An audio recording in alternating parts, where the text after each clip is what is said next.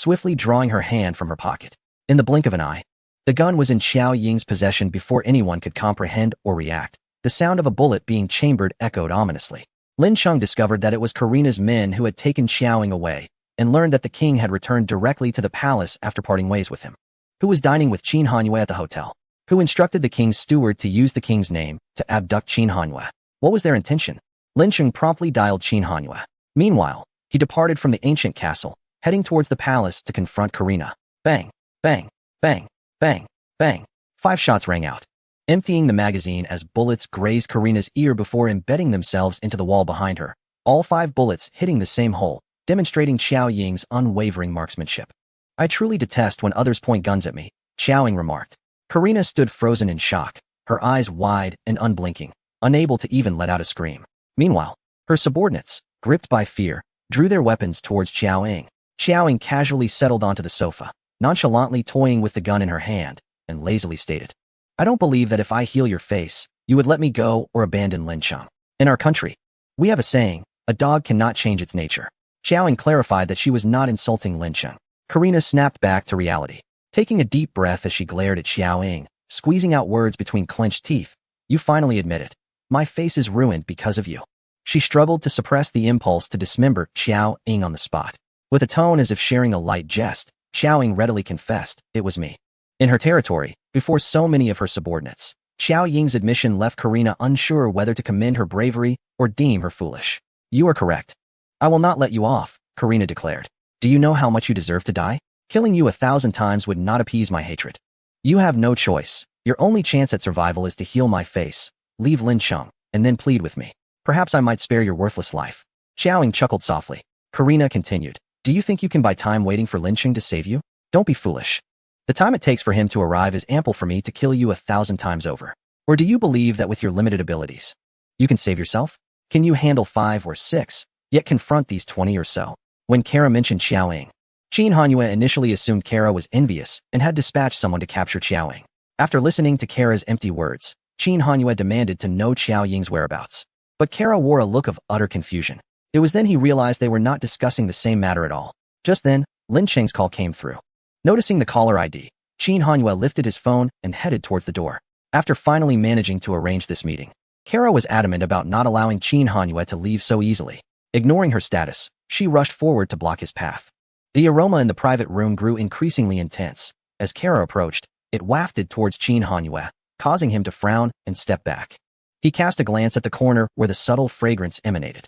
His body began to feel a peculiar warmth, an inexplicable sensation rising in his lower abdomen. Then he looked at Kara, who was blushing as she stood in front of him. Understanding what was transpiring, Qin Hanyue felt a wave of revulsion towards Kara's actions. Get away. Startled by the dark expression on Qin Hanyue's face, Kara refused to relent. Desperate, she shamelessly proclaimed, Mr. Qin has already betrayed his girlfriend once. What difference does one more time make? In terms of looks and status, I am no less than Xiao Ying, who is already engaged. Before she could finish her sentence, Qin Hanyue's powerful grip clamped around her neck, tightening to the point where she could no longer speak. His face was as cold as ice, and he regarded the gasping Kara with disdain, uttering a single curse for the first time in his life, one that was particularly harsh, despicable. The sheer offensiveness of the word left Kara momentarily stunned. In the next instant, she was unceremoniously tossed to the ground as Qin Hanyue strode past her, pushing open the door of the private room and departing with purpose. The housekeeper and Qin Yin were taken aback by the aura of rage emanating from Qin Hanyue. Qin Yin hurriedly followed, calling out, Third Master. Qin Hanyue tossed his phone to Qin Yin, instructing him to answer it. While his steps quickened, he took out a handkerchief from his pocket, wiping his hands as if he had just touched something revolting, which only heightened his inner turmoil. Qin Yin relayed Lin Cheng's message. The ones who took Miss Qiao are from Karina's side. Duke Lin has gone to the palace to retrieve her. Qin Hanyue exited the hotel, discarding the handkerchief into the trash bin at the entrance before bending to enter the car. Just as Qin Yin settled into the driver's seat, he heard Qin Hanyue's low voice inquire, How many minutes to the nearest hospital? Qin Yin swiftly turned to look at Qin Hanyue, sensing something was amiss as he opened a bottle of mineral water, which he drank from hastily. He quickly checked the navigation. The nearest hospital is about a 45-minute drive away. Assuming no traffic, then he asked, Third Master, what's wrong? As he started the vehicle. Meanwhile, Xiao Ying, with her fingers caressing the gun's barrel, looked at Karina and said, I won't treat your face, nor will I spare you. Pleading with me is futile. Xiao Ying's defiance only amused Karina. After a brief laugh, she retorted, "Do you even know what you are saying?" To which Xiao Ying replied, "Are you aware of how many times I have let you go? If it were not yet your time to die." Humph. Xiao Ying let out a cold laugh. Karina, relying on her overwhelming numbers, dismissed Xiao Ying's words entirely. "I have no inclination to waste time with you. Since you refuse to cooperate willingly and wish to suffer a bit, I shall accommodate you." A malicious green light flickered in Karina's eyes as she called for her subordinates. "I intend to tear your face, rip out your tongue, and sever your feet. And that certainly wouldn't hinder your efforts to remedy my appearance." Chapter 393, Karina's Brutal Torment. Xiao Ying strode towards the bathroom. The vehicle's air conditioning was set to a chilling low, causing Qin Yan to feel his hands stiffen with cold, while Qin Hanyue in the back seat radiated warmth like a furnace. The man leaned back against his seat, eyes tightly shut, his jawline tightening gradually as he clenched his teeth. The car sped along, the rear window wide open, yet the frigid wind failing to quell the rising heat within Qin Hanyue. He forced himself to focus on the cacophony of traffic outside to distract himself. Meanwhile, abandoned in the private room, Kara, upon sensing something amiss with her body, sluggishly noticed the aroma diffuser in the corner and finally comprehended the meaning behind Qin Hanyue's contemptuous remark. "It was not me." Overwhelmed by an unbearable heat, Kara felt a surge of panic and fear. Lacking the time to ponder the issue of the aroma, she urged the butler to hasten her to the hospital. The private residence lay far from bustling areas, surrounded by a lush landscape enveloping this impenetrable edifice. Other than this residence, there were no other buildings within a several hundred-meter radius. The night was dark and the wind howled, enveloped in an eerie silence. As Xiao Ying had said, even if she healed Karina's face, Karina would not spare her. Thus, this place was a grave selected by Karina for Xiao Ying. There was no escape for Xiao Ying, nor would anyone come to her aid. No matter how loud the commotion, no one would know. At this moment, the cries of anguish and pleas for help, emanating from the depths of the soul, appeared so helpless and desolate. Karina, once exuding pride, ultimately found her legs quaking with fear. As she gazed at Xiao Ying, who was slowly advancing over the corpses, she recoiled in terror, only to stumble and fall upon a warm body. Startled, Karina scrambled to her feet, her heart racing as she surveyed the hall, now reduced to only the two of them alive amidst a ghastly assortment of bodies. Trembling like a leaf, she stammered, "Don't come any closer, don't come any closer." With his tie loosened and the top button of his shirt undone, his collar gaped, revealing skin flushed with an abnormal hue. The taut line of his jaw was as sharp as a blade. Qin Hanyue furrowed his brow, the veins in his forehead pulsing, and his hands, resting on his legs, had unconsciously tightened into fists. The air around him felt as though it were igniting with intensity. Karina, her eyes reflecting a demonic glare towards Xiao Ying, realized that everything that had transpired had exceeded her capacity to endure. She desperately sought to flee, yet her body betrayed her. You cannot kill me. My father is the king. I am a princess. If you slay me, you shall not escape from Country Sea alive. Should you harm even a single hair on my body, Lin Cheng cannot protect you. You will drag him down with you, unable to preserve even his title." The acrid scent of blood gnawed at Karina's nerves, leaving her speechless amidst the encircling corpses. Trembling, she attempted to utter intimidating words, hoping to frighten off Xiao Ying. As Xiao Ying drew nearer, the vivid imagery of her merciless killings ignited Karina's deepest fears, compelling her to emit an involuntary scream of terror, retreating against the floor. Yet, the scattered bodies surrounding her left her with no escape. Once a figure who looked down upon others, Karina now found herself paralyzed with fear, seated on the ground, gazing up at Xiao Ying who stood before her. Xiao Ying paused, then crouched down, her proximity dismantling Karina's mental defenses. With her crimson lips parting slightly, Xiao Ying spoke slowly. "Tear off your skin, extract your tongue, sever your legs. Let us begin with the legs to prevent your escape." As she spoke, the gun's muzzle pressed against Karina's thigh. A violent shiver coursed through Karina's body, rendering her rigid with terror as she swallowed hard, her eyes filled with dread.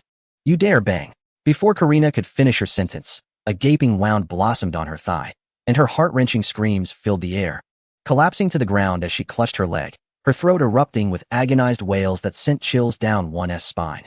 Xiao Ying mercilessly lowered her weapon once more, firing again. This shot silenced Karina's cries, leaving her utterly incapacitated, too engulfed in pain to utter a sound. Xiao Ying's expression remained devoid of emotion, her gaze cold and detached, as if surveying a lifeless body. She continued to lower her aim. This was a madwoman. Karina's status as a princess held no significance for her. The thought of killing a princess, or even her king father, seemed inconsequential to this deranged individual. Karina's fear was palpable, and it was clear that no amount of pleading would sway Xiao Ying, a remorseless assassin.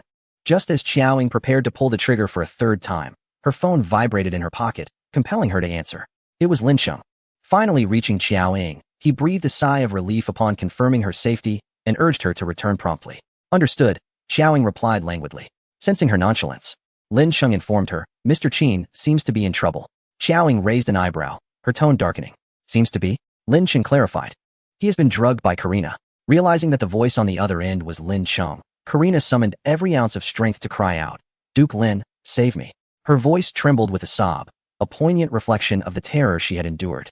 Lin Sheng frowned slightly, contemplating before speaking to Xiao Ying. I implore you, Miss Xiao. Spare Karina's life. Xiao Ying rose, abruptly ending the call. Believing she had narrowly escaped death, Karina exhaled in relief. Yet, in the next instant, Xiao Ying raised her gun once more. Before Karina could react, Xiao Ying shot her other thigh, leaving another wound before striding away. With a firm press of the gas pedal, Xiao Ying's vehicle sped off like an arrow released from its bow. Upon receiving a message from Lin Sheng, Qin Yan immediately informed Qin Hanyue, Third Master. Miss Xiao has made contact and is en route to the Duke's residence. Qin Hanyue gasped for breath, commanding, return to the Duke's residence. Understood, replied Qin Yan, promptly recalibrating the navigation, changing the destination from the hospital to the Duke's estate. Xiao Ying drove the ordinary business car as if it were a racing vehicle, the speeding automobile leaving merely a fleeting shadow on the street. In the span of an hour, Xiao Ying returned to the castle in less than 30 minutes. Qin Hanyue had already reached the castle before her. Lin Sheng and his personal physician awaited their return, and upon seeing Xiao Ying, whose coat was stained with blood, Fourth Master rushed forward. Lin Sheng was left trailing behind. Concerned, are you injured? He intended to inform Xiao Ying about Qin Hanyue's condition, which his doctor could not manage. But she swept past him like a gust of wind, offering no reply as she ascended the stairs. Fourth Master followed her upstairs. Lin Sheng waved his hand, instructing the doctor to leave. You are no longer needed. Outside the door, Qin Yan was in a state of agitation, wiping the sweat from his brow. Upon seeing Xiao Ying, he approached her as if she were a savior. Having never driven a car to such an extent before, Qin Yan's legs trembled slightly. He leaned against the wall for support, dragging his steps while bracing his waist. Miss Xiao, you have finally returned. Please, save the Third Master. Xiao Ying observed Qin Yan's peculiar gait. Surely the medication could not be so potent that Qin Hanyue's endurance was compromised to such an extent. Nor could Qin Yan have suffered so greatly. It seemed improbable. Strange thoughts flickered through Xiao Ying's mind, yet she continued onward, wishing to stop and inquire with Qin Yan. The door was unlocked, intentionally left ajar for her. She entered, locking the door behind her before swiftly crossing the living room towards the sound of running water emanating from the bathroom. Chapter 394. Xiao Ying questioned him. Who am I to you? Qin Hanyue replied, littling. The coat, suit, and tie lay strewn across the bedroom floor, extending to the bathroom, revealing Qin Hanyue's fastidious nature as he never left things in disarray, indicating he had rushed into the bathroom. Xiao Ying tore off the mask from her face and swiftly approached the bathroom door, gripping the doorknob and twisting it downward. To her dismay, the door was locked from the inside. With a sense of helplessness, she knocked on the door, calling out, Qin Hanyue. The sound of the rushing water drowned out her voice, prompting her to knock harder and raise her voice. Qin Hanyue, open the door. Still, there was no response from within. Xiao Ying, maintaining her patience, spoke. This medication cannot be resolved with cold water alone or by your own means. If the effects are too severe and not treated promptly, you could face infertility at best, or worse, it could be fatal. Open the door. I need to assess your condition. Are you really embarrassed? I want to be a widow for you. Recalling the time she lay in a vegetative state for half a year, Qin Hanyue had lamented to her about nearly becoming a widower. The man, under the shower, clung to the last semblance of rationality, recognizing Xiao Ying's voice, and grasped a towel. Xiao Ying, losing her patience, declared, if you don't open this door, I will kick it down. You haven't fainted, have you? Qin Hanyue, no longer willing to hesitate, Xiao Ying prepared to kick the door down.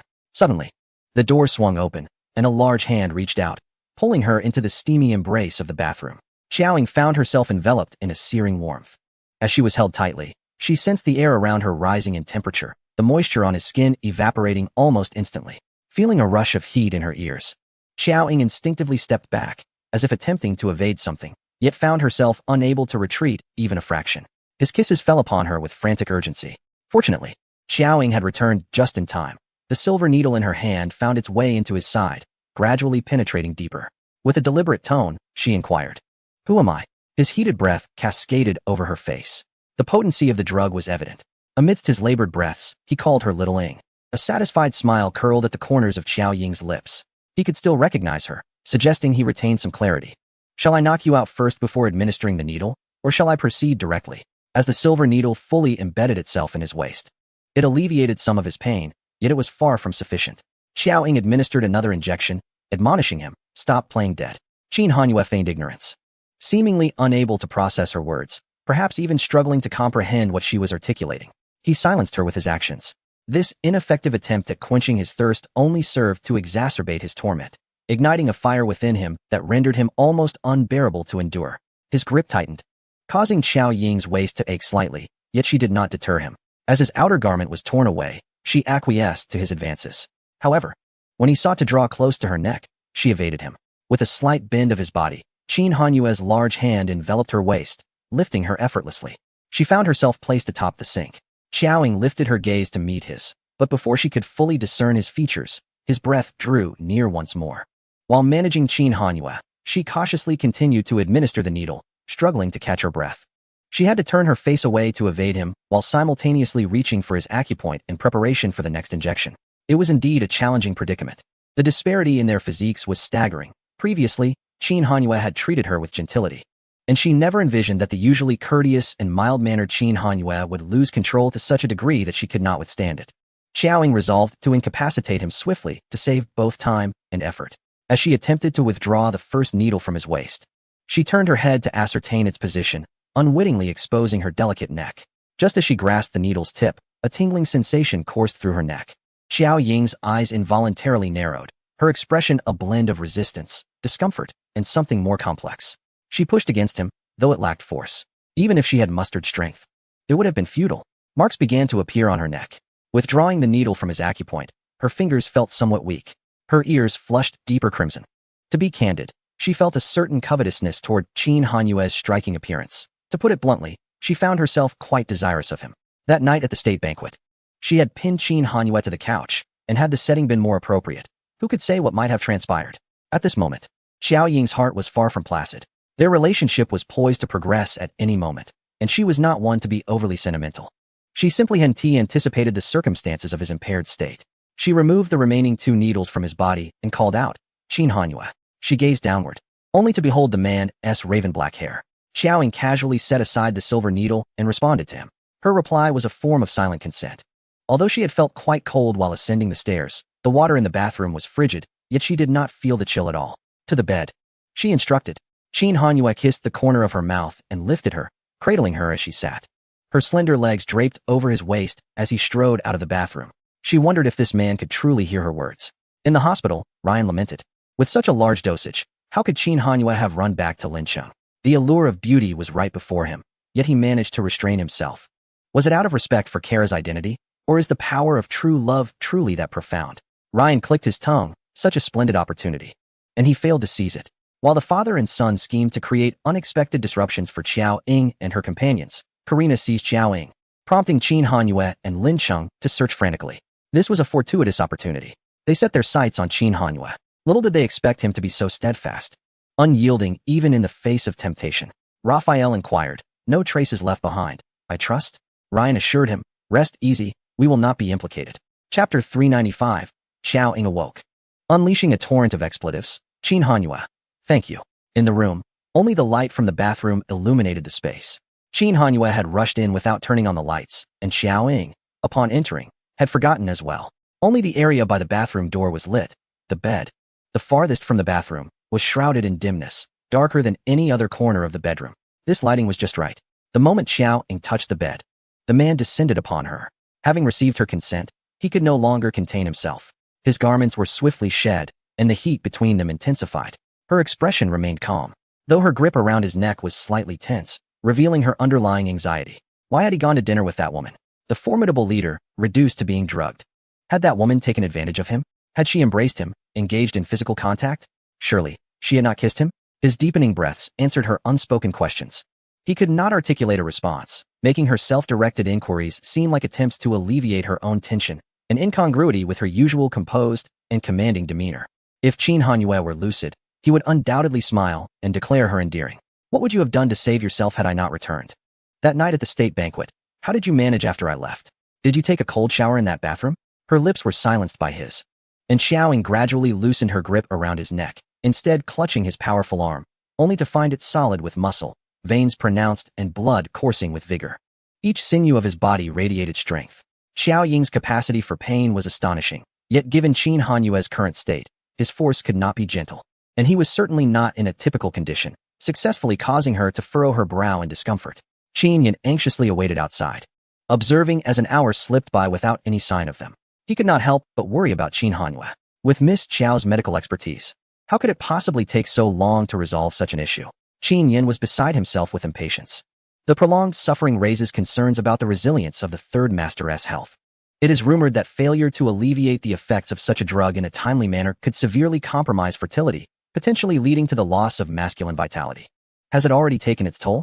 Is Miss Qiao striving to salvage the situation? Qin Yin gasped in shock at the thought. What if the third master could no longer fulfill his role, and Miss Qiao chose to abandon him? What if he succumbed to despair and became despondent? The more Qin Yin pondered, the more anxious he became. After enduring countless trials, they were on the verge of achieving their desired outcome, only for the third master to falter. Such a fate would be truly tragic. He resolved to take action. Should he first knock to assess the situation, or seek out Lin Sheng to assemble a more capable medical team for assistance? It would be prudent to gauge the circumstances first. What if the effects of the drug had already worn off, and the third master merely needed time to regain his composure? Exercising caution, he raised his hand to knock. But just as his knuckles were a mere centimeter from the door, he abruptly halted.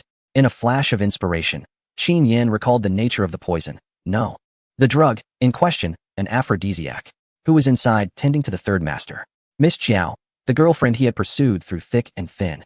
In this precarious situation, was it possible that her methods of treatment were unconventional? Unconventional? In fact, it seemed to be entirely in line with the circumstances. Startled, Qin Yin withdrew his hand and took a large step back from the door. What a close call. Had he knocked, he wouldn't need the third master to reprimand him. He would have regretted it deeply himself. Master Wang observed him, as if to say, "Are you going to knock or shall I?" Qin Yin swallowed hard, regaining his composure, and cleared his throat. Let us go. Let us go. It's time for bed." He hurriedly led Master Wang away. However, Master Wang was reluctant to leave, and Qin Yin had to drag him along. They encountered Yu Ying and Lu Ying on their way back. "Where's Qiaoying?" Yu Ying inquired. "She's in the room with my third master attending to important matters," Qin Yin replied with a mischievous grin. Lu Ying remarked, "Perfect timing for a discussion." "No way," Qin Yin declared, spreading his arms to block their path. Internally, he thought, what a ridiculous notion. Such matters cannot be shared. Lu Ying looked at him, puzzled. "What is your problem?" Qin Yin retorted. Lu Ying, feeling insulted by being called a little brat, clenched his mechanical fist in frustration. Yu Ying, taking Lu Ying by the hand, said, "Let us come back tomorrow." Winter in Country C was indeed frigid, and at that moment, sleep began to fall outside, with the cold wind rattling the window panes. Xiaoying felt engulfed by a searing flame, being eroded, consumed, and finally melted away, her thoughts becoming increasingly muddled. Outside, the world was icy, but inside, the atmosphere was fervent. As her hazy eyes met the man's crimson gaze, the shadows of the trees swayed outside all night long, the windows trembling under the relentless gusts of the cold wind, and Xiaoying was subjected to the cacophony for hours. In the latter half of the night, the rain intensified, pelting the glass with a sharp crackle. It was not until dawn broke, accompanied by his words, "Little Ying, I wish for you to bear me many descendants," that silence enveloped Xiao Ying's ears. Lin Sheng had instructed the chef to prepare some nourishing soups early in the morning, yet by noon, neither of them had consumed a morsel. Lin Sheng understood implicitly and instructed to simmer the nourishing soup again for the evening. However, when the soup was finally ready, no one had risen to partake by mealtime. The midday sun had cast its glow, and by dusk, the sky was ablaze with brilliant hues. Qin Hanyue gradually awakened, his mind still somewhat foggy, and sluggishly perceived his surroundings. He quickly turned his head to glance at the figure beside him. Upon seeing Xiaoying peacefully asleep with her back to him, a jolt of awareness surged through Qin Hanyue, instantly rousing him from his stupor. Lin Sheng had asked the servants to keep the soup warm, hoping that someone might awaken soon. Yet, at that moment, Qin Yin urgently sought a doctor. Lin Sheng inquired, "Is it Mr. Qin?" To which Qin Yin hastily replied, "It's Miss Qiao." Internally cursing, he thought, "Third master is truly a beast." Reflecting on the bite marks and bruises evident on Qin Hanyue's neck, Qin Yin couldn't help but wonder how much Qiaoying must have endured. As Qin Hanyue regained consciousness and beheld Qiaoying beside him, memories of the previous night flooded back, momentarily leaving him in a daze before a smile broke across his face. He embraced her, planting a kiss on the back of her head, only to realize that she remained unresponsive. Initially, he believed she was merely exhausted and in deep slumber, but soon discovered that she was unconscious. The pallor of Qiao Ying's face alarmed him greatly. She had been in a stupor for an entire day and night, eventually succumbing to a fever that lasted until the following morning. Upon awakening, her first words, directed at Qin Hanyue, were, "Qin Hanyue, I curse your grandfather." Her voice was hoarse and weak, her entire being languid.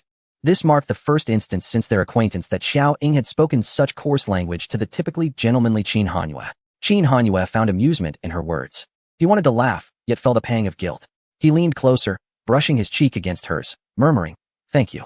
This simple expression of gratitude triggered memories in Xiao Ying of the latter part of the night, when he, regaining his senses, repeatedly thanked her, uttering the words over a dozen times, filled with genuine appreciation and satisfaction.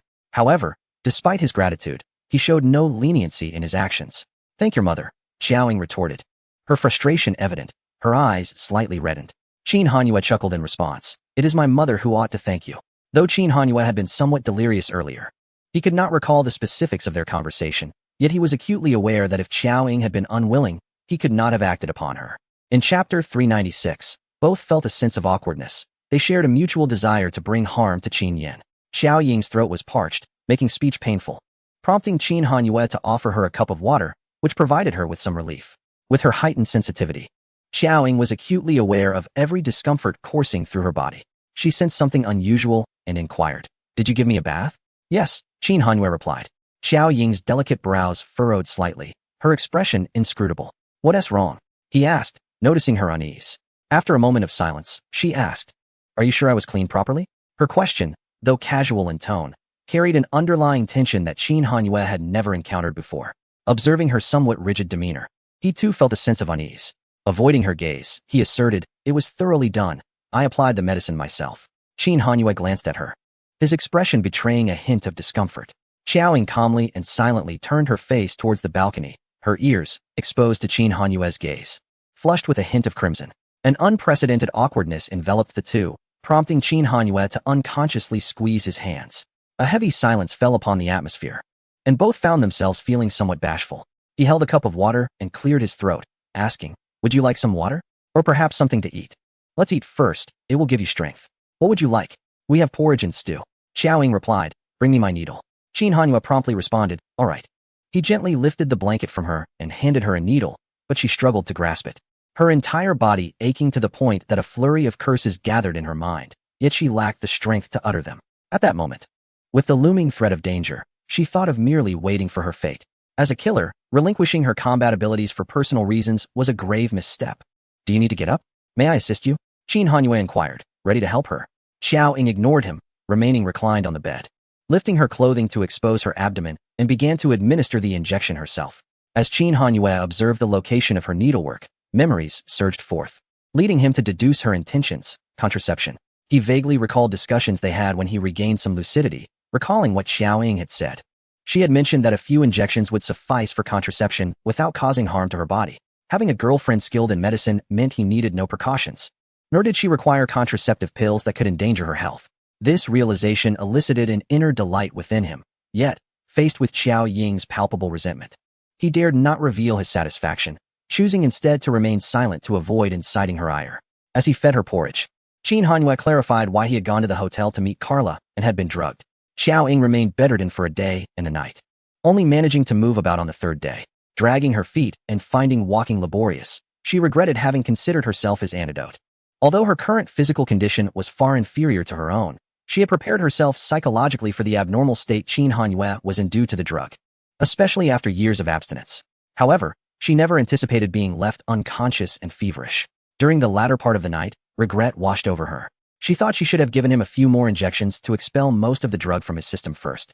Had she been able to access the needle, she would have surely administered 2 doses to him. In the 2 days confined to her bed, Xiao Ying only lamented not having initially rendered him unconscious. Qin Hanyue procured a high-neck sweater for her, carefully matching it with an outfit and presenting it to her. Sitting on the bed, Xiao Ying's gaze gradually shifted from the sweater in his arms to the nape of Qin Hanyue's neck. He donned a suit with a perfectly tied tie. The buttons of his shirt fastened to the top, revealing the faint traces of a neck that bore the marks of memories that lingered. Every bite mark on his neck was vividly etched in Xiao Ying's mind, and she recalled precisely the circumstances that had led to them. Her actions prompted Qin Hanyue to cast a glance at her neck, yet his gaze lacked the candor that characterized Xiao Ying's. However, she quickly shot him a glare that deterred his scrutiny. After changing her attire, Xiao Ying descended the stairs. Meanwhile, Qin Yin was idly engaged in a game of ball with the fourth master in the hall. Upon noticing Xiao Ying approaching in her meticulously covered outfit from the direction of the elevator, Qin Yin instinctively pretended not to see her and hastily slipped away. Xiao Ying felt speechless. She had shared a bed with Qin Hanyue, endured a fever, and sought medical attention. Lying in bed for 2 or 3 days before finally getting up, Lin Cheng and the others were all aware of her condition. Yet she felt no embarrassment in facing them. What was Qin Yin so shy about? Qin Yin, not wishing to avoid her but at a loss for how to greet her, felt the weight of the situation when the commotion attracted the doctor's presence. Such matters didn't faze someone like Lin Cheng, who was only slightly familiar. The real embarrassment lay in letting someone as intimately acquainted as Qin Yin know. It was simply too awkward. Moreover, given that Miss Qiao was younger than them all, it was perhaps best that this was her first encounter with him in such circumstances. Before long, Qin Yin received a call from Qin Hanyue, summoning him back to drive. He forced a couple of awkward chuckles, striving for composure, only to blurt out, "Miss Qiao, long time no see." Truly a master of greetings, he thought. Wishing he could bash his head against a wall, Xiao Ying emitted a sound from her chest that could only be described as a huff. Qin Yin's calf trembled, and he felt an overwhelming urge to kneel before her. Qin Hanyue, meanwhile, contemplated running over Qin Yin with the car. Xiao Ying was already in a foul mood, and Qin Yin's ill-timed comments only aggravated her. Why say anything at all, let alone long time no see? Had he thought at all? Indeed. It has been a while, she replied, her words dripping with a biting intensity that made Qin Yin feel as if she were gnawing on his very bones. Truly terrifying. With a cool gaze sweeping over Qin Hanyue, Xiao Ying stepped outside. Under the cold scrutiny, Qin Hanyue felt an urge to eliminate Qin Yin. Early that morning, Lin Cheng had been summoned to the palace by the king.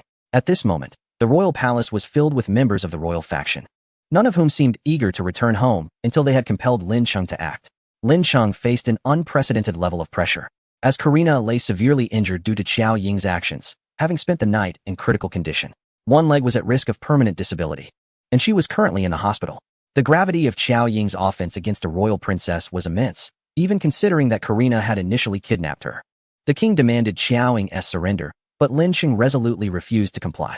Standing firm against the collective pressure, Lin Cheng remained unmoved despite their attempts to employ emotional appeals, swinging from moral obligations to personal sentiments, from the private to the public. He sat apart from the agitated ministers, gently stroking the frightened cat in his arms, an incongruity amidst the heated discussions. 2 paths lay before Lin Cheng: to surrender Xiao Ying for Karina to dispose of at her will, or to marry Karina and ascend to the throne to safeguard Xiao Ying. These were the choices presented to him. Yet Lin Cheng chose neither. An elder prince of considerable repute stepped forth, addressing Duke Lin. Today, if you fail to provide a satisfactory explanation to the pitiable Princess Karina and the entire royal family, your title may be in jeopardy. The audacity to leverage his nobility against Lin Cheng was palpable. Lin Cheng, unperturbed by the threat to his title, maintained an air of tranquility as he gently caressed the back of a cat and slowly remarked, "Have you all forgotten how I came by my title?" His nonchalant words caused subtle shifts in the expressions of those present, with the prince showing signs of embarrassment. How did Lin Cheng acquire his title? It was forcibly bestowed upon him. In the past, they had nearly coerced the young Lin Cheng into assuming this position, orchestrating his fate. And now to threaten the very title they had imposed upon him seemed a gross contradiction. Was this not akin to slapping their own faces? It was indeed laughable. Feeling the awkwardness, they fell into a silence, some averting their gazes, while others exchanged glances, rendered speechless. Lin Cheng, with his characteristic good temper, spared them further embarrassment, quipping, "Are you finally willing to let me off the hook? Even if my fiancé had acted out of line, who would dare to strip me of my title today, even if I were to commit a grave offense?" His voice, though gentle, resonated with the weight of a hammer striking an anvil. Even with a smile on his face, there was an unmistakable air of intimidation. The prince, realizing his misstep, awkwardly sought to justify his stance. "Duke Lin, let us be clear. We shall always hold a deep gratitude for the contributions of Prince Lin to Country C. However, I believe that with your character, had Prince Lin been present today, he too would have conducted affairs with a sense of duty and provided us with an explanation. Indeed, the whims of society are fickle, no matter how great the favor. It can easily be forgotten." Lin Cheng's lips curled into a sardonic smile as he retorted, "If you truly remembered my uncle's kindness, I would not be seated here facing this inquisition." Duke Lin, Though you may be of Huagua lineage, you have long since acquired C nationality. Country C is your home. Having been raised in C, do you truly believe that your sentiments for Country C pale in comparison to those for that woman? Are you truly willing to forsake us for a mere woman? Mentioning Lin Cheng's uncle stirred the meager remnants of conscience within the assembly, prompting them to appeal to emotions. At that moment, the king interjected, Duke Lin, I can pardon Xiao Yin, and you may marry her. All eyes turned to the king, who continued, after you wed Karina. This represented the king's utmost concession. A profound silence enveloped the chamber. No dissent arose as all gazes fixed upon Lin Cheng, tacitly endorsing this course of action. Surely, Lin Cheng could not refuse this time. They collectively mused, praising the king and Karina's magnanimity. I shall not marry Karina, Lin Cheng declared, his selfish and rebellious stance inciting the ire of the assembly. It was they who had been ungrateful, yet it was Lin Cheng who bore the brunt of their accusations of betrayal. The king regarded Lin Cheng sternly and inquired, Have you made your decision? Lin Cheng replied, From the very beginning, my answer has remained unchanged. The king pressed, Are you truly willing to sever ties with us? Lin Cheng countered, Does the king truly believe that all the blame lies with me? Lin Cheng's calm retort instilled a sense of determination in the king. He slowly inhaled. The amiable demeanor on his face vanished without a trace, replaced instead by the cold indifference befitting a monarch. He declared, You will willingly hand over Qiaoying. This is the last favor I extend to Duke Lin and your uncle. Lin Cheng gazed at the king, shaking his head slightly. His public defiance enraged the king, who subtly nodded as if to say, You possess courage. Then, with a ruthless tone, he commanded, Bring him in. Since Duke Lin refused to surrender the perpetrator who harmed Karina, the king resolved to personally dispatch someone to capture him. He was eager to see whether Lin Cheng would dare to intervene. Before Lin Cheng could speak, the steward hastily entered and whispered something in the king's ear. The king cast a glance at Lin Cheng before instructing the steward, Bring them in. Lin Cheng had a faint inkling of what was to come. Indeed, the steward soon appeared with Xiao Ying and Qin Hanyue before everyone. All gazes unerringly fell upon Xiao Ying, and apart from Lin Cheng, none bore a friendly expression, especially the king and Karina's brothers, who appeared ready to avenge Karina on the spot. Faced with the impending uncontrollable scene, Lin Cheng felt a sense of helplessness, silently grateful that he had brought the cat along. Otherwise, he could not fathom how late he would return home today. He quickly patted the cat a couple of times for comfort. Rising, Lin Cheng approached with concern, What brings you here? Noticing Xiao Ying in a high-neck sweater, he thought to himself, At least these two still retained some humanity, for they did not arrive with visible marks on their necks. Otherwise, chaos would have undoubtedly ensued, and the entire royal family would learn of his cuckoldry and his search for a faux girlfriend. Xiao Ying succinctly replied, I am here to take someone. Lin Cheng was acutely aware that Xiao Ying had not come to rescue him, but rather to seek Karina. He contemplated whether he should proactively disclose that Xiao Ying belonged to Qin Hanyue if the situation spiraled out of control. Otherwise, it would be exceedingly difficult to ensure Xiao Ying's safe departure from this gathering. The king inquired, Has Mr. Qin not returned to Hua country yet? Qin Hanyue responded, I was indeed planning to return, but it seems Duke Lin has encountered some difficulties. His words immediately shifted everyone's attention from Xiao Ying to him. What did this mean? Was he here to support Lin Cheng? The king remarked, We have serious matters to attend to, Mr. Qin. Perhaps you could step aside for a moment and enjoy some tea next door? Qin Hanyue declined, stating, Duke Lin requested my presence, and I have honored that request. So I shall remain here. His words redirected everyone's gaze back to Lin Cheng, who was left utterly speechless by the antics of these two. The king, eager to understand Lin Cheng's intentions, pondered why he had involved someone of Qin Hanyue's stature in their royal affairs. Was it to demonstrate defiance? Xiao Ying interjected, Stop staring. Where's Karina? Her voice drew everyone's attention back. The king's expression remained impassive as he remarked, Your tone suggests you are not here to apologize. With her hands tucked into her coat pockets, Xiao Ying replied, What do I have to apologize for? Karina kidnapped me with a gun in front of all these witnesses. I am here to settle the score with her. This declaration successfully incited public outrage. She had beaten Karina to such a state, yet they had not sought retribution from her. Astonishingly, she intended to confront them. Karina's brother slammed his hand on the table. My sister lies critically injured in the hospital. And you dare to demand an account from us? You possess an audacity of the highest order. You have marred Karina's face. You are utterly despicable. Were it not for your connection to Lin Cheng, I would cripple you in vengeance for my sister right now. The others glared with fury, their indignation palpable. Qin Hanyue stood behind Xiao Ying, towering like a mountain at nearly 1.9 meters, completely overshadowing her petite frame of 1.65 meters. This invisible shield compelled Karina's brothers to hesitate, preventing them from charging directly at Xiao Ying. They exuded fierce aggression. Yet Xiao Ying remained composed, stating, I initially intended to seek out Karina, But now, my intentions have shifted. All eyes were upon her. Chapter 398. Xiao Ying's Maneuver, Xiao Ying's Threat. With a voice that resonated with authority, Xiao Ying proclaimed, "I now have reason to suspect that this is not merely a personal vendetta, but rather a conspiracy orchestrated by you and your daughter, implicating your entire royal household. You," she directed her gaze at the king, "were responsible for luring Lin Sheng away. He can testify to this.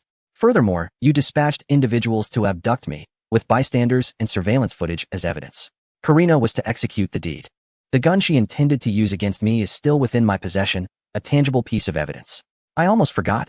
On my way here, I saved the surveillance footage from that villa onto my computer. In 5 minutes, I could present to the citizens of Country C a video of their princess aiming a gun at my head, coercing me to abandon my fiancé. If I had not escaped, were you planning to use me as leverage against Lin Sheng, or to eliminate me outright to force him into power? I believe I now require not only a lawyer, but also the assistance of the embassy and my own nation." The room erupted in astonishment.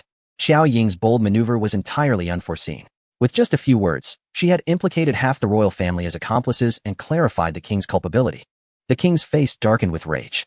Members of the royal family erupted in vehement protests. Nonsense. Suddenly, Xiao Ying was struck by a whimsical thought, which she shared. "Aren't you in the process of selecting an heir? This presents an excellent opportunity for a test, elevating the matter to an international level to see which capable individual can resolve it. Rest assured, in the interest of identifying the most competent candidate, I will exert every effort.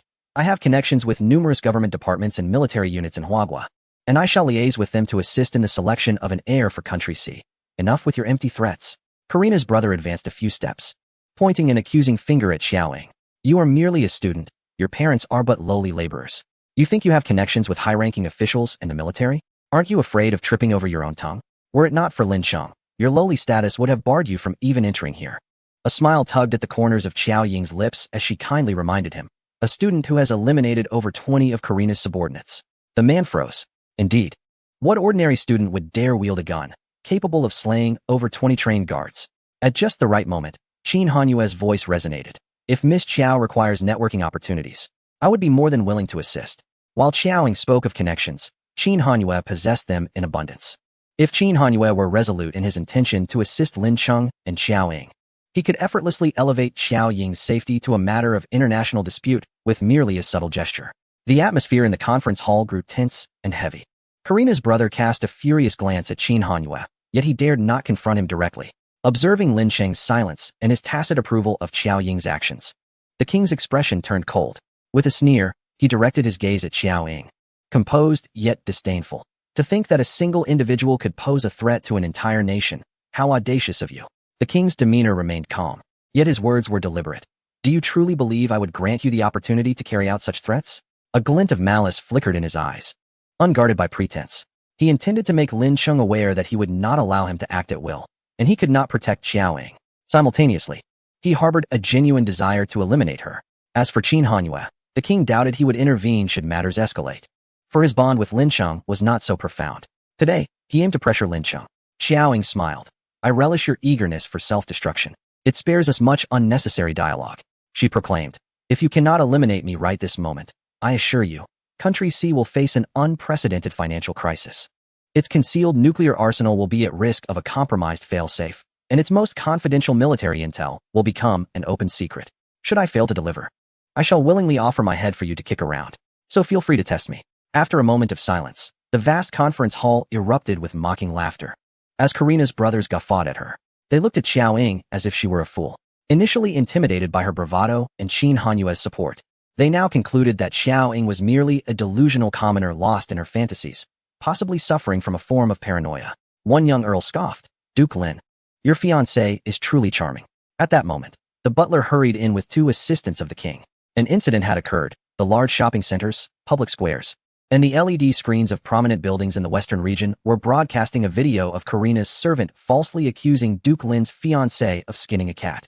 One assistant, clutching a laptop, whispered urgently to the king. The other added, "This video has reached countless viewers, sparking widespread media attention and viral dissemination online. Technicians are currently addressing the situation." They spoke in hushed tones, yet Xiao Ying's keen hearing picked up every word. The other royal members sensed the gravity of the situation from the assistant's anxious expressions. Meanwhile, in the bustling square and inside the shopping centers, crowds gathered around the large screens, pulling out their phones to record. At that moment, half the nation was witnessing how their beautiful and dignified Princess Karina wielded her influence to maliciously slander others, all while displaying arrogance. The king stared intently at the computer screen, and upon learning that the video had been airing for 10 minutes, he furrowed his brow deeply. What more is there to handle? Cut the internet and shut it down immediately. Identify those media outlets and forbid them from reporting. If this royal scandal were to spread, what dignity would the royal family have left? However, cutting off the internet would have far-reaching consequences. The king clenched his jaw, glaring furiously at his assistant. Cut the internet. Yes, the assistant promptly set to work. The king's piercing gaze turned towards Xiao Ying, his expression no longer composed. What exactly do you intend to do? Everyone was bewildered by the turn of events, casting uneasy glances at Xiao Ying, each harboring a foreboding sense. Xiao Ying's eyes were innocuous yet cold. You mentioned that one individual could threaten a nation. That is merely a prelude. The next video will be even more sensational. Unless you impose a nationwide blackout permanently, these videos, along with your country's classified military information, will infiltrate through every conduit. Her tone shifted to a casual, playful lilt as she added with a smile. I could donate some candles to your nation, low carbon and environmentally friendly. The king's plump visage twisted in rage, the flesh quivering in distinct patches. He was compelled to consider that Xiao Ying's words might not be mere bluster. She could genuinely execute her threats. Even if there was an element of exaggeration, she possessed the capacity to cause considerable distress. And he was already feeling the weight of it. At that moment, a significant portion of the Western Internet had been severed. In this age of information, the absence of connectivity was a grave inconvenience. What was transpiring? Observing the king's expression, the royal family members began to murmur inquiringly. The king regained his composure. Speak. What do you desire? Xiao Ying. So now we can converse amicably? Chapter 399. Xiao Ying unleashes chaos. Lin Cheng blocks the muzzle of her gun. The king invited Xiao Ying and Qin Hanyue to take a seat. Once the atmosphere had calmed slightly, he inquired, what is the purpose of your dramatic entrance today? Xiao Ying, let us set aside other matters for now. First, bring Karina before me, and have her publicly apologize. Once she has done so, the rest will be easier to discuss. Sparing Karina's life is already a concession for Lin Cheng. If these individuals dare to seek retribution, let them try. Xiao Ying aimed to trample on the royal family's pride, challenging their dignity, making them acutely aware of who was truly formidable. She intended for them to experience the sensation of being coerced, irrespective of whether it was for Lin Cheng's sake. She could not abide their behavior. Karina's brothers seethed with rage, ready to erupt, but the king restrained them, suppressing his own anger while firmly informing Xiao Ying. Karina is still in the hospital. She only just escaped danger the morning before last. His gaze warned Xiao Ying not to overstep her bounds. Xiao Ying, I do not repeat myself. The king's sharp eyes fixed on Xiao Ying, and after a moment, he said, Duke Lin, I wish to speak with Miss Qiao privately. The weather is pleasant today. You may take Mr. Qin to tour the newly crafted gardens of the East Palace. Lin Cheng, it's rather chilly. My cat is quite delicate and prefers to stay indoors. We can visit the gardens another day. The king turned his attention to Lin Cheng, fixing him with an intense stare, enunciating each word. You all go. I will speak with her alone. Is that acceptable? With the conversation reaching this point, Lin Cheng had no choice but to seek Xiao Ying's consent. After receiving a confirming glance from her, Lin Cheng rose. Please, everyone, join me in the front hall for a moment. He turned to Xiao Ying, adding, I will be outside. Call for me if you need anything. Then, accompanied by a group of people, they departed from the conference hall. Upon reaching the foyer, the crowd gradually learned of the scandalous tale propagated by Xiao Ying regarding Karina's servant and the shameful act of skinning a cat. One by one, they condemned Lin Cheng, accusing him of showing a blatant disregard for the dignity of the royal family. Lin Cheng, seeking solace, invited Qin Hanyue to the floor-to-ceiling window, wary of the loose tongues that might speak ill of Xiao Ying in his presence and provoke his ire. At that moment, Lin Cheng found himself uncertain whether enlisting Xiao Ying's assistance was a boon or a bane. However, he was certain that her involvement would expedite the resolution of the matter. Alone, he bore the burden. How many years would it take to alleviate the pressure? As long as it did not end in loss of life, perhaps it was acceptable? Qin Hanyue's voice broke the silence. Are you regretting this, Duke? Lin Cheng, coming to himself, offered a faint smile but refrained from replying. Instead, he jested, Mr. Qin has become the greatest beneficiary of this collaboration. Lin Cheng inquired, are you surprised? If he was not mistaken, prior to this, the relationship between Qin Hanyue and Xiao Ying had not advanced to its culmination. Thanks to the potion, they had made a breakthrough. Surely, Qin Hanyue harbored fewer grievances now. Did he not? Yet, Qin Hanyue retorted, not at all. Lin Cheng was perplexed. Suddenly enlightened, Lin Cheng chuckled deeper. Ah, I recall now, Mr. Qin possesses a rather traditional view of romance. Qin Hanyue replied, we ought to have shared a more splendid night. Their relationship had taken a substantial turn, something Qin Hanyue had longed for in his dreams. However, he had no desire to express gratitude for that wretched potion.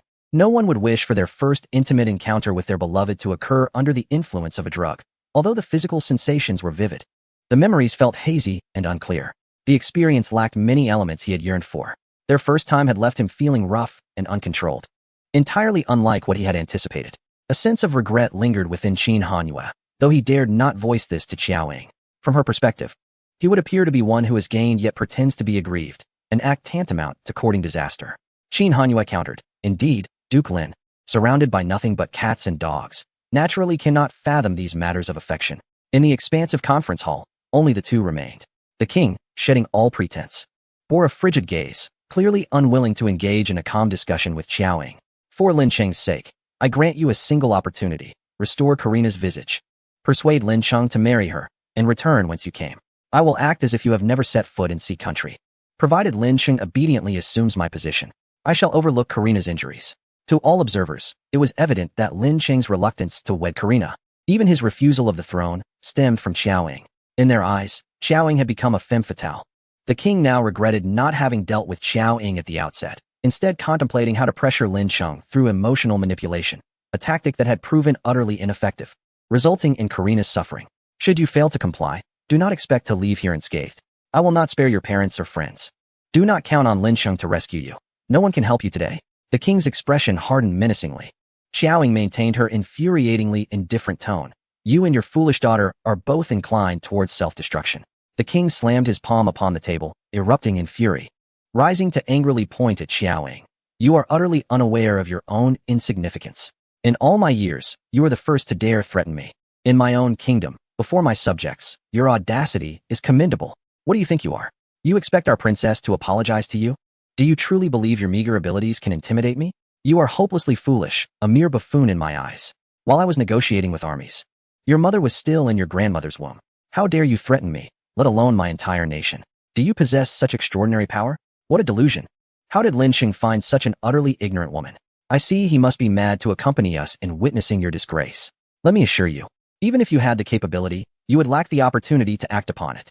The king, in a fit of rage, pointed at Qiao Ying's nose, unleashing a torrent of vitriol, his plump face turning crimson, revealing the extent of his pent-up fury. Before Qiao Ying could respond, the king bellowed towards the outside, bring them in. Instantly, a squad of armed guards surged into the room. The king pointed at Qiao Ying, commanding, arrest her. He turned to Qiao Ying, stating, I believe your initial suggestion was quite astute. Your demise would render your threats non-existent. But fret not. I shall not execute you just yet. I have resolved to use you to control Lin Cheng, for he has been persistently disobedient. It is time he learns his lesson through such means. In the face of the king's tirade, Qiao Ying exhibited no reaction, merely watching as he dug his own grave. Feeling discomfort in her waist and legs, Qiao Ying's spirits were low, having traveled from Lin Cheng's ducal residence. She had barely spared a glance at Qin Hanyue along the way. Her hand, resting on the table, clenched a glass cup, slowly rotating it, her cool eyes betraying a dangerous glint. The old king remained oblivious, recklessly charging towards Qiao Ying's metaphorical gun barrel, calling forth a multitude of scapegoats. Once provoked, Qiao Ying's discomfort often led to indiscriminate violence. The glass cup shattered upon the floor, followed by the sharp crack of gunfire. Those in the hall, hearing the commotion, rushed towards the conference room, while other guards in the palace converged from all directions. Qin Hanyue, moving with remarkable speed, covered the considerable distance to the conference room. But by the time he arrived, the gunfire had ceased. The air was filled with the wails of the wounded emanating from within. Qin Hanyue burst through the door. The conference room was thick with the metallic scent of blood. Scarcely a few remained alive on the floor. The scene was horrific. Only two figures stood upright. Qiao Ying held a gun, its barrel aimed directly at the old king standing beneath the national flag, who was now visibly shaken.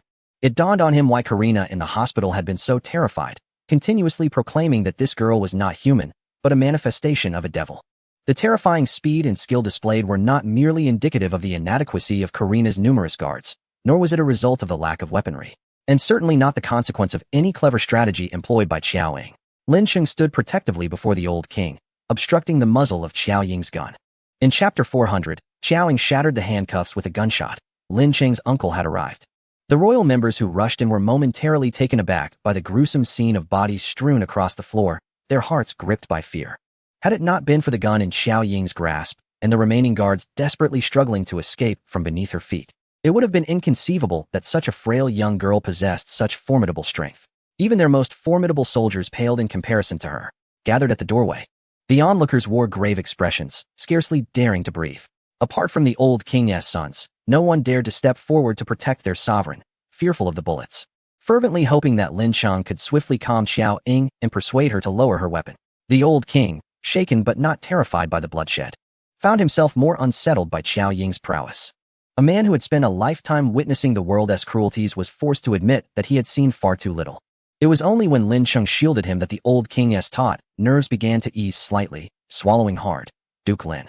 Faced with this dire situation, Lin Cheng found himself at a loss. He understood that Xiao Ying would not heed his words, yet he felt compelled to act. Speaking in Mandarin, he urged, Xiao Ying, please lower the gun. We can discuss this calmly. There is no need for violence, which would only yield more loss. You have other matters to attend to. Do you not? Under the watchful eyes of the assembly, should Xiao Ying injure the king, the situation would escalate significantly. Lin Cheng turned to Qin Hanyue for assistance. Mr. Qin, don't just stand there, please help. Qin Hanyue remained unmoved, offering no aid. If you cannot persuade her, how can I? Xiao Ying knows how to maintain her composure. But if she loses that control, how could I possibly intervene? Xiao Ying did not respond to Lin Cheng.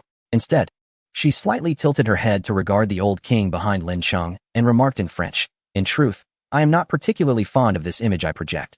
Her voice was calm. It seems that only when I brandish my weapon and press it against your foreheads do you truly believe I am capable of killing. The tragic demise of Karina's guards has not made this old fool any wiser. Only upon witnessing the horror does he grasp the concept of fear. The old king could only convey his inner rage through his gaze. Soon, a large contingent of guards arrived, filling the meeting hall to capacity. The leading guard barked at Xiao Ying to lower her weapon, and in an instant, she appeared considerably weakened. The old king regained his courage and sense of security. Gathering his composure, the old king addressed Lin Cheng. Duke Lin, what kind of crime is it to commit murder in this manner, especially against royal guards? Lin Cheng inclined his head slightly, countering, did you not say you wished to speak with Xiao Ying privately? Why then are there so many guards present? Lin Cheng's defense of Xiao Ying provoked discontent among the onlookers, who believed he lacked the discernment of urgency at such a critical moment. Rather than seeking to subdue the dangerous Xiao Ying, he chose to challenge the king, regardless of the underlying reasons.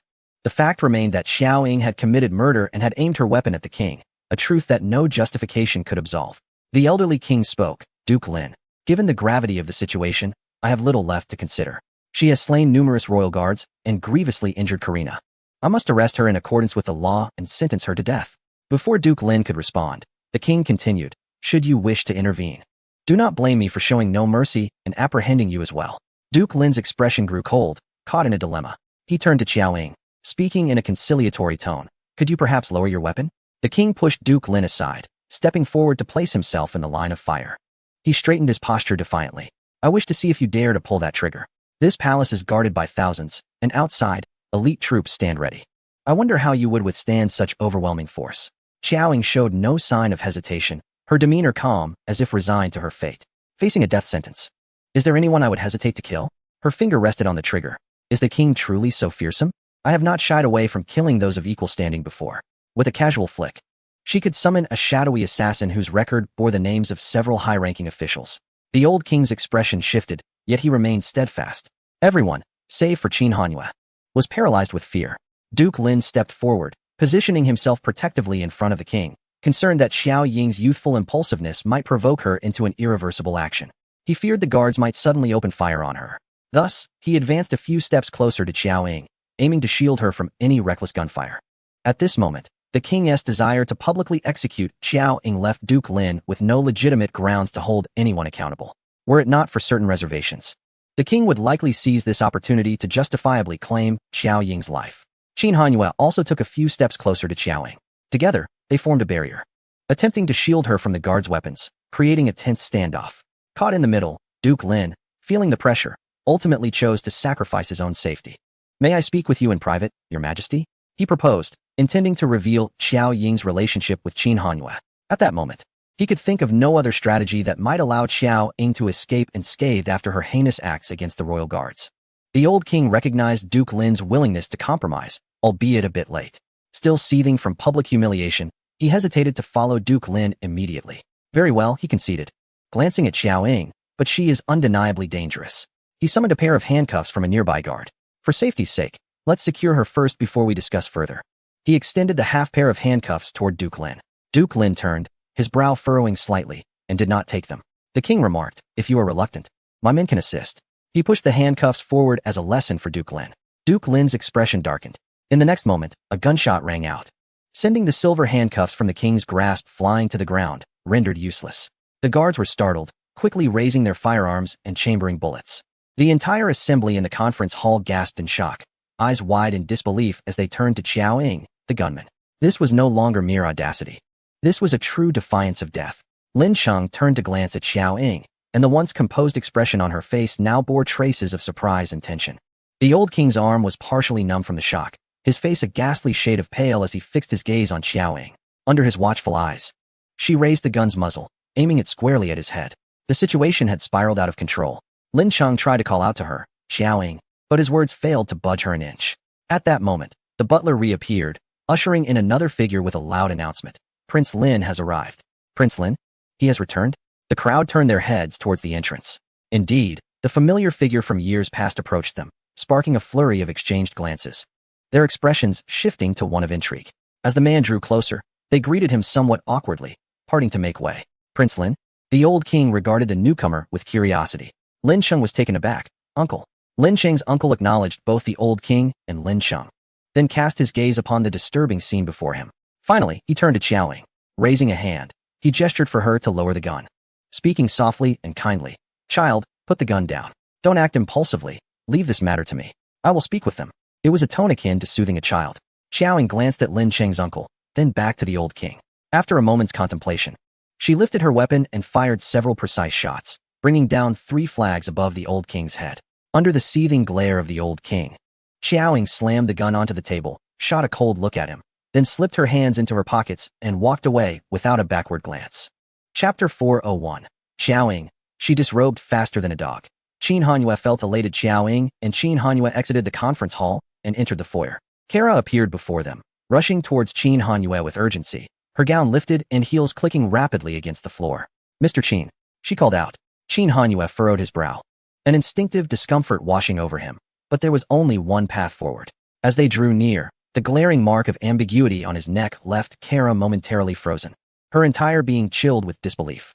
Her first instinct was to glance at Xiao Ying, who, clad in a turtleneck sweater, tried to conceal her intentions. Could it be that they? Without pausing, Qin Hanyue circumvented her. Mr. Qin, Kara reached out, attempting to detain him. He recoiled from her touch like it were venomous, warning, do not let your personal actions endanger your entire family. Kara was momentarily stunned, unable to comprehend why Qin Hanyue could betray the fiancé of her friend yet regard her with such disdain. This left her in a spiral of self-doubt. Mr. Qin, it wasn't me. The fragrance was not my doing. I never intended for it to happen. Kara hurried after him, fervently explaining. She had merely taken the advice of a few noble women during afternoon tea, and her underlying reluctance had made her an easy target for manipulation. If only Qin Hanyue had remained steadfastly loyal to his fiancé, she could have resigned herself to the situation, yet, with him entangled with her friend's betrothed. Kara felt a mixture of disappointment towards his feigned affection and a yearning that led her to abandon her dignity. Should Qin Hanyue agree, she would gladly engage in a clandestine romance with him, just as Xiao Ying had.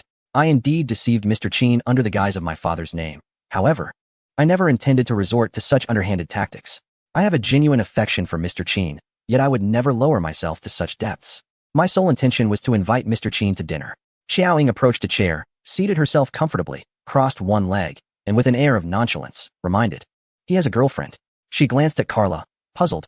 Why do the women of your royal lineage have such a penchant for snatching other women's men? Qin Hanyue chuckled, noting her jealousy.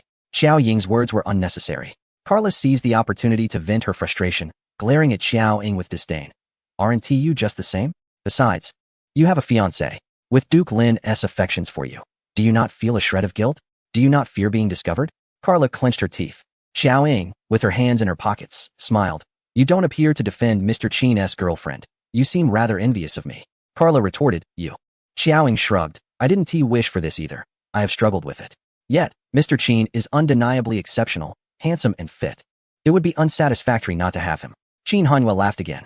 In the past, Xiao Ying would have dismissed someone like Carla outright, but now, for his sake. She was relentless, and Qin Hanhua felt a sense of satisfaction. Xiao Ying maintained her impassive demeanor. Seeing your unfulfilled desires brings me a sense of achievement. She cast a glance at Qin Hanhua and continued, I have decided to sleep with him once more tonight, in the ancient castle of my fiancé, Lin Cheng. When he falls asleep, I will sneak in. That will be quite thrilling. Qin Hanhua, fully aware that Xiao Ying was merely trying to provoke Carla, nonetheless felt a stir within him. Xiao Ying appeared nonchalant. Mr. Qin is not only capable, but also skilled. Unfortunately, you will never experience it yourself, relegated to mere fantasies. Coughing lightly into his fist, Qin Hanhua felt a blush creep up, though his smile betrayed his true feelings. Carla, raised in privilege and schooled in etiquette, had never encountered such a scene, her face a vivid mix of red and white, her shoulders trembling with indignation. The thought of Qin Hanhua being intimate with such a shameless and promiscuous woman was unbearable for Carla. You, how dare you speak such words? Xiao Ying's lips brushed together, and the words flowed forth. You, someone who aspires to be a mistress, where do you think you stand? Qin Hanhua smirked. You undress faster than a dog. Carla was rendered speechless by Xiao Ying's blunt truth, just as Lin Cheng emerged from the conference room, striding toward them. Are you not afraid I will tell Duke Lin right now? Carla threatened. Qin Hanhua's icy voice responded, You may certainly try. It was Qin Hanhua who turned the tables on her. Lin Cheng approached, surveying the situation, inwardly hoping no further trouble would arise, and quickly made his way over to Carla, greeting her before addressing Xiao Ying. Uncle wants us to return. Xiao Ying rose and followed Lin Cheng. As they walked a few meters away, she turned back to glance at Carla. Under the envious gaze of Kara, she deliberately lagged a step behind Lin Cheng, then boldly and flirtatiously tugged at Qin Hanhua's tie. As she withdrew her hand, Qin Hanhua grasped hers in response. Thus, the two engaged in a secret dalliance behind Lin Cheng, much to Kara's astonishment. Lin Cheng feigned ignorance, maintaining a forward gaze, pondering how he must appear to Kara, radiantly green with envy. In the car, Lin Cheng inquired, Are you not afraid of exposing yourself to that Diamond J after causing such a commotion today? Xiao Ying, eyes closed in contemplation, replied, Do you think I fear exposure? If I am revealed, it would only serve to unsettle him upon seeing me, and in his fluster, his true intentions may surface. Lin Cheng questioned her confidence, noting, He has been lurking within the royal circle for so long. He does not strike recklessly. Xiao Ying smirked slightly, no need to fret. If he has indeed drugged Qin Hanhua, it can only be either Kara or that Diamond J. Lin Cheng, taken aback, asked, You suggest he is the one who administered the drug? Xiao Ying explained, He likely seeks to ascertain my identity while simultaneously creating a diversion to disrupt our plans. Lin Cheng mused, So Kara was merely a pawn? Indeed, Xiao Ying affirmed, observing Xiao Ying with her eyes closed and her face tilted upwards. Lin Cheng reflected on the earlier tense encounter. After some contemplation, he voiced his suspicion, I can't shake the feeling that your intentions were not solely to chastise the king, but also to pressure me. Noticing the corners of Xiao Ying's mouth curl into a subtle smile, he realized that if she truly wished to incite chaos, she would not have so easily spared the king. Lin Cheng conceded to her wisdom. It was apparent that Xiao Ying was not one to act impulsively, relying on Qin Hanhua without considering the repercussions. How could such a keen intellect stoop to violence within the king's palace, much less threaten the monarch? Moreover, when Qin Hanhua merely observed, allowing her to take the lead, he should have recognized that they were performing a play directed at him, or rather, a trap set for him. Her presence today served not only to reprimand the king, but also to compel him to make sacrifices. Had it not been for his uncle's timely intervention, Lin Cheng would have been forced to forsake himself in order to inherit the throne and possibly agree to marry Karina, thus ensuring Xiao Ying's safe exit from Sea Country after committing a grave offense.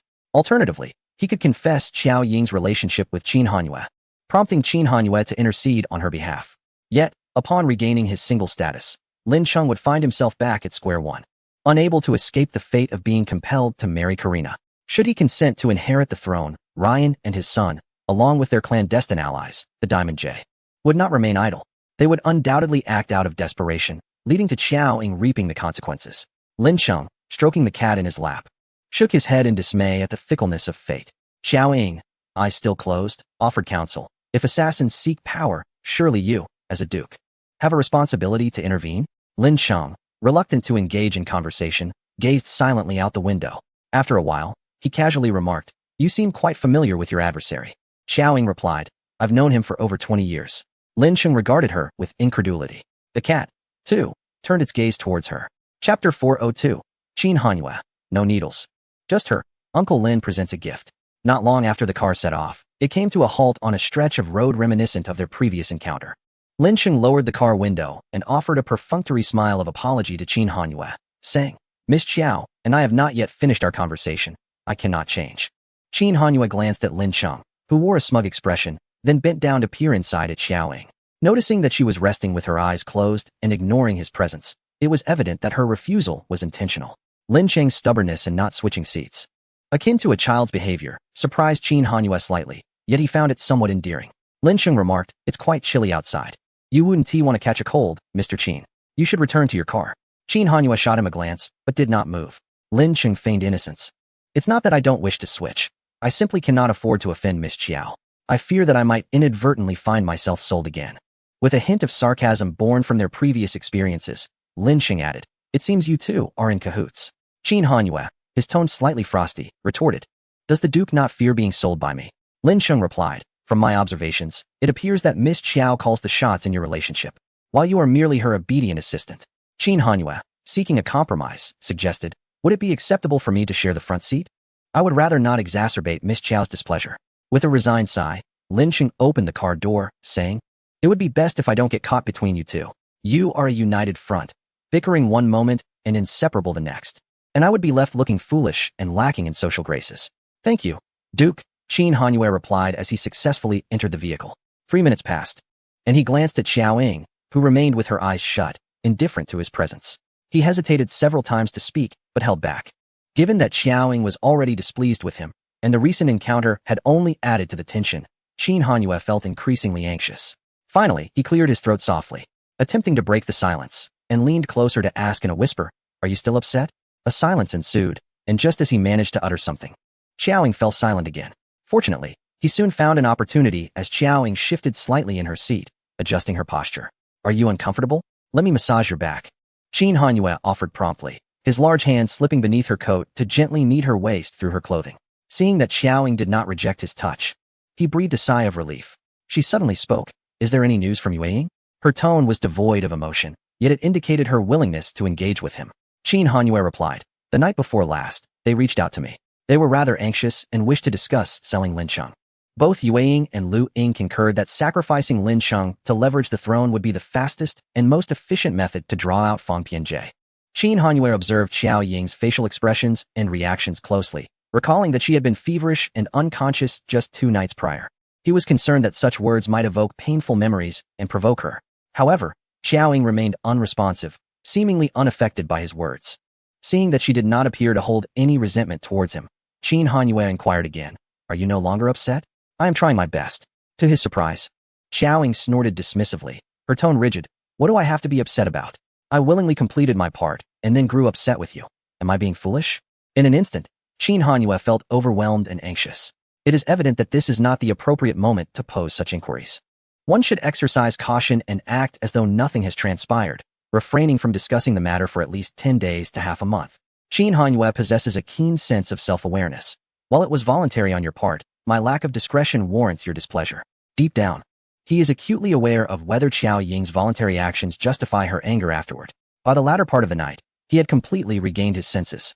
Unable to endure any longer, Xiaoying contemplated administering acupuncture, but Qin Hanyue, seizing her hand, feigned ignorance initially, and when that facade crumbled, he resorted to coaxing and tempting her, insisting on avoiding the needles in favor of her presence.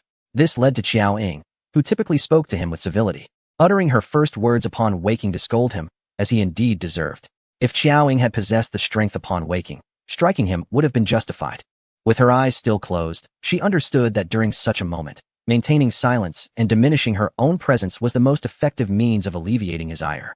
Qin Hanyue acknowledged this. Consequently, he refrained from speaking for the remainder of their descent. Upon returning to the ancient castle, Xiaoying laid down on the bed. When she awoke again, it was already evening. At this moment, her uncle Lin Sheng returned. As she descended the stairs, she encountered Uncle Lin Sheng entering, cradling a pot of greenery, dressed in a fashionable manner, appearing much younger than his actual age of around 40, exuding the same gentle elegance she had seen in videos. His light-colored eyes mirrored Lin Sheng's, yet they radiated a warmth that made him more approachable. Gazing at him, Xiaoying felt as though she were witnessing Lin Sheng 2 or 3 decades hence. They bore a resemblance more akin to father and son than uncle and nephew. This was how Lin Cheng would age. Lin Cheng had been waiting in the hall and upon seeing his uncle, approached him with evident joy, engaging in conversation. What brings you back so suddenly? Have the rumors of Karina's kidnapping of Xiao Yin reached your ears? He inquired. Lin uncle placed the potted plant down and affectionately stroked the cat in Lin Cheng's arms, asking with concern, is Xiao Yin unharmed? Lin Cheng replied, no. She is perfectly fine. And you? What discussions did you have with the king? He did not cause you any trouble, did he? Lin uncle reassured him, do not worry. The sound of commotion from the staircase drew their attention, and they saw Xiao Ying and Qin Hanyue descending together. Uncle, this is Xiao Yin, and this is Qin Hanyue. My friend, Lin Cheng introduced them. Lin uncle regarded Xiao Ying with delight, warmly greeting them. Hello, I am Lin Cheng's uncle, Lin Guli. Lin Cheng had taken his uncle's surname, having lived with him since childhood. To Lin Cheng, his uncle was akin to a father. Qin Hanyue extended his hand to shake with Lin Guli, discreetly assessing him, yet finding no resemblance between Lin Guli and himself, including in their manner of speech and tone, leaving him puzzled as to why Xiao Ying perceived any similarity. This is an orchid I personally cultivated, a ghost orchid, though its name may not be particularly appealing. It is truly beautiful, albeit it rarely blooms. I initially intended to select a pot with a more pleasant name to gift you. But upon learning of Karina's severe injury and hospitalization, I realized this would be most suitable for you. Lin Guli presented the flower he had traversed great distances to bring to Xiao Ying. This is the finest specimen in my collection, a little gift for you. And I sincerely hope you will appreciate it, Lin Guli said earnestly. Xiao Ying accepted the flower. Qin Hanyue's aunt had a fondness for cultivating flowers, and living with her for many years had imparted much knowledge to him. The ghost orchid is regarded as the most precious variety among international orchid enthusiasts. His aunt also cherished this variety, tending to 2 plants of it. With its rarity and unique morphology, its aesthetic appeal is exceptionally high. A single pot of ghost orchid holds a market value of approximately 20 million. Judging by the condition and size of the plant Lin Guli gifted, its market price would likely exceed that by at least double. A modest gift indeed, yet lavish in its own right. Regrettably, it was misdirected. Xiao Ying did not hold a fondness for such things. Xiao Ying replied, I only have an affinity for expensive items. Qin Hanyue cast a glance at her. Lin Cheng's uncle, taken aback by her candid response, seemed to recall something. He regained his composure and smiled, replying, as long as you like it. Lin Cheng added, this is my uncle's most favored orchid variety. My aunt also enjoys it. I've heard that it was her fondness that inspired my uncle to cultivate it. Lin Guli remarked, this flower is delicate. If you find it troublesome or lack the knowledge, I'll instruct Lin Cheng to care for it for you. Lin Cheng set down the cat and approached to take the flower. Leave it to me. At the dining table, Uncle Lin attended to Xiao Ying with utmost care, instructing the servants to place all the delectable dishes in front of her while secretly noting her preferences, to alleviate any discomfort she might feel. He shared amusing anecdotes about Lin Cheng's childhood, enlivening the atmosphere. In Uncle Lin's eyes, Xiao Ying was already a prospective daughter-in-law. Lin Cheng had mentioned that they had met in the capital, falling for each other at first sight, a serendipitous encounter indeed. Uncle Lin remained astonished, never having imagined that his nephew, who was typically preoccupied with cats and dogs, would one day quietly acquire a girlfriend, and that their relationship would advance so swiftly. Qin Hanyue was quite perturbed by Lin Cheng's narrative of their relationship beginning with a love-at-first-sight motif. As the truth was he had pursued her across half the globe. Xiao Ying responded affirmatively. The capital is a splendid place. Are your parents still residing there? Xiao Ying nodded slightly. I have mostly been in the Magic City these past 2 years, not too far away. When the time is convenient, I shall visit your parents in the capital. Observing his uncle's fondness for Xiao Ying, Lin Cheng felt a wave of unease. Should his uncle uncover the truth, he would surely be disappointed. Noticing Lin Cheng somewhat neglecting his friend Qin Hanyue, Uncle Lin took it upon himself to engage with Qin. He casually inquired, if I recall correctly, Mr. Qin is a couple of years older than Lin Cheng. Are you married or still in a passionate romance? Qin Hanyue replied, soon. Uncle Lin chuckled, congratulations then. It is evident that Mr. Qin and your beloved share a deep affection. The marks on Qin Hanyue's neck were rather conspicuous, having been noticed by Uncle Lin as he descended the stairs. Uncle Lin was unaware of when Qin Hanyue had arrived in Country C, assuming he had just parted ways with his girlfriend. Xiao Ying interjected, didn't Mr. Qin just have a significant argument with his partner over the phone? Were you not recently spurned? Xiao Ying's frankness left Uncle Lin at a loss for words. Lin Cheng closed his eyes in resignation, barely suppressing a sigh. He could only pray that his uncle, weary from travel, would not be swayed by the emotional turbulence of the moment, and hope that both would show some restraint, avoiding any conflict between them. Xiao Ying's remark about being dismissed unsettled Qin Hanyue, who glanced at her sitting beside Lin Cheng, his gaze softening. Yet his tone remained composed. Of course not. There is no discord. I have merely upset her. I will acknowledge my mistake. Before Qin Hanyue could finish, Xiaoying interjected, inquiring, what did Mr. Qin do? Qin Hanyue regarded her thoughtfully before admitting, I was preoccupied with myself and failed to consider her feelings. His words were delicately phrased. Yet Xiaoying comprehended their meaning. Judging by Lin Cheng's stiff reaction, he likely understood as well. Xiaoying continued, and Qin Hanyue added, she is not one to easily express her emotions, but I know she loves me deeply. I shall make amends, and I appreciate Miss Qiao's concern. Uncle Lin was somewhat taken aback. He had assumed Qin Hanyue was taciturn, yet found him quite loquacious. Lin Cheng pondered whether apologies could be exchanged privately. Xiaoying chimed in again. Are you certain you can make her feel better? Qin Hanyue, with sincerity, responded, I will continue to comfort her. She rarely gets angry with me, and this is the first time. Xiaoying retorted coolly, I wish you luck. To which Qin Hanyue replied, I shall borrow your good wishes, Miss Qiao. At that moment, Uncle Lin interjected to ease the atmosphere. Playful banter is normal among young couples, and given Mr. Qin's remarkable qualities and awareness, he will surely earn her forgiveness. Qin Hanyue expressed his gratitude. Thank you. Uncle Lin continued, I owe my thanks to Mr. Qin. I am sincerely grateful that he could accompany Lin Cheng today. Qin Hanyue dismissed it as a trivial matter. Uncle Lin remarked, Lin Cheng has had few friends throughout his life. It brings me great comfort that he has befriended someone as outstanding as Mr. Qin. Qin Hanyue returned the compliment. Duke Lin is also quite exceptional. After their meal, the uncle and nephew sat together reminiscing and discussing matters. If you wish to leave, you may return home and be with Xiaoyin. You have borne much over the years, Uncle Lin said with an expression of regret, his words imbued with guilt. It seemed there were unspoken matters between them. Lin Cheng asked, can the royal family allow me to depart? Lin Guli replied resolutely, as long as you desire it.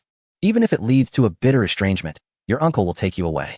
From their conversation, it was clear that not only were there issues between the uncle and nephew, but also undisclosed matters involving the royal family. Lin Cheng shook his head gently, smiling as he stated, having grown up here, it is impossible to claim a lack of attachment. I am accustomed to this place, and if possible, I would prefer to remain. I do not wish to adapt to a new environment, so please do not worry about me. He continued, currently, my aunt's family holds power. I have no desire for the family's wealth and do not wish to disrupt the peace at home. Uncle Lin cautioned, worrying too much may lead to grievances. Lin Cheng smiled, I cherish everything here, yet I could just as easily leave it all behind without hesitation. Therefore, there is no need for you to worry about my well-being. As long as I do not wish it, I can depart at any moment. Uncle Lin then queried, if you plan to stay, what about Xiaoyin? Will she be willing to accompany you here in the future? Her temperament is ill-suited for dealings with royalty. Lin Cheng tactfully responded, I will protect her. Uncle Lin gazed at the understanding Lin Cheng, his eyes slightly moist. After a moment, he remorsefully stated, I am sorry for you. There is no need for you to feel remorse on my behalf. I have not felt wronged. I have always lived quite well. Lin Cheng replied, looking compassionately at his aging uncle.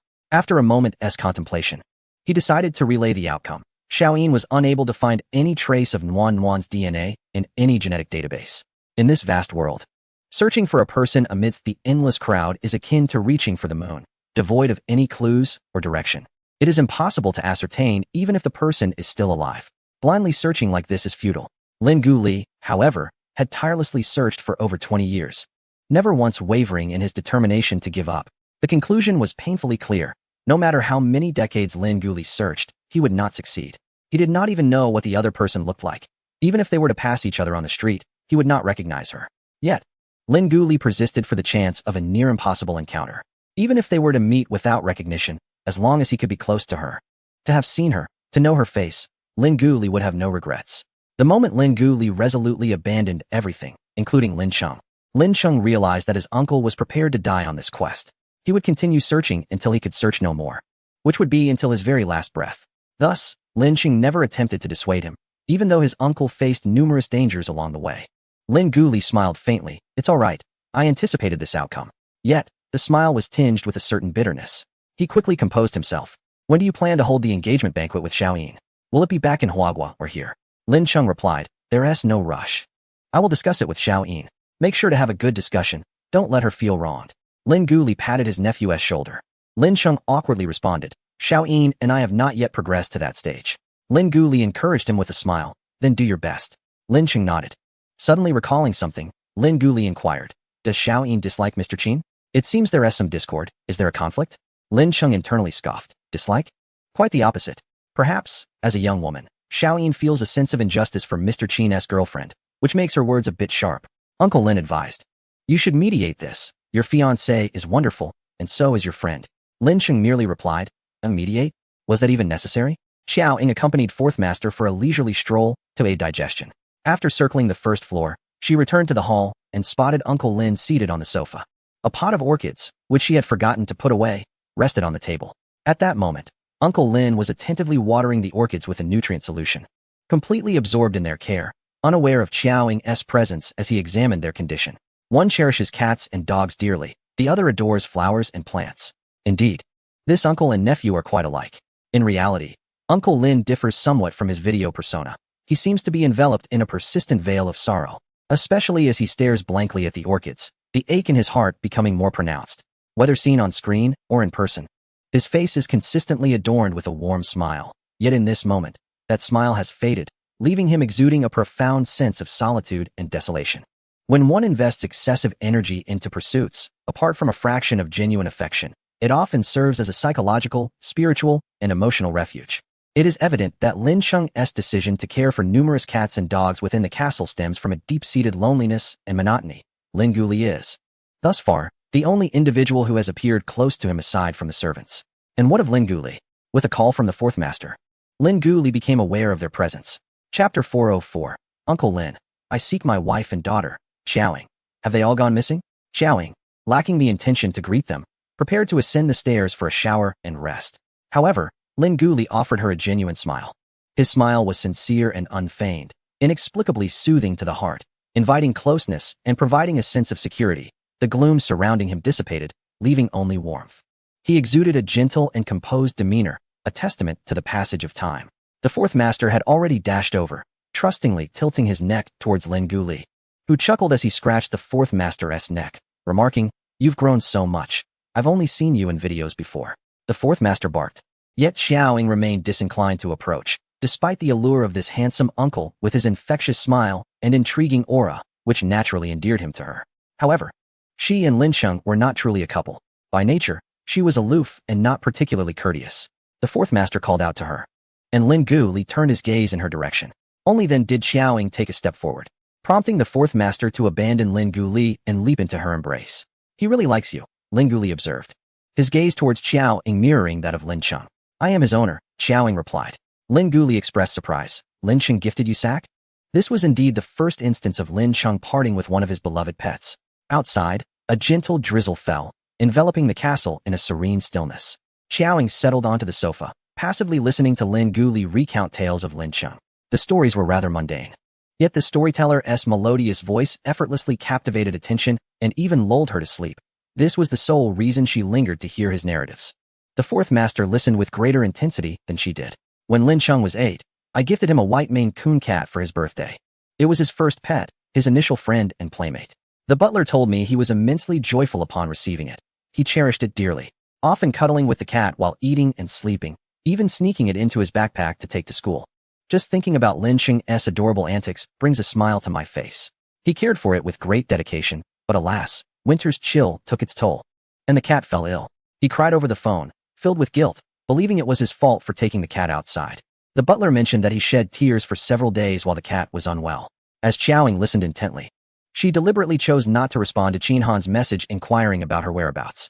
Despite his seemingly aloof demeanor, he had not always been so resilient. In his childhood, he was rather sensitive, often shedding tears like a young girl. Fortunately, his charming appearance shielded him from excessive bullying at school, though he did suffer in silence, never voicing his grievances to the housekeeper or to me. I understood that he was considerate, wishing to spare me any worry. In his youth, he was endearing, adhering to the principle of harmony, readily forgiving those who had wronged him and never harboring grudges. However, as he matured, his character underwent a transformation. He became stronger, yet lost some of the lightheartedness and laughter of his younger days. Lin Guli gazed at the orchid before him, engulfed in profound guilt. He refrained from forming friendships or socializing, preferring the company of cats and dogs, spending his days in solitude. I worried about him, concerned for his mental well-being. He looked at Xiao Ying and smiled, expressing his surprise that Qin had found a girl he liked, finally someone to accompany him, a friend. Lin Guli expressed his gratitude towards her and Mr. Qin. Xiao Ying raised her eyebrows slightly, thinking it unfortunate that both the fiancé and the friend were mere fabrications. She casually inquired about his parents. Lin Guli hesitated before revealing. "Did he not mention it to you?" Clearly, he had not. After a brief pause, He informed her that Lin Cheng's parents had tragically passed away shortly after his birth due to a covert attack, which led him to bring Lin Cheng to this place. Xiaoying understood. During dinner, she learned that Lin Cheng's family was influential in Huaguo, particularly in Modu, rivaling even the powerful Hua family in the capital. The business world was a battlefield where death was commonplace. It was no wonder Lin Guli had never mentioned Lin Cheng's parents. Xiaoying displayed little reaction to Lin Cheng's tragic fate, her concern unvoiced, not allowing Lin Guli to dwell on it further. She then asked about him. Though she had not paid close attention, she grasped the gist of Lin Guli's narrative regarding Lin Cheng, which was delivered from a third-person perspective, predominantly through the housekeeper's words. Lin Guli's account omitted any mention of his own parents, focusing instead on the household pets and the servants. It seemed as though he was not merely busy with his duties, but rather, he did not live with Lin Cheng at all. The vast castle appeared to house only the young Lin Cheng and a multitude of servants. Where was Lin Guli? Was he not a prince, well regarded by the citizens? Why did it seem as though he barely resided in Sea Country, and that he had only returned to Huaguo in recent years?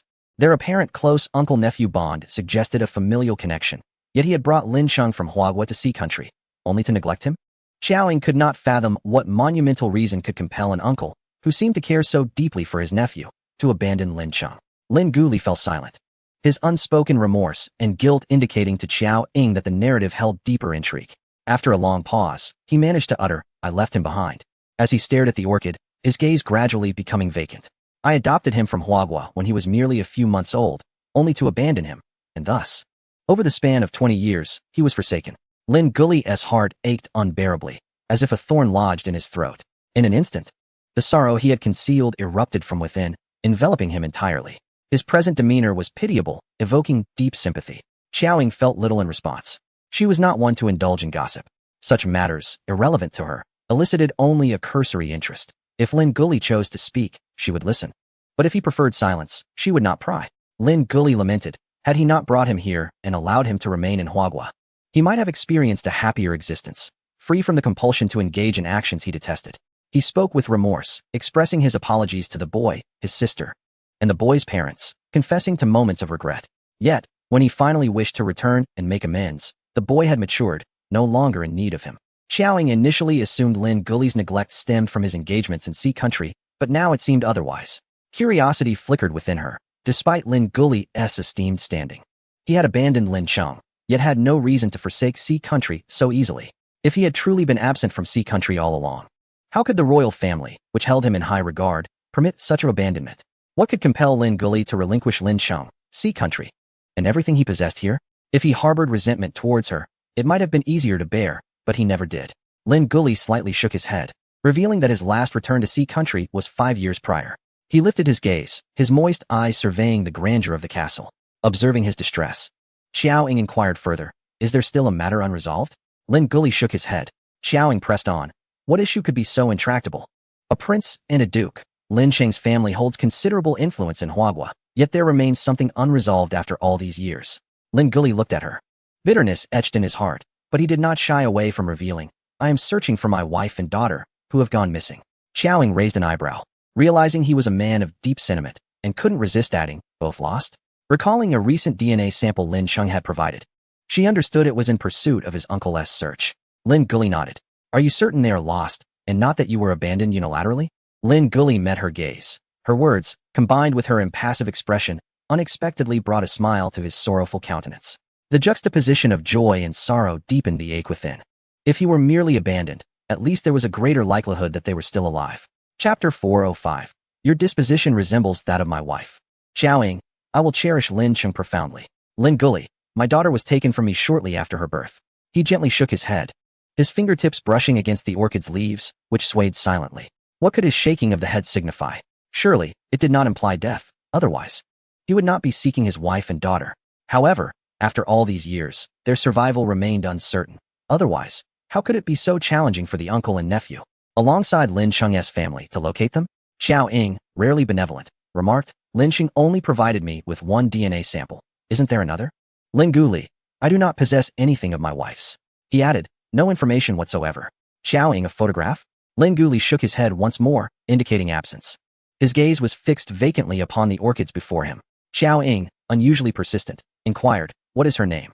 This time, Lin Guli neither shook his head nor spoke. He exhibited no response, suggesting that he likely did not know. It was indeed peculiar and rare that, despite such profound feelings and a child between them, he remained unaware of her name. Xiaoying pondered. This air of mystery. Could he be a professional assassin or perhaps a spy? Considering all factors, the latter seemed more plausible. The woman of a prince would undoubtedly be extraordinary. Lin Guli was adjusting his emotions, a bitter smile escaping his lips. You may find it hard to believe, but I have only met my wife a handful of times.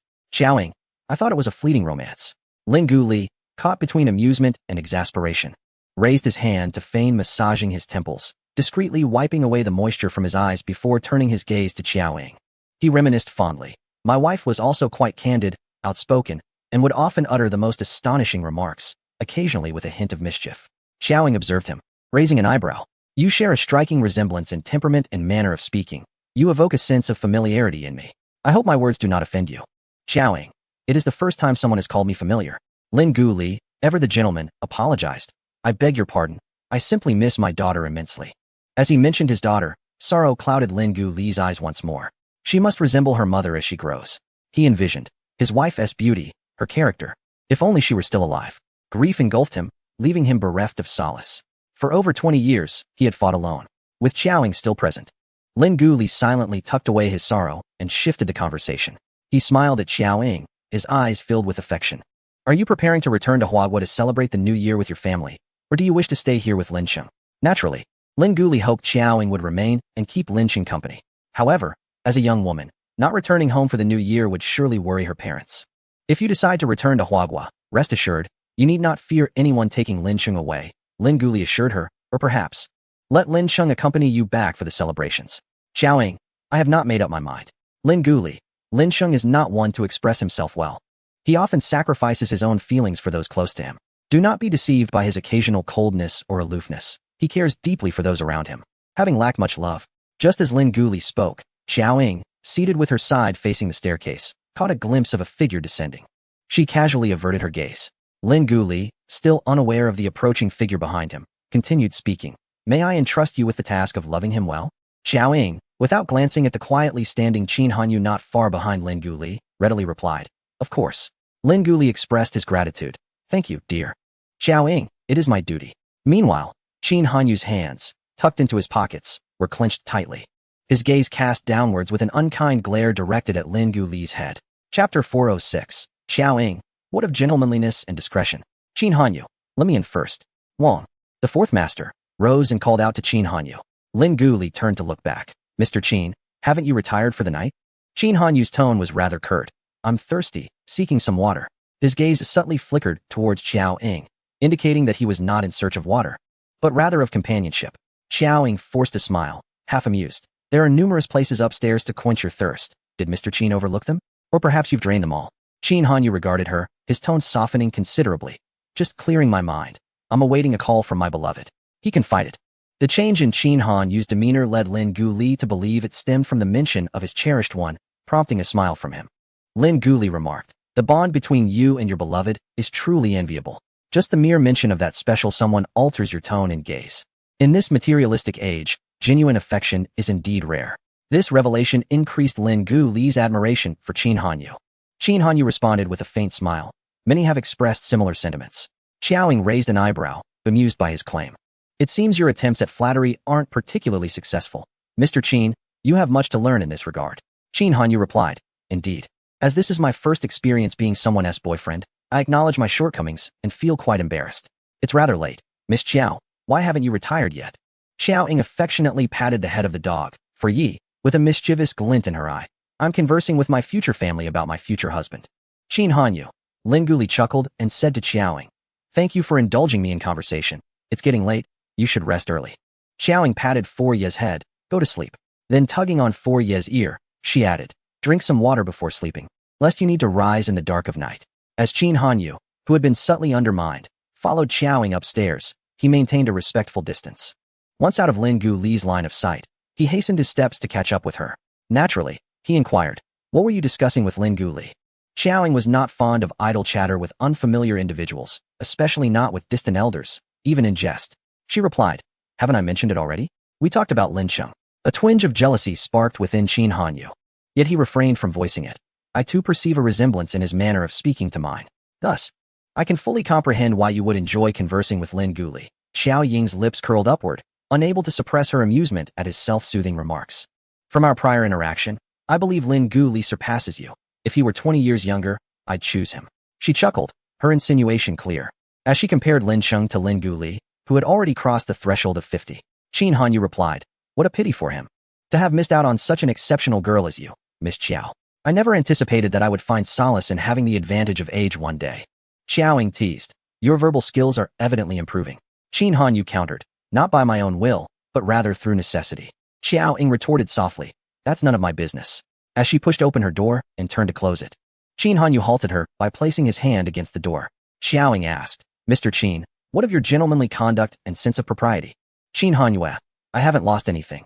It's just that under the current circumstances, I don't feel it's necessary. Of course, your suggestion earlier in the car was quite good. Remain silent and diminish my presence. However, I believe I must take some action. I have been waiting for you in your room." Xiaoying regarded him with a neutral expression. "I recall that Mr. Qin mentioned he would coax someone. Let me hear your attempts at persuasion." Qin Hanyu, "Would you allow me to step inside first?" Chapter 407. Qin Hanyu apologizes. Xiaoying, a plethora of meaningless words. Qin Hanyu anticipated that the door would be difficult to open and had little hope. Yet to his surprise, Xiaoying swung it wide open. Standing inside with her arms crossed, observing him. The door was ajar, yet Qin Hanyu hesitated to enter. Xiaoying tilted her head slightly, beckoning him to come in. After a moment of indecision, he remarked, "Perhaps you could strike me. Regardless of whether it alleviates your anger, it would at least bring me some solace." Xiaoying, "Are you certain you can withstand my blow?" Qin Hanyu, "As long as it helps you vent your frustrations, breaking a few bones would be inconsequential. Or you could simply give me an acupuncture treatment, your choice." He was indeed willing to take the risk, unconcerned about Xiao Ying's potential retaliation. "Xiaoying, acupuncture? You wish for me to do that?" Experiencing such a predicament for the first time, Qin Hanyu felt utterly helpless. Standing there without a plan, his mind raced for a viable solution, and anxiety began to creep in. At that moment, he couldn't help but envy Yi Si. If it were Yi Si who had upset someone, he would possess an arsenal of charming reparations and soothing tactics, each one unique and undoubtedly effective. While Qin Hanyu could set aside his pride to mimic some of those tactics, the peculiar reason for having upset Xiao Ying rendered him uncertain about how to express his apology. He couldn't simply say, "I'm sorry for taking so long and being so forceful," nor could he utter, "I won't touch you again in the future." A titan of commerce, adept and always sharp-witted, Qin Hanyu now resembled a wayward youth who had erred. It was a curious sight indeed, and yet it stirred a sense of discomfort within Xiao Ying, almost as if she were the one bullying him. An inexplicable pang of sympathy mingled with lingering annoyance. There was no real anger involved. After all, she had willingly consented, and it hadn't been a significant issue. If Qin Hanyu simply listened to her and remained quiet for a couple of days, her pent-up frustration would surely dissipate. Yet, he stubbornly clung to the notion of needing to appease her, complicating matters unnecessarily. This fixation even caused the typically magnanimous Xiao Ying to adopt a more calculating demeanor. "Xiao Ying, is your idea of coaxing someone merely standing silently at my door, disrupting my bathing and rest?" Qin Hanyu, Xiao Ying, enough, go back to sleep." The tone of her words, coupled with their implication, left Qin Hanyu, a man, feeling a tinge of humiliation, as if she were declaring, "You are inadequate." As Xiao Ying attempted to close the door again, Qin Hanyu suddenly stepped forward, enveloping her in an embrace, and softly whispered into her ear, "Can you not be angry with me? At least let me seize this opportunity." Xiao Ying kindly reminded him, "Are you certain that taking advantage of me is an effective method of apologizing?" Qin Hanyu, "However, if you wish for me not to hold you, how could I ever embrace you? Besides, we are in a romantic relationship, so we ought to employ solutions befitting lovers." Xiao Ying, "Shouldn't physical discomfort and sluggish reactions be taken into account?" The words of Xiao Ying left a certain culprit feeling increasingly uneasy. Qin Hanyu remarked, "You have hardly acknowledged me these past few days. This is your first time being upset with me, regardless of whether it has reached the threshold of anger. I have clearly displeased you. Although in a couple of days, you may no longer hold it against me, I cannot simply remain passive, waiting for your anger to dissipate. As a man, that would be utterly inadequate. I find it difficult to acclimate to your coldness. A romantic relationship is not akin to a business transaction. It does not require a calm facade. Lovers should influence one another emotionally and psychologically, whether positively or negatively. If you are feeling down, irrespective of whether it is due to me, I bear a responsibility to tend to your feelings, even if I may not be doing so adequately. Rather than allowing problems to fester with time, I wish to take action, even if it is unnecessary." His tone was sincere. "I was wrong. I apologize." Xiao Ying replied, Are you finished? Qin Hanyue, feeling apprehensive, answered, yes. Let go. I need to shower. Though reluctant, Qin Hanyue felt a sense of defeat and released her, stepping back. Xiaoying cast a glance at him, and as he looked on with a hint of despondency, she closed the door. She walked into her room, remarking, foolish, yet unable to conceal a smile. Approaching her bedside to charge her phone, she noticed a box of ointment on the nightstand. It had not been there before dinner, indicating that Qin Hanyue must have brought it after searching for her while she was with Lin Guli.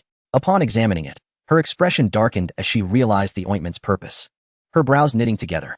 Soon, the ointment found its way into the trash. What a load of nonsense, she exclaimed in frustration.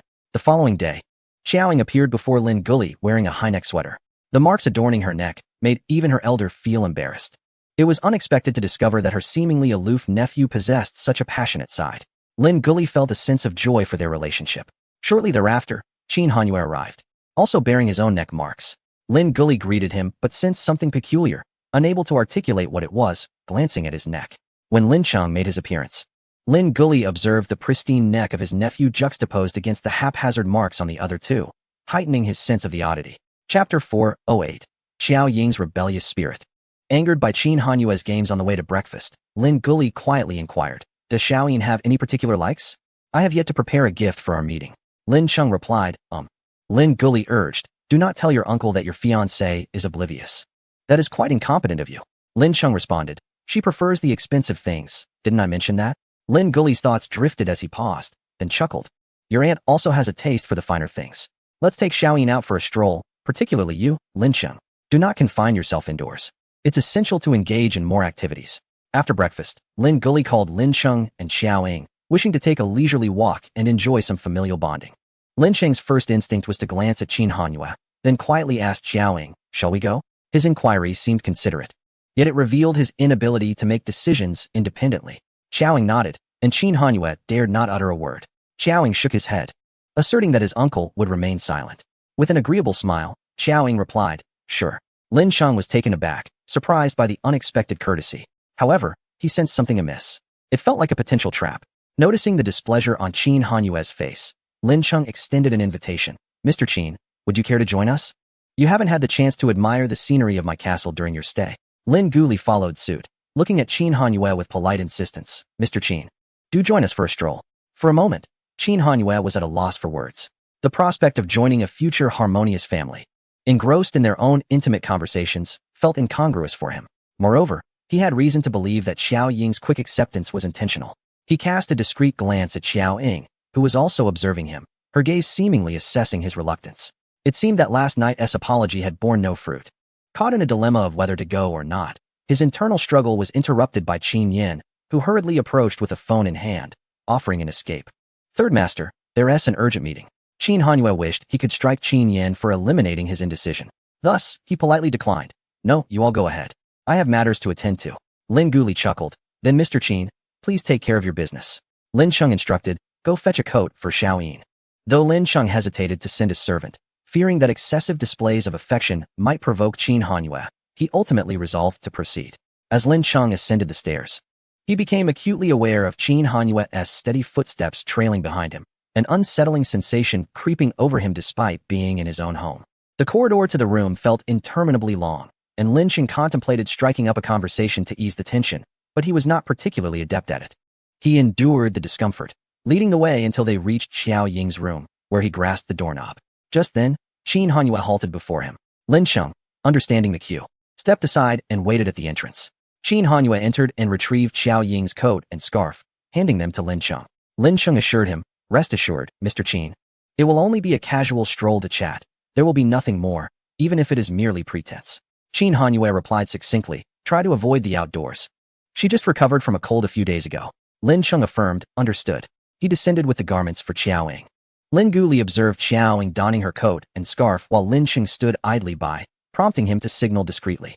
Lin Cheng feigned ignorance, knowing that even if Xiaoying were willing to accept help, the irritable man upstairs would hold it against him. Lin Guli assumed that the young couple was merely shy in his presence. Xiaoyin was ill with a cold a few days ago and hasn't fully recovered. Perhaps a stroll around the house would suffice, Lin Cheng suggested. Lin Guli inquired, is she feeling better? Unintentionally, he brought up the very subject that Qin Hanyue had admonished, provoking Xiao Ying's rebellious spirit. Very well, I shall go outside for some fresh air, she declared, not waiting for Lin Guli to dissuade her as she stepped out. Lin Cheng, realizing the situation, understood that her actions were not simply a courtesy to her uncle, but rather a defiance against Qin Hanyue. To my surprise, the romantic journey of the venerable Mr. Qin, at his age, resembles that of youthful teenagers, which I initially thought would be dull and tedious, considering he is a mature leader in the business realm. However, it seems that the lives of young couples are indeed quite intriguing. The weather today is delightful, with neither rain nor snow, though the wind is quite brisk. Most of the conversation is between the uncle and nephew, while Xiao Ying merely listens. After a short while, her phone began to chime incessantly with incoming messages. Xiao Ying fished her phone out from her coat pocket, though it wasn't actually in her coat. It had been carelessly tossed onto the bed, clearly not placed there by Lin Cheng, but by Qin Hanyue. Upon witnessing Lin Cheng hand her a scarf, Xiao Ying surmised that Qin Hanyue must have retrieved her clothing from the room. Naturally, the messages were from him as well. Are you outdoors? Don't stay outside for too long, it's chilly. Did Fourth Master accompany you? Is the scenery pleasing?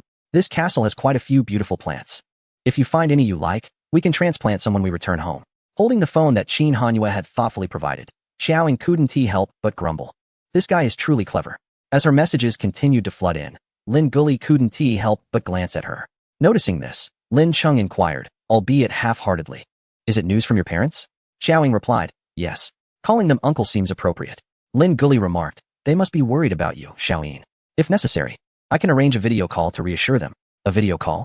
The thought of her parents unexpectedly meeting Lin Guli through a screen made Xiao Ying want to laugh. No need, she responded.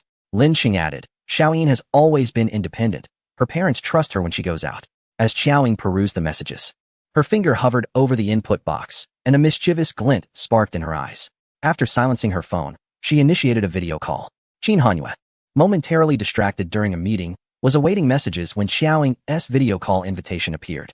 He found it peculiar that she was calling him instead of engaging with Lin Guli and Lin Cheng. Was she perhaps trying to provoke him? Not genuinely wishing to converse with them? Was she in her room at this moment? Qin Hanyue removed his headphones and set the meeting aside, eagerly accepting the video call, determined to seize the opportunity to impress her. However, Xiao Ying did not appear on the screen. Instead, he first heard Lin Cheng and Lin Guli's voices, followed by the camera jostling, revealing Lin Cheng's shoes and pants. This was clearly not an accidental video call. Xiao Ying tucked her phone into her pocket, leaving the camera peeking out, aimed directly at Lin Cheng, capturing him at waist level as she strolled casually, seemingly indifferent. If Qin Hanyue wished to join, she would graciously include him. Meanwhile, Qin Hanyue, holding his phone, was reluctantly subjected to the cheerful banter of the family trio on the other side. Observing Lin Cheng's windbreaker flapping, uncertain whether Xiao Ying had muted her phone, he was unable to utter a sound or end the call. Torn between the desire to abandon the call and the fear of missing something, he found himself in a predicament. The only recourse was to find another pair of headphones, attempting to juggle the meeting while listening to the unexpected conversation. At this moment, he bore an uncanny resemblance to Xiao Ying's clandestine lover. While Xiao Ying audaciously engaged in secret revelries beneath the watchful eyes of her in-laws, the thrill of their escapades was palpable. Qin Hanyue, typically adept at self-comfort, swiftly reconciled himself to the notion that Xiao Ying's willingness to provoke him signified that she was not genuinely upset. Had she been, she would have hardly acknowledged his presence. Once Qin Hanyue concluded his tasks, he inquired with the servants and soon located the two enjoying a concert in the music hall. Accompanied by an assortment of cats and dogs, Xiao Ying appeared as the hostess, while he seemed the guest. As Qin Hanyue approached, he disrupted this harmonious tableau. Overhearing Lin Cheng cheerfully remark to Xiao Ying that he had not seen his uncle so jubilant in quite some time. Being a full participant in the events, Qin Hanyue was acutely aware of Lin Guoli's delight. Upon noticing him, the fourth master called out to him with a lack of warmth, making Qin Hanyue feel more like an outsider. With Qin Hanyue's arrival, Lin Cheng ceased his conversation. Mr. Qin, have you finished your business? Come join us to enjoy the music. Qin Hanyue took a seat beside Xiao Ying, gently grasping her somewhat cool hand, and softly inquired, are you cold? Lin Guoli had been summoned to the palace by the old king. The old king's call to Lin Guoli pertained to the troubling situation surrounding Xiao Ying's black system, which had caused all major malls, plazas, and numerous buildings to shut down their LED screens. Once activated, they displayed the venomous visages of Karina and her servants. Despite the technicians laboring for hours, their efforts bore no fruit. Continuous power outages were untenable, necessitating Lin Guoli's assistance. Just then, Kara made her unexpected entrance. Chapter 409. Kara exposes their affair upon her arrival. Kara overheard a heated exchange between the king and Lin Guoli, though it could more accurately be described as her father's unilateral fury. It transpired that Lin Guoli could not guarantee that Xiao Ying would heed his counsel to restore the system, for beyond maintaining a familial facade. He had no basis to intervene on behalf of Xiao Ying, who had narrowly escaped harm at Karina's hands. Thus, he could only promise to persuade and communicate as best as he could. The old king, however, perceived Lin Guoli's reluctance to assist. I hope you understand. I did not summon you to request your help. This is a command. Years of camaraderie had been irreparably severed the previous day, leaving the old king with little patience or goodwill towards Lin Guoli. I extended you a courtesy yesterday. Let it be clear, if she does not relent, she should prepare for incarceration. He coughed, his voice strained. Lin Guoli interjected, please, do not agitate yourself. Your health is paramount. The old king, coughing persistently, appeared considerably more haggard just a day later, evidently still furious. Ignoring Lin Guoli's concern, he turned away, leaving Lin Guoli troubled by the sight of the king's aged back. Please take care of yourself. I shall take my leave. As Lin Guoli prepared to exit, Kara entered the room. Your Highness, please do not rush away. Kara has something to discuss. Back in the carriage, Lin Guoli's typically gentle demeanor was now marked by a slight frown. He reflected on the earlier events in the palace. Kara intercepted him. If Duke Lin chooses that woman, he will undoubtedly regret it. Lin Guoli replied, in matters of the heart, the individuals involved have a clearer understanding than we outsiders do. Moreover, Lin Sheng's fiancé is exceptionally admirable. Kara gazed at him, momentarily speechless, as if weighing her words carefully. She then turned her attention to the old king, her eyes reflecting a twinge of compassion, as if she had finally resolved to make a significant decision. Kara spoke with conviction, Excellence. Indeed, it is commendable to earn the admiration of both Duke Lin and Mr. Qin. Lin Guoli inquired, what do you mean by that? Princess Kara? With resolute clarity, Kara articulated a startling revelation. That woman has entangled herself with Qin Hanyue. The old king immediately turned to face his daughter.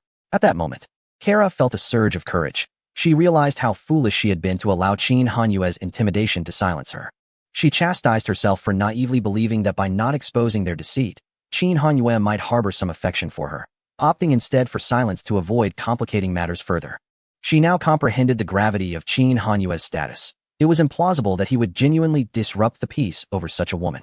Moreover, Lin Cheng was of royal lineage. Qin Hanyue had no honor in pursuing another's fiancé, particularly a member of the royal family. She regretted not speaking out sooner to unveil the woman's true nature to Lin Cheng, ensuring he understood that Karina genuinely cared for him, which would alleviate some of her father's burdens. Fortunately, it was not too late. There was still hope for resolution. At the very least, she must not allow that fickle woman, Xiao Ying, to prevail, nor permit Karina to be overshadowed by her. She owed it to her father to assert his dignity.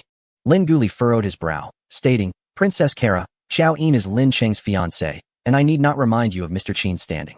Words can lead to calamity. You must take responsibility for what you say. Kara replied, I am fully aware of that. Had I not been wary of Qin Hanyue's position, I would have exposed their scandal the moment I discovered their affair. The old king pressed, Kara, is this truly the case? Yes, father. I have witnessed their infidelity on multiple occasions, and just yesterday, they brazenly acknowledged their affair in my presence. That woman shamelessly declared her intention to rendezvous with Qin Hanyue at Duke Lin's residence while the duke slept. The marks on Mr. Qin's neck are her handiwork. She is far from the innocent person you perceive. If Duke Lin were to marry her, it would only bring ridicule upon us. Lin Guoli interrupted sternly. She is Lin Cheng's fiancée, a member of my family. Mr. Qin is a friend of Lin Cheng's, and I will not permit anyone to tarnish their reputations. Kara countered. If Prince Lin does not believe me, then he may seek evidence himself. Mr. Qin should still be present. That woman is audacious. It would not take much for Prince Lin to discern the truth. Despite having spent only a day in their company, Lin Guoli unhesitatingly chose to trust Xiao Ying and Qin Hanyue's character. Kara asserted, I would wager the honor of the entire royal family and the future of Country C on this. Upon returning to the ancient castle, Lin Guoli felt a weight pressing on his heart. The three seemed to be upstairs, their presence elusive, standing at the foot of the staircase. He was at a loss as to whom he should seek or what actions to take. He sank into the sofa, a shadow of worry crossing his features. The sound of footsteps descending the stairs snapped him back to attention. He glanced over and saw Xiao Ying descending the stairs alongside her dog. One hand was tucked into her pocket while the other tossed a small ball, beloved by Sack, in a leisurely manner. Upon seeing Xiao Ying, an inexplicable warmth dispersed the heaviness in Lin Guoli's heart, allowing him to cast aside Kara's words and embrace his trust in Xiao Ying. He felt a sense of shame for the doubts that had briefly crossed his mind. Welcome back, Xiao Ying greeted. Just returned, Lin Guoli replied with a smile. Naturally, Lin Guoli began to discuss the reason the old king sought him out, hoping Xiao Ying could eliminate the implanted virus. Xiao Ying glanced at him and agreed. All right. I'll take care of it later. Thank you on their behalf, Lin Guli expressed. Xiao Ying did not respond, instead engaging Sack in a game with the ball. Suddenly, she called out, Fourth Master, and tossed the small ball away. Lin Guli was momentarily taken aback. Fourth Master? He watched as Sack dashed to retrieve the ball. A complex mix of emotions washing over him. Casually, he inquired, Fourth Master? When did Sack change his name? Xiao Ying, retrieving the ball from Sack's mouth, replied nonchalantly. It was changed when Lin Cheng gave him to me. Lin Guli recalled that Lin Cheng had gifted the dog to Xiao Ying some time ago, long before he had befriended Qin Hanyu. Does the name have any significance? He asked. Significance? It's just Qin Hanyu, Xiao Ying answered. None at all? Lin Guli questioned, studying her for a moment before falling into contemplation. Fourth Master, such a name among pets must not be uncommon. Yet the coincidence of Qin San Yi and Fourth Master seemed too peculiar. Xiao Ying continued to toss the ball, casting a lazy glance at Lin Guli, who appeared lost in thought. Chapter 410. Lin Guli probes Qin Hanyu, who chooses to reveal himself that evening. The castle was enveloped in serene silence. Qin Hanyu initiated a video call to Xiao Yi back home and, with his phone in hand, proceeded to knock on Xiao Ying's door. However, only his phone and the image of Xiao Yi entered. Feeling disheartened after being met with a closed door, Qin Hanyu wandered back to his room, only to encounter Lin Guli. Mr. Qin, still awake? Where are you headed? Lin Guli inquired, exuding warmth and courtesy. Qin Hanyu, accustomed to the treacheries of the business world, found Lin Guli's demeanor refreshing and pleasant. However, Xiao Ying had praised Lin Guli more than once, even stating that he surpassed Qin Hanyu and that if he were 20 years younger, she would choose someone like Lin Guli. Observing Lin Guli's refined bearing and youthful appearance, one could easily mistake him for a man in his 40s rather than his 50s. Such qualities not only attracted mature women, but also younger girls. Originally, the well-mannered Qin Hanyu could regard Lin Guli as an elder, but now he felt compelled to view him as a rival. I just spoke with Lin Cheng and was about to return to my room, Qin Hanyu stated. Lin Cheng sent me a box of tea leaves, but unfortunately, he doesn't enjoy tea. Do you, Mr. Qin? Perhaps you would join me for a cup? Lin Guli suggested. Though Qin Hanyu had little desire to share tea with Lin Guli, the latter's smiling face prompted him to acquiesce. Then it would be impolite not to accept, he replied. He sought to discern the allure that this gentleman possessed, one that made Xiao Ying feel a rare kinship with him through the screen, and even prompted her to draw comparisons upon meeting him in person, though she found herself wanting. Lin Guli cast a glance at Qin Hanyu's neck, which elicited an involuntary blush. I haven't yet inquired, Mr. Qin, when did you arrive in Country C? Qin Hanyu replied. Before the national banquet. Lin Guli remarked. It appears that Mr. Qin will also be attending the banquet. So, he had been here for several days. What are the marks on his neck? The two arrived at the tea room, where Lin Guli personally poured tea for Qin Hanyu. As a junior and a friend of Lin Guli's nephew, Qin Hanyu, despite his upbringing, would typically offer a polite gesture by accepting the tea set. Yet, in this moment, he remained seated and motionless. Lin Guli initiated a conversation. Lin Cheng hasn't yet shared how he became acquainted with Mr. Qin or how long it has been. Qin Hanyu responded, we met through my partner. Lin Guli, taken aback, asked, Mr. Qin's partner? Qin Hanyu explained, my partner has some connection with Lin Cheng. Earlier this spring, my partner suffered an unfortunate incident and was bedridden. Lin Cheng even returned home to visit.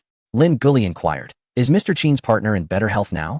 Qin Hanyu replied, yes, they have recovered. I appreciate your concern. Lin Guli continued, so it was through Mr. Qin's partner. Lin Cheng never mentioned this. Would Mr. Qin be willing to share more? Qin Hanyu stated, their acquaintance originated from a wager. I am not well versed in the details. Lin Guli mused, a wager? It seems Mr. Qin's partner possesses quite the spirited temperament. Mr. Qin, do sample this tea. Qin Hanyu lifted the cup before him. That is not entirely accurate. She simply prefers to act according to her whims, boldly. Lin Guli expressed, I am quite curious to hear about Mr. Qin and his partner's story. However, her disposition does bear some resemblance to Xiao Yin's. No wonder Lin Cheng and Mr. Qin have forged a friendship. Your taste in companions appears quite aligned. Wouldn't you agree? Qin Hanyu affirmed. Naturally, I believe my partner is superior. Lin Guli chuckled. If they were to meet, they would likely become good friends. Wouldn't you say? He gazed at Qin Hanyu.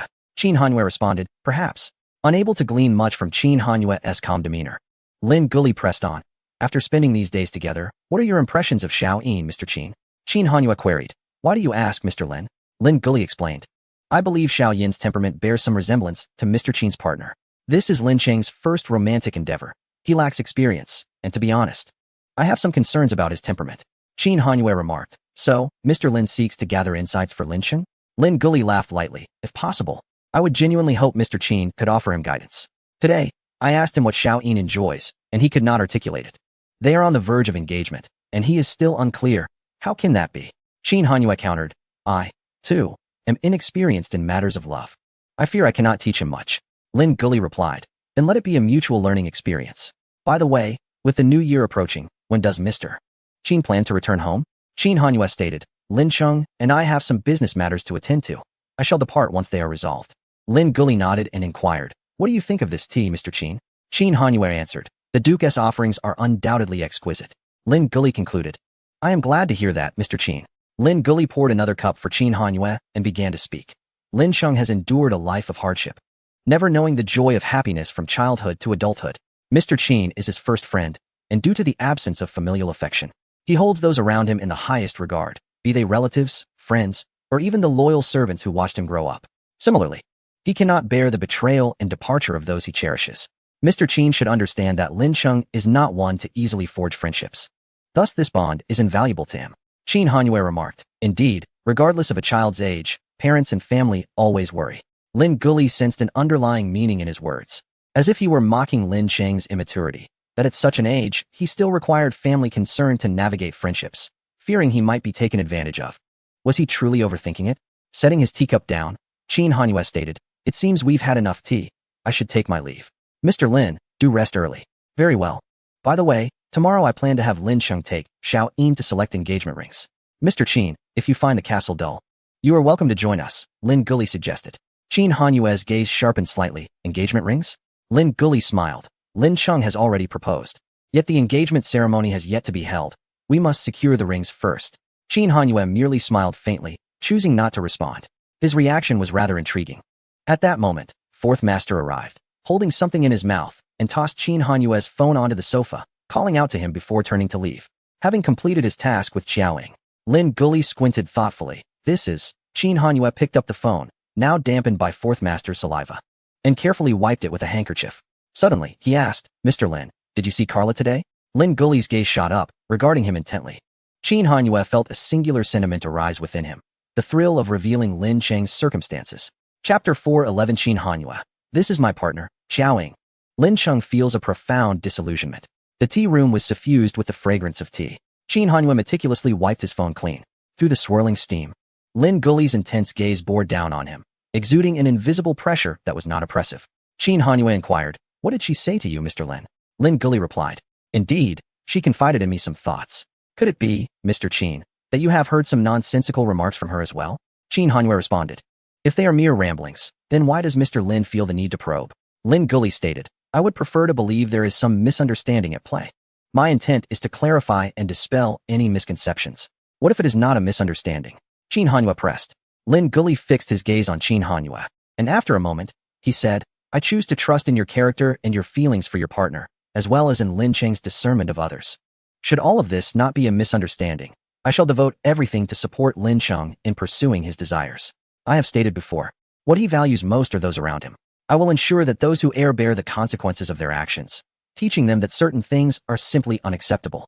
If Lin Cheng is unable to take action, I shall gladly take it upon myself to alleviate his grievances. I owe Lin Cheng far too much to allow him to suffer any further indignities. At this moment, Lin Guli exudes an air of oppressive authority, having reached his breaking point.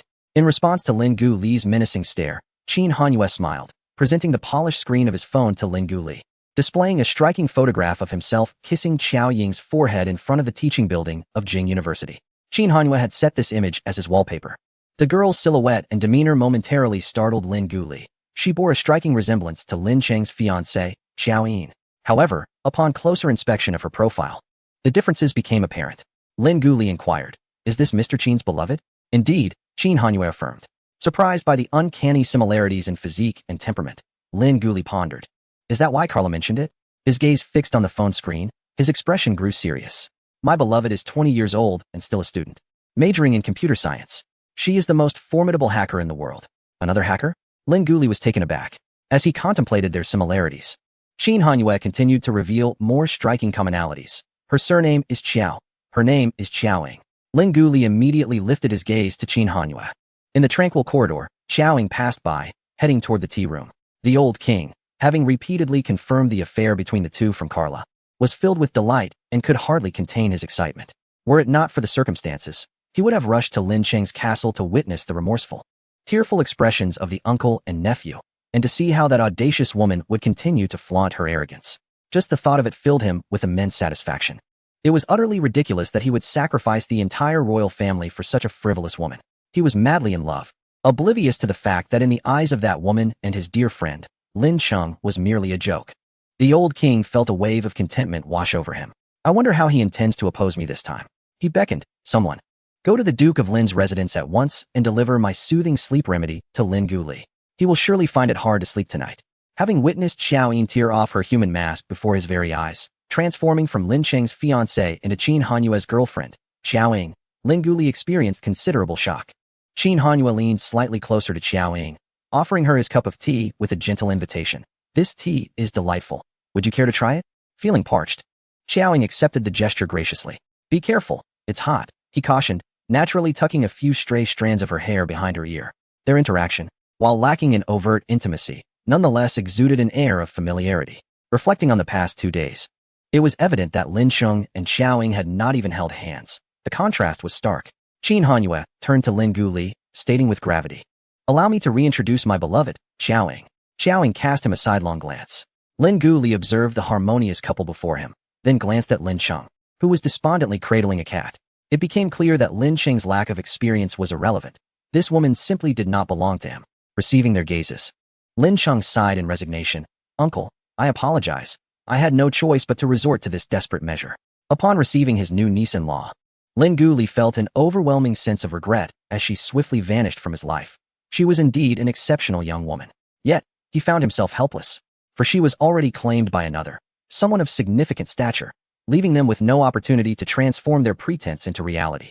Lin Cheng, "Uncle, are you disappointed in me?" Lin Guli, "Certainly not. I merely feel for you. I had hoped that you would finally have someone to accompany you, given your disposition. I should have anticipated Mr. Qin's emergence.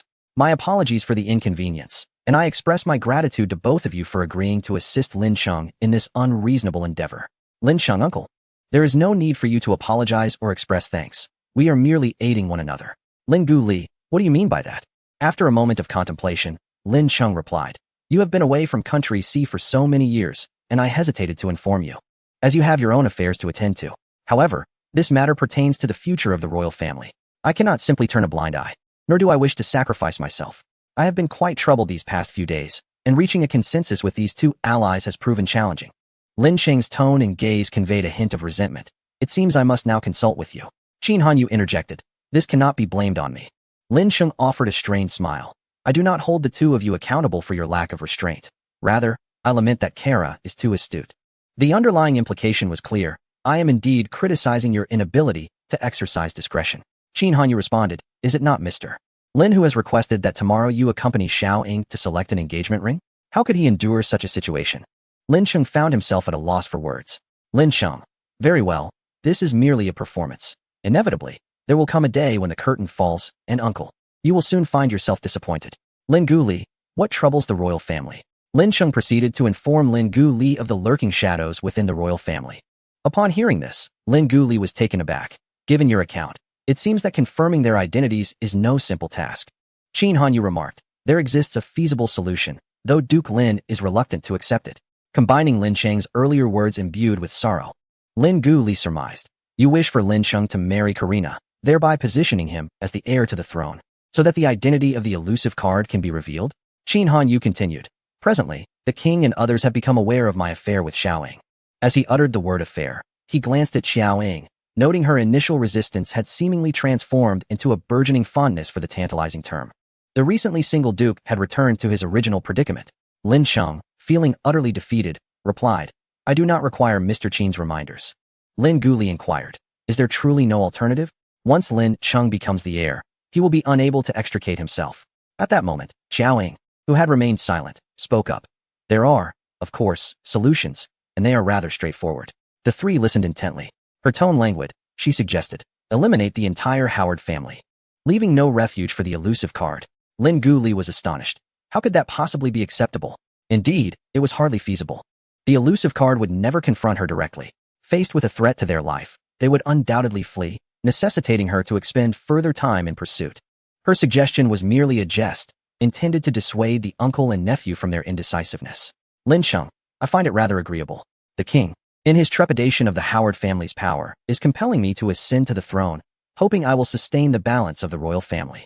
Should the Howard family be eradicated, it would be trivial to elevate a prince to the throne, with my support ensuring a harmonious outcome. Lin Guli, nonsense.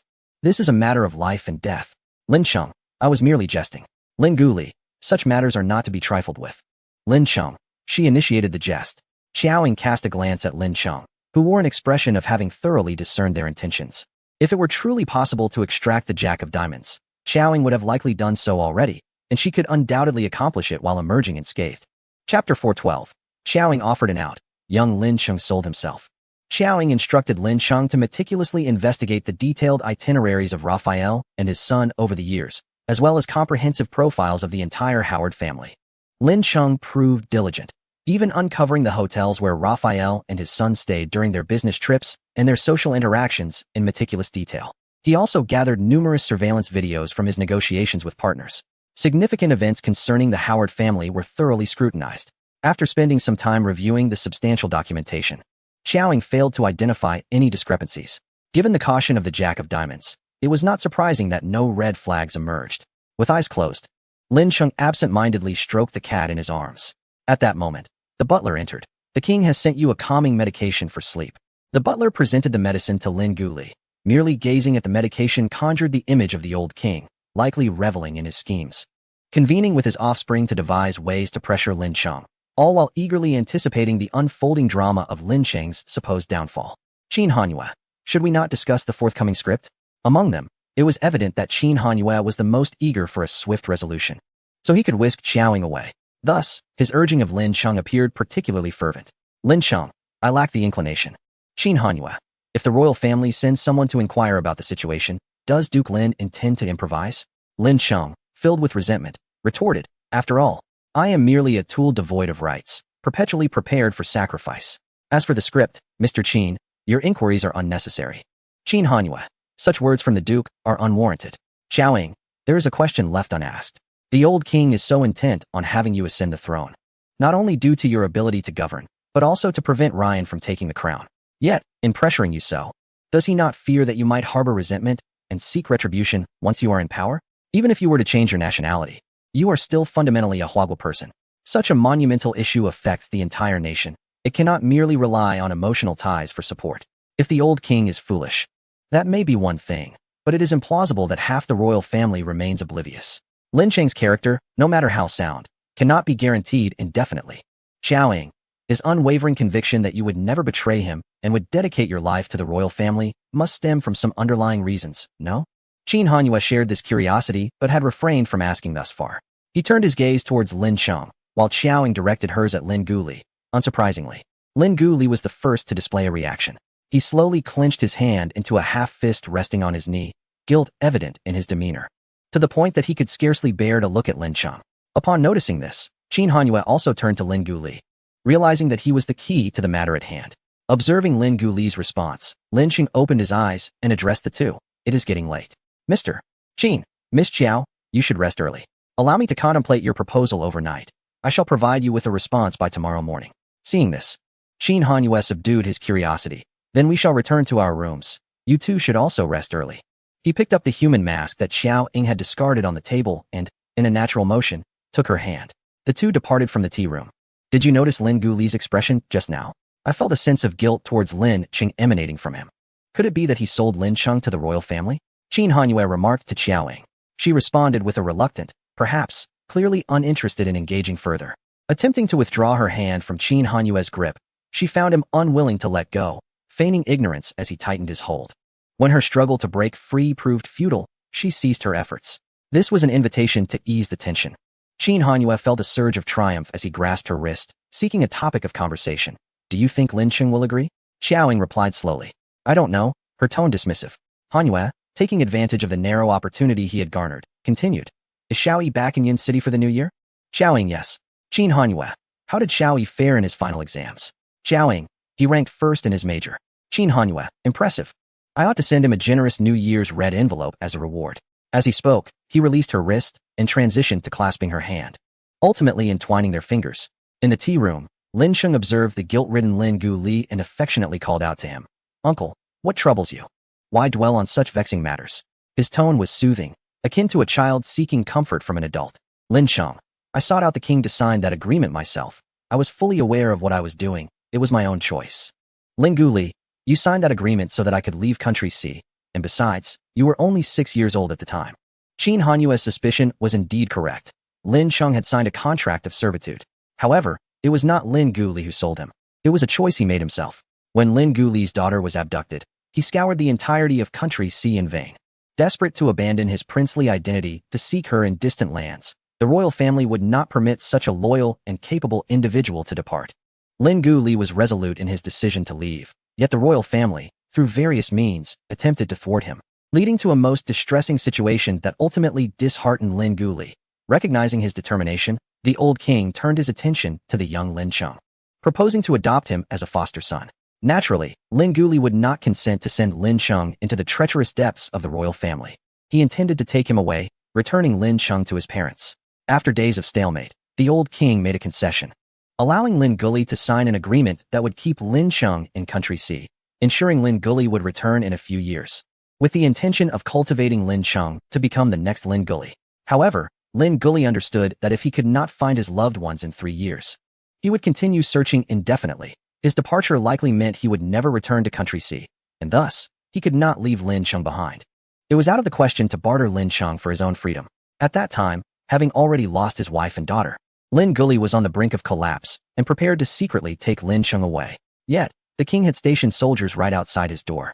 Little Lin Sheng, still shorter than Lin Gu Li's legs and shy by nature, managed to summon the courage to find a driver to take him to the palace, where he faced the old king alone. He pleaded with the king on behalf of his uncle, Lin Gu Li. Yet, the old king presented the agreement. By the time Lin Gu Li arrived, little Lin Sheng had already signed. Recalling the moment, Lin Gu Li saw the small figure of Lin Sheng sitting at the imposing conference table, surrounded by guards and royalty, his youthful innocence blissfully unaware of the dangers lurking. Lin Sheng seemed oblivious to what the agreement would cost him, smiling brightly. He told Lin Gu Li, "Uncle, the king has agreed to let you find Nan Nan." Thus, at the tender age of 6, Lin Sheng sold his entire future to the royal family to allow his uncle to leave. This is why the old king felt no hesitation in pressuring Lin Sheng. He knew that as long as Lin Sheng remained a duke, his loyalty would be assured, and if the royal family wished, Lin Sheng could even become their puppet king. Lin Sheng, at 6, was not as naive as a 3-year-old. He was aware of the implications of his signature. His reassurance only deepened Lin Gu Li's distress.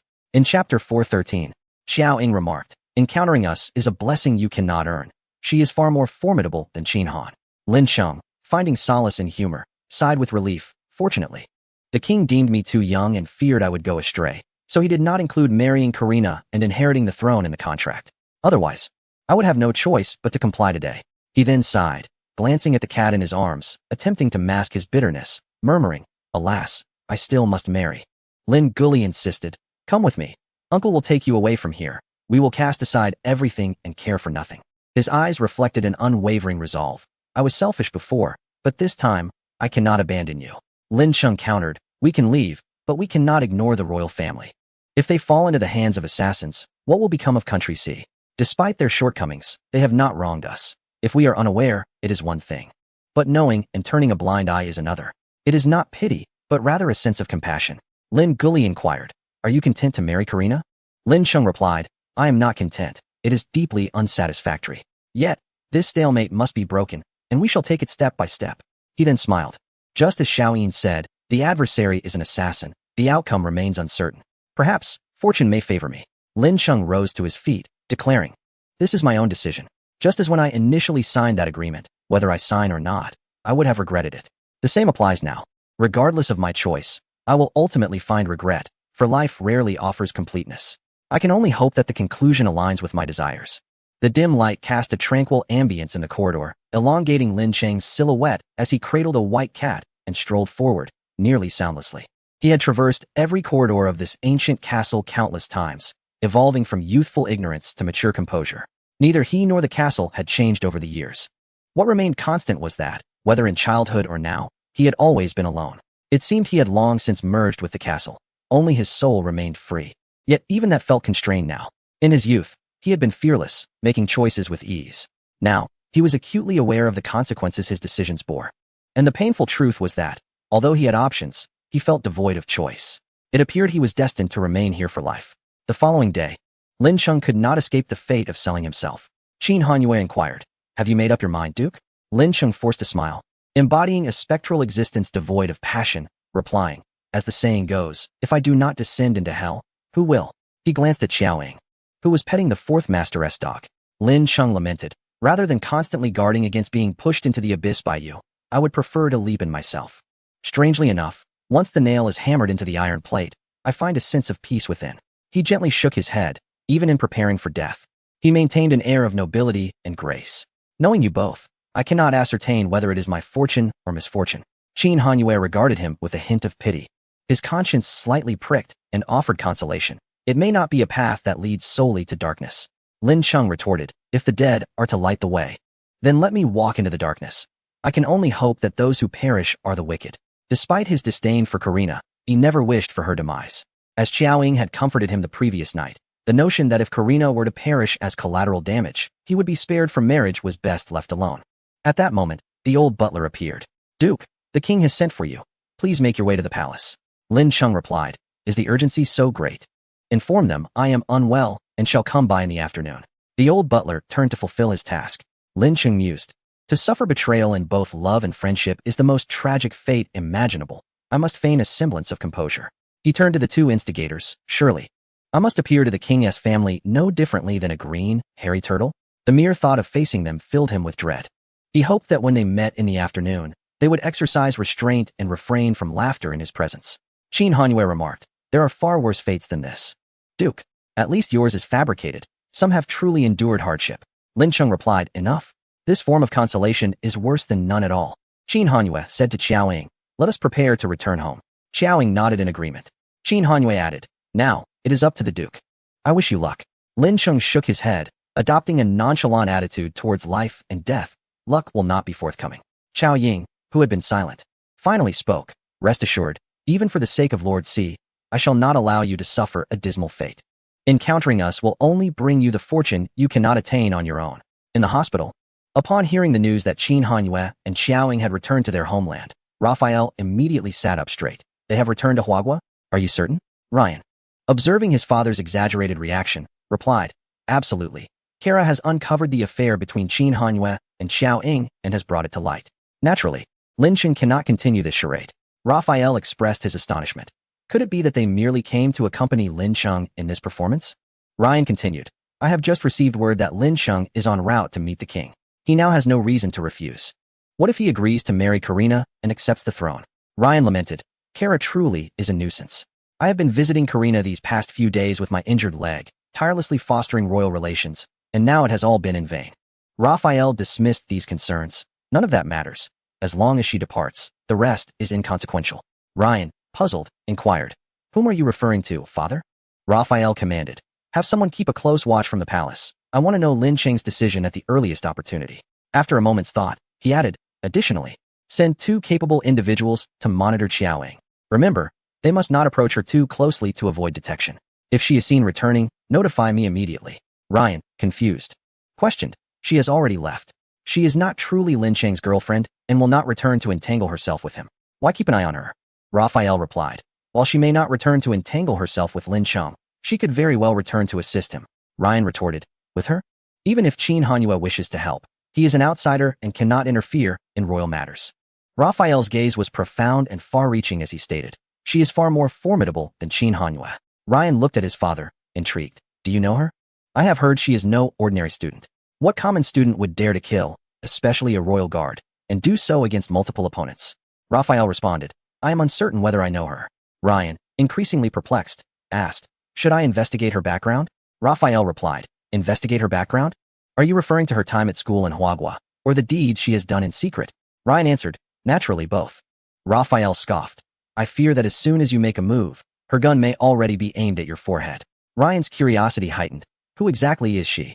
Raphael cautioned, "Do not harbor excessive curiosity about her. The most pressing matter is Lin Cheng's choice. If he dares to agree, he should not blame me for being ruthless." In Chapter 414, Lin Cheng consents to marry Karina. The assassination of Lin Cheng unfolds. Within the palace, the old king, having shed his harsh demeanor from the previous day towards Lin Guli, returned to his usual affable self, albeit his inquiries sounded overly intentional. Miss Qiao and Mr. Qin did not come together? Had it been anyone else exhibiting such lack of perception, they would surely have faced repercussions.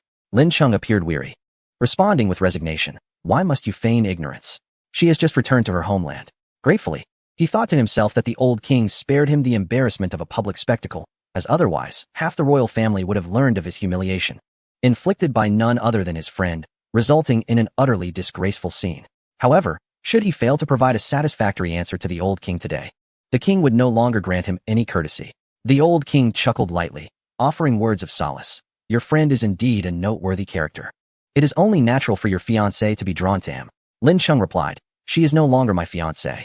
The old king felt a surge of joy, though he masked it with a facade of concern. Take care of your health, Duke Lin. It is for the best to recognize the true nature of this woman sooner rather than later, to mitigate losses. He thought to himself that at least the previously malfunctioning system had returned to normal. Lin Cheng remained silent, seated with downcast eyes fixed on the ground, absent-mindedly stroking the fur of the cat in his lap, his demeanor one of despondency and melancholy, resembling a soul utterly shattered by love. The old king remarked, I have already told the Duke that Karina genuinely loves him and wishes for his happiness. Recently, Ryan has shown considerable concern for Karina, yet she remains unmoved. Her heart belongs solely to you, Duke.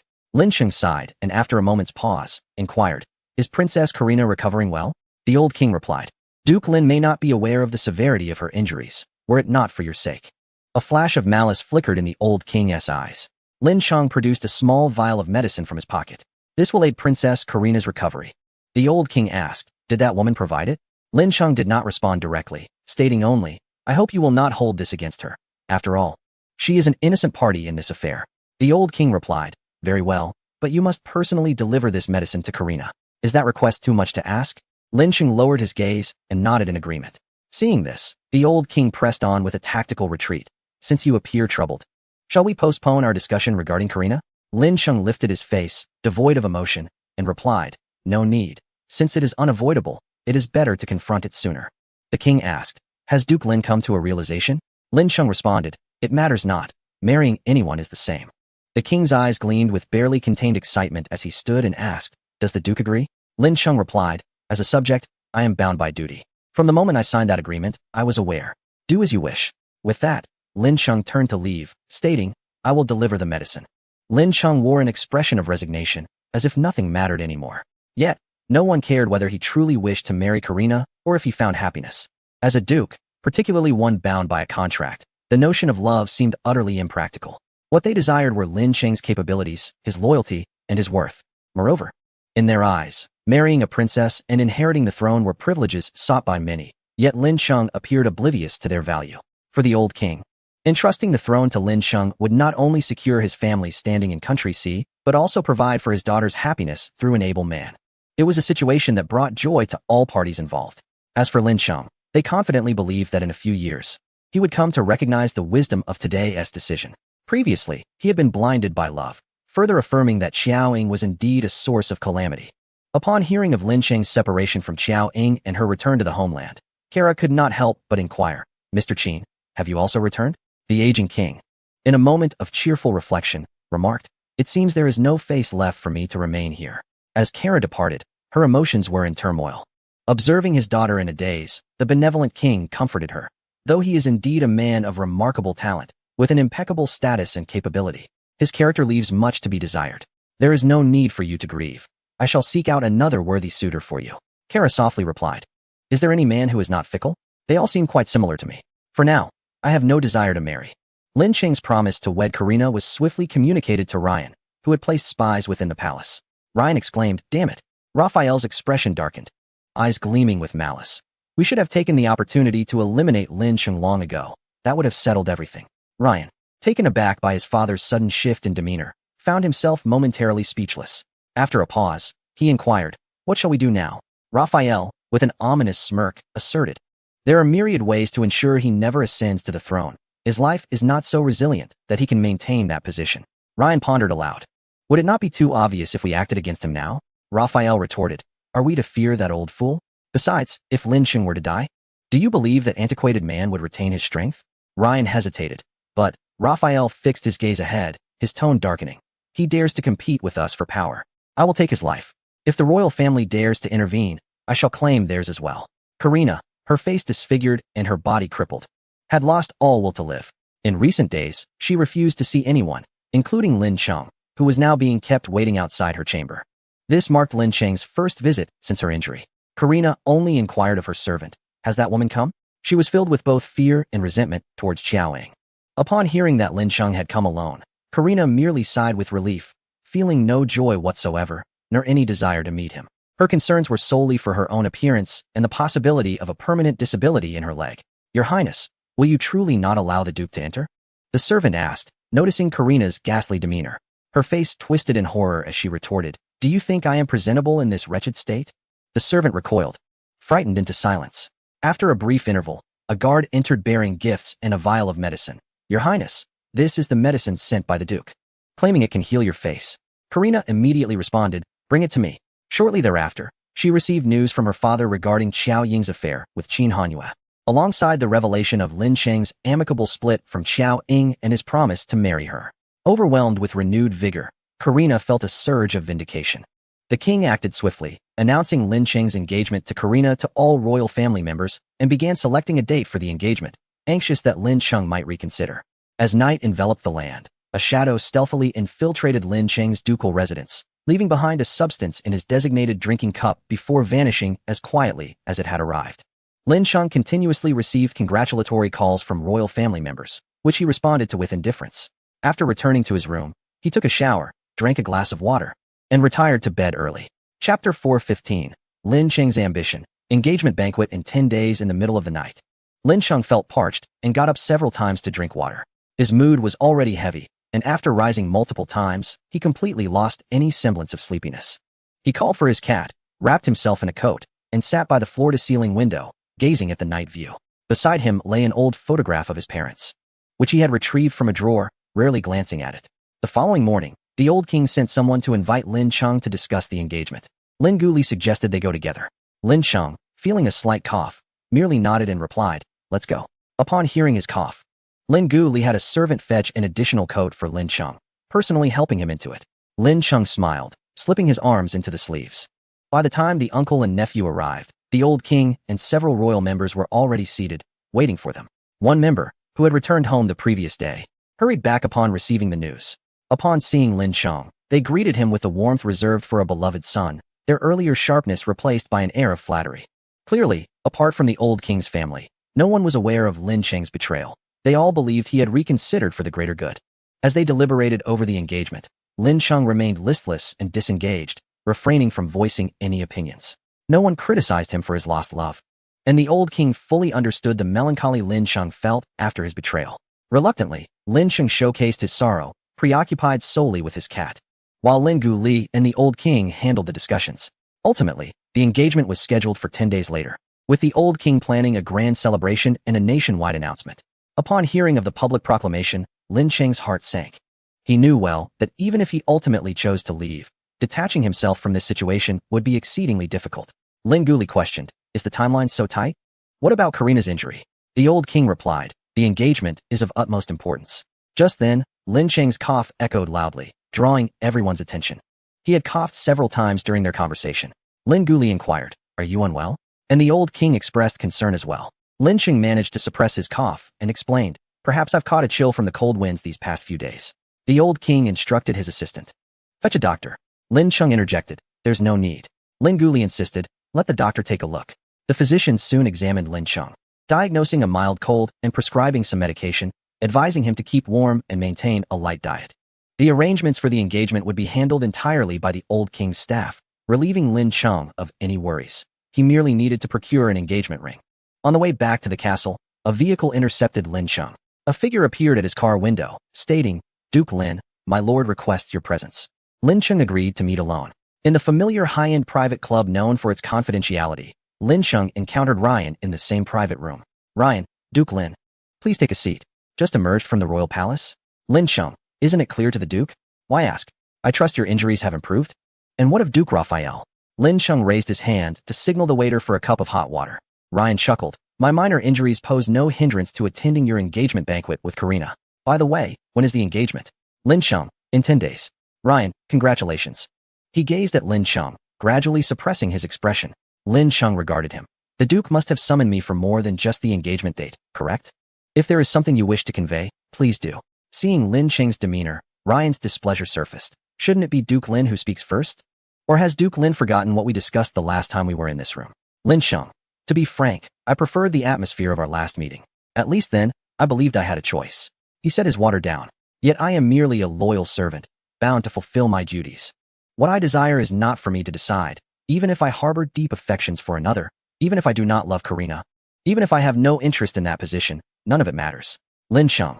If Duke Ryan can persuade the king to reconsider, I would be the first to express my gratitude. Ryan, you've played both hero and villain, benefiting from both sides, and now you speak to me of these matters? Lin Chung. In the eyes of all, I am indeed remarkably fortunate. With a subtle shift in his gaze, he preempted Ryan's response. Retorting, you did not invite me here simply to seek an explanation, did you? Noticing Ryan's increasingly grim expression, Lin Chung smiled. Since this position must be mine, I shall no longer resist. The relentless pressure from those around me has been quite bothersome, yet I have come to understand that to escape this annoyance, I must possess the authority to silence them, which requires sitting above them. Thus, I find myself less averse to that position, even eagerly anticipating the sensation of being revered by the masses. Lin Chung looked at Ryan and, with a smile, expressed a completely transformed attitude towards that role. Lin Chung rose. I shall forego this meal. In 10 days, I will host Duke Ryan at my engagement banquet. Please ensure your presence. Ryan's voice turned cold and heavy. Duke Lin must take care of his health. Beware of the perils of excessive joy. Lin Chung, thank you for your concern, Duke. Farewell. As Lin Chung departed the private room, Ryan's hand, which had rested on the table, clenched into a fist at Lin Cheng's mention of experiencing the adoration of the masses. The moment Lin Cheng exited, Ryan's fist slammed forcefully against the table.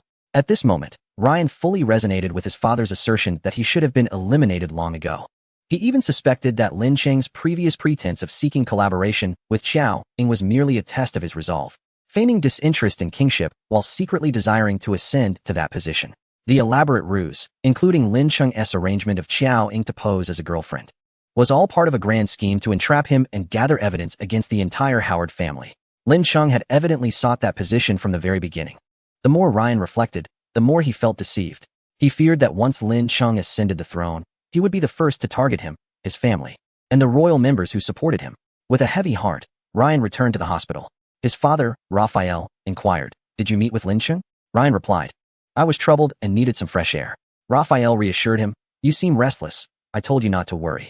This marriage will not come to fruition." That evening, the old king summoned the media for a press conference, announcing to the nation the joyous news of Lin Cheng's impending union with Princess Karina. This announcement effectively declared Lin Chung as the heir apparent. Initially, Lin Cheng thought he had merely caught a chill and had no intention of taking medicine. However, his condition worsened significantly. Chapter 416. Qin Hanyue torments his nephew again. Qin Hanyue brings gifts in Huagua, the capital city. The sky began to darken as the Qin family's driver awaited. Upon exiting the airport, Qin Hanyue stood by the car and asked, "Today is the 8th day of the 12th lunar month. Will you accompany me to the Qin family, or shall I return with you?" Regardless of where or how they celebrated, what truly mattered was their togetherness, which was the essence of his words. Xiao Ying regarded him thoughtfully. Qin Yin remarked, "Now that there's a title, your words carry weight." Qin Hanyue informed her, "My parents have prepared dinner according to your tastes." He spoke kindly. Qin Yin replied, "You're quite confident now, even resorting to coercion." Qin Hanyue's gaze was sincere, a smile gracing his lips, yet there was an underlying flirtation as he asked, "Would you do me the honor of dining with me, Miss Xiao?"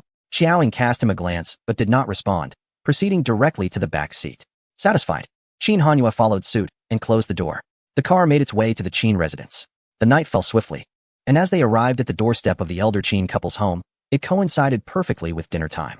Upon hearing the sound of the car, the occupants hurried to greet them. Qin Hanyue took Xiao Ying inside, where they encountered Qin Yuchen assisting the elder Mrs. Qin out. She met his gaze and respectfully addressed him, "Third uncle," inevitably noticing the marks on Qin Hanyue's neck. Qin Yuchen averted his eyes and added, "Miss Xiao," glancing briefly at Xiao Ying before quickly looking away. Addressing his third uncle, the way Qin Yuchen referred to her felt somewhat awkward and uncomfortable, his demeanor noticeably reserved. Qin Hanyue responded coolly and then gently advised Xiao Ying, "You should remove your scarf before dinner." He reached to take off her scarf, revealing the numerous marks on her neck, so many that they initially appeared to be injuries, startling Qin Yuchen into avoiding a second glance, fearing displeasure from his third uncle. Observing the evident marks of affection between the two, Mrs. Qin felt a surge of joy, casting an approving look at Qin Hanyue, as if to commend her mature son for finally achieving something noteworthy. However, Xiao Ying nonchalantly remarked, "Not impressive." An elder, feigning ignorance of the awkwardness, suggested, "Let us go eat." Qin Yuchen could not bear to stay a moment longer, especially not daring to share a table, as the memory of their last meal together lingered painfully in his mind. In reminiscing about those times, it feels as though everything transpired just yesterday. Yet, his once beloved uncle, who had embraced beauty, is now a man transformed. Xiao Ying, once the savior to her benefactor, Xiao, is now on the cusp of becoming the wife of her uncle. Qin Yuchen, a sentiment too complex to articulate. "Grandfather, grandmother, uncle, I shall take my leave," Qin Hanyue observed him. "Are you not staying to dine with us?" The tone conveyed a clear disinterest in having him remain. Qin Yuchen replied, "You all enjoy your meal. My father has matters to attend to and cannot return for dinner. I shall accompany my mother." Fearing he could not refuse the elder's request, Qin Yuchen sought a reason to decline. "You are no longer a child. Perhaps you should find a girlfriend to keep your parents company," Qin Hanyue suggested. Qin Yuchen never imagined that one day his uncle, who was indifferent to all matters outside of work, would show concern for his marital status. Such favoritism left him questioning whether it was a blessing or a curse. I shall make an effort," Qin Yuchen stammered as he hastily departed this realm of discord. Madame Qin, the elder matriarch, took Xiao Ying by the hand, leading her to dinner. "Where have you traveled? Did you enjoy yourself?" Xiao Ying responded, "Country sea, it was quite pleasant." After dinner, Qin Hanyue escorted everyone back to his residence. From a distance, Xiao Ying noticed 3 identical luxury sports cars in varying colors parked at the entrance of Qin Hanyue's villa. The doors and roofs of the cars were wide open, as if awaiting someone to come and admire them. It was evident that this was not a typical gathering at home. As she approached, Xiao Ying slowed her pace, halting in front of the sleek vehicles. "Do you like them?" Qin Hanyue inquired. "Your flattery is unwarranted," she replied. With a hint of resignation, he clarified, "They are gifts." Xiao Ying raised an eyebrow, scrutinizing him. "Is this an apology gift or a holiday gift? If you are willing to accept it as an apology, then it is a gesture of contrition. If not, it shall be a holiday gift," Qin Hanyue explained. Xiao Ying emitted a soft, almost inaudible scoff. "This is the latest model of sports car. Unsure of which color you would prefer, I acquired them all. I am no connoisseur of automobiles and lack extensive knowledge of their performance.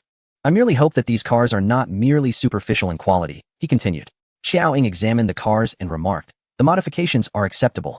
"That is reassuring," Qin Hanyue replied. "Why the choice of sports cars?" Xiao Ying queried. "Among the few things you find interest in and can frequently utilize. The price of these sports cars is the only one I could manage," he revealed. "You mentioned your fondness for expensive items. Whether it was sincere or mere pleasantry with Lin Guli, I figured it was prudent to buy accordingly." Upon hearing this, the corners of Xiao Ying's mouth lifted slightly, as if she were smiling. She stepped inside, saying, "Please park them in the garage." Qin Hanyue felt a surge of joy and quickly grasped her hand, feeling somewhat fatigued. Xiao Ying ascended the stairs and entered the bathroom. After her shower, she emerged to find Qin Hanyue, clad in pajamas that should have been in the adjacent room, seated on the sofa. No, this room was, in fact, where he originally intended to sleep. Upon noticing her, Qin Hanyue rose, the hairdryer in his hand indicating he had been waiting for quite some time. His demeanor appeared rather awkward, prompting Xiao Ying to imagine him racking his brain for a reason to enter her room after his shower, unable to contain his anticipation. He had promptly retrieved the hairdryer as soon as she entered. Moreover, it is quite possible that he had rehearsed in the room whether it was better to sit or stand, or perhaps feign nonchalance while pretending to look at his phone, waiting for her to emerge so he could greet her naturally. Such behavior would indeed be foolish. Xiao Ying cast a glance at him, her hand tirelessly drying her hair, and inquired, "What is up?" Qin Hanyue, holding the hairdryer, replied, "I came to see if you need anything. It appears you do." Xiao Ying approached the bedside to fetch her phone, saying, "Hurry up, I'm tired." Qin Hanyue promptly responded, "All right." He skillfully dried her hair, while Xiao Ying checked the messages from Yu Ying, confirming that Lin Sheng was still alive for the time being. Qin Hanyue asked, "What is the situation with Lin Sheng?" Xiao Ying replied, "The engagement banquet is in 10 days. To which Qin Hanyue queried, "Will the King of Spades take action? Wouldn't it be too conspicuous to act now?" Xiao Ying stated, "He has already made his move." Qin Hanyue pressed, "And how is Lin Sheng faring?" Xiao Ying replied, "He is still alive. The King of Spades likely didn't intend to kill him at first. Otherwise, if I were in his position, I would have eliminated Lin Sheng early on to resolve matters swiftly." Qin Hanyue remarked, "It's not mercy. He simply underestimated Lin Sheng. His current lethal intent is a reaction to your presence, and he must surely regret it now." He continued, "Once Lin Sheng is dealt with, the entire royal family will be next." Qin Hanyue added, "He is now all in. It's possible he has already established enough power within the royal family to stage a coup." Xiao Ying appreciated conversing with intelligent individuals, as it saved both time and effort. She remarked, "He must be eager to resolve matters swiftly to prevent any delays, especially with the possibility of my sudden return." Qin Hanyue noted, during these 10 days, he could strike at any moment. In Chapter 417, Xiao Ying asked, "Are you going to sleep?" Qin Hanyue replied, "I will." He then asked, "How many people do you think the King of Spades has sent to watch us?" Xiao Ying countered, "Do you want to know where they are hiding?" Qin Hanyue was surprised, "You've already spotted them?" Xiao Ying replied, "I don't possess supernatural abilities. I simply understand their habits well enough to make educated guesses." She continued, "It's similar to a sniper choosing an ambush point. With some experience, one can gauge the terrain without needing to search." Qin Hanyue smiled and praised, "That's because you are incredibly clever." Xiao Ying, as always, was oblivious to the flattery, stating, "I am quite sensitive to slander," implying that his compliments were futile. Qin Hanyue chuckled, "What if the King of Spades realizes we are merely acting and waits for us to expose ourselves, becoming cautious?" Xiao Ying responded, "Unless he renounces the throne, even if he realizes it, he will still fall into our trap." She then ran her fingers through her long hair and declared, "All right." She walked directly to the bed, laid down, and Qin Hanyue turned off the hairdryer, standing there to observe her. It was evident he was reluctant to return to the adjacent room, but felt unable to voice his desire to stay. After a moment of awkwardness, he pretended to act naturally while putting the hairdryer away in the drawer. Regrettably, the next moment, he found himself standing there empty-handed, feeling even more awkward. Unsure where to place his hands, he cleared his throat lightly, as if attempting to create some noise to draw her attention, but it was in vain. Qin Hanyue was momentarily uncertain whether she was genuinely oblivious or feigning ignorance. He offered, "Shall I draw the curtains for you?" and proceeded to pull them closed. Observing Xiao Ying, who was engrossed in her phone on the bed as if oblivious to his presence, Qin Hanyue inquired, "Shall I fetch you a glass of water?" With a need for hydration, Xiao Ying responded affirmatively. Thus, Qin Hanyue proceeded to pour a glass of water, placing it on the bedside. After completing this task, he found himself at a loss for what to do next. Despite the undeniable intimacy they had achieved, there were moments when Qin Hanyue felt as though their relationship had regressed to its earlier state. He yearned to progress further, to alter the current dynamic. Having already crossed that threshold, he was reluctant to sleep apart. No, he did not wish to be in separate rooms. Therefore, whether he could remain and take that next step tonight was of paramount importance, prompting him to linger and resist leaving. However, observing Xiao Ying's complete indifference towards him, he had no choice but to momentarily concede. He realized that every incremental advancement in their relationship felt akin to a frog slowly being boiled in warm water. It was the same when they first met, during their flirtatious phase, and even in their subsequent kisses, which transitioned from gentle pecks to deeper embraces. Although the progression was gradual, this steady stream of affection was something Qin Hanyue cherished. It appeared that this time would unfold similarly. Though he was uncertain how long the process would take before he could find himself beside her in slumber, Qin Hanyue felt a sense of relief. Just as he was about to wish her good night and retreat to the adjacent room, suddenly, he noticed Xiao Ying turn off her phone, settle into bed, close her eyes, and say, "If you're not going to sleep, could you turn off the light for me?" Her surprises always arrived unexpectedly. Qin Hanyue, taken aback, his eyes alight with joy, replied, "I will sleep." He promptly climbed into bed, extinguished the light, lay down, and enveloped her in his embrace in one fluid motion. He gently kissed her forehead, unable to suppress the smile that graced his lips, and whispered, "Good night." This shared slumber was unlike any previous encounters. There were no external circumstances forcing them to share a bed. After a day spent traveling by plane, and amidst the flurry of work on board, Qin Hanyue found himself wide awake, embracing her and inhaling the familiar scent of the shampoo they both used, invigorating him with happiness. In stark contrast, Xiao Ying appeared to have succumbed to sleep much earlier than he anticipated, cradled in warmth and softness, listening to the rhythm of his steady breathing and feeling her presence. Qin Hanyue finally began to drift off into slumber by midnight. Just as he succumbed to sleep, Xiao Ying stirred, breaking free from his embrace, attempting to rise. Qin Hanyue awoke and softly asked, "What's wrong?" She seemed to have forgotten he was there, but upon hearing his voice, she registered his presence and returned to her previous position, nudging him, "Water." Immediately, Qin Hanyue sat up, turned on the bedside lamp, and fetched the glass of water for her. After taking a sip, Xiao Ying settled back down. He glanced at her, took a sip of water himself, turned off the light, and resumed his embrace. Yet, Xiaoying turned away, positioning herself to sleep, distancing herself from him. Without a second thought, Qin Hanyue followed suit, wrapping his arms around her once more and planting a gentle kiss on the back of her head. Moments later, half awake, Xiaoying wriggled free from his hold, opting to sleep independently. Recognizing that she might still be unaccustomed to having someone beside her, Qin Hanyue decided against pursuing her further. Instead, he gently adjusted the blanket over her before surrendering to sleep alongside her. Perhaps fatigue had overtaken her, as Xiaoying fell into a deep slumber.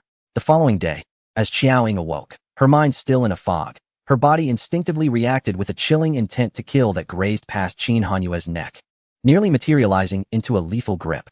Realizing she was nestled in Qin Hanyue's embrace, Xiaoying stifled her breath. She lifted her gaze upward, and upon encountering Qin Hanyue's remarkably captivating visage, her spirit was thoroughly delighted, prompting her to gaze longer, finding his features increasingly enchanting. She retracted her earlier statement about Lin Guli being superior. That assertion had been insincere, merely to provoke Qin Hanyue. Even if Lin Guli were 2 or 3 decades younger, he could not rival Qin Hanyue's brilliance. However, it remained uncertain whether Qin Hanyue, at Lin Guli's age, would possess Lin Guli's allure. She couldn't help but think of the elderly Mr. Qin, who bore a striking resemblance to Qin Hanyue. Despite his advanced years, he remained a handsome gentleman. She mused that when Qin Hanyue aged, he too would be a dashing old man, and arguably the most distinguished among them.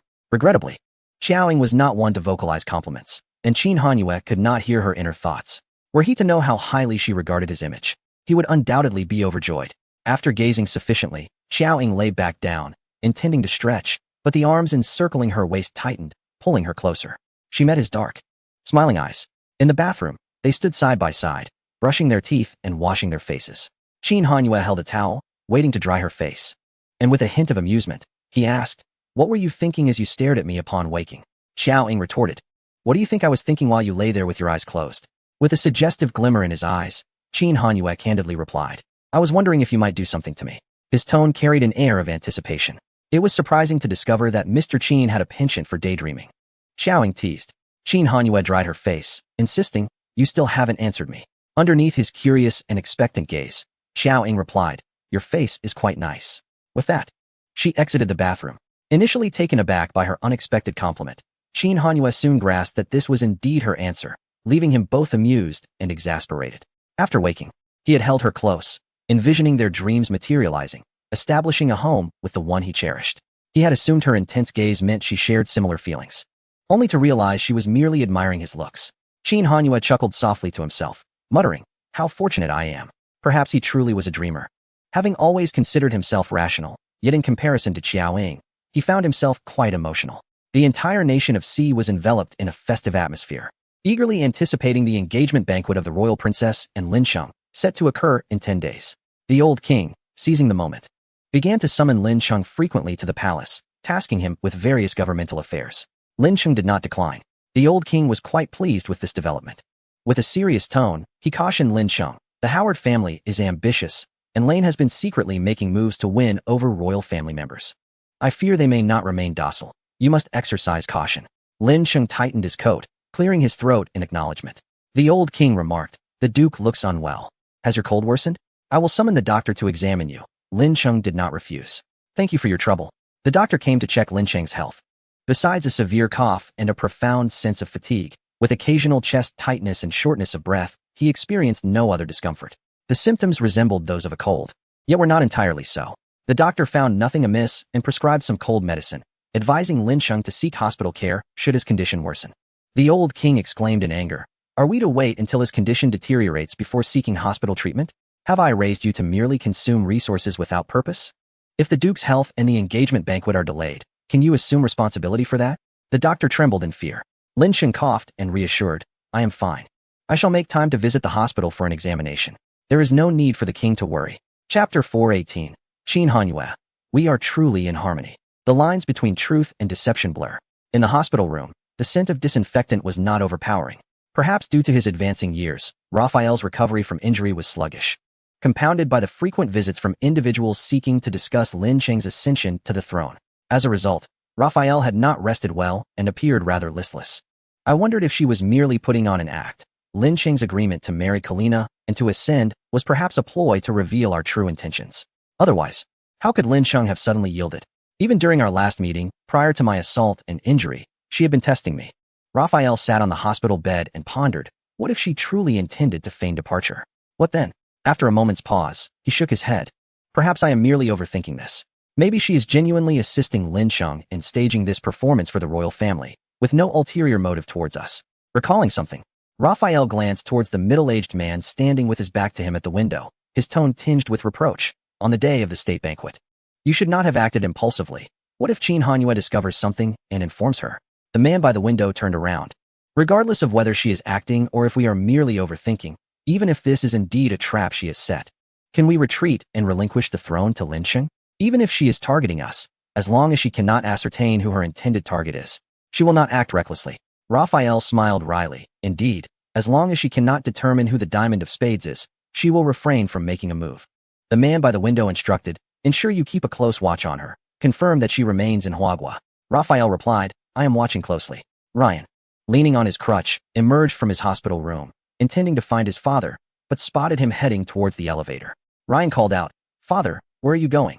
The man turned to look at him, and Ryan was taken aback by the unfamiliar face. It was not his father. Ryan expressed his apologies, standing still as he watched the man enter the elevator. Ryan then approached his father's hospital room. Father, has anyone visited you recently? This entire floor was reserved for them, and outsiders could not enter. The individual he encountered could only have been there to visit his father. Raphael regarded him but did not respond immediately.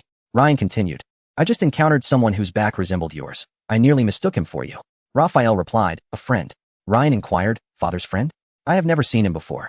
Raphael, as an ordinary friend, it is understandable that you do not know me. I heard about my injury and came to see how I was doing. Ryan nodded in acknowledgement. After breakfast, Xiaoying sat on the sofa, engrossed in her phone, oblivious to the passage of time. Qin Hanyue, after attending to some work, noticed her still absorbed in her device and chose to sit beside her. What captures your attention? He inquired. Xiaoying handed him her phone without hesitation. Upon receiving it, Qin Hanyue discovered a series of photographs, more precisely, screenshots from surveillance footage, featuring Raphael. Noticing that Xiaoying had been diligently swiping through the images, as if comparing them, he too began to scroll through the screen. After perusing the various images, he found nothing amiss. They were merely ordinary snapshots of Raphael, walking, entering a vehicle, conversing, standing, sitting, and eating, nothing out of the ordinary. Is there something wrong with these photos? Qin Hanyue asked. There is, Xiaoying replied. Qin Hanyue scrutinized them again. I fail to see it. Neither do I, she confessed. He regarded her with a smile, leaning closer. It has been some time since you last teased me. Xiaoying, exasperated, replied, I am not teasing you. Then what leads you to believe there is something off about Raphael in these photos? Retrieving her phone, she scrolled back and forth before opening a brief clip of Raphael exiting a hotel during a business trip. I cannot articulate it, but I sense something is amiss. Qin Hanyue glanced at her screen. Do you find his demeanor peculiar? Does he remind you of a certain individual? He continued. You had a close encounter with Raphael that day. Do you perceive any differences between him and the Raphael captured in your phone? Qin Hanyue observed Raphael in the footage, moving through a hotel lobby towards the elevator, reflecting on their previous meeting. If Raphael were indeed the real deal, his acting skills would be impeccable, always embodying his role. Especially during their meeting in the private room, he would have been more meticulous and attentive to detail than ever. The Raphael documented by the surveillance should reflect his true self in a relaxed state. Yet Qin Hanyue detected nothing of concern. Xiaoying remained silent, reclining on the sofa, lost in thought. Was she worried that even if they took action against Lin Sheng, they still could not ascertain which mask concealed the true identity of the individual? She looked at him, but said nothing. I believe in your abilities. You are likely more familiar with him than anyone else. Your expertise in recognizing people is unparalleled. Xiaoying responded, I have indeed received training in this area. Intrigued, Qin Hanyue asked, what techniques are employed? Eyes, she replied. Eyes. Qin Hanyue gazed into her beautiful eyes. The eyes are the windows to the soul. Appearances may change, but one's gaze seldom deceives. Your gaze is indeed hard to misinterpret, she remarked, her tone laced with playful irony. Qin Hanyue chuckled. I merely speak candidly with you. He added, my gaze is forthright. Your words are direct. We are, in essence, a natural match. Xiaoying, disinterested, continued to ponder her thoughts. Qin Hanyue leaned closer. What occupies your mind? Xiaoying withdrew her thoughts, gazing at the man's face mere inches away. She lifted her hand to caress his neck, her fingers gently grazing the remnants of a lingering mark upon his skin. His eyes naturally followed her movement, becoming uncontrollably heated as he leaned down to kiss her. Xiaoying turned her face away, posing a question. If Raphael truly is the Jack of Diamonds, what of Ryan's authenticity? If it is indeed true, does he know? Ryan lay on the hospital bed, reflecting on the man he had mistaken earlier that day. That figure bore an uncanny resemblance to his father, and he watched as the man entered the elevator, their gazes locking momentarily. Those familiar eyes stirred something within him. He retrieved his phone, glanced at the door of the ward, and then dialed a trusted confidant. Lowering his voice, "Help me look into someone." Chapter 419. Engagement Banquet. Lin Sheng spits blood and faints in the blink of an eye. Only 2 days remained until the engagement banquet. Throughout Country C, especially in the West, the atmosphere was festively adorned and bustling, with the royal palace radiating joy. The royal family projected an image of universal celebration, yet nearly half of them were in a state of anxious anticipation. The members of the royal family, led by the Howard family, hoped for an unforeseen event to thwart the proceedings. Perhaps their sincerity bore fruit, as Lin Sheng's cough intensified day by day, echoing through the vast ancient castle. Lin Guli gently patted his back, attempting to ease his discomfort. "How did your cold become so severe?" The butler, with a look of concern, presented him with medication. "The king has sent someone to request the Duke's presence at the palace to handle state affairs. Shall I decline on your behalf?" Lin Sheng's pale face flushed as he coughed, replying, "Just tell them I'm unwell and will not be attending today." The butler acknowledged the request, adding, "Duke, your formal attire has been delivered. Do you wish to try it on?" Lin Sheng replied, "Leave it be." The butler pondered for a moment before inquiring, "With the engagement banquet approaching, will our residence not seem too desolate? Should we consider some decorations?" Lin Sheng declined, "No need. It's merely an engagement, not a wedding." After dismissing the butler, Lin Sheng turned to Lin Guli, attempting to lighten the mood. "Thank goodness Karina is unwell. Otherwise, it would be quite the ordeal for me to pose for wedding photos." Lin Sheng continued, "Those photos will end up in the newspapers for all to see. Just the thought is unbearable." Lin Guli did not respond to his jest, but instead informed him, "The king spoke to me yesterday. He intends for you and Karina to wed after the new year." At this news, Lin Sheng coughed even more violently, taking some time to regain his composure. "How very rushed." Lin Guli added, "The king is poised to abdicate, and if I am not mistaken, he will announce this matter on the day of the engagement banquet." Placing a hand on Lin Sheng's shoulder, Lin Guli continued, "He is likely to publicly declare you as the next heir to the throne. Once that is proclaimed, should you wish to leave, your options will be severely limited. Abandoning your fiancé to flee would certainly tarnish your reputation." Lin Sheng turned, gripping the railing with both hands, standing on the second floor as he surveyed the place he had called home for over 20 years. He uttered a silent wish. May this engagement never come to fruition. Lin Sheng hoped for swift action on their part. Lin Sheng's words deepened Lin Guli's worries. If an accident were to occur, it would inevitably befall him. Regardless of whether Lin Sheng ultimately ascended to that position, his sacrifice was indispensable, and he might even lose his life. Lin Guli regretted not firmly dissuading him from taking such risks at that time. He should have resolutely taken him away. For the royal family's fate and the future of Country C had no bearing on them. Now, the thought of escaping with him seemed utterly unrealistic. Upon hearing of Lin Sheng's grave illness, the old king promptly dispatched a prince to visit him, for in the old king's eyes, Lin Sheng was of paramount importance. For the next 2 days, Lin Sheng feigned discomfort and did not return to the palace, spending his final days in the ancient castle in tranquility, leading up to the day of the engagement banquet. On the eve of the banquet, Karina was brought back from the hospital to the palace. Her face had improved considerably, but the healing had come too late, and even if she recovered, some scars remained. To conceal the marks on her face as much as possible, Karina arose before dawn to apply her makeup and deliberately chose a veil for her wedding headdress, with layers of cosmetics and the veil. The final effect provided her with a modicum of solace. However, when the servant wheeled in her chair, the fragile wall she had just constructed in her heart crumbled entirely. A disfigured face, a wheelchair. She, the esteemed princess of the royal family and future queen, faced her fiancé, the royal court, and the entire nation on her engagement day in such a lamentable state. Not only did she lack a single bridal photograph, but she could not even reveal her face. "Someone!" Karina shouted in anger, summoning her most trusted aide to her side. "I do not care what method you employ, assassination, poisoning, whatever it takes, find any person. Be it a hired killer or a desperate outlaw. Go to Huagua, locate that wretched woman Xiao Yin, and eliminate her." Lin Sheng donned a white suit, standing before the fitting mirror to adjust his tie. He gazed at his too pale complexion, contemplating whether he should summon a makeup artist. Suddenly, he was seized by a violent cough, his chest constricting painfully, gasping for breath. A wave of blood surged within him, and he spat out a mouthful of crimson, which splattered onto the floor, staining it a deep red, nearly black. Yet he remained oblivious to the blood that had fallen. The engagement between the Duke and Princess was, of course, a grand affair. In addition to Lin Cheng's own 20 vehicles, the palace had dispatched a dozen royal cars. Accompanying them were 2 princes, several trusted confidants, and over 100 fully armed guards. The streets leading to the palace had been cleared, with police stationed at every segment, ensuring the vast convoy moved without obstruction. Such a spectacle made any unforeseen incidents highly improbable.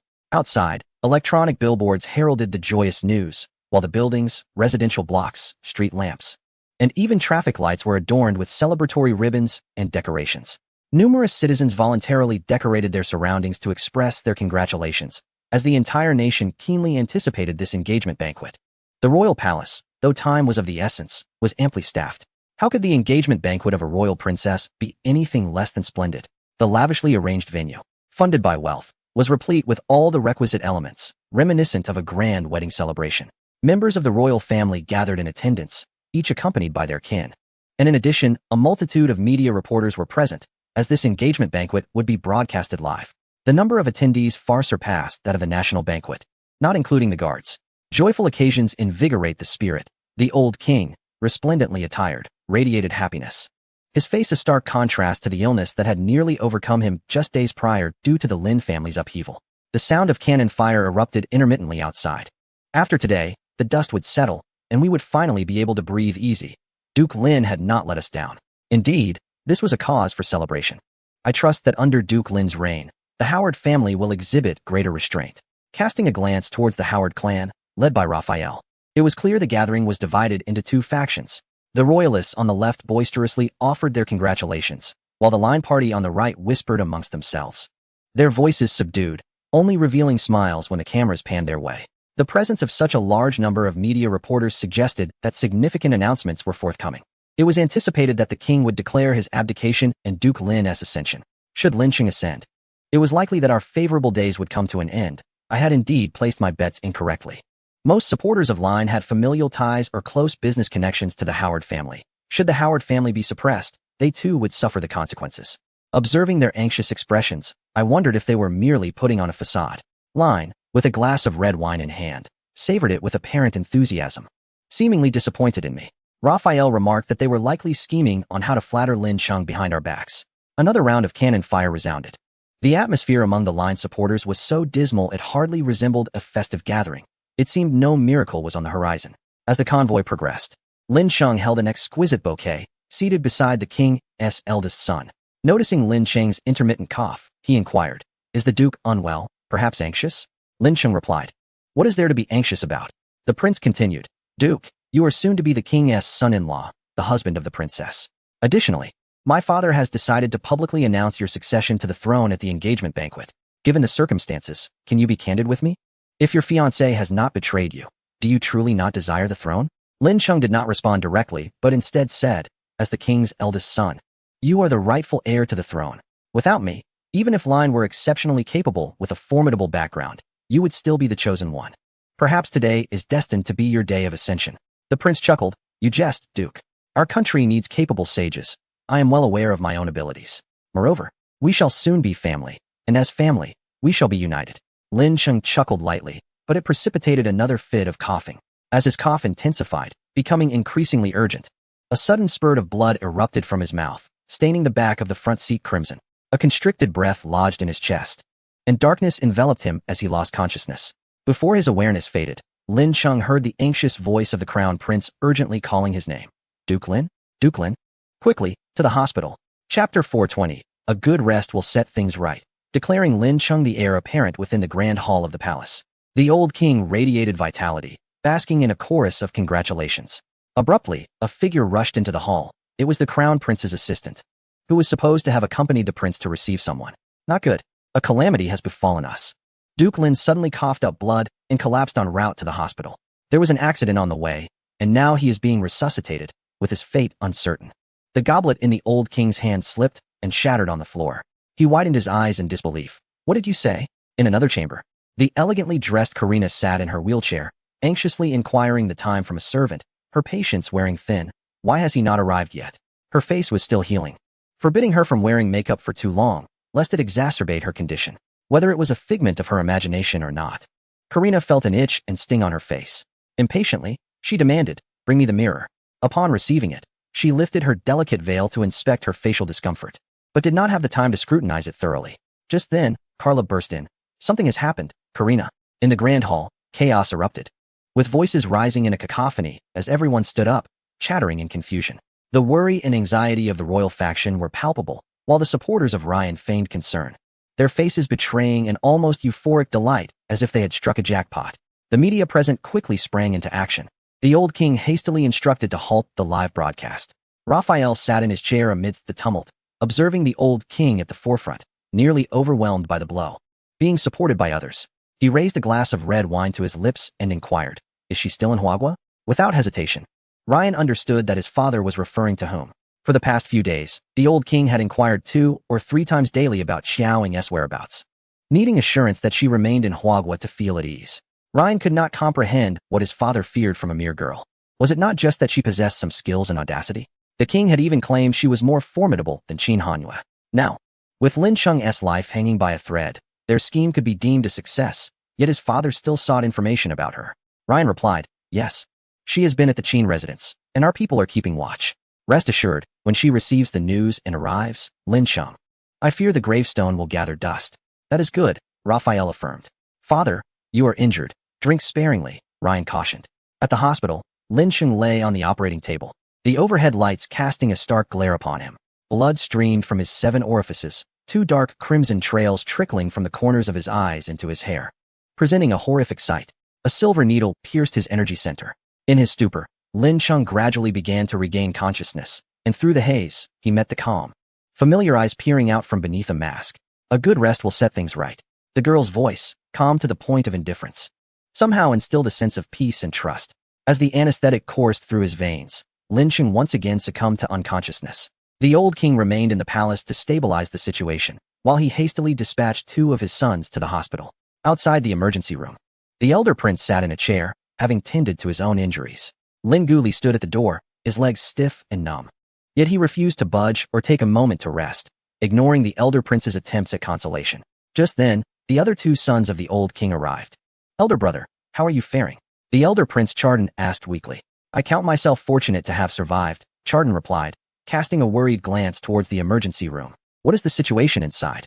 The elder prince shook his head slightly, indicating uncertainty. "It was my fault for instructing the driver to speed, which led to the accident. Wasn't it said that the Duke suddenly coughed up blood and lost consciousness?" "Elder brother, you were merely anxious to get him to the hospital. It is not your fault." Chardon turned to Lin Guli, pondering before asking, "Prince Lin, how could the Duke's cold have escalated to such severity? Might there be some underlying illness?" At that moment, Lin Guli was far too preoccupied to engage with them, likely oblivious to the fact that anyone was speaking to him. The young prince furrowed his brow. Could it be that insipid woman caused him such distress that it harmed his health? Chardon reprimanded his younger sibling. "Do not speak carelessly." The young prince retorted, "I have heard that the Duke fell ill after that woman departed. Perhaps she truly affected his body and spirit." In the grand hall of the palace, the guests filled the space, yet the previous jubilance had dissipated, leaving an atmosphere of stark gravity. Each individual sat in silence, occasionally exchanging hushed whispers of concern, while even the young children sensed the seriousness of the situation, remaining quietly subdued. The old king sat at the head table, wordlessly remaining, showing no intent to leave or disperse the gathering. He simply sat there, waiting for news from the hospital. The media reporters, too, dared not depart. Meanwhile, citizens, who had heard of Lin Cheng's accident but had no further updates, were keenly attentive to the unfolding events, curious about the severity of his injuries and whether the engagement banquet would proceed as planned. The surgery lasted nearly 5 hours before the doors of the emergency room finally swung open, revealing Lin Cheng, his body adorned with tubes and wearing a respirator. Being wheeled out, the king's 3 sons rushed forward, inquiring about the situation. Lin Guli, as if holding his breath, dared not relax. "Doctor, how is he?" The attending physician removed his mask, his expression filled with sorrow. "His life is temporarily secured, but whether he will awaken remains uncertain." Silence enveloped the hall, the atmosphere thickening to the point of suffocation. Suddenly, the wail of a child pierced through, prompting a woman to quickly cover the child's mouth and usher him out of the hall. The old king's brow furrowed even deeper. Just then, a figure hurriedly entered. It was the second prince, returning from the hospital. Upon seeing him, all stood up, eagerly anticipating his news. The old king, propped up by the table and aided by his daughter Carla, managed to stand with great difficulty, his gaze fixed intently on the approaching second prince, his eyes gleaming with hope. Raphael leaned in to observe the second prince who bore news. Under the watchful eyes of the multitude, the second prince swiftly approached the old king, whispering something in his ear. As the crowd witnessed, the old king's complexion drained to pale. A look of deathly pallor overtook him, and he nearly stumbled. The second prince reacted swiftly to steady him. Seeing the old king's reaction, nearly half the assembly felt a jolt of anxiety. Their curiosity piqued about Lin Cheng's condition, yet none dared to voice their inquiries. After a brief moment of self-recovery, the old king strained to stand upright, gazing at the assembly, and pushed away the supportive hands of his children. He then proclaimed loudly, "The engagement banquet shall proceed as planned. Duke Lin is unable to attend, and the ceremony will be conducted solely by Karina later." Raphael and his son exchanged knowing glances, both relieved at the unexpected news of Lin Cheng's survival. Upon hearing the engagement banquet would continue, nearly half the attendees exhaled in relief, and someone finally dared to inquire, "How is Duke Lin?" The old king did not respond to the questioner, but instructed the media personnel to activate their cameras, addressing the nation. "Today, I have 2 announcements to make." The audience immediately speculated about the impending announcements. Guests seated on the right side, representing the Ryan faction, exchanged anxious glances. Ryan's demeanor was perilous. In the hospital, the eldest prince sat on the sofa in the patient room, his gaze heavy as he watched his royal father announce publicly, "First, I have reached the age of abdication. Our country shall soon welcome a new king." In the grand hall, the old king continued with his second proclamation, "I hereby announce to the nation that Lin Cheng, Duke Lin, shall be the next heir to the throne.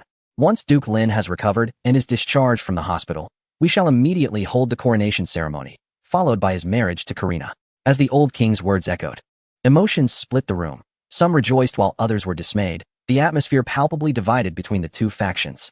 The second prince, his expression grave, attempted to dissuade his father, murmuring, "Father, the doctors say Duke Lin may not awaken." However, the old king stubbornly insisted, "As long as Duke Lin lives, even if he sleeps for a year or 2, that throne is still his.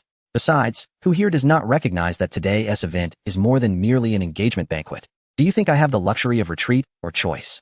We will take one step at a time, yet I must stabilize the situation today. Dispatch someone to the hospital immediately.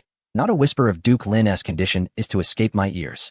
With a fierce glint in his eye, he quietly instructed his second son, "Also, send someone to investigate the driver responsible for the accident." With that, he cast a glance at Raphael, who sat unfazed, observing him with an almost theatrical demeanor. Their eyes met, and under the subtle intensity of Raphael's gaze, the old king declared, "Let the engagement banquet commence."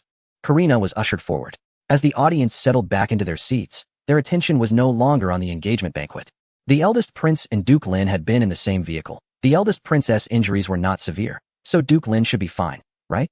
Did you not heed the earlier warnings? The vehicle had directly collided with Duke Lin's side of the seat. The eldest prince was fortunate to have escaped the calamity by sitting on the opposite side. Regardless of the severity of the situation, it is evident that the individual has escaped immediate peril. Otherwise, the king would not have declared Duke Lin as the heir, nor would the engagement banquet have continued. A sudden calamity, indeed, appears to be nothing more than a false alarm. A false alarm? I suspect otherwise. It seems someone is intent on sabotaging the smooth progression of this engagement feast. Chapter 421. He survived this time. An assassination attempt on Lin Cheng is to be executed tonight. Before the engagement banquet could conclude, the old king departed prematurely, leaving no opportunity for inquiries regarding Lin Cheng's condition. As the old king exited, the guests gradually followed suit, forming small clusters as they departed the grand hall. Clearly not returning home, but rather seeking a venue to discuss matters that could not be spoken of openly. The Raphael father and son, having endured the scrutiny of everyone's gaze, sought to evade the crowd. By the time the guests wished to seek them out, the pair had already retreated to a considerable distance. Raphael glanced back at the throng of royal members and remarked, "His fate is rather resilient. He has not perished yet." Ryan replied, "Considering the timing of his poisoning, he cannot have much longer, perhaps no more than a week." Raphael countered, "A week is too lengthy. If news reaches her ears, it could spell significant trouble, potentially undoing all our efforts." Ryan queried, "What can she do if she learns the truth? Can she uncover the reality for Lin Cheng or exact revenge on his behalf?" Unable to restrain himself, he added, "Father, do you not think you are being overly cautious regarding her?" Raphael responded, "She certainly can." Ryan was taken aback. Raphael continued, "Thus, Lin Guli's life must also be forfeited. I must ensure that no information reaches her." Ryan was eager to understand who Qiaoying truly was, but his father had previously advised against curiosity, clearly unwilling to elaborate further. He could only inquire, "What shall we do now?" Raphael replied, first, we must ascertain Lin Chang's current condition. At the hospital, outside the intensive care unit, the old king observed Lin Chang through the glass. The eldest prince, Chadan, stood nearby, consumed by self-reproach, while the younger prince consoled his elder brother.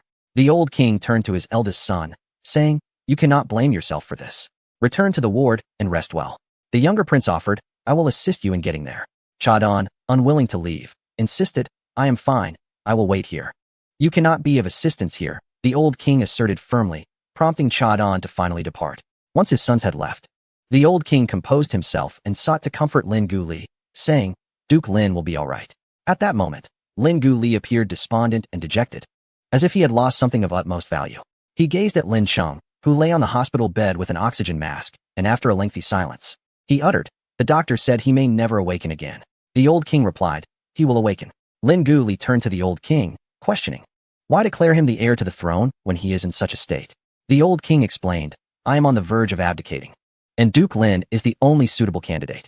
Given the circumstances today, I had no alternative. Lin Guli remarked, you have seen it for yourself.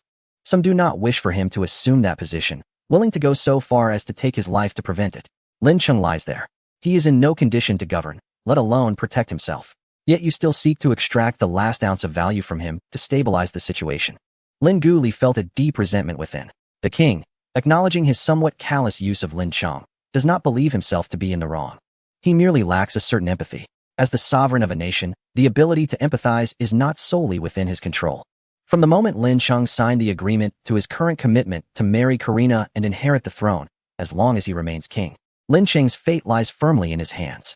However, at this critical juncture, the old king sees no need to quibble with Lin Guli over grander matters or to defend his own actions. The utmost priority is to keep Lin Chang in the hospital and ensure that Lin Guli cooperates in sealing off any information. The old king expresses, you must believe that I share your profound heartache and helplessness regarding Lin Chang's current state. More than anyone, I do not wish for any misfortune to befall him. I will thoroughly investigate this matter, and should it prove not to be an accident, I shall provide an account to Duke Lin, to all who support him. And to you, the prince. I will deploy sufficient forces to ensure that Duke Lin suffers no further harm, and I will seek the finest physicians to attend to his care. Lin Guli retorts, the king's actions are surely motivated by self-interest. He wishes to conceal the possibility of Lin Chang becoming a vegetable, lest those with ill intentions take advantage of the situation. Lin Guli does not unjustly accuse him. Yet the unvarnished manner in which he speaks leaves the old king feeling displeased with Lin Guli's lack of decorum, though he finds himself at a loss for words.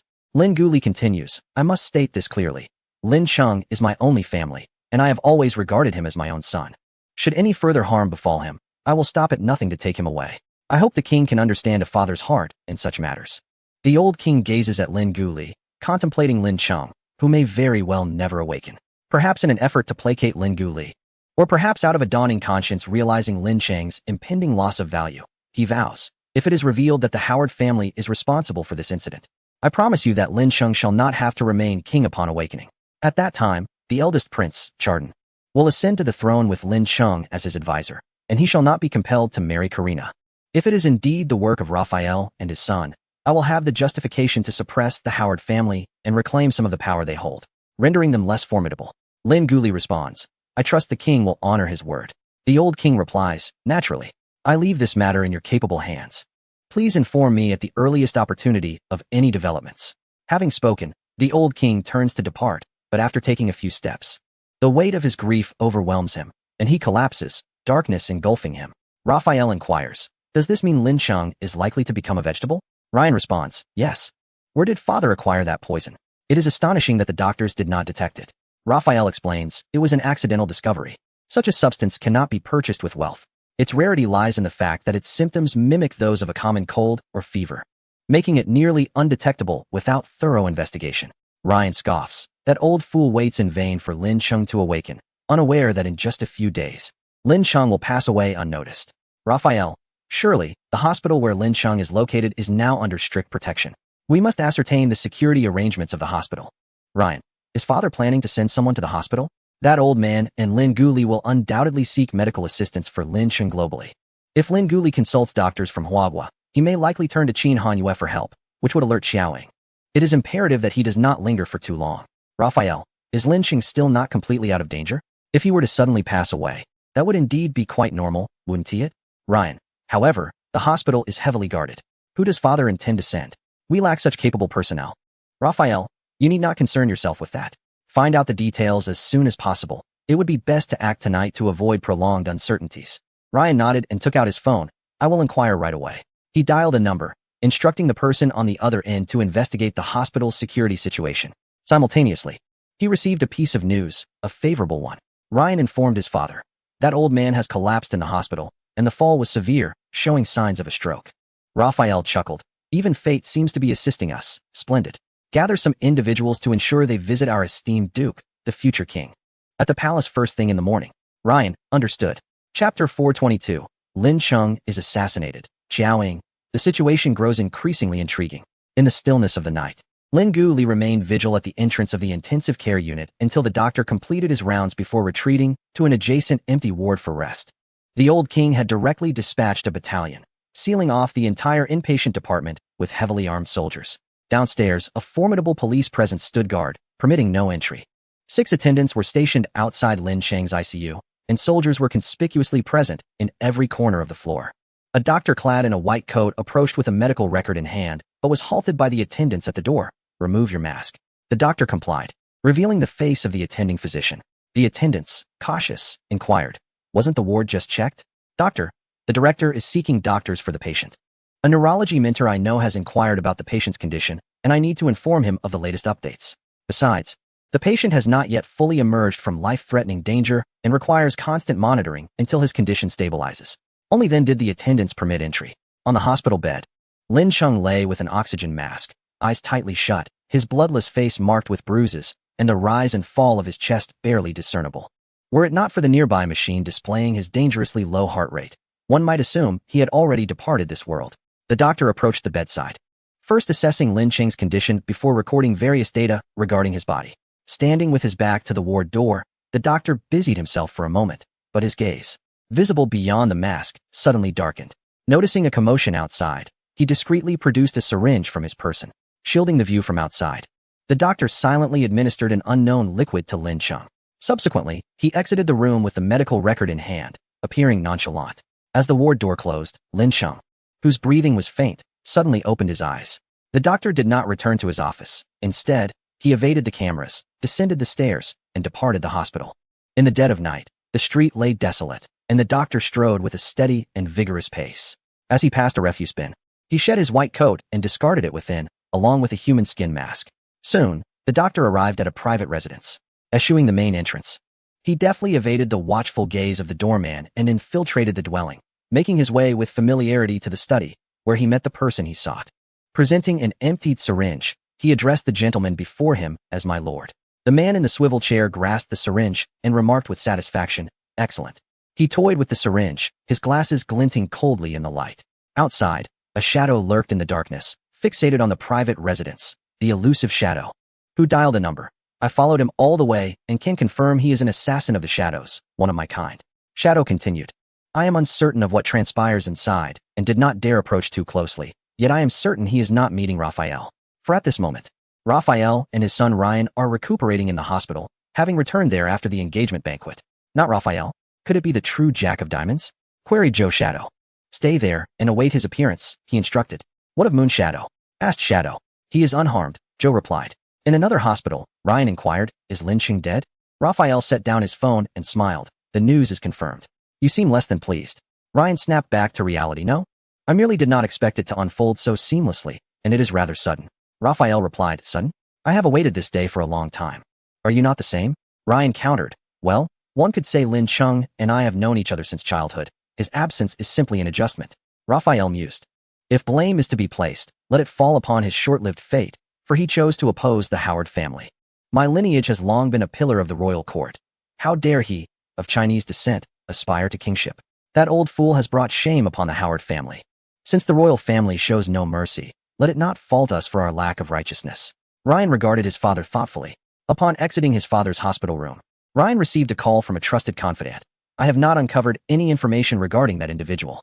After he departed from the hospital that day, it was as if he vanished into thin air. Furthermore, I have scrutinized all of your father's social connections, including numerous business partners among his friends. Yet none have knowledge of him. He has not been seen at previous grand gatherings. Ryan ended the call, reflecting on that pair of familiar eyes in the elevator.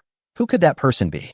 As dawn broke, the old king sat in a wheelchair, pushed by his youngest son from the morgue. The old king's head tilted to one side, his once astute eyes now clouded and dull. In just one night, he appeared to have aged a decade, embodying the frailty of a long-suffering soul on the brink of extinguishment. The aging monarch, clearly unable to withstand any further turmoil, found himself amidst the unfolding machinations of Raphael. Upon returning to the ward, the elder prince, Chardin, awaited him. Father, several princes, dukes, and counts have arrived at the palace this morning, eager to ascertain the condition of Duke Lin. At the forefront is Lincoln, and they refuse to leave. The Howard family is relentlessly pressuring us. Today, they have blocked the palace, and I fear that tomorrow they may besiege the hospital as well. It is not just the Howard family. Our own people are inquiring about Lin Cheng's condition, and my phone has been inundated with calls. The younger prince interrupted anxiously, Brother, please cease your words. The doctor has stated that father cannot endure any further agitation. Chardin replied, What shall we do now? Lin Cheng is deceased, and the Howard family is scheming behind our backs to apply pressure. We cannot conceal his death for much longer. Once they discover the truth, father will be unable to maintain control. A nation cannot function without a leader, and if this continues, chaos will ensue. The younger prince exclaimed, Damn it. There was undoubtedly someone impersonating the doctor last night. Lin Cheng's death was certainly not an accident. It was most likely orchestrated by them. Yet, Prince Lin refuses to allow an autopsy to protect Lin Cheng's remains. The driver responsible has also perished. We know they are behind this, yet we can find no evidence. Suddenly, a commotion arose outside the door. Who is it? Chardin inquired, peering out. There stood Carla, covering her mouth in disbelief. Duke Lin. Luing had been waiting outside that private residence for 2 days. Patience bore fruit, as the owner finally emerged, a middle-aged man. Impeccably dressed in a suit with a pair of refined glasses, possessing an admirable demeanor, high cheekbones, and striking blue eyes, reminiscent of Ryan. Luing stared at his face, momentarily taken aback. How could this be? Within the castle, Jiao Ying, having concluded her conversation with Lu Ying, carelessly tossed her phone aside, continuing to mercilessly knead the head of the fourth master's dog. The fourth master, enjoying himself, showed no signs of struggle. While tormenting the fourth master, Jiao Ying spoke with a curious tone to Qin Hanyue. I now understand where those photographs went awry. Qin Hanyue asked where. Jiao Ying looked at him, a slight smile gracing her lips, and instead of answering, she remarked, It seems that things are becoming rather intriguing. Chapter 4:23, The Appraisal Results. Pressuring Lin Gu Li in the dead of night, Ryan sat on the sofa in the hospital room, flipping through channels on the remote while occasionally glancing at the time, clearly awaiting someone. At last, a figure pushed open the door, first cautiously checking the surroundings before closing it, and hastening toward Ryan. Your Grace, he said, holding a briefcase. This man was Ryan's trusted confidant. Ryan set the remote aside. What news do you bring? The man opened the briefcase and produced several documents. I have made some progress regarding the matters and individuals you requested I investigate. During the old Duke's business trip to Tea Country, certain events indeed transpired. Ryan accepted the documents and began to peruse them immediately. The man continued, retrieving a carefully sealed file. Additionally, here is the appraisal result you requested. Ryan looked at it, promptly setting aside the other documents to take the sealed bag, which was thin and seemed to contain only a few sheets of paper. Ryan swiftly opened the door and retrieved the items within. Upon seeing the appraisal results, he could not help but draw in a sharp breath. His confidant, noticing Ryan's reaction, instinctively followed his gaze, only to widen his eyes in astonishment. What you and the Duke have suggested, as the Crown Prince stated, is indeed a conspiracy. Even if it is not, the Howard family will seize the opportunity to act. Those from the royal household who are gathered at the palace today will surely make their way to the hospital tomorrow. And now, they have already arrived downstairs. The individuals present are supporters of the Howard family, and it is not difficult to discern who is inciting and exacerbating the situation from behind the scenes. Outside the mortuary, the second prince crouched before Lin Gu Li. Prince Lin, I am acutely aware of the profound impact that the Duke's death has had on you. I understand that it is not the appropriate time to seek your assistance, yet we find ourselves in dire straits. Only you can help us. Only you can represent Lin Cheng and stabilize the situation.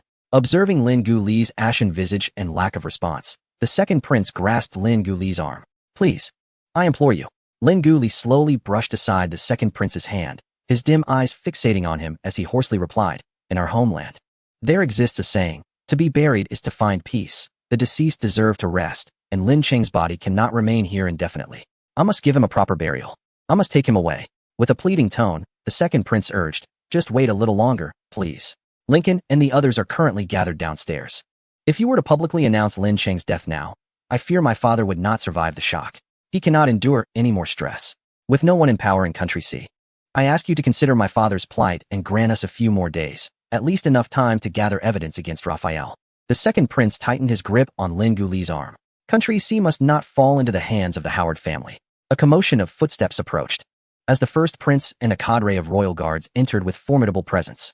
No one is permitted to remove Lin Cheng's body from the hospital, he declared.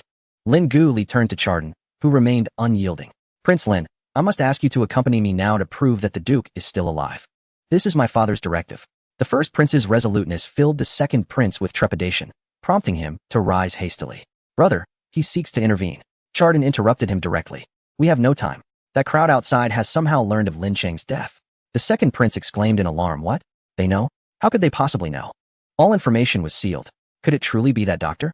Chardon responded. Not only that, but they have also brought media representatives with them, clearly having confirmed the news. Chardon informed Lin Guli, if we cannot convince them today that the Duke's rightful heir is still alive, Country C will fall into the hands of the Howard family. I am not here to discuss with you, Prince Lin. I am here to convey my father's orders. This matter concerns the fate of the entire nation, and you cannot make unilateral decisions. You now face two choices. Either accompany me to inform them that Lin Cheng is still alive, or leave Lin Cheng's body here. Lin Guli gazed at Chadden, gradually rising to his feet, his fists clenched with a resonating crack. In the face of the sovereign's command, he remained undaunted, clearly stating to Chadden, tell your father, I shall choose neither of these paths. Chapter 424, A Scheme Against Lin Cheng, Unless I Perish. The eldest prince, Chadden's expression darkened, his gaze fierce and menacing, exuding an air of coercion as he demanded, what did you say? Lin Guli, unafraid of authority, retorted, Lin Cheng is dead. I will not allow anyone to desecrate his remains unless I am to perish. The second prince sought to interject, elder brother, yet was disregarded by Chadden. Chadden fixed his unyielding stare upon Lin Guli, regarding him with the eyes of a ruthless monarch scrutinizing a treacherous subject, and inquired once more. Does the prince truly intend to offer no assistance? Lin Guli remained silent, directly meeting Chadden's gaze, his meaning unmistakable. The eldest prince gave a slight nod, the corners of his mouth twitching. Very well, but I must inform you, you do not possess the luxury of choice. He then commanded his attendants loudly. You few remain here. Until the prince makes a decision, you are not to leave. Inform me the moment the prince agrees to assist. Understood. Having said this, Chadden strode away with purpose. Elder brother? The second prince observed his departing sibling, furrowing his brow, a grave expression overtaking his features. His concern and guilt compelled him to glance at Lin Guli. Lin Guli scoffed, a cold smirk of derision gracing his lips. Is the king intending to confine me? To coerce me? The second prince responded, No, your highness, my elder brother means no offense. The situation is dire, and he, Lin Guli interrupted. I initially wronged you by abandoning Country C, but I have done enough for Country C. Lin Cheng, too, has dedicated himself to this nation over the years. He fixed his gaze upon the prince. He is younger than you and your brothers, his meager life already stripped of freedom, now lying in this cold morgue. Devoid even of that. Country C, regardless of its name, shall not perish, yet he is dead, slain by the machinations of your royal family in their quest for power. Even in death, you refused to grant him peace. He did not wish to marry Karina, nor to inherit the throne. It was all of you who compelled him to his demise. The second prince stepped back, his complexion paling slightly. Lin Guli could not discern whether he felt sorrow, disappointment, or rage. He shook his head and declared, to not even spare the dead. It seems my choice of Country C was a grave error from the very start. The second prince, sensing the prince's shame, could not bear to meet Lin Guli's eyes. Taking a deep breath, Lin Guli suppressed the tempest of emotions within him. Inform the king, should he dare to plot against Lin Cheng again, as long as I, Lin Guli, draw breath. The actions of your royal family shall be made known to the public. Your highness, Lin Guli shut his eyes, turning away from the second prince. Seeing this, the second prince had no choice but to depart. Before leaving, he instructed the guards left by his elder brother, do not impose upon the prince, nor restrict his freedom. Kara, accompanying her father in the infirmary, anxiously inquired of her elder brother's return. Did Prince Lin agree? Chadden shook his head. The old king's eyes dimmed. Chadden, in a tone of defeat, remarked, Prince Lin is exceedingly angry, declaring that he and Duke Lin will henceforth sever all ties with our royal family. And he said that we royal. Kara interjected, what did he say? On the sickbed, the aged king gazed at his eldest son, Chardon, who appeared conflicted. His words caught in his throat. Though unspoken, it was evident that Lin Guli had uttered some harsh truths. Chardon remarked, Prince Lin also mentioned he intends to take Duke Lin away for burial. I shall seek him out. Prince Lin, by nature gentle and compassionate, though emotional, possesses reason and is a man of the greater good. He will surely be inclined to assist us. As Carla prepared to depart, Chardon restrained her, saying, "It is futile. Did you not see his demeanor just now? Had emotional appeals been effective, I would have knelt before him. He has made it clear that even if you, father, personally implore him, it would bear no fruit. There is simply no room for negotiation in this matter." Carla, distressed, pressed on, "What shall we do now? How long can we evade this? The news of Duke Lin's demise and father's illness will soon be known to all." Chardon replied, "I will go out and find a way to placate them." The old king, with great effort, moved his stiff lips to call out to Chardon, and in labored syllables, he instructed, "No need, just handle them. Return to the palace and retrieve the seal. From today henceforth, you shall act on my behalf in state affairs." The crown prince's heart trembled, his pupils dilating as his breath quickened. In his father's eyes lay an unmistakable mixture of shock and joy. Despite his attempts to suppress the exhilaration within, his body quivered. Chardon solemnly vowed to his father, "I shall not betray your expectations." As the second prince arrived, he found his elder brother already bestowed with this responsibility. Chapter 425, Qiaoying. Recording a dramatic scene of dogs biting dogs, the main entrance of the hospital was besieged by several royal family members and media reporters, with soldiers standing guard at the entrance. It was Prince Chardon who emerged. The crowd, upon seeing him, surged forward, clamoring with questions, creating an immediate uproar. 4 days had elapsed since the engagement banquet and the car accident involving Lin Cheng, leaving the nation in suspense for news. Chardon was the only informed individual to make an appearance and respond. He stood before the gathering, first seeking to restore calm. "The details of Duke Lin's condition cannot be extensively disclosed at this moment, and my father, the king of our nation, is unable to respond due to health issues," he began. Chardon attempted to soothe the crowd, advising them to return home.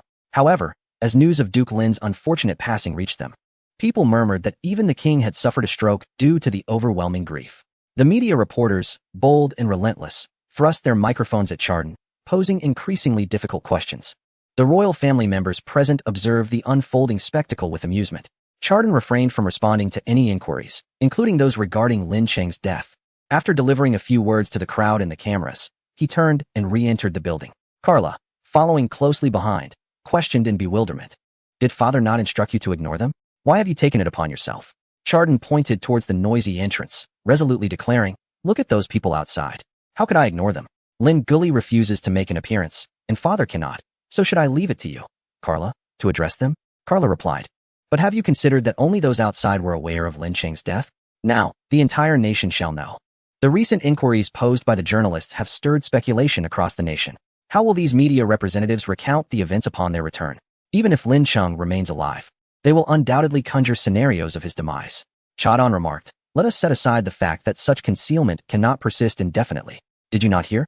They are even aware of his father's stroke. This hospital is under the watchful eyes of the Howard family, even if we wish to shroud the truth. The Howards will not permit it." Carla found herself momentarily at a loss for words, and then inquired, "Since you have chosen to intervene, why did you not refute the rumors of Duke Lin's death and your father's health crisis?" Chardon, innocently, responded, "I have already informed them that Duke Lin is alive and that my father is merely unwell." Carla pressed on, "But," Chardon interjected, "did you not hear what my father said in the ward? The royal decisions rest with me." With that, he coldly instructed, "Return to the ward to attend to my father. I shall fetch the seal," and departed through the back exit. Chardon's intentions to stabilize public sentiment, which he believed he had executed commendably, inadvertently thrust the entire royal family into a maelstrom. Whether a matter is deemed joyous or mournful, the public tends to lean toward pessimism. In their minds, Lin Cheng is presumed deceased, and the old king is considered to be suffering from a severe stroke rather than mere discomfort. Moreover, there are unseen forces exacerbating the situation. Even the royal family members who supported Lin Cheng and anxiously awaited positive news began to inquire amongst themselves about his fate and the health of the old king. At this point, they were already in disarray without any external instigation from the Howard family. Chardon, in fact, has added considerable pressure to his father, the king. Rather than assuaging public concern and stabilizing the situation, he has shaken the confidence of the people, leading to outright chaos. The situation has escalated over 2 days, becoming increasingly tumultuous. No further information regarding Lin Cheng has surfaced, and in the face of growing skepticism, Chardon has remained silent. At such a juncture, even if they had paraded Lin Cheng before the cameras with a respirator, it might have quelled the unrest, but they did not. The old king has yet to make an appearance. Classes and schools have ceased, and the streets have filled with citizens brandishing banners concerning the heir to the throne, alongside many advocating for Ryan's claim to the succession. In a short span, anxiety has gripped the nation. It is evident that the royal family can no longer afford to remain silent. 8 days after the engagement banquet and following Lin Cheng's accident, all royal members finally received a response from the old king. Ryan visited his father Raphael in the hospital room. The palace has just sent word that the old man has an important announcement to make tomorrow morning. We are to be present. Having just concluded the call, Raphael set down his phone and smiled at Ryan. The old man is to declare the Grand Prince as the heir. Ryan replied, thus far, everything is proceeding smoothly. Our arrangements are all in place. It is now our turn to take the stage. Raphael's smile deepened. I eagerly anticipate tomorrow's spectacle. Ryan, gazing at his father, wore a somewhat inscrutable smile and echoed, I too await it with great anticipation. In the ancient castle, Xiao Ying concluded her needlework, reflecting on the days of anticipation that had finally led to some tangible results. She informed the person on the bed, I shall visit the scene tomorrow. It is likely to be quite lively. Would you like me to record it for you? After a moment's contemplation, she added, if all goes as expected, there should be quite the spectacle, akin to dogs fighting dogs. Considering your mundane existence and your fondness for canines, I believe capturing it on film would provide you with a refreshing diversion. With a playful arch of her brow, she concluded, that is, if I do not forget.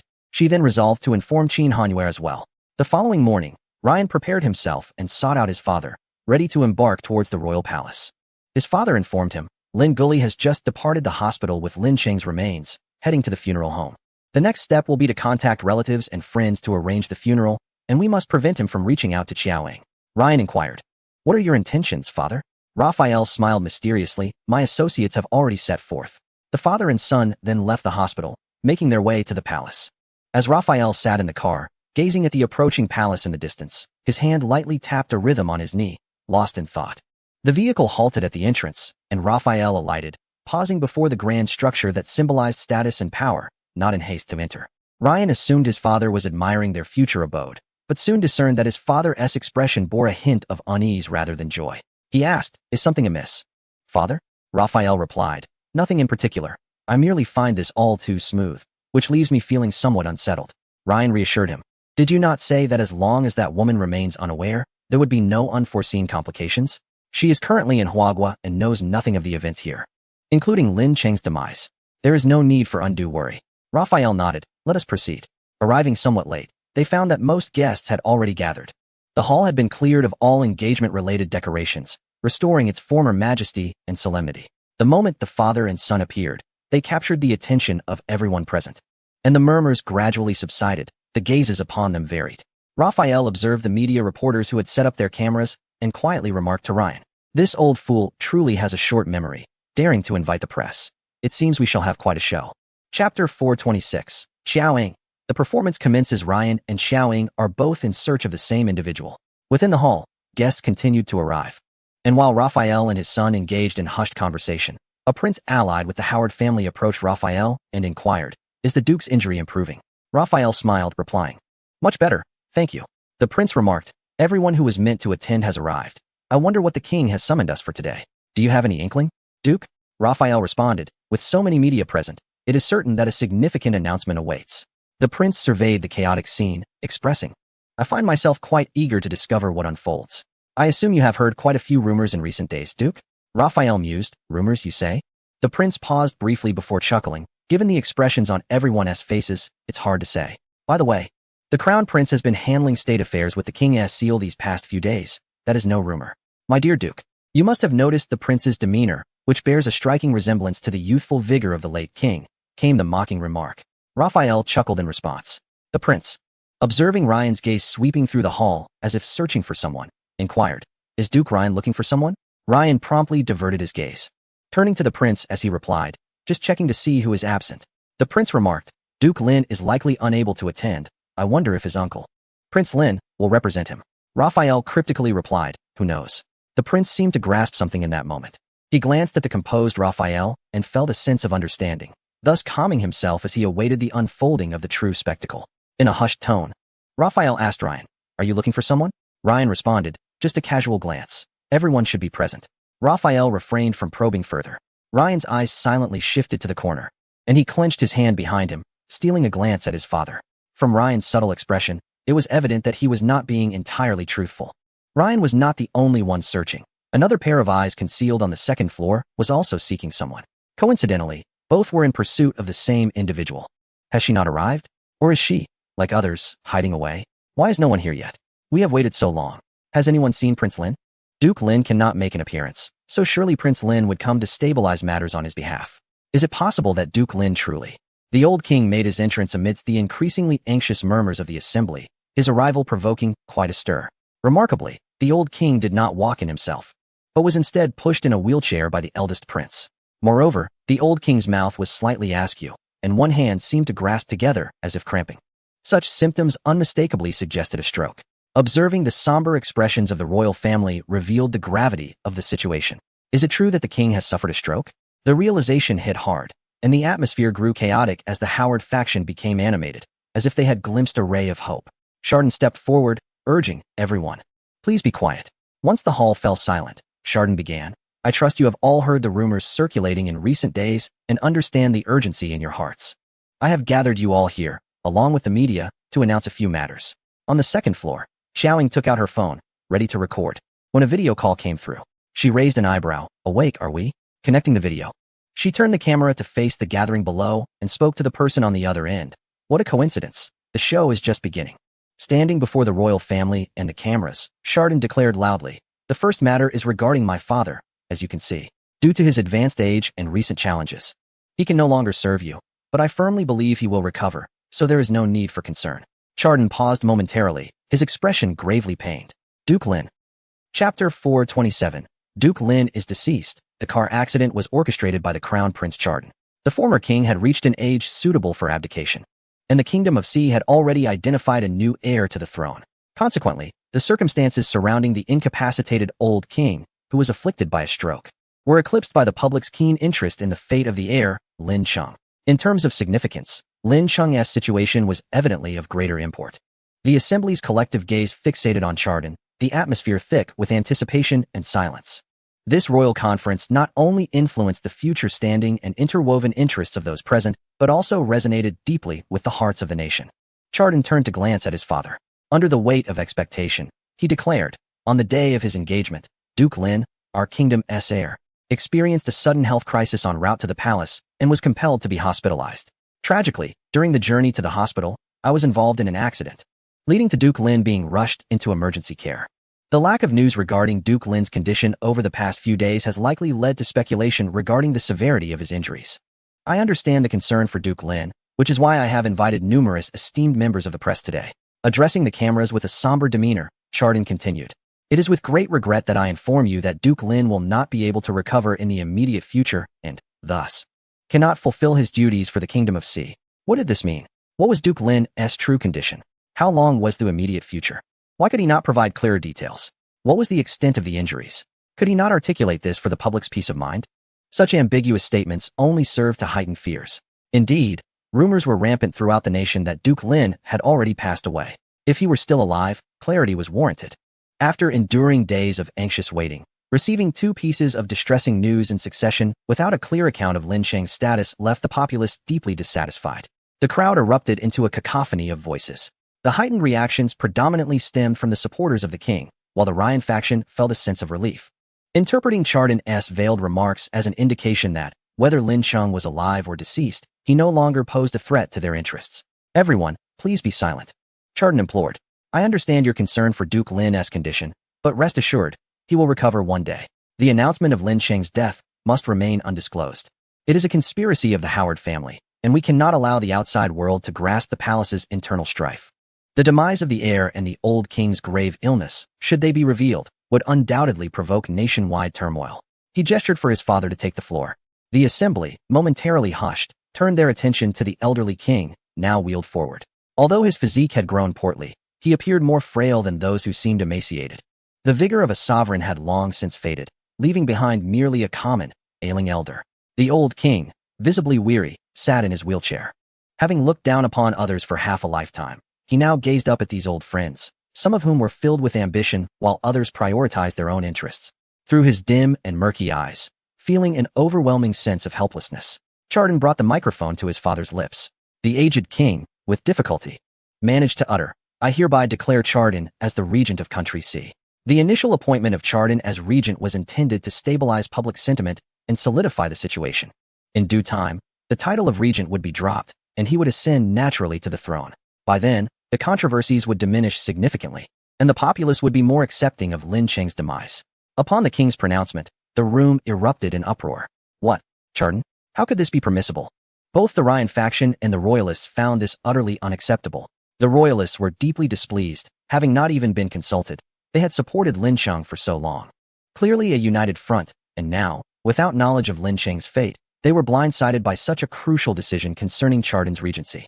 Conversely, for the Ryan faction, this was a somewhat favorable development, as a fool like Chardon being king was a far better scenario than Lin Cheng. Yet, that was insufficient. They were determined to prevent Chardon from ever becoming king. Consequently, they colluded and vocally opposed the decision. Confidently, Chardon regarded the royal members who opposed his regency with a mix of anger and sincerity, vowing to excel in his duties. A prince remarked, Chardon, regent? Soon, the title of regent will be discarded, and he will be king, correct? What say you, Duke? Raphael replied, patience, the main act has yet to commence. Raphael glanced at a nearby earl, who then stepped forward, addressing the assembly with a commanding voice. I oppose this decision. His voice silenced the crowd. Drawing all eyes to him, Chardon subtly frowned and said, Earl Henry, I recognize my limitations, but I am merely a regent. As he spoke, he contemplated that once he became the rightful king, he would ensure that this presumptuous individual faced the consequences of his audacious behavior. Before Chardon could finish, the earl interrupted him. Regent? The heir, Duke Lin, has unfortunately passed. Who does Chardon represent? Xiao Ying, holding her phone, remarked, the main event is about to unfold. Chardon responded, that is mere rumor. Duke Lin. The earl cut him off again. I have no objection to whoever becomes king today, but Chardon absolutely shall not. He pointed directly at Chardon. For the accident that befell Duke Lin was no accident. It was orchestrated by you in your quest for power. The earl's words stunned the assembly, causing Chardon's pupils to constrict. The earl continued, I cannot allow such a regicide to jeopardize the future of Country C. The crowd was incredulous. Chardon orchestrated the accident? How could this be? The crown prince desires to usurp the throne? Does this mean Duke Lin truly? The prince interjected. What a splendid spectacle this is, with surprises unfolding one after another, just as I anticipated. Raphael chuckled in agreement. Indeed. Who could argue otherwise? A myriad of scrutinizing gazes converged upon Chardon, including those of his own kin, his siblings. Chardon's eyes were cold as he retorted. In this grand hall, how dare you utter such baseless accusations? Do you comprehend the gravity of your words, Henry? The count disregarded Chardon's outburst and addressed the elderly king in his wheelchair. I possess certain items, your majesty. Would you prefer to examine them privately? Or shall we reveal them to the entire nation? Chardon's gaze hardened. What do you mean by that? The count replied, do not be hasty. The truth will soon unfold. Chardon interjected, cease your slander against me. I accept your disapproval of my claim to the regency, fully aware of my shortcomings, yet I shall not tolerate your fabrications. The count once again ignored him. It appears the king wishes to unveil this matter to the public. Very well. The aged king struggled to utter, Chardon. Upon hearing his father's call, Chardon refrained from turning back, uncertain whether it was due to guilt or the confidence that comes with innocence. He conveyed his father's intent directly. Please escort the media representatives to the waiting room for a brief respite. Chapter 428, Dog Bites Dog. Chardon, it was Raphael who incited me. The journalists were escorted from the grand hall. Chardon's demeanor darkened. I am eager to see what you will present. If you fail to furnish evidence to condemn me today, I shall strip you of your title. The man named Henry chuckled and instructed his assistant, bring them in. Yes. The assistant promptly exited the grand hall. Who were they bringing in? Witnesses? What secrets did Count Henry hold? What was the veracity of his claims? What was his motive for testifying today? Chardon challenged, what trickery are you attempting? If you are not mad, I advise you to cease this at once. Henry replied, what does the crown prince have to fear? I am wagering my title and the future of my entire lineage. Indeed, slandering the royal family is a grave offense. Such matters concerning titles and family honor cannot be trifled with. If Henry's assertions were true, calamities would befall one after another, and the royal faction could scarcely endure. As long as the throne did not fall into the hands of the Howard family, they thought, Chardon will do. He is not without merit. Even a muddy hand can help a wall. Yet now, this situation had arisen. Chardon clarified, the count has misunderstood. I merely intended to convey that the reporters await in the side hall. There are more pressing matters to announce. Any objections you have regarding me can be discussed in private. Henry had not declared his allegiance, leaving Chardon uncertain of his affiliations and the source of his audacity to defame him. Chardon was confident he had left no incriminating evidence. Yet Henry's declaration of risking his title, with such conviction, indeed caused Chardon to feel a twinge of anxiety. Henry remarked, "It will not take long. They have arrived." Chardon lifted his gaze towards the hall's entrance, observing Henry's assistant and bodyguard escorting a bound figure inside. Upon recognizing the person's face, Chardon began to panic. Who was this individual? What had he done? The person was brought before Henry, directly in front of Chardon. Henry inquired, "Will you, Crown Prince, voluntarily confess to your actions? Or shall I speak on your behalf?" Chardon clenched his jaw, maintaining his composure. "Thus, I shall listen to what the Count has to say. Primarily, he is utterly incapable of hindering Henry at this moment. Resorting to force would only project an air of guilt." Henry seized the hair of the individual beside him, compelling him to lift his head, then inquired of Chardon, "Do you recognize this man, your highness?" Chardon replied, "How could I possibly know someone brought by Count Henry?" Henry countered, "This man has faithfully served you for 15 years, a loyal confidant, and a sharp blade in your arsenal. He has rendered you countless invaluable services, yet you claim not to recognize him? How heartless, how chilling." With a sudden release, Henry shoved the man's head aside. Chardon demanded, "What exactly are you implying?" Henry stated, "He was the one who bribed the reckless driver, resulting in the death of Duke Lin, and subsequently disguised himself as a doctor, hiding in the ambulance, to eliminate the driver, ensuring there were no witnesses. All of this was executed under your orders, your highness." Chardon scoffed, "To fabricate charges is a trivial endeavor. You select a random person and attribute a multitude of baseless accusations to me. How laughable." Henry replied, "Indeed, your highness, your scheme is impeccably meticulous and rather ruthless. However, do you truly believe that I have only uncovered this individual? Behold, he produced a USB drive. Would you care to review the footage of your meeting with him, where you issued your commands? I possess the transfer records to the reckless driver, as well as the details of the murder that transpired within the ambulance. Care to see?" Chardon asserted, "This matter is of great significance. It cannot be condemned solely by your words. Guards, escort Count Henry to the side chamber and contact the authorities. We shall address this in a just venue. I trust the police will not wrongfully accuse anyone." Henry retorted, "Huh? A just venue? The royal palace itself cannot be deemed a place of fairness. Where else might that be?" He turned to the gathered members of the royal family. "Ladies and gentlemen, should I be taken from here today, I fear I may never exit this palace safely again. As for the evidence in my possession, it is unlikely to reach the hands of the police. Even if it did, as a baron on the verge of losing my title, how could my influence rival that of the crown prince?" Chardon remained unfazed, countering, "There were others in that vehicle besides Lin Cheng. I was present as well. Fortunate to have survived. Everyone is aware of this. Do you not know?" Henry responded, "But, your highness, you were merely slightly injured, were you not? To put oneself in danger is indeed a clever method of clearing one's own name, and you have employed it quite well, have you not?" Chardon exclaimed, "You." Henry continued, "Taking risks can be perilous, yet effective. Your highness, your audacity is commendable."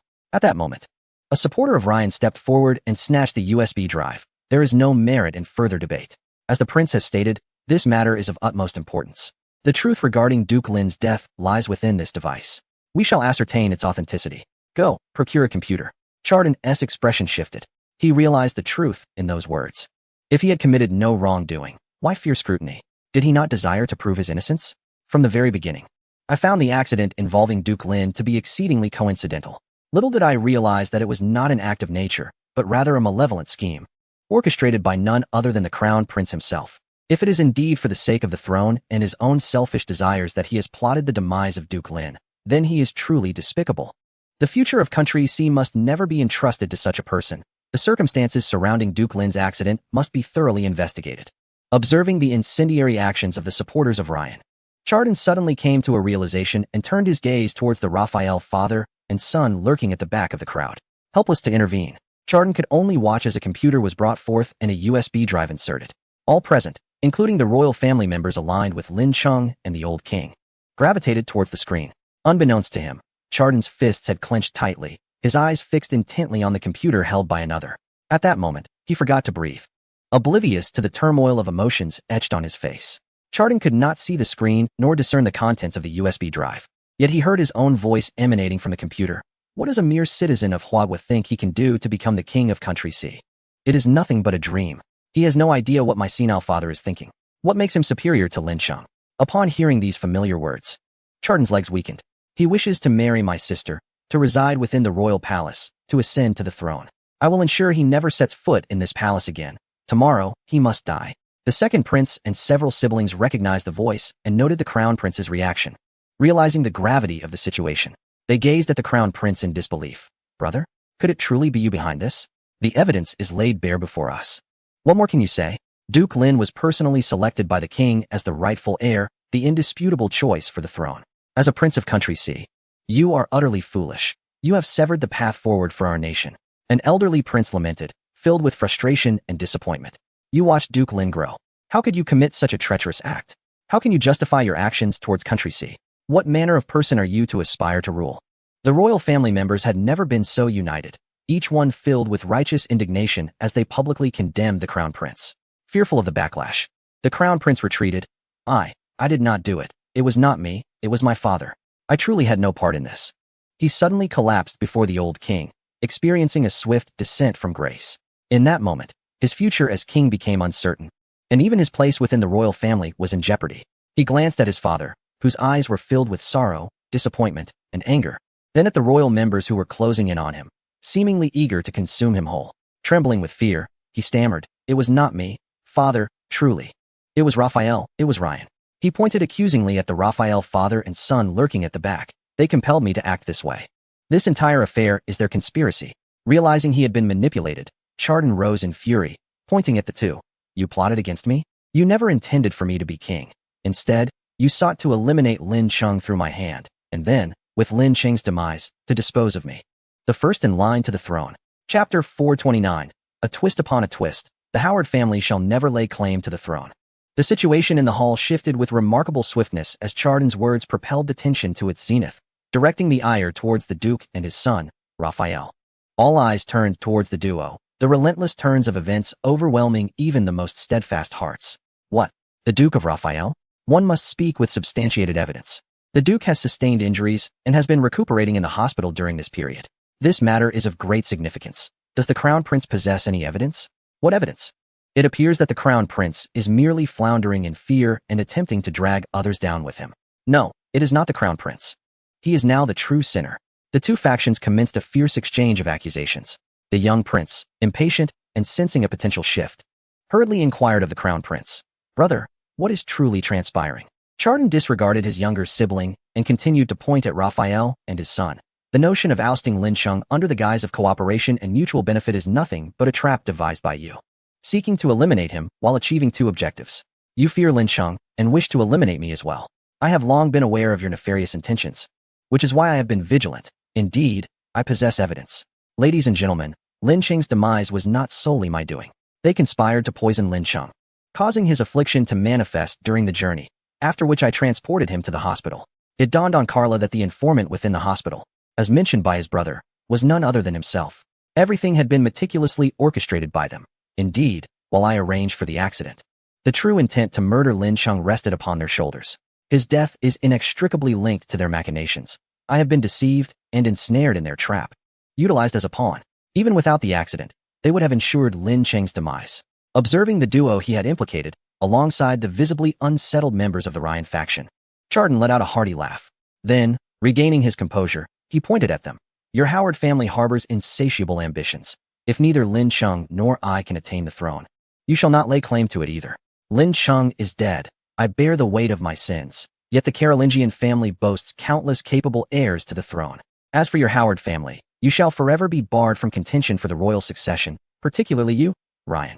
In this confrontation, Lin Cheng and I may have faltered, but your Howard family has sacrificed its very existence.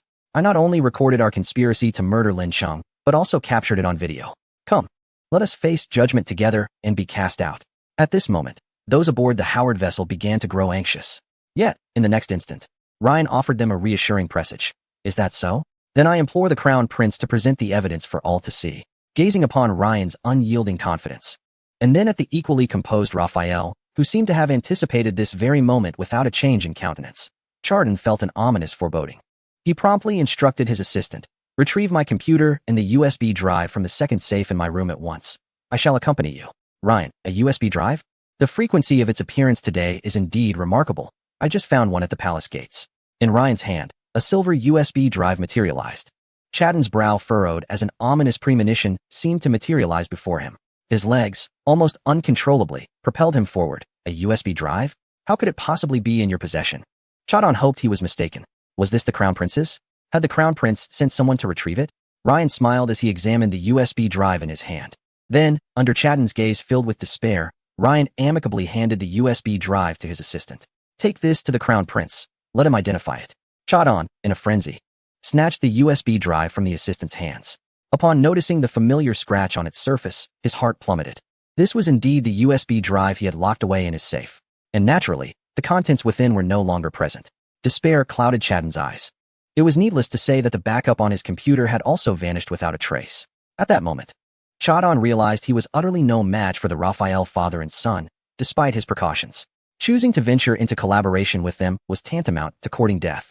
Every move he made had been meticulously monitored by them. They had not only infiltrated the formidable barriers of the palace, but had also retrieved the USB drive from his seemingly impenetrable safe.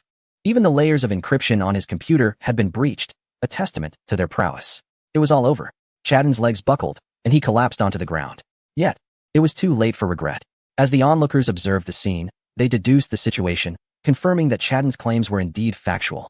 Although the evidence had already been obliterated by the unseen puppeteers, Ryan's audacity in publicly producing the USB drive was a veiled admission of guilt, revealing their complete lack of trepidation. With the Crown Prince's assistance, they aimed to eliminate Lin Cheng, subsequently ousting the Crown Prince himself through Lin Cheng's demise. Their intentions were glaringly evident. Meanwhile, Ryan had effectively eliminated all rivals within the court. The two heirs, first Lin Cheng and then Chadon, had been neutralized, while the old king remained incapacitated. The faction loyal to the king had suffered severe blows, their strength waning, leaving them unable to criticize the Crown Prince as they turned inward in fear. Ryan remarked with a smile, "It appears I have indeed stumbled upon the USB drive that the Crown Prince misplaced. One must handle such items with caution." Amidst the chaos of the king's faction, the old king's brother stepped forward, questioning the Raphael duo. "What exactly are your intentions?" Ryan feigned innocence. "Duke Cornell, we have done nothing at all. Why do you question us so?" Cornell fixed his gaze upon the pair. Moments later, he declared loudly, "Chadon Carolyn is implicated in the murder of the heir, Lin Cheng, and is stripped of his status as heir." He then turned to his royal brother. "I implore the king to announce that the position of king shall be temporarily held by the second prince." "The second prince? Me?" The old king's lips moved as if to speak, but Ryan's voice rang out, interrupting him. "I object." Given the circumstances, Ryan's charisma was undeniably the strongest, eliciting immediate support from a multitude of followers. Cornell interjected, "Duke, do not be hasty. Although the contents of the USB drive are no longer present, there is still one thing that remains." Cornell, though advanced in years, retained an imposing presence. "My royal house shall not shield Chadon Caroline, nor shall we spare any wretched soul. The circumstances surrounding the Duke Lin's demise are dubious and of great consequence. I shall summon a coroner to ascertain whether the Duke was indeed poisoned and to verify whether there exists any incriminating evidence on Chadon Caroline's USB drive. At that juncture, let Duke Ryan contend for the position of royal heir." Ryan, smiling languidly, replied, "The innocent shall clear themselves. I am most willing to await your efforts, Duke Cornell, to vindicate both myself and my father. However, I must remind you that the Duke's remains have already been sent to the mortuary by his uncle. Considering the timeline, Duke Lin is likely en route back to his homeland, Huagua. I have heard that Huagua currently practices cremation. I hope you can arrive in time to persuade Lin Guli to seek Lin Cheng's remains. Not only Lin Cheng, but they would have to venture to the underworld to find Lin Guli." Chapter 430. Rebellion. Cornell understood that hope was dim. Even if they managed to arrive in time to persuade Lin Guli, they would undoubtedly face obstructions, ensuring no evidence would be found. Despairing, he realized that, given the current situation, even obtaining evidence would likely prove insufficient to topple the Howard clan. Yet, Cornell still commanded, "Contact Prince Lin immediately." He was aware that success was unlikely, yet he felt compelled to try. Perhaps it could buy them some time, and who knows? A turn of events might still occur. He then instructed his son and the king's youngest, "You two must head to the airport at once, to Huagua, to find Prince Lin." The two immediately exited the Great Hall, only to be confronted by a horrifying sight, halting abruptly at the entrance. The people within the hall soon noticed their stasis and heard the growing tumult from outside. "What is happening? What is that noise?" As they observed the two retreating a step, Cornell was about to dispatch someone to investigate when a large contingent of armed soldiers burst into the hall. The occupants, startled, hurriedly clustered towards the center. By the time they comprehended the situation, they realized they were surrounded. The guards within the hall were rendered mere decorations before these soldiers. "It is the Eastern Guards." Cornell bellowed. "Raphael," he demanded, "how dare you mobilize the Eastern Guards without authorization and bring them into the palace? Are you attempting a rebellion?" A rebellion? The Howard family staging a coup?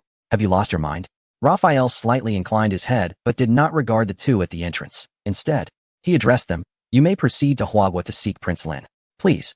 Such demeanor was undeniably audacious. Ignoring them further, he stepped forward and declared, except for these two. No one else is permitted to leave this place for the time being. Ryan, fetch the sheriff. Understood. Raphael continued. Chardon Caroline is suspected of murdering royal family member Duke Lin, the heir to the throne. This matter concerns the reputation of our entire Sea Nation and the royal family.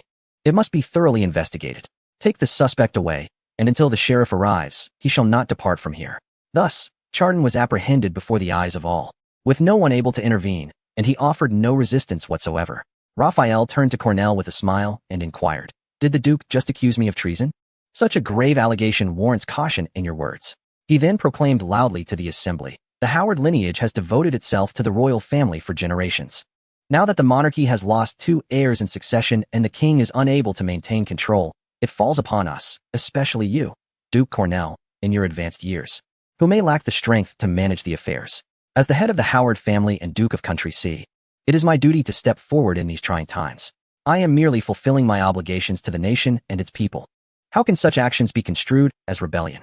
Raphael continued, A nation cannot remain leaderless, especially at this critical juncture when a capable individual must emerge to stabilize the situation and soothe the populace.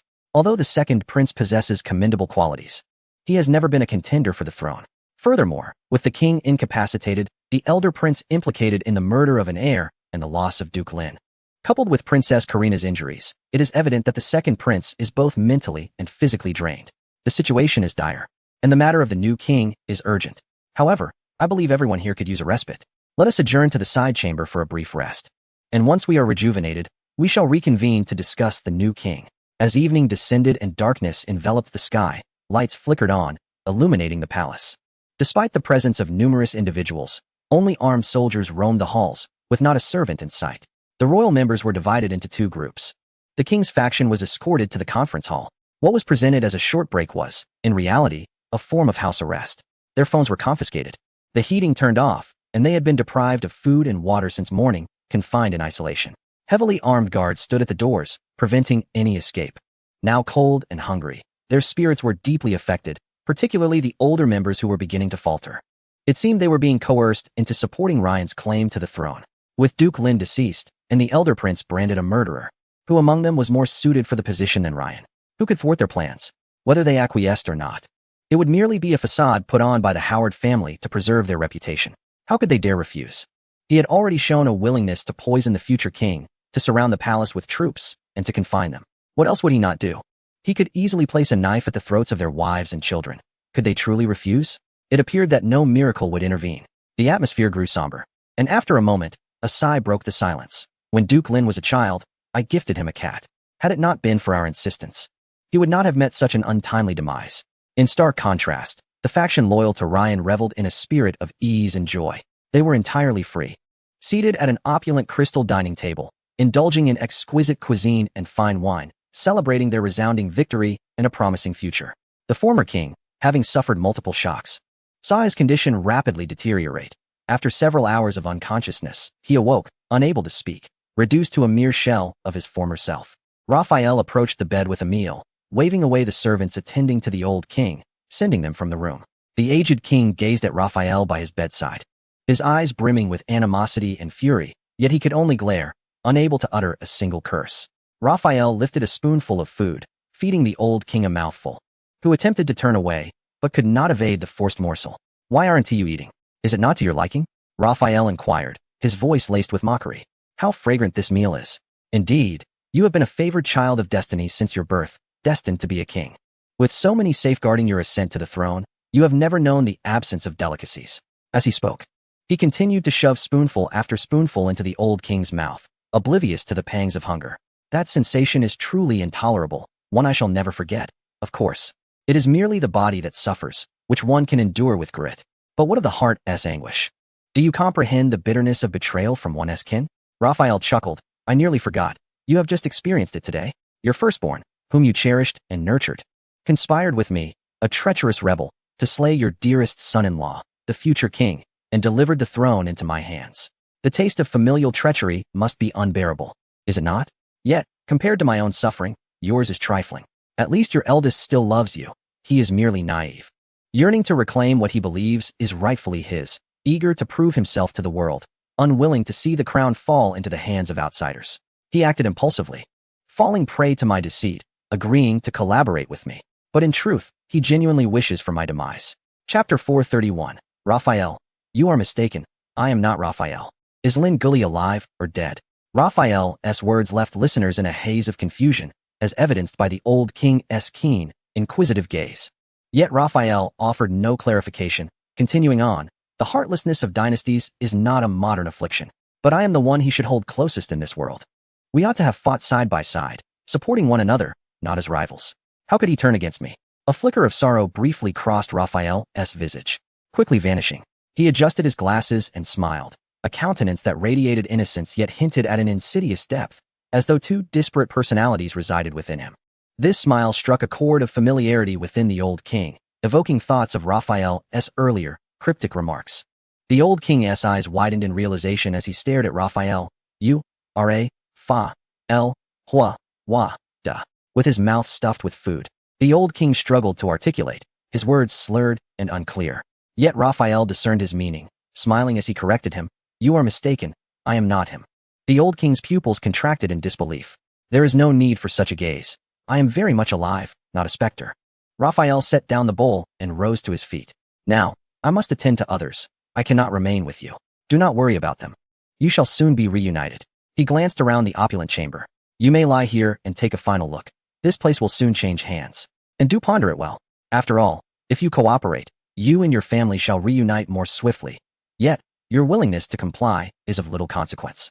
With that, Raphael exited the chamber of the old king. Carla, anxiously pacing within the room, glanced at her pale sister Karina, seated in a wheelchair. Wishing to offer comfort, but feeling utterly powerless. Unwilling to remain idle, she attempted once more to open the door. However, as in previous attempts, the soldiers stationed at the entrance barred her from stepping outside. Observing the weapons at their sides, Carla retreated back into the room. While Carla was gentle-natured, Karina possessed a fierce resolve. Without hesitation, Karina pushed her wheelchair forward, charging towards the exit, only to be met with a gun aimed at her forehead. With indignation, Karina exclaimed, "How dare you? I am the most esteemed princess of the royal family. Do you comprehend the consequences of your disrespect?" The soldier replied, "Return, unless you wish to meet your demise." Frightened, Carla attempted to pull her sister back. Karina retorted, "This is the palace. It is my home. Who are you to speak to me in such a manner? Where's Raphael? How long does that old fool intend to imprison us? And what of my father? He is the king. How dare you rebel against him? Confining a king is a capital offense that warrants the annihilation of your entire lineage.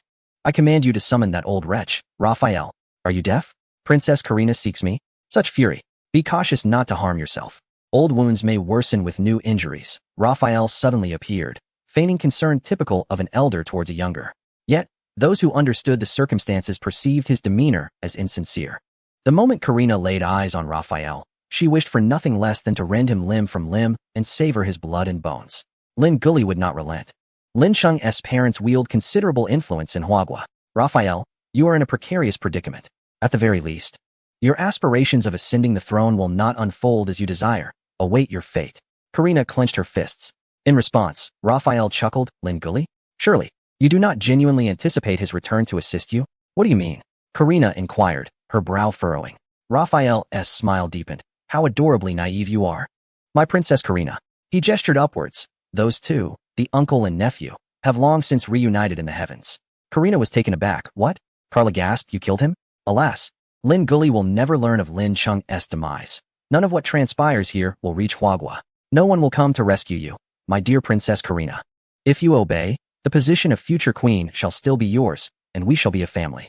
However, should you defy me, I will ensure you are reunited with your betrothed, Raphael stated, not lingering longer, as he suddenly recalled a matter of grave importance. He had yet to receive news regarding the assassin he dispatched to eliminate Lin Gully. Success or failure remained unreported, and a day had already elapsed. Chapter 432. The mysterious figure Raphael hurried his steps, seemingly in search of someone, retrieving his phone to locate the encrypted contact within his address book. As I was about to make contact, a cacophony of Chardonnay's furious shouts and hysterical curses echoed from the front. You bastards shall not die well. Do not rejoice too soon. Unless you eradicate my entire Carolyn clan today, as long as there remains a single one of us alive, we will exert every effort to publicize your actions. By that time, the Howard clan will be nothing more than a despised rat scurrying for cover. Historically, those who have plotted for power have met with grim fates. I eagerly await the day you reap the consequences of your misdeeds. You will surely meet a gruesome end. Upon Raphael's arrival, he found Chardon intercepted by soldiers at the door, his eyes aflame with rage as he hurled insults at Ryan, struggling to break free and confront him in a mutual demise. In the span of just one day, Chardon had transformed from a dignified prince to a usurper and murderer, now reduced to a prisoner. In contrast, Ryan stood with his hands in his trousers, exuding the calm demeanor of a victor, relishing Chardon's outburst. Ryan corrected him. In this grand palace today, the only traitor guilty of regicide is you, Chardon Carolyn. Chardon retorted, I shall not spare you even in death. Ryan replied, there is no need for death. After all, we are all family, and how could we annihilate our own? While your imprisonment is inevitable, your family will remain unharmed. Given the bonds we have forged over the years, if we intended to extinguish the Carolyn clan, we would not have withdrawn the media from the hall. Nor would you have already been taken away by the sheriff. Chardon spat on the ground. Bonds? Do not speak so sweetly. You fear the truth will emerge, that the royal family is embroiled in a struggle for power, and that your Howard clan has schemed for it. Ryan nodded, acknowledging. Your mind retains some clarity. You have not succumbed to madness. Although you lack capability, your resilience under pressure is commendable. A prince of your stature, once the rightful heir to the throne, has been effortlessly usurped by an outsider of Huagua lineage. No, not usurped. Rather, you have coerced and compelled him. It is rather shameful that the vast Carolyn family could not produce a capable heir, resorting to offering both princesses and power to others. Having lived in the shadow of Duke Lin, you must have suffered greatly, Chardon. Chardon exclaimed. You. Ryan continued, but you need not endure such pain any longer. For you have personally removed him. Surely, that brings you delight? Delight. At this moment, he must surely be regretting his choices. Chardon, incensed by Ryan's cold mockery, felt his blood boil, his vision darkening. Ryan remarked, the time is drawing near. I must see if those unruly ones have learned to heed my words. As Ryan turned to leave, he caught a glimpse of his father departing in the opposite direction. He almost called out to him, but hesitated and quietly followed in pursuit. Ryan followed his father to the third floor, where all the royal family members were confined on the first and second floors, while the old king's family was separated and detained in their respective chambers. The third floor was eerily silent, devoid of guards or servants. What urgent matter could have prompted his father to come here alone, his demeanor suggesting the gravity of the situation? In the stillness of the space, Ryan heard his father's familiar voice from a distance, inquiring, has there been success with Lin Gully? It suddenly struck Ryan that there had been no updates from Lin Gully's side. The assassin sent to eliminate him was dispatched by his father. Had his father received no word? Was he conversing with his subordinates? No, it was implausible for a master to seek out his underlings in such a clandestine manner. Responding to his father was another voice, equally familiar to Ryan. I was just about to seek you out. The moment Ryan heard that voice, his eyes widened in shock. It was identical to his father's, leading him to momentarily believe that his father was engaging in self-dialogue. A chill ran down Ryan's spine, goosebumps prickling his skin as he felt an urgent compulsion to peek around the corner. And indeed, he did. Chapter 433. Two Raphaels. She could only spare Lin Gully's life. You are forever a falsehood. Raphael and the mysterious figure stood facing each other in a secluded corridor. Raphael inquired hastily, you sought me out? Has something gone awry with Lin Gully? Did he manage to escape? The enigmatic figure informed him. Indeed, there has been no news returned. The individuals I dispatched have gone missing. Raphael expressed his astonishment. How could this be? Your subordinates are elite assassins. Even if Lin Gully sensed danger and took precautions, facing your people would surely lead to his demise. The mysterious figure's expression hardened slightly. If it were her, a failure or a counterattack would not be surprising. Raphael retorted. Impossible. She has been in Huagua all along. I can assure you she knows nothing of the events here. The mysterious figure countered. Yet it appears she may have already become aware, perhaps even from the outset, she was targeting me. Raphael insisted. That is even less plausible. If she were indeed after you from the beginning, playing us all for fools, how could she bear to watch Lin Chung perish? Did you not claim she possessed extraordinary abilities? How could she allow your people to effortlessly kill Lin Chung in the hospital? The mysterious figure murmured, Lin Chung? Raphael's gaze sharpened. Do you suspect Lin Chung is not dead?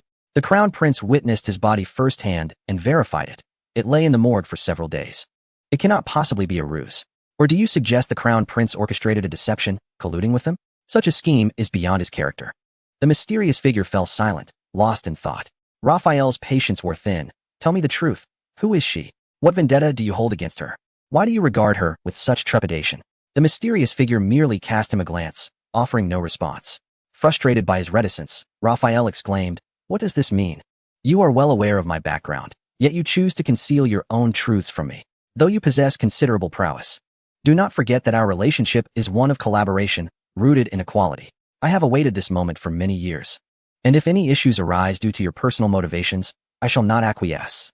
The mysterious figure scoffed coldly, expressing disdain. A cooperative relationship? Equality? Do you truly believe you deserve such a status? You are merely a pitiful pawn, discarded by your family and picked up by me. Were it not for your visage, you might well have perished in some forsaken corner, never to return to your family or reside in the Duke's estate, enjoying such accolades. How dare you raise your voice against me? The mysterious man's words struck Raphael like a dagger. In a fit of rage and humiliation, Raphael retorted, "Do you dare to cast aside this pawn and eliminate me? Our fates are intertwined. Your prosperity is dependent on mine." Before Raphael could finish his declaration, the mysterious figure tightened his grip around Raphael's throat, the specter of death drawing near. The glint of murderous intent shone in the mysterious man's eyes. "Why would I fear killing you? What I desire is already within my grasp." Raphael struggled for breath, his face turning crimson. With great difficulty, he asserted, "You lack the courage to do so. Though I may be a counterfeit, my face is genuine. Whereas you will forever remain a mere illusion. Should you take my life, by what right would you relish in the spoils? Wearing that toxic mask of deceit. How long can you maintain such a facade?" The mysterious man, observing the pride and defiance in Raphael's gaze, found it increasingly difficult to restrain his grip. In that moment, he truly wished to strangle Raphael to death. Even if he could not, he was determined to assert his dominance. Instinct for survival compelled Raphael to struggle, but the mysterious man coldly regarded him as a fish stranded in parched waters, showing no intent to grant him respite. It was only when Raphael's eyes began to roll back that the mysterious figure finally released him. Gasping for air, Raphael collapsed to the ground, desperately clutching the railing for support, forcing a smile. "Do you think such tactics will intimidate me? This is not my closest encounter with death, and besides, you lack the resolve to kill me." Once he regained his composure, Raphael continued, "Those aboard the same vessel ought not to engage in infighting at such a critical juncture." Observing the mysterious man, who could only endure his silence, Raphael's tone grew more assertive. "You should hasten to ascertain the true situation regarding Lin Guli. As for Qiao Ying, although I have only heard of her formidable abilities through your words, even if she is now aware, it is too late. She cannot alter the course of events. At most, she may save Lin Guli's life. Of course, if she has been intent on drawing you out from the very beginning, I can only wish you good fortune. The time is nigh. I must see if those old codgers have softened their resolve. I shall return with good news later." With that, Raphael bestowed upon the mysterious figure a smile that invited a reprimand. He turned to leave, but the mysterious man remarked, neither too forcefully nor too gently, "I shall ensure you comprehend the distinction between fear of killing and the mere inability to do so." Raphael regarded him thoughtfully. The mysterious man continued, "After years of careful planning, do you truly believe I would be foolish enough to invite someone to constrain my own schemes? Cease your presumptuousness. To end your life is hardly a task that stirs my intellect. To rescue you and grant you a chance to enjoy life is a favor you ought to appreciate with utmost gratitude. I declare you a mere dog, and thus, you shall bark at my command. Should you dare to bite the hand that feeds you or entertain thoughts of equality with your master, I invite you to test the repercussions." Raphael regarded his adversary, momentarily at a loss for words. The mysterious figure commanded, "Depart." Raphael stared for a few moments before turning away. The enigmatic stranger observed Raphael's retreating figure, his mind concocting a scheme that would yield dual benefits. From a distance of approximately 10 meters, a pair of prying eyes emerged. The mysterious individual, whose voice mirrored that of his father, had shifted from a side profile to facing away, and even his silhouette bore an uncanny resemblance. A wave of horror surged through Ryan. The figure, in both stature and appearance, was indistinguishable from his father, Raphael. At this moment, one was departing while the other remained stationary, their backs turned towards him, accentuating their similarities. Two fathers, two Raphaels. Ryan felt his hair stand on end. His breath caught in his throat as he recalled the day he mistakenly identified someone in the hospital. It appeared that the person before him now was indeed that individual. Ryan withdrew his gaze, reflecting on the conversation he had just witnessed. Raphael descended the stairs, intent on gathering the royal members who had been confined, leading them to the grand hall for a final decision. The thought of soon ascending to a position of power beneath the kingly father filled his stride with an air of anticipation. The third floor was enveloped in silence, save for the sound of Raphael's footsteps. As he walked, an inexplicable sensation compelled him to glance back, but there was naught to be seen. Shaking off the unsettling feeling, he continued onward. However, mere moments later, a sharp pain struck the nape of his neck, and darkness enveloped him, plunging him into unconsciousness. Once Raphael departed, the mysterious figure lingered for several minutes, calculating the passage of time before departing from an alternate route, heading towards the second floor of the Grand Hall, his designated vantage point. Upon descending to the second floor, and before he could reach his seat, a voice called out, "Father." Chapter 434. Raphael rendered unconscious. Commanding authority with bloodshed, Ryan halted his father, Raphael. The latter paused, momentarily bewildered, before slowly turning around. "What is it?" he inquired. Ryan replied, "Why were you not resting in your room awaiting my return? Is your stomach no longer in pain? Shall we still summon the doctor?" Raphael regarded his concerned son with a composed demeanor, responding, "The pain has subsided." "That is good to hear. Everyone has gathered in the Grand Hall. Shall we proceed?" Ryan asked. Raphael acquiesced, though internally he mused, "Stomach pain? That Raphael fellow truly knows how to falter at critical moments." Initially intending to observe from the audience, Raphael had no choice but to accompany Ryan to the Grand Hall on the first floor. Raphael queried, "Have all those family members arrived?" Ryan affirmed, "Not a single one is missing. They have all been invited." After a day filled with trepidation, seeing their loved ones will surely bring them joy and gratitude, Raphael smiled, seemingly in agreement with Ryan's sentiments. By now, it was around 9 in the evening. The members of the royal family in the Grand Hall instinctively divided into two factions. A group of individuals has already indulged in a sumptuous dinner, brimming with vitality and eagerly awaiting the arrival of their ultimate victory. In stark contrast, another group, having endured hunger and thirst throughout the day, bears the weight of mental strain, resembling wilted eggplants, their spirits low and eyes weary. The elderly among them require assistance to stand. It is evident that they yearn to escape this place. Both sides are relatively quiet, seemingly ignoring one another, yet at that moment, a mere spark could ignite conflict. Raphael and Ryan arrive belatedly. Raphael approaches the assembly, wearing a cheerful smile as he inquires about their rest. "How has everyone been faring?" The response from the two groups is telling. One side responds eagerly while the other remains silent, their eyes betraying discontent. A clear embodiment of the phrase "dare to be angry, but not to speak." Raphael, dissatisfied with the lack of decorum from the latter group, remarks, "It seems you have not rested well. At this critical juncture, I wish to allow you to return home for some respite. Surely, you do not wish to remain here." He then shifts his tone. "However, since I have stated my intention to represent the Howard family in this moment of responsibility, I cannot remain idle. Ryan, please bring them forth." "Yes," Ryan responds. The royalists, observing Ryan's departure, feel an ominous premonition. What are they about to do? Have they captured someone? Just as the tension mounts, Ryan, accompanied by guards, leads a throng of over 100 individuals into the Grand Hall. At a glance, most appear to be the elderly. Weak, women, and children. From an elderly man in a wheelchair to infants who still require their mother's arms for support, the hall resonates with the cries of young children. The timid female relatives are paralyzed with fear until they spot the pillar of their family, which provides them with a semblance of solace. They yearn to rush towards their loved ones, but soldiers mercilessly block their path. The royalists, upon seeing their families, become frantic at the frightened calls of their wives, children, siblings, and parents, disregarding all caution and rushing forward. Cornell, the brother of the former king, remains rooted in place, not rushing towards his family. Observing the scene where the emperor's authority dictates the lords, he can no longer contain his fury. He questions Raphael with a voice laden with anger. "What exactly do you intend to accomplish?" Ryan interjects. "Why is the duke so agitated?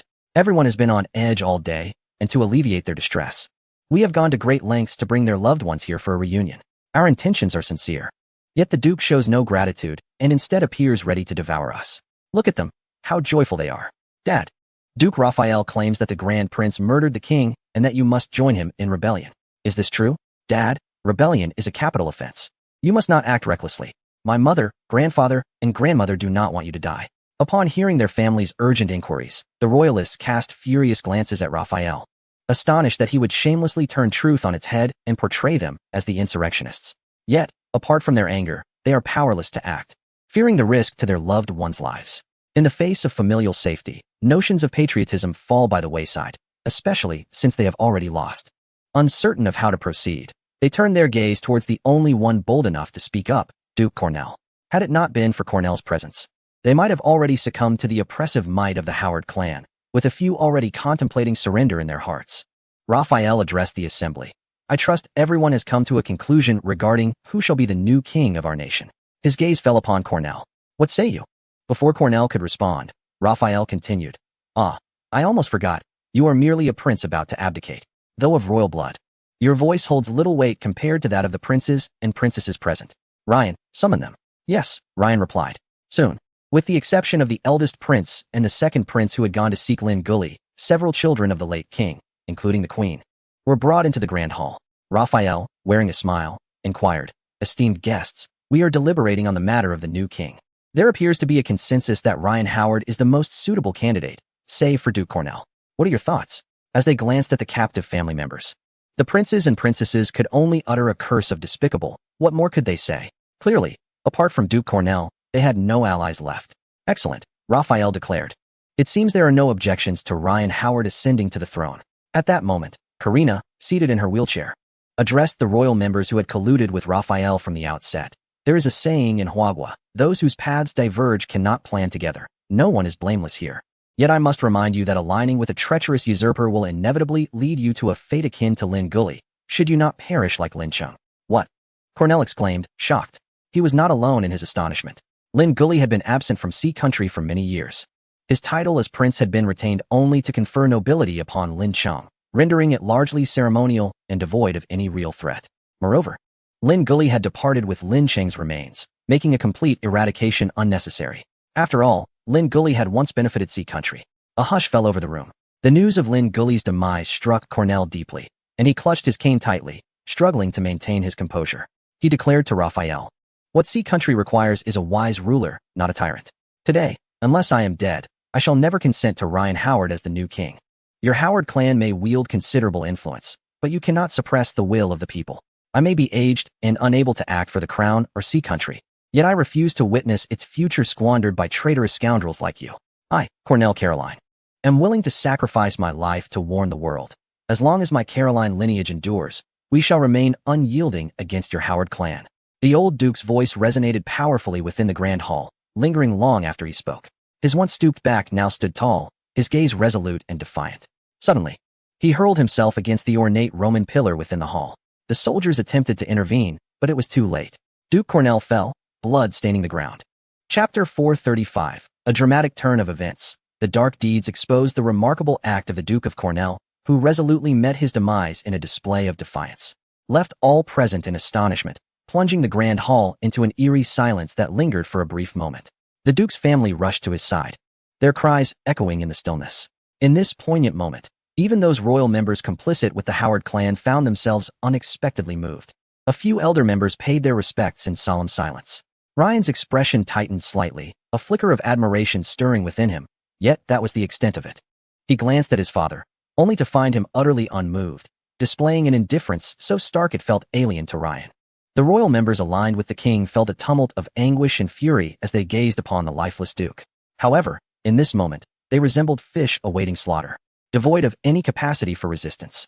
Consequently, they were beset by shame for their cowardice and sighed in despair over their impotence. Kara covered her mouth, tears welling in her eyes. Uncle Cornell. Karina merely observed, her anger overshadowing her grief. Raphael's voice rang out, resonating throughout the hall. The Duke of Cornell has tragically passed due to the overwhelming sorrow from the Crown Prince's regicide and treasonous actions. Following the coronation of Ryan Howard, he shall receive a grand burial. A multitude of gazes, some filled with rage, others with hatred, contemplation, or even joy, turned towards the father and son. Faced with their scrutiny, Ryan realized they had likely lost a significant portion of the people's support. The Duke's tragic end had cast a considerable shadow over them, reducing their relationship with these individuals to a mere balance of interests, with few genuine allies remaining. Should he falter in his newly acquired position, he, the tyrant, would be ruthlessly unseated by their combined efforts. Raphael then shifted his focus to Karina, though it may seem inappropriate so soon after the Duke's passing. We must consider the greater good. If Princess Lena is amenable, let us arrange her engagement to Ryan once she has recovered. I believe the union of our two houses would be welcomed by many. Karina scoffed, a union? Is that not merely a ploy to silence dissent and obscure your treasonous ambitions? Despite her leg injury, Karina mustered the strength to rise from her wheelchair, straightening her back and lifting her chin, revealing the regal spirit of a royal princess. Her words resonated with conviction. Let me make myself clear. I will not marry into your Howard family to absolve you of your sins. You orchestrated the murder of my betrothed, conspired against my brother, forced my uncle to his demise, and caused my father's stroke. I, Karina Caroline, would rather perish in the streets than fulfill your desires. Remember my uncle's words. The disgrace of today shall never be forgotten by the Caroline lineage. As long as a single member of my family breathes, we shall pursue you Howards to the bitter end. Raphael remained unfazed. Princess Karina may take her time to ponder this. There is no rush. We have ample time to wait for your decision. He continued, however. The matters concerning the new king are of utmost urgency. The coronation of Ryan Howard is scheduled for tomorrow. If there are no objections, you may all retire with your families to rest, and after the ceremony is concluded, you may return home. A profound silence fell over the hall. None dared to voice dissent. Raphael felt a sense of satisfaction with this outcome. Just as he was about to speak again, a sudden flash of electronic light momentarily blinded him, causing Raphael to squint. He then heard the voice of the Grand Prince Chardon reverberate through the hall. The words spoken by the Grand Prince were eerily familiar to Raphael. Support me in ascending to the throne? Surely, Duke Raphael is jesting or has mistaken his audience. Shouldn't it be you who covets that position? In that instant, Raphael recalled the origin of Chardon's seemingly familiar phrase. Slowly reopening his eyes, his expression transformed. The voice continued to resonate behind him, and this time, it was his own. No, it was Raphael's. Indeed, we desire it. If the Grand Prince would be willing to lend us his support, we would be most grateful. However, some things cannot be claimed by mere desire. The royal members before him exchanged glances, their faces already changed. Beside him, Ryan called out, "Father." Raphael's eyes darkened as he slowly turned to see a large image projected onto the wall behind him. The image depicted three figures, the Grand Prince, Raphael, and Ryan. It was a scene from when Raphael and his son sought an audience with Grand Prince Chardon, a clandestine recording that had been stored on a USB drive and computer. However, that USB drive had passed through Ryan's hands, and its contents had long since been erased, leaving Chardon in despair. Yet now, this destroyed evidence was being deliberately projected in the royal palace hall, under the scrutiny of all present. Within the projection, Chardon continued, "Give me a reason to believe you will support my ascent to the throne." Raphael replied, "It is quite simple. First, I cannot bear to see Country C fall into the hands of a citizen of Huagua. Even if Lin Cheng holds citizenship in Country C and has signed agreements, he is still an outsider to your Caroline family. Second, we have all witnessed Lin Cheng's capabilities. Should he inherit the throne, my Howard clan will undoubtedly face even harsher oppression. These two reasons are sufficient for me to go to any lengths to prevent him." Chardon chuckled softly. "Lin Cheng serves our Caroline family. With him by our side, your Howard clan has only reason to fear us. Why would Duke Raphael think I would jeopardize my family's future? I believe I should expose your treachery and cast your Howard clan into an irretrievable abyss." Raphael responded, "You certainly may do so, but I must ask, are you truly willing? After all, Grand Prince, you are the first in line for the throne. Lin Cheng is merely an outsider. Even if he has married into your Caroline family, and the royal family retains the Caroline name, the new king, Lin Cheng, possesses the visage of an Asian. Do you not find this distasteful?" Raphael continued, "Moreover, Lin Cheng did not willingly marry Princess Karina or choose to become king. He was even compelled to part ways with his Chinese fiancée. Does the Grand Prince truly believe he can govern Country C effectively? Even the most loyal of pets, when pushed to the brink, may turn against their master. Can the prince truly feel at ease?" Chardon fell into silence. After a moment, he inquired, "What grounds do I have to trust you? You possess the capability to unseat Lin Cheng. Surely, it would not be difficult for you to install anyone you wish as king?" He cast a glance at Ryan. Ryan replied, "It is easy for you to say. If the Duke of Lin were to encounter an accident at this juncture, we would be the first to be suspected." Chardon asked, "What are your terms?" Ryan responded, "Quite simple. We will remove the obstacles for the prince and help reclaim what rightfully belongs to you, in exchange for your protection of the Howard family." Chardon murmured, "Reclaim what belongs to me." He collected his thoughts and then asked, "Is that all?" Ryan replied, "I find this arrangement rather advantageous." Chardon pressed, "Speak. How do you intend to proceed?" Ryan said, "Naturally, we shall ensure that this marriage does not take place. Lin Cheng is already gravely poisoned and will soon meet his end. At that point, you merely need to." The heinous acts of the three were laid bare for all to see, and the once despondent royalists found renewed hope. Who was it, lurking in the shadows, orchestrating such deeds? Everyone turned their gaze towards the second floor, following the direction of the projection. Chapter 436, Qin Hanyue. Falling flat on one's face is most unbecoming. Lin Cheng, apologies for my tardiness. Raphael stood with his hands clasped behind his back, his fists tightly clenched. "Go to the second floor, find him," he commanded in a low voice. "Yes." Ryan immediately ascended the stairs. Raphael turned back, his eyes drawn to the source of the projection, but the brightness obscured his view. leaving him blind to what lay beyond. His gaze remained fixed, and from the tautness of his expression, it was evident that Raphael's composure was but a facade. He was in turmoil. Ryan soon descended from the second floor, bringing with him a projector. Raphael reached for the device, listening to the cacophony of whispers surrounding him. The evidence was irrefutable. Raphael had committed regicide and treason, yet no one dared to step forward and accuse him and his father. This was due to the evidence falling once more into Raphael's hands. Compounded by the presence of the late Duke Cornell's body lying nearby and the elite guards he had brought, both inside and outside the palace. Kara gazed at the projector in Raphael's hands. Is it elder brother? Karina felt otherwise. But aside from Prince Chardon, could there be another recording? Ryan's expression turned grave. Who could it be? Raphael stared at the projector, a voice in his mind urging him to flee, to escape this place. But before he could act, a commotion erupted outside, followed by the entrance of a familiar figure. It was Prince Lin. Prince Lin was alive. The royalists exclaimed in surprise, after a day of suppression. Seeing Lin Guli brought them a sense of relief they had not felt before. Raphael fixed his eyes on him as he approached. Lin Guli. Ryan glanced at Lin Guli, then at his father. Not dead. Were we not informed that the finest assassins were dispatched? The prince had entered unscathed, and judging by the noise outside, he likely had plenty of allies, and his status was such that the guards outside dared not obstruct him. Ryan immediately instructed the soldiers to step outside and assess the situation. Carla exclaimed, "That's wonderful. Prince Lin is safe," the young prince remarked. The entire royal family is already under the control of the Howard clan. If he appears now, is it not akin to courting death? Lin Guli traversed through the crowd and reached the forefront of the grand hall, where he beheld the late Duke Cornell, lifeless and resting silently in the embrace of his family. A wave of sorrow washed over Lin Guli's eyes. He approached, knelt before the Duke, and clasped his hand, solemnly vowing, "Rest assured, Raphael's scheme shall not prevail." The Duke's son turned to Lin Guli, grief-stricken, and inquired, "Do we still have hope?" With conviction, Lin Guli reassured him. Indeed, Duke Cornell's sacrifice will not be in vain.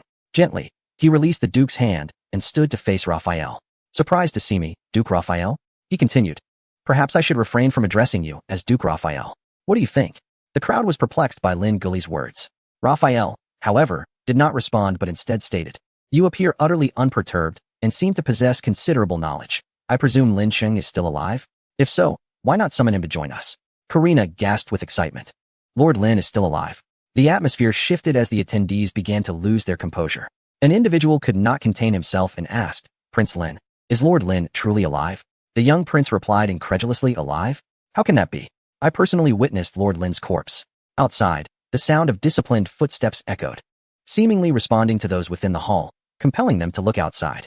As the footsteps intensified, they could almost hear the clangor of arms. And soon a dark mass emerged outside the hall. Upon closer inspection, it was the Western Guard. Leading the guard was none other than Lin Cheng, who had seemingly perished from poisoning, a car accident, and subsequent foul play in the hospital days prior. Lord Lin, it truly is Lord Lin. The revelation that Lord Lin was alive filled the young prince with an odd mixture of disbelief and elation, contrasting sharply with the lifeless visage he had seen in the mortuary. Karina, overwhelmed with emotion, felt compelled to rise once more. She gazed at the slowly advancing Lin Cheng in disbelief. The unexpected turn of events nearly brought Carla to tears of joy. She first looked at Lin Cheng, then shifted her gaze to the man accompanying him, her eyes flickering between curiosity and trepidation. Ryan too turned his attention to this man beside Lin Cheng, pondering, "Isn't he in Huagua? If he is here, what of Qiaoying?" A weight settled upon Ryan's heart as he glanced at his father.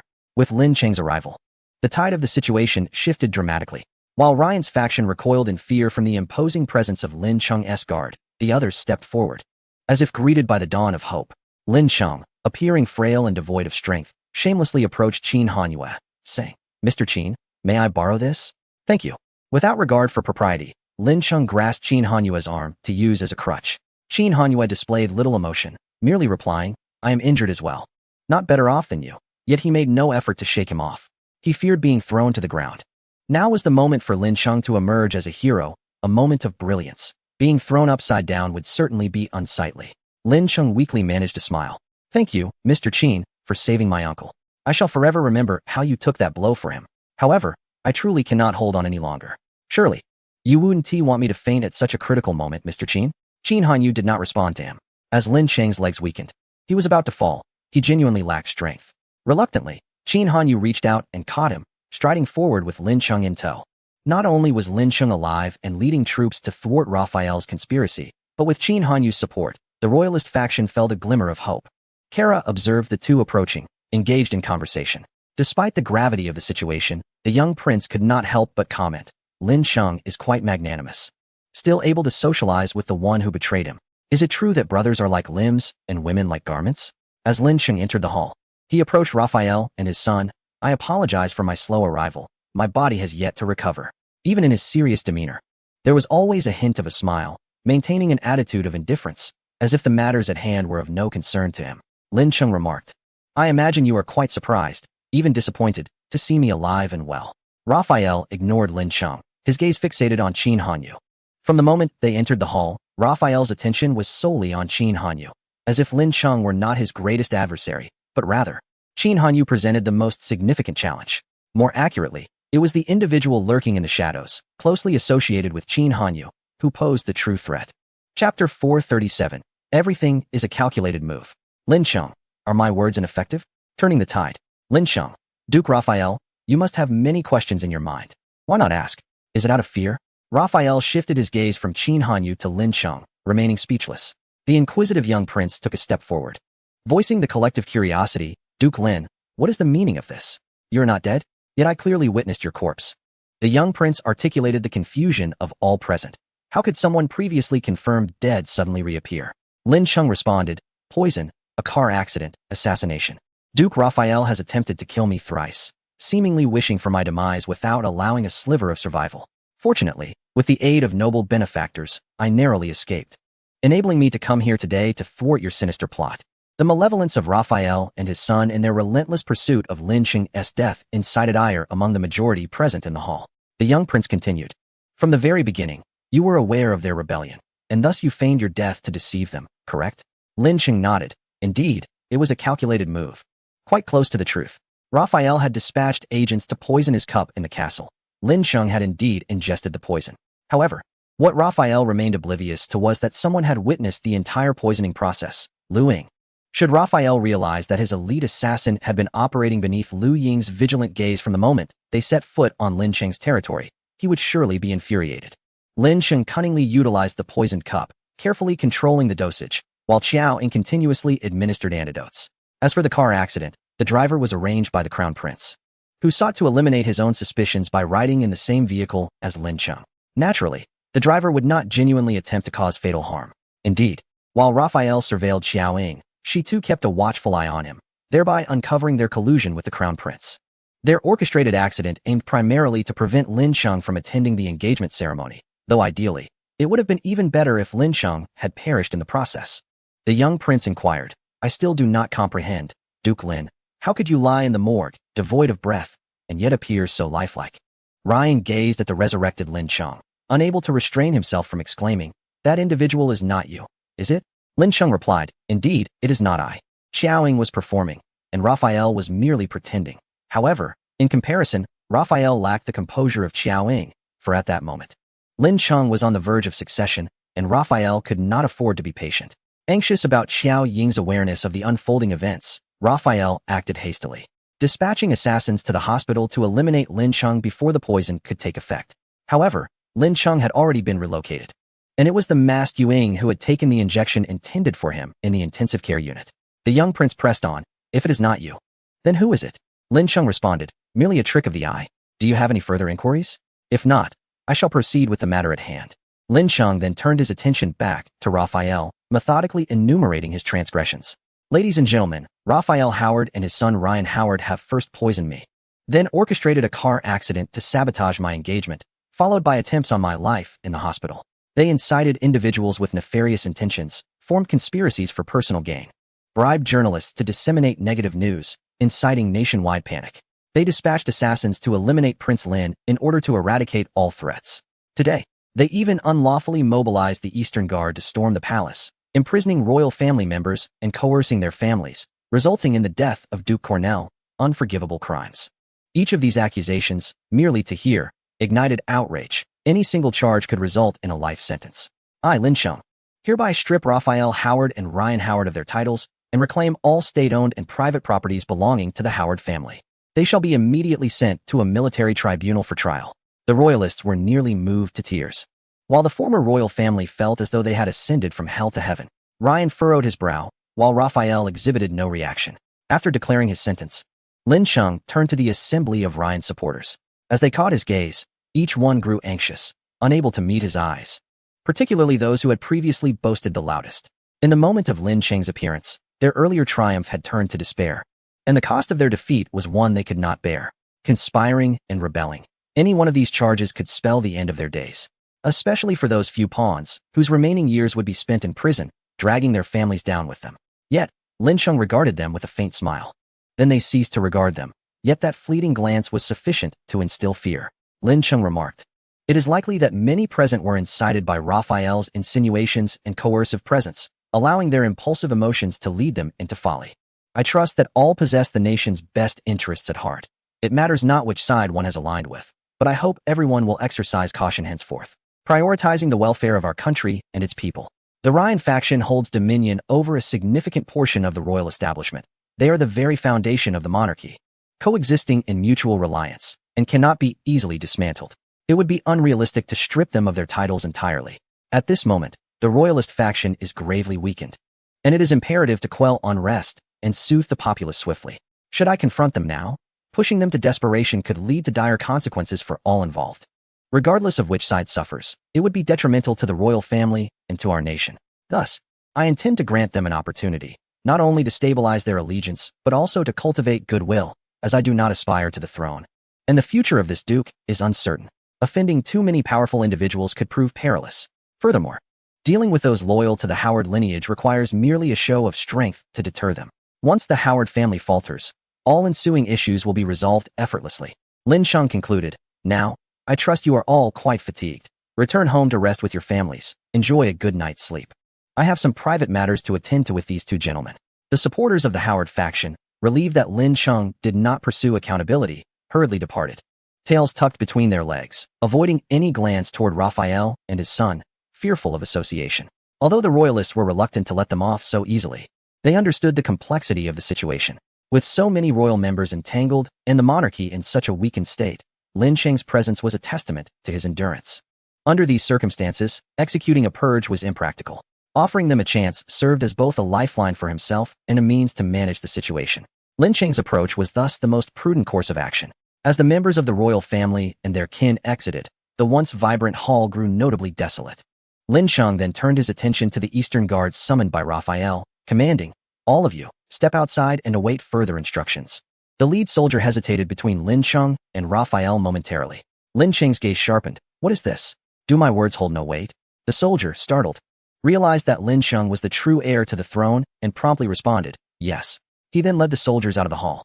Upon stepping outside, they discovered that the Eastern Guards had been disarmed by their Western counterparts, left defenseless. Inside the hall, the once formidable Raphael and his son were now truly isolated and vulnerable.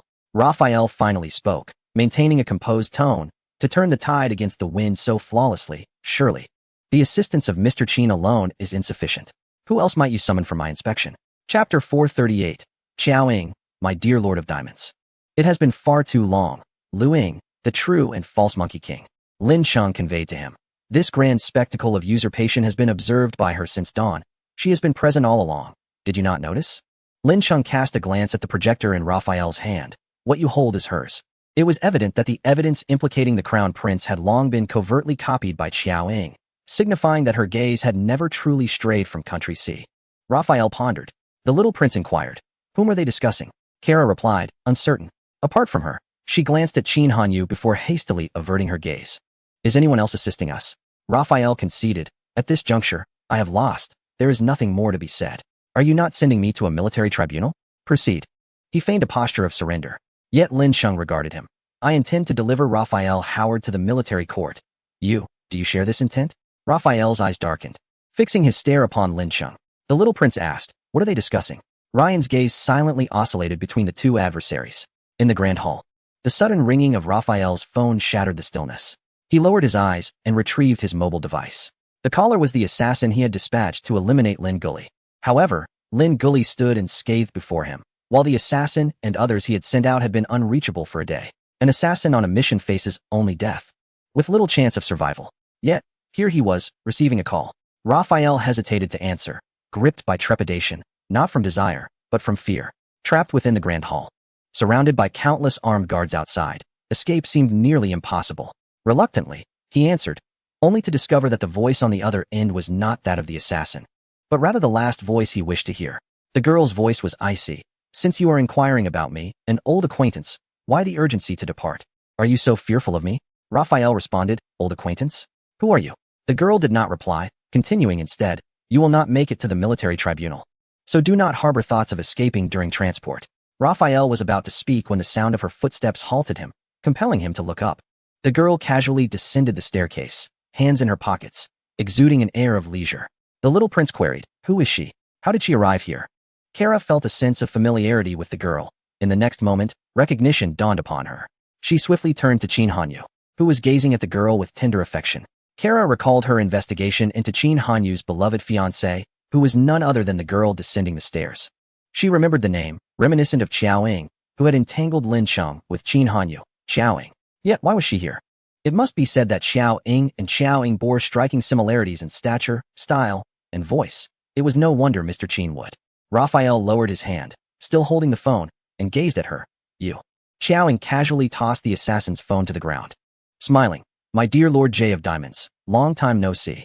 Ryan looked at his father. Lord J of Diamonds? Raphael did not respond, merely continuing to watch her. The visage of the girl before him was utterly unfamiliar, yet her every gesture and utterance evoked an inexplicable sense of familiarity, even her very essence. This unsettling familiarity effortlessly stirred the depths of his innermost fears. Long before the girl arrived in Country C, he had already been on guard, for she had brought ruin to the entire shadow. Now, standing face to face with her, how could he, as a survivor, not feel trepidation? Qiao Ying pierced through his heart, questioning whether he intended to deny the truth until his last breath, preparing for a final futile struggle. Raphael hesitated before finally speaking. How did you find me? How did you recognize me? Qiao Ying gestured with a slight lift of her chin towards a direction. It was not I who found you, but they. Raphael turned to look. Moon Shadow and Flowing Shadow appeared simultaneously, accompanied by another individual, someone who bore an uncanny resemblance to Raphael himself.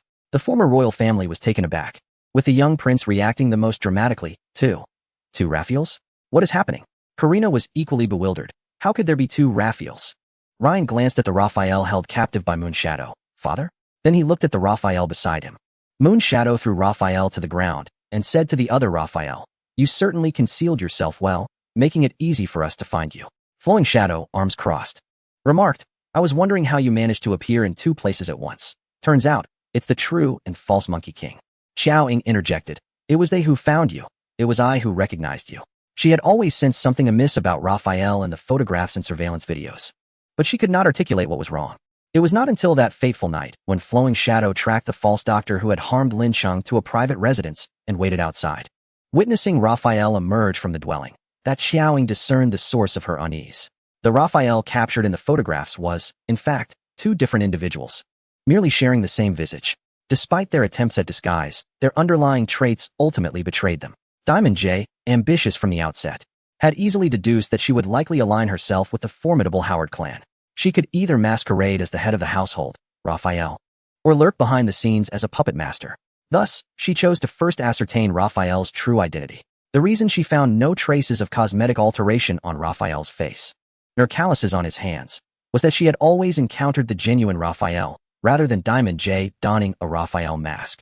Should the Howard clan learn the truth, they would surely feel a chilling dread, realizing that two Raphaels had been living among them in turns. Raphael mused, I had suspected you might be targeting me, orchestrating these acts to draw me out. He gazed at the resplendent palace hall, a symbol of status. Yet, for the sake of my grand ambitions, and this very day, I have invested too much effort. Thus, even knowing this could well be your trap, I still took the risk, allowing you to guide me step by step into your scheme. Indeed, this was your snare. Qiao Ying exhibited a complete lack of sympathy, perishing beneath one's own ambitions. Why the grievance, the unwillingness? Raphael replied, in truth, I had an opportunity to escape. He glanced at Raphael, who was at the feet of Yu Ying. It was when he was suffering from abdominal pain, taken away by you all. At that moment, he should have realized that Qiao Ying was present. The trio of Qiao Ying, Yu Ying, and Lu Ying exchanged knowing glances. Abdominal pain led to their capture? When they discovered this fellow upstairs, he was clearly in a state of unconsciousness. Could it be that he fainted from the pain? How fortuitous that they found him. It is impossible, He was evidently knocked out by a swift strike. Xiaoying appeared to comprehend something and looked at Ryan. The latter met her gaze, his expression enigmatic. Chapter 439. Xiaoying, any final words? Lu Ying, if not, I shall proceed. Raphael lifted his hand and removed the human skin mask from his face. Wearing this for too long is truly detrimental to one's health. Beneath the mask was a visage familiar to Xiaoying, Yu Ying, and Lu Ying. Merely gazing upon this face and sensing his aura caused Yu Ying and Lu Ying to involuntarily tense their bodies, akin to any student confronted with a fearsome coach. With the exception of Xiaoying, the old king's family was taken aback by this transformation, while Ryan's reaction was notably subdued, almost perplexingly calm, as though he had anticipated this all along. In order to attain this appearance, I have exerted considerable effort upon myself, even resorting to the knife. Fang Pianjie remarked while observing the mask in his hand. The shape and voice can be altered through training, yet this face is irreparable. I must rely on it. He raised his gaze towards Yu Ying and Lu Ying, smiling faintly. It has been quite some time, my children, especially you, Lu Ying, apart from Blood Shadow. You are my favorite. I have truly missed you. Though your temperament mirrors that of Blood Shadow, which gives me great concern, you are far more obedient. Xiaoying raised an eyebrow. Such remarks lack courtesy. Qin Hanyu glanced at Xiaoying, capturing her somewhat endearing micro-expressions, and instinctively speculated about her thoughts. She likely felt half in agreement with Fang Pianjie and half displeased. Lu Ying remarked, I did not anticipate that my obedience would ultimately save me. Had I been disobedient and reckless like her, I would have been cloned by now, wouldn't I? Fang Pianjie inquired, what do you mean by that? Oh, pardon me. After years of speaking French, I momentarily struggled to switch back. He resumed speaking in Mandarin. Lu Ying ignored him, and Fang Pianjie did not press further. He redirected his inquiry to the two. How did you both come to see country to find me? No, to kill me. Do not tell me that the demise of Shadow involved the two of you, Yu Ying, as you have always been the most loyal to Shadow. He continued, nonetheless. It is of little consequence now that it has perished. What significance lies in unraveling who was responsible? Yu Ying replied, it was Shadow who acted unjustly first. Fang Pianjie responded, so, you are aware of the existence of the clones? You have come here to eradicate me? Yu Ying stated, you said that as long as we are alive, we can never escape Shadow. If we wish to survive, you must perish. Jack of Diamonds chuckled, but instead of responding, he inquired, regarding clones, I truly must ask the two of you. Tell me, with a sharp gaze fixed on Xiaoying, who exactly is she?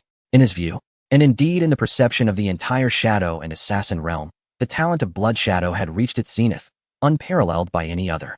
Even the rare talent of Flowing Shadow paled in comparison. Yet this young girl had demonstrated through her actions that she possessed learning abilities and strength that could rival Blood Shadow. She had even replicated Blood Shadow's medical expertise and hacking skills. Apart from their differing appearances, she was indistinguishable from Blood Shadow in every other aspect.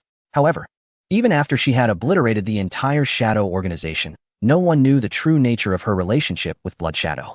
Was she a secret assassin trained by Blood Shadow? Or merely a copy?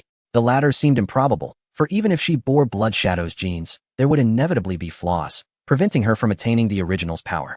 Conversely, if she were the former, regardless of when Blood Shadow began training her, her level of talent at such a young age was terrifying. They had speculated about the possibility of Blood Shadow's survival, returning under a new guise to seek vengeance, yet there were too many inconsistencies. Flowing Shadow continued to polish her mechanical arm and reluctantly replied, you should ask her yourself. We wish to know as well. Jack of Diamonds fixed his gaze on Xiaoying but directed his question toward Moon Shadow and Flowing Shadow. You do not know either? Xiaoying's lips moved slightly as if to respond, but given her nature, it was unlikely she would provide any clarity. Do you have any last words? She asked. Flowing Shadow interjected. If not, I would have taken action. Jack of Diamonds acknowledged this, yet turned his attention to Raphael, maintaining a calm demeanor. I was just contemplating whether I could persuade you to die for me, to deceive them, but they are far too clever. Raphael glared at Jack of Diamonds with resentment, grinding his teeth in anger. You fool. I should never have trusted you. Jack of Diamonds chuckled lightly. Do you harbor such hatred for me? You have merely lost power and profit, whereas I stand to lose my life. Raphael, in a fit of agitation, exclaimed, shouldn't I hate you? I thought I might fall to the Carolingian clan, or to Lin Shang. But I never imagined I would ultimately be dragged down by you. His voice rose to a hysterical pitch. What on earth are you doing? I have returned with great difficulty, after so many years of planning. Finally, I was on the brink of obtaining everything I desired. Just one step away, one final step. Raphael was utterly distraught. His demeanor transformed into a frenzied state. His expression twisted in fury, a stark contrast to his usual composed and polite self.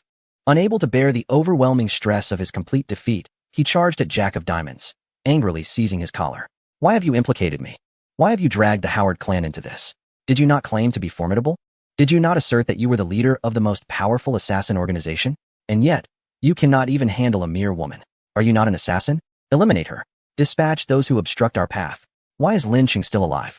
Why is Lin Guli still alive? We had clearly won. How has it come to this? Tell me. The diamond-clad Jay firmly grasped Raphael's wrist, disdainfully pushing his hand away and throwing him to the ground. He regarded Raphael with utter contempt, taking his time to adjust his collar before addressing Xiaoying. Even Joker is not your match, and I certainly am not, especially with them around. He cast a glance at Ying and Lu Ying. He continued, however, to expect me to simply close my eyes and allow you to kill me is quite impossible. Do you think I am unprepared? Xiaoying replied. If you are referring to the dozen or so assassins you have hidden upstairs, then yes. Having spent an entire day in this royal palace, she could not possibly have overlooked the numerous hidden threats. If she had discovered them, there was no way she would allow them to live. Jay's adjustment of his collar came to a halt. Xiaoying added, considering the time, the corpses should be cold by now. Jay slowly lowered his hands, his expression impassive as he gazed at Xiaoying. Lu Ying clenched his mechanical hand, growing impatient. Enough of the chatter, let us finish this quickly. With that, he charged forward. Jay sidestepped Lu Ying's heavy punch, engaging him in combat. Ryan retreated to a safe distance, astonished by Jay's prowess. Disguised as his father and having spent so much time with him, he had never realized Jay was such a formidable figure. Although Jay was older and had not trained as diligently as Lu Ying, his combat experience over the decades had not diminished significantly. Lu Ying, despite his youthful talent and mechanical arm, faltered under pressure. His strikes, while fierce, revealed many openings, and Jay's familiarity with Lu Ying's style gave him an advantage. Before long, Lu Ying found himself at a disadvantage, having been pushed back several meters by Jay's punch. Seizing the opportunity, Jay aimed to finish Lu Ying off, seemingly intent on using him as a temporary shield. However, Ying intervened just in time, rescuing Lu Ying. In Chapter 440, Xiaoying declared, I am the Blood Shadow. While Jay inquired, do you wish to learn about your biological parents? The three engaged in a fierce battle, the atmosphere electric with tension. One misstep could lead to dire consequences. With the odds now 2 against 1, Yu Ying's involvement alleviated some of Lu Ying's burden. Their synergy allowed for a relentless barrage of attacks, leaving Jay struggling against their combined strength. Yet, it would not be a simple task for Yu Ying and Lu Ying to eliminate Jay. A direct confrontation among them, given their respective strengths, could last over 20 minutes. Impatient with this prospect, Xiaoying chose to intervene. Jay seized a moment to muster all his strength, forcing Yu Ying back. Before he could address Lu Ying's subsequent assault, he was ambushed by the suddenly appearing Xiaoying, who delivered a swift kick that sent him sprawling, followed closely by Lu Ying's punch, which landed heavily on Jay's chest. Assassins do not adhere to the rules of combat, especially not Xiaoying, who operates solely on impulse, devoid of conventional etiquette. Thus, the notion of a sneak attack holds no meaning for her. Jay crashed to the ground, spitting out a mouthful of blood. He glanced at Xiaoying before swiftly rising and charging towards the elderly king and his family, who were understandably terrified and retreating in a desperate bid for survival. Only Karina, who remained in a wheelchair and was unable to evade, was captured by the menacing figure of Square J. Her family cried out in alarm, Karina, don't come over. Lin Cheng, with a firm tone, commanded, stop her, or I will take her life. Square J stood behind the wheelchair, gripping Karina's neck with one hand, calling Lin Cheng's name while casting a wary gaze towards Xiaoying. Karina, trembling, dared not move, pleading, Duke Lin, save me. Lin Cheng's brows furrowed slightly as he noticed the tightening grip of Square J. Meanwhile, the young prince anxiously urged him, Duke Lin, please save Karina. Lin Cheng felt a sense of helplessness, but before he could respond, Xiaoying's voice rang out, you'd better truly kill her. Breathing in a frenzied manner, Square J fixed his gaze on Xiaoying and warned, don't come any closer, Lin Cheng. I will really kill her. Xiaoying advanced step by step towards Square J. Speaking to Lin Cheng, what is the point of saving her? If she dies, isn't that just perfect? Square J, grasping the wheelchair with one hand while maintaining his hold on Karina's neck, cautiously retreated. The atmosphere felt increasingly perilous. Xiaoying continued, although you claim not to wish for anyone's death, I have made it clear that I will not genuinely care for your fate. I was even contemplating how to assist you in resolving this marriage. But if a benefactor helps her perish, then you will no longer be forced into marriage. Isn't that favorable? Lin Cheng replied, that method is not particularly sound. Xiaoying, uninterested in Lin Cheng's opinion, dismissed him, for she had no intention of adhering to his words. Besides, with Karina having repeatedly sought her life, in her eyes, Karina was already deserving of death. Xiaoying remarked, Your choice of hostage is utterly ludicrous. Among those present, only Qin Hanyue's life holds any significance to me. Qin Hanyue interjected, just a little? Only a little? As she spoke, Xiaoying quickened her pace, and in an instant, she lunged towards Square J. Karina's family held their breath in fear. Square J, too preoccupied with his intention to kill Karina, pushed the wheelchair and Karina forcefully towards Xiaoying. However, this action did nothing to impede Xiaoying's lethal advance. After a brief exchange of blows, the already injured Square J fell to the ground, unable to rise. Desperate for a glimmer of hope, Square J gasped out to Xiaoying. Although I have not formally severed ties with the shadows, I have nearly ceased all involvement with their affairs. In recent years, I have hardly returned to the shadows. Regardless of whether you view me as a lingering threat or deserving of death, I have indeed washed my hands of that life. I came here to start anew, to conceal my identity, and to no longer meddle in their affairs. Joker has summoned me back multiple times, all of which I have declined. When the shadows issued a global manhunt for you, I did not partake. Even during their downfall, I remained absent. Later, when you lay incapacitated, I did not take advantage of the opportunity to eliminate you. Why then must you pursue my demise? Xiaoying smirked slightly. It seems you are indeed not guilty of death, especially since I have benefited from your education. Square J asked, what do you mean? Yueying and Luiying exchanged glances, questioning. Education? Who does that refer to? Xiaoying replied, considering our past connections, at the very least, you cannot die by my hand. Yet, you should not have been involved in the cloning incident. Her gaze turned icy as she added, and you certainly should not have cloned Fengying. Square J responded, Fengying? Shouldn't it be Xianying? Joker, the ace of spades, the king of hearts, the queen of clubs, only the moon shadow and flowing shadow remain as your subordinates.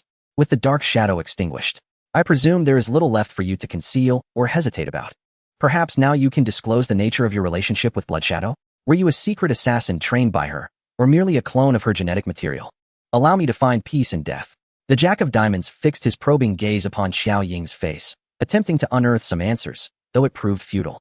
Xiaoying's lips parted slightly, delivering a nonchalant revelation. I am her. The Jack of Diamonds widened his eyes in astonishment. What? Xiaoying spoke with an air of indifference. Yet Moon Shadow and Flowing Shadow were anything but calm. Moon Shadow, incredulous, exclaimed, Blood Shadow? You're alive? No wonder she lost control upon discovering the truth of Wind Shadow's demise. No wonder the similarities between her and Blood Shadow were so striking. No wonder she was so familiar with the Dark Shadow. He should have deduced this long ago, but had been unable to confirm her identity. Flowing Shadow stepped forward uncontrollably, the prodigious youth momentarily losing his composure. You truly are that person. I knew you resembled each other so closely. You're alive. Have you undergone cosmetic surgery? Astonishingly, there are no traces of alteration. Your height and voice have completely transformed. How did you manage it? Xiaoying retorted, speechless. Who would intentionally make themselves look worse? Qin Hanyu, gazing at her in confusion, queried, where's the ugliness? Flowing Shadow interjected, is that a human skin mask? No, if it were. She would have had to wear two when impersonating Xiaoying recently. Xiaoying, that thing is toxic. Do as you wish. Flowing Shadow, don't leave me hanging. What exactly is going on? Xiaoying, none of your business. Flowing Shadow, you.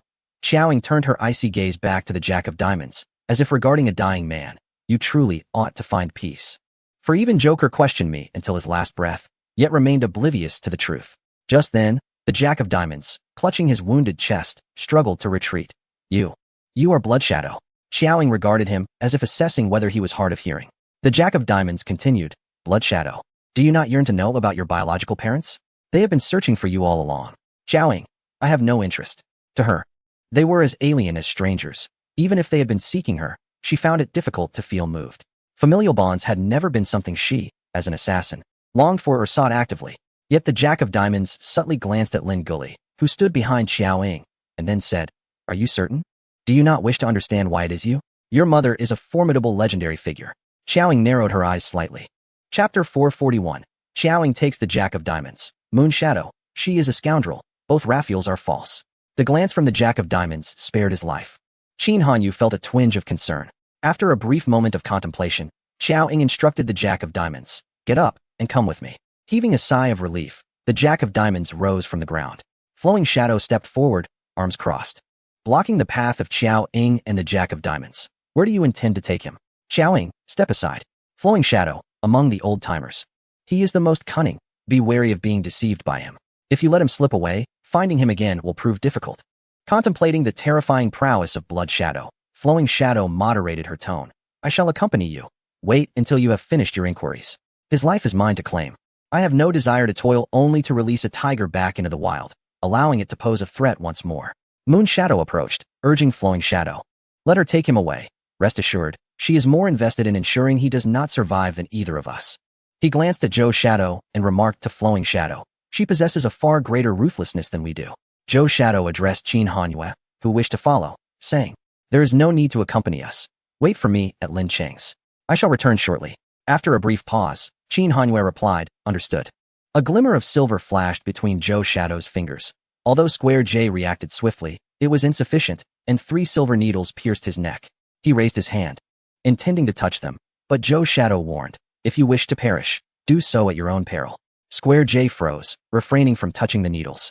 Gradually, he lowered his hand and followed Zhou Shadow as they departed the Grand Hall. Lin Cheng, troubled, inquired of Qin Hanyue, will there be any repercussions? Lin Guli echoed. Indeed. Qin Hanyue assured, there will be none. Flowing Shadow observed the retreating figures and asked Moon Shadow, should we not follow them? Moon Shadow replied, there is no need. I do not believe Square J can bargain his life with such trifles. She has never engaged in transactions that result in losses. He continued, even if Blood Shadow's yearning for familial ties exceeds my expectations, and she strikes some form of accord with Square J, let us not forget, she is a rogue, devoid of integrity. Reflecting on certain matters, Flowing Shadow affirmed, indeed, her words are seldom trustworthy. It seemed they had all, to varying degrees, suffered losses at her hands. Whenever they encountered her, they could expect no advantage. Moon Shadow could not help but express, to think she has survived is somewhat surprising. I had assumed the shadow designation was down to just the 2 of us. As Moon Shadow spoke, he noticed Qin Hanyue observing them with an unfriendly gaze. Feeling inexplicably unsettled, Moon Shadow met his gaze. Realizing something, Moon Shadow mused, are we speaking ill of Blood Shadow? What does that glare imply? Just then, he heard a commotion. He turned to see Raphael rushing toward Ryan, gripping his arms with considerable force, causing Ryan pain. With a touch of mania, he implored, Ryan, we have not lost, have we? We are victorious. Our Howard family has triumphed. You are the king, and I am the king's father. Henceforth, the entire royal lineage shall belong to us, and the Carolingian clan shall be crushed beneath our feet. Their glory has come to an end. It is over. Ryan gazed calmly at his frenzied father, suddenly asking, where's my father? Raphael froze, the madness within him dissipating in an instant. The young prince, perceiving the absurdity of Ryan's inquiry, remarked, it seems he too is losing his grip on reality. Yet, he was taken aback when Ryan addressed his father, Raphael, with Uncle Frank. Raphael's pupils dilated in shock. The young prince stepped forward excitedly. Frank? Frank Howard? He is not Raphael. Kara exclaimed, Duke Frank? He is not dead? The revelation left them all astounded. Both Raphaels were imposters? Lin Guli questioned, Frank? Was he not believed to have died nearly a decade ago? How could this be? Could it be that from the very beginning, it was not the younger brother who perished, but rather the elder? Lin Cheng mused. Things do not appear to be as simple as they seem. Qin Hanyue displayed little interest in the theatrics of family infighting. He yearned only to return to the duke's residence to await Xiaoying. However, he cast a furtive glance at Lin Guli and decided to linger for a while, reasoning that listening would not be in vain. He could later regale Xiaoying with the gossip. Raphael's expression darkened. What nonsense are you uttering? Your uncle has long since passed. I am your father, Raphael. Ryan retorted, I conducted a paternity test, uncle. With his identity unveiled, Raphael's displeasure was palpable. His piercing gaze locked onto Ryan as he pushed away Ryan's arm and took a step back. When did you discover this? Was it that fool who slipped up? He inquired, referring to the Jack of Diamonds. Ryan replied, I realized it the day you masqueraded as my father and returned home. Frank, visibly agitated, exclaimed, impossible. If you knew all along, why did you wait until now to expose me? Ryan responded, because the Howard family cannot exist without my father. Even though I am aware you are not him, I chose to feign ignorance. He continued, though I discovered the truth long ago. I initially thought you were the only one. It wasn't until that day in the hospital that I encountered that person, his gaze, his silhouette. They bore a striking resemblance to my father. Ryan had always believed that he faced only the man before him, only to realize that the truth was far more complex. If it were merely him, he would not feel such trepidation. Yet, if there were others involved, it was likely that a far greater conspiracy lurked behind. One that could jeopardize the Howard family, compelling him to take action. How remarkably you endure humiliation. Frank seethed, slowly morphing into a more sinister demeanor. Was it you who rendered me unconscious? Ryan confirmed, indeed. Frank's expression soured further. What do you intend? To avenge your father once I assist you in ascending to the throne? Not precisely, Ryan replied. I am merely cautious, wishing to slightly disrupt your plans. It is a lesson you imparted to me. To create unforeseen complications when unaware of the opponent's schemes, even if one cannot predict the outcome. At least, one does not remain utterly inactive. Had Frank not been incapacitated, the Jack of Diamonds would not have made his appearance, and thus would not have been cornered in the Grand Hall by Qiao Ying and her company. He remained oblivious to the fate of his own hidden assassin. Judging by the prowess displayed by the Jack of Diamonds, if he had sensed danger lurking in the shadows, he would likely have evaded capture.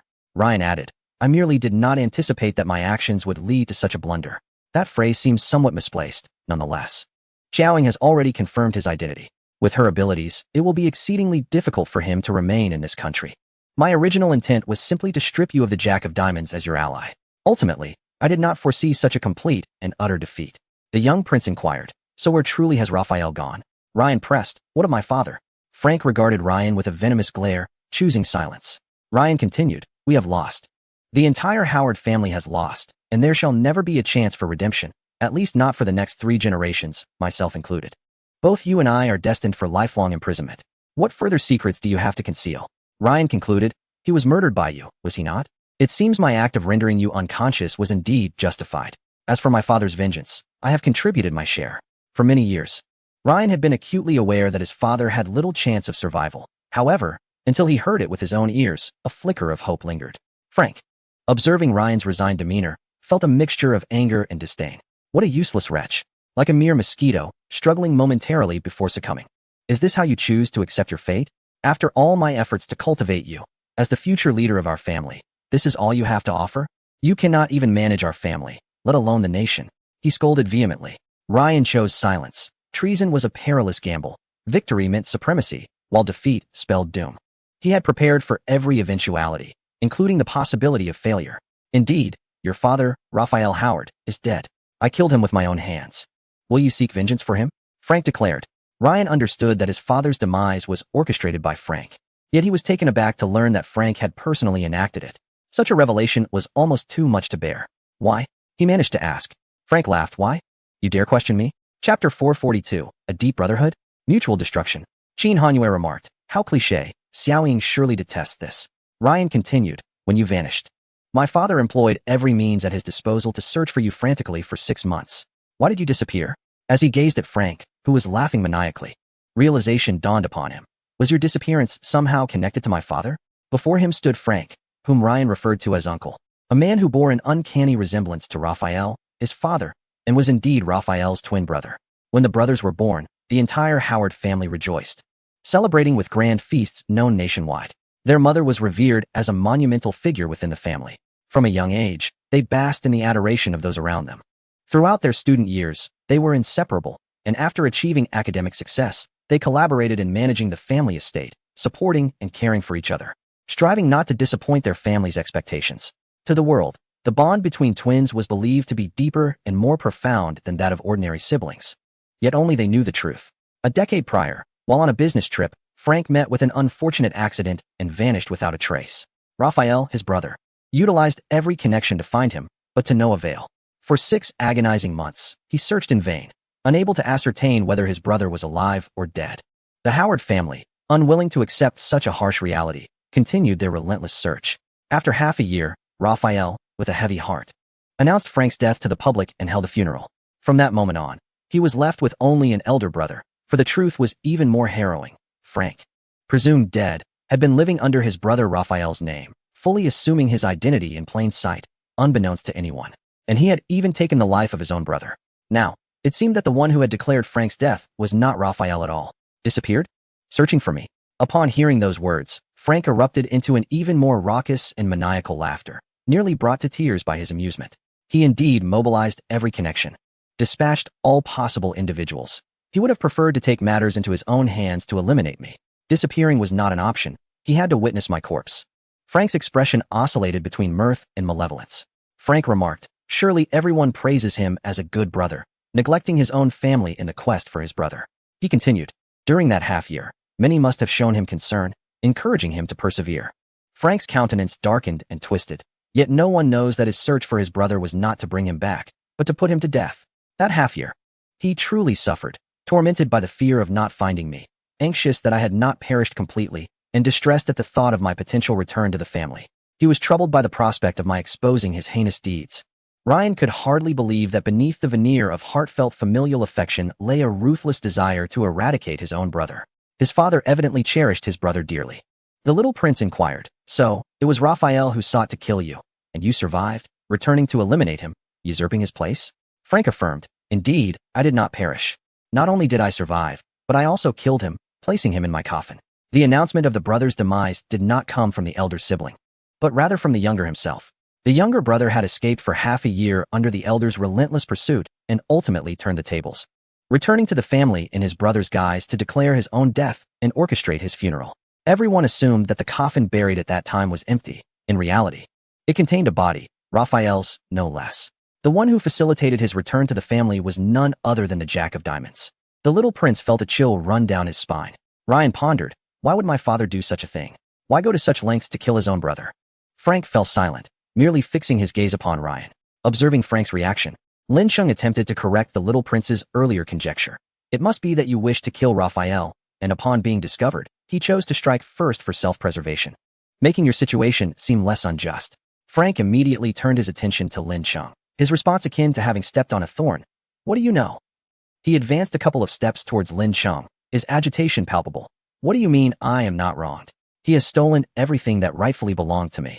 He deserves to die, while I am the one who should feel aggrieved. From childhood, he has shadowed me like an inescapable specter. Why must we be twins? Why is he the elder, and I the younger? What gives him the right to be the heir of the family from birth? Why will his children inherit his power, while mine can only claim the meager privileges he deigns to bestow upon me? He is merely 2 minutes my senior. Why must he resemble me so closely? Why do people constantly confuse us? Why can even the woman I love not discern between him and me? Why, knowing she loves me, does he masquerade as me to steal her away? He dons my visage to claim the woman I adore, bringing her home and making me address her as sister-in-law while they bask in their affection. Frank suddenly turned to Ryan, fervently declaring, "Ryan, you should have been my child. You are my child." Ryan stepped back, contemplating the unspeakable matters between his parents and uncle, feeling a wave of physiological discomfort wash over him. Qin Hanyue remarked, "How melodramatic." Xiaoying must not enjoy hearing this. The disdain in Ryan's eyes provoked Frank, whose gaze toward him transformed into a complex blend of love, hatred, and revulsion. With a sullen expression, he declared, "Disgusting, is it? It should be. Though I lost in the power struggle against the Caroline family, I have triumphed over him. I seize his identity, claim his wife, and compel his proud son to call me father. Even his future grandson shall address me as grandfather. If it weren't for that damned scoundrel dragging me down today, I would have been a king, second only to none. I have achieved it. I have succeeded. The Howard family shall bask in unprecedented glory under my leadership, while he may not be able to accomplish the same. Today, I, Frank, may have faced defeat.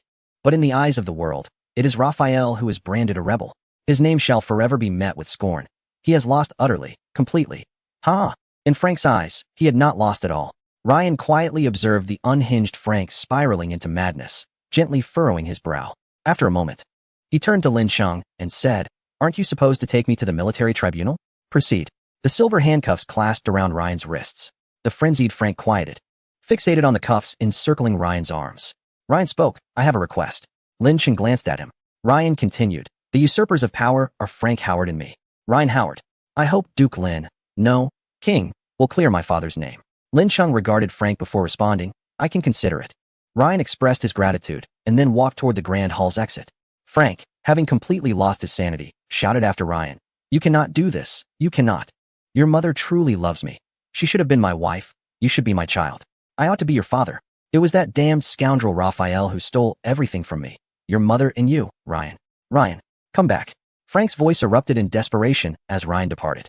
Step by step, Ryan exited the Grand Hall, standing outside the palace, his gaze sweeping over the guards below the steps. He then lifted his eyes to the pitch-black night sky. The stars twinkled faintly, and within his weary eyes lay a mixture of reluctance and a sense of relief. Chapter 443. Xiaoying, Lin Guli is my biological father. My mother. The rain pattered softly. The castle in the rain evoked a sense of isolation and melancholic detachment.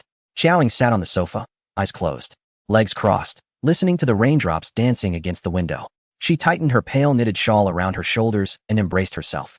Beside her, the sofa sank slightly under the presence of a man, whose assertive aura enveloped her, his cool fragrance harmonizing inexplicably with the damp weather. Xiaoying couldn't help but curve her lips into a subtle smile, which he failed to notice. Qin Hanyue observed her and gently inquired, "May I ask something?" She responded promptly, "Yes." The willingness to answer indicated that the matter was not severe. Xiaoying had left the palace last night with a square J and returned only in the morning. In the dead of night, Qin Hanyue returned to the ancient castle from the royal palace, where he awaited her arrival until dawn. Fatigued beyond measure, she uttered nothing upon her return. Her clothes stained with blood, she retreated to the bathroom for a shower, and then collapsed into bed, asleep. After confirming that she was uninjured, Qin Hanyue also succumbed to slumber, unable to inquire further. She slept through the morning, awakening only to consume a morsel before taking her laptop and seated herself, typing away. After finishing, she remained in contemplation.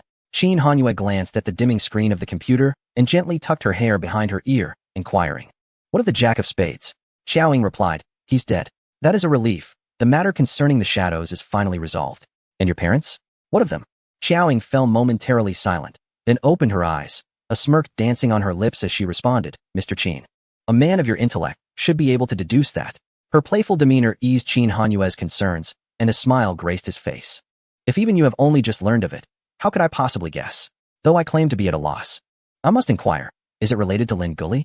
The fleeting glance the Jack of Spades cast towards Lin Gully had not escaped Qin Hanyue's notice, nor had the words spoken at that moment, which hinted at deeper complexities. It seemed Xiao Ying's ascension to the shadows as an assassin was no mere coincidence, and her mother was a figure of legend, as the Jack of Spades had indicated. Seeing the glimmer of appreciation in Xiao Ying's eyes, Qin Hanyue understood that he had struck a chord. Xiao Ying, draped in a shawl, gestured towards the laptop resting on the table with a subtle lift of her chin. Qin Hanyue illuminated the screen, entered the password, and upon unlocking it, found 2 sets of DNA. Calmly, Xiaoying stated, "Lin Gully is my biological father." The insinuating glance the Jack of Spades cast towards Lin Gully had led Xiao Ying to anticipate this revelation. There were 2 sets of DNA, one belonging to Xiao Ying, or rather, the blood shadow, and the other belonging to Lin Gully's daughter. Recently, Lin Cheng had sought assistance from 2 individuals to locate this daughter. Qin Hanyue was taken aback to learn that it was Lin Gully's daughter they sought. He had been unaware of Lin Gully's loss of a daughter, and while he had surmised a connection between Xiao Ying's lineage and Lin Gully, he had not anticipated that Lin Gully was indeed her father. What a twist of fate. As Qin Hanyue perused the paternity test document, he fell momentarily silent. Xiaoying observed him. "Why the silence? Are you relieved you hadn't previously acted rudely out of jealousy? Oh, and let's not forget Lin Cheng." Xiaoying added, "There's no need for that. Even if you were to strike Yi Si, I would likely refrain from chastising you, let alone them." Qin Hanyue chuckled, glancing at her with a mix of incredulity and surprise. "What if I were to hit Cheng Jinyan instead?" Xiaoying replied, "If you were to strike Yi Si, the probability is 99% that it would be due to his insufferable tongue. As for Cheng Jinyan, realistically and theoretically, such a situation between you two seems improbable." "You are quite the pragmatist," Qin Hanyue remarked, though not as a compliment.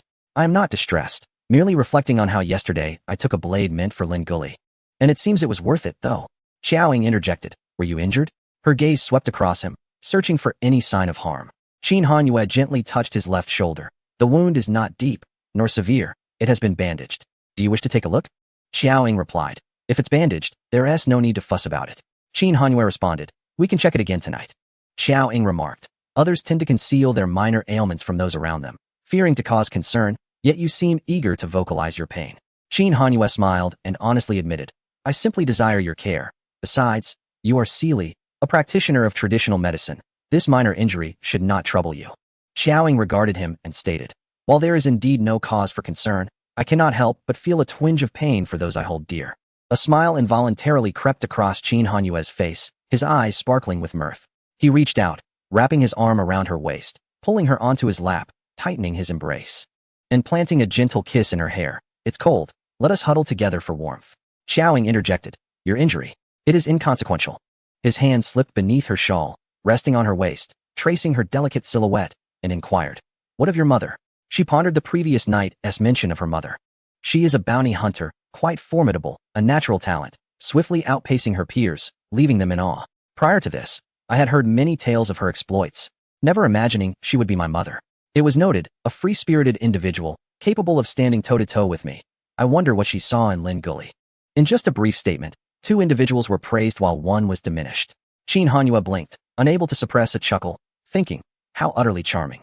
Previously, she suggested Lin Gully slightly surpassed him, yet now she asserts he is unworthy of her mother, rendering Lin Gully less impressive, and consequently, Does that not imply he himself is even less? Qin Hanyue teased. It seems Miss Qiao has inherited not only her mother's talent and intellect, but also her mother's questionable taste. Xiaoying shot him a sidelong glance. What are you being so sarcastic about? Qin Hanyue replied. I'm not. Xiaoying continued. The shadow once sought to recruit her, but as a free spirit, she scorned such an alliance and declined. The shadow coveted her genetics and attempted to abduct me shortly after my birth. Qin Hanyue inquired. Where is she now? Xiaoying responded. She. Chapter 444 Qin Hanyue asked. Is there a reward? Xiaoying replied. What do you desire? The rain persisted into the night, showing no signs of abating. In the bedroom, Qin Hanyue sat bare-chested at the edge of the bed, while Xiaoying stood before him, administering acupuncture to his head.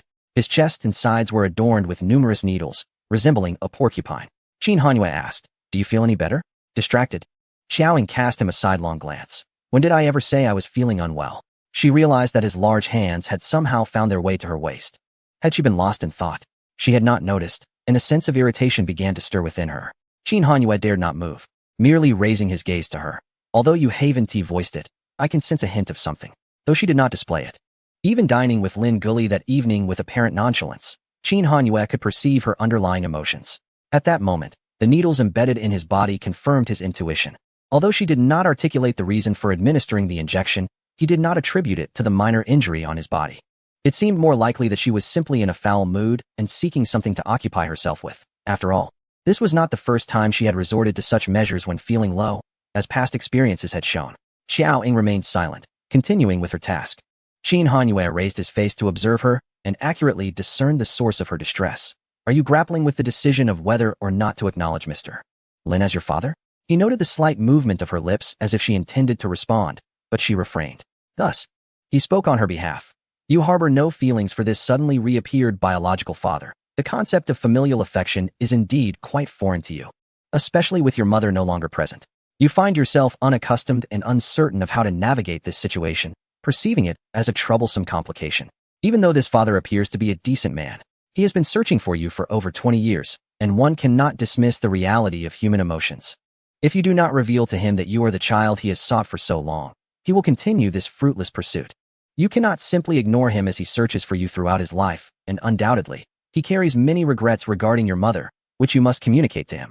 Yet, should you choose to acknowledge him, you will need to elucidate your existence as though your soul has been reborn, and inevitably, you will be compelled to endure a touching and tearful reunion scene that you find particularly distasteful but cannot refuse.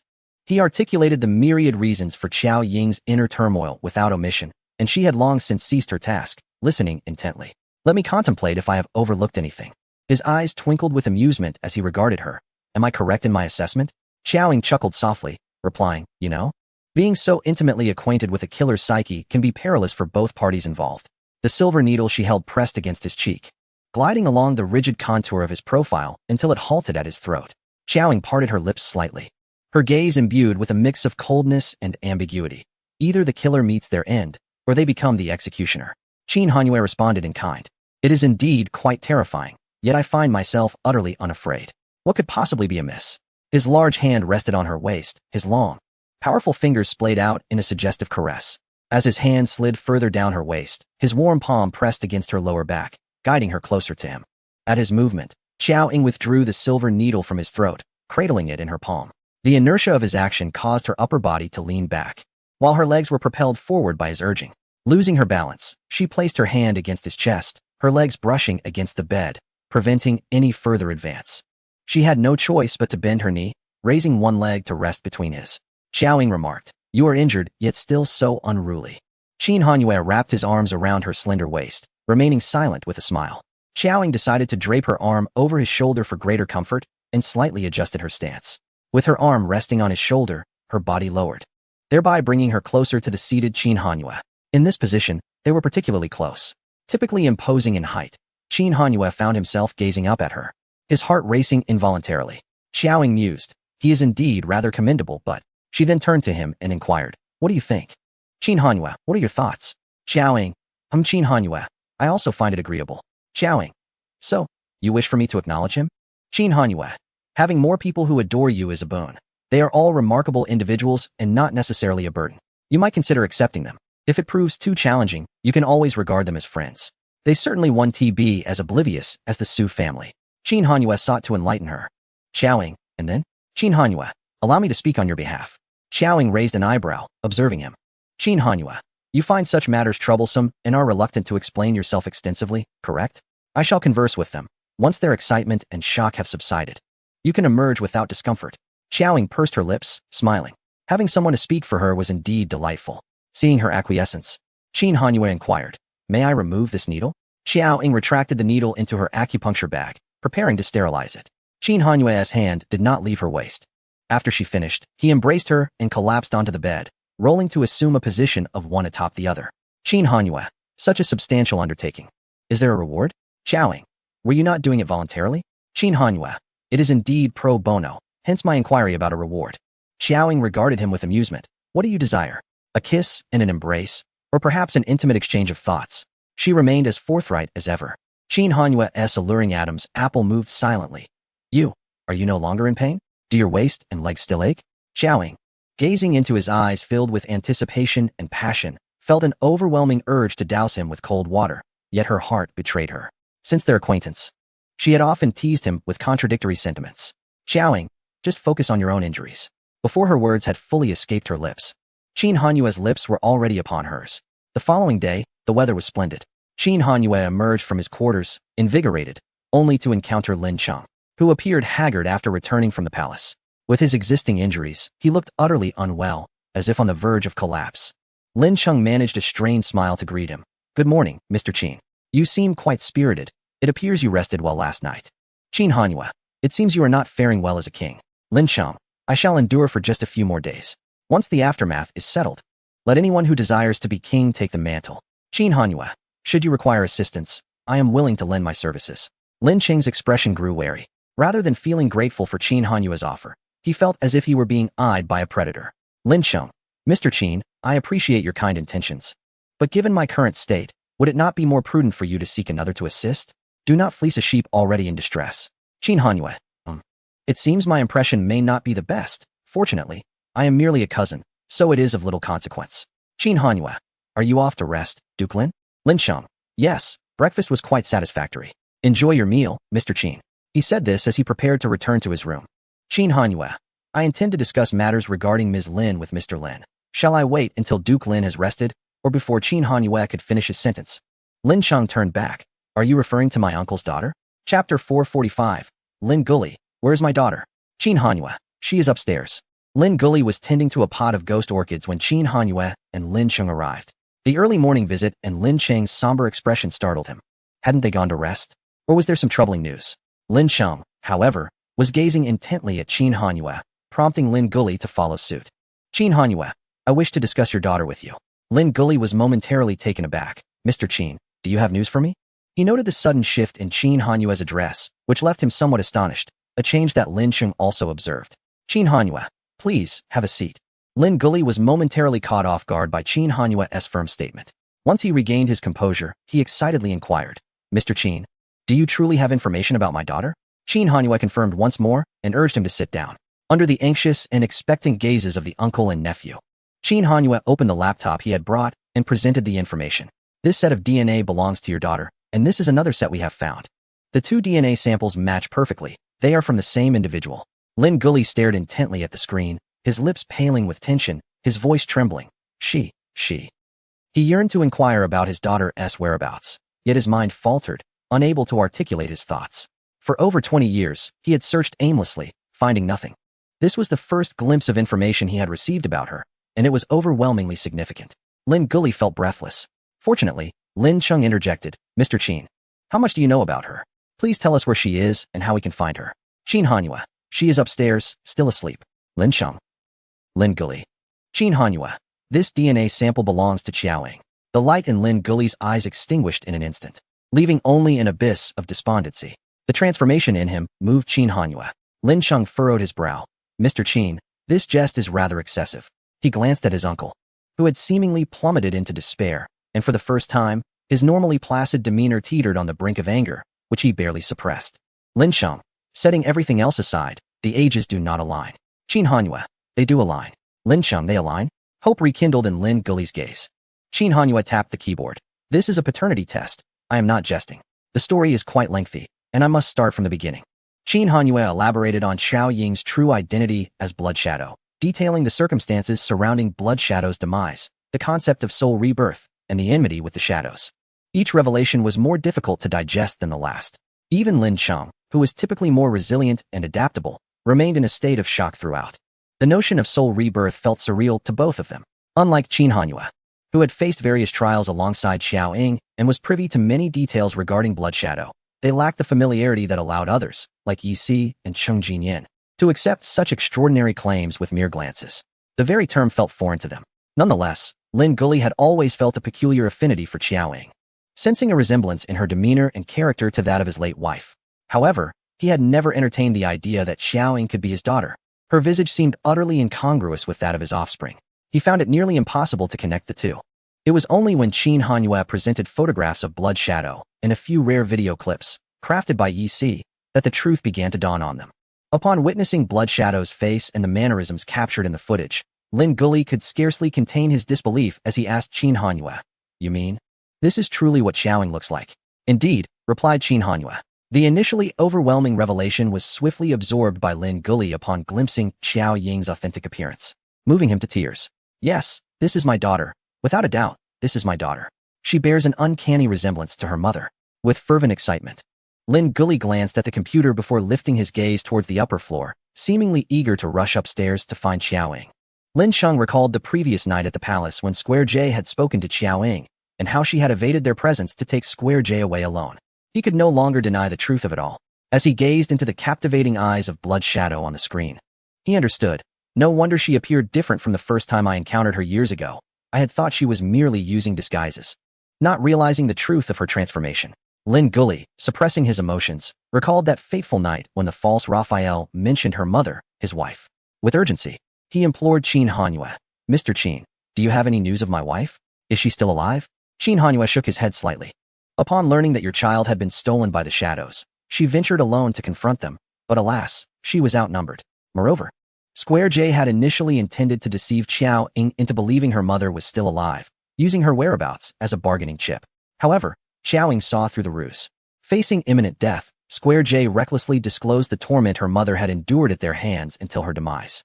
The brutality of the shadows is beyond imagination. And in a bid to protect her daughter's safety and shield her husband from retaliation, she relinquished even the chance to resist." Qin Hanyue could not refrain from sharing this with Lin Guli. Even with a forewarning, Lin Guli found the reality difficult to bear. Although Qin Hanyue did not explicitly state it, he understood that the shadows were a lethal organization, and he could envision the fate that awaited his wife. He despised his own helplessness, lamenting his ignorance and the missed opportunity to stand alongside his wife in battle, allowing their daughter to grow up in such a hellish existence, subjected to torment, and ultimately meeting her end at their hands, all while he remained oblivious. Had it not been for divine providence granting his child a second chance at life, Lin Guli dared not contemplate the implications. Qin Hanyue continued, "I have heard from Xiao Ying that you know very little about your wife's past. Her true name is Yen Bai. She is the foremost bounty hunter, and the shadows targeted her due to her genetic lineage, which led them to abduct her child. Her encounter with you was not mere coincidence. I wonder if you sensed a hint of this," Qin Hanyue mused. Lin Guli lowered his hand from his face. "I am aware. When she departed, she warned me to be cautious. I had already surmised that her identity was not ordinary. Now, in light of her status as a bounty hunter, I suspect she initially came to eliminate me, Qin Hanyue, yet she has broken the rules. Not only did she spare your life, but she also fell in love with her target. Lin Guli, it would have been better if she had killed me. Then she would not have faced the shadows because of the child, and she would not have perished. Qin Hanyue, you may deem yourself unworthy of her sacrifice. Yet in her heart, the sentiment may differ. You wish for her to end your life, you wish for her survival, and she too desires for you to live. You have searched for them, mother and daughter, for over 2 decades. You have not let them down." Xiao Ying awoke to find it was already afternoon. As she descended the stairs, she observed 3 figures seated in the hall below, evidently awaiting her arrival.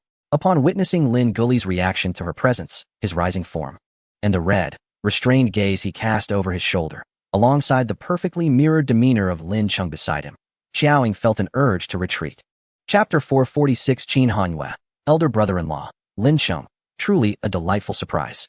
Xiao Ying's gaze traversed the pair of relatives before instinctively settling upon Qin Hanyue. As she walked down the stairs under the scrutiny of the 3 men, Lin Guli grappled with the impulse to rush forward, but, recalling Qin Hanyue's admonition, he refrained. He stood there, clearly still processing the overwhelming flood of information, appearing somewhat at a loss. Lin Guli believed he could maintain his composure, yet when she approached within reach, he could not resist and stepped forward to embrace her. Although Qiaoying observed his restraint, she instinctively took a half step back, ultimately remaining close. Unaccustomed to this physical contact, Qiaoying glanced at Qin Hanyue, who returned her look with a reassuring gaze. Noticing that Qiaoying was not averse to his embrace, Lin Guli dared to hold her a little tighter, cautiously, as though cradling the delicate infant she once was. The exhilarating emotions of first-time fatherhood surged within him. Memories of that moment still vivid after all these years, the most cherished recollections that fueled his perseverance. At this moment, holding Qiaoying, all emotions became intensely clear, including a fragment of her mother's essence, which filled the void in Lin Guli's heart, breathing life back into it. Having endured separation for over 20 years, the harsh realities had long since dulled his hopes, making this reunion feel surreal. My child, I have finally found you. You have suffered. Lin Guli's voice trembled, as he struggled to suppress his emotions. She had been but 5 months old when she was taken from him, a mere doll in his arms. Now, she had grown into a capable young woman, and the pain in his heart was unbearable. During the wait for her descent, Lin Guli heeded Qin Hanyue's counsel, reminding himself to remain composed, to refrain from tears, lest he provoke her aversion. Despite his efforts, he found himself unable to maintain control.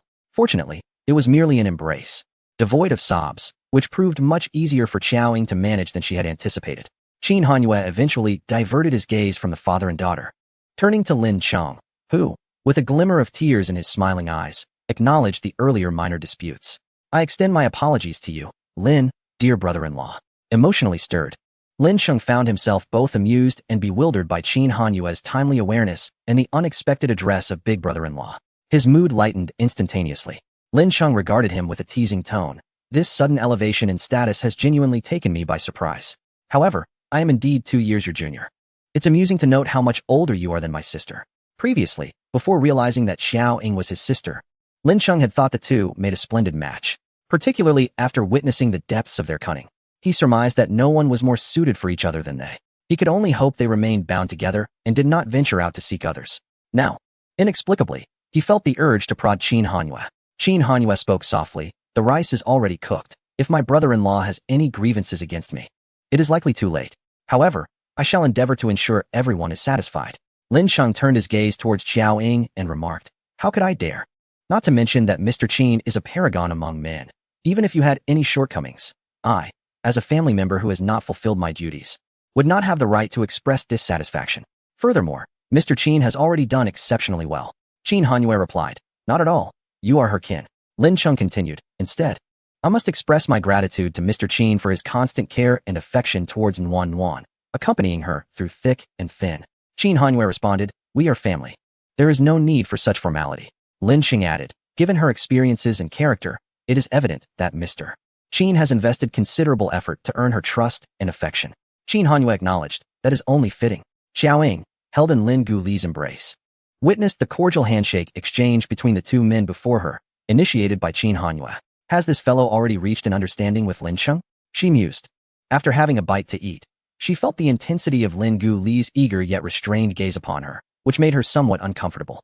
Fortunately, she had someone with high emotional intelligence by her side to alleviate the tension. After lunch, the four of them settled on the sofa in the grand hall, as Lin Guli recounted the story of his life with his wife. Chapter 447. They met only 7 times in their lives. Lu Ying, Blood Shadow, let us have a duel. Qin Yin, Blood Shadow. Lin Guli and his wife had only crossed paths 7 times throughout their lives. Their first encounter took place within this ancient castle. She had infiltrated his room, seated herself on his sofa, and indulged in the fruits on his table. Unbeknownst to Lin Guli, she had come to take his life. Reflecting on that moment, Lin Guli recalled, I was suffering from a cold and wore a mask to avoid infecting Lin Cheng. Thus I had been masked for days. She inquired about my name, attempting to ascertain my identity, so I removed the mask for her to recognize me, fully aware of her sinister intent.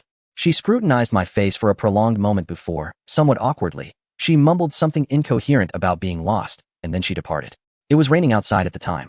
The following evening, she returned once more. Upon entering the room, Lin Guli found her perched on the windowsill.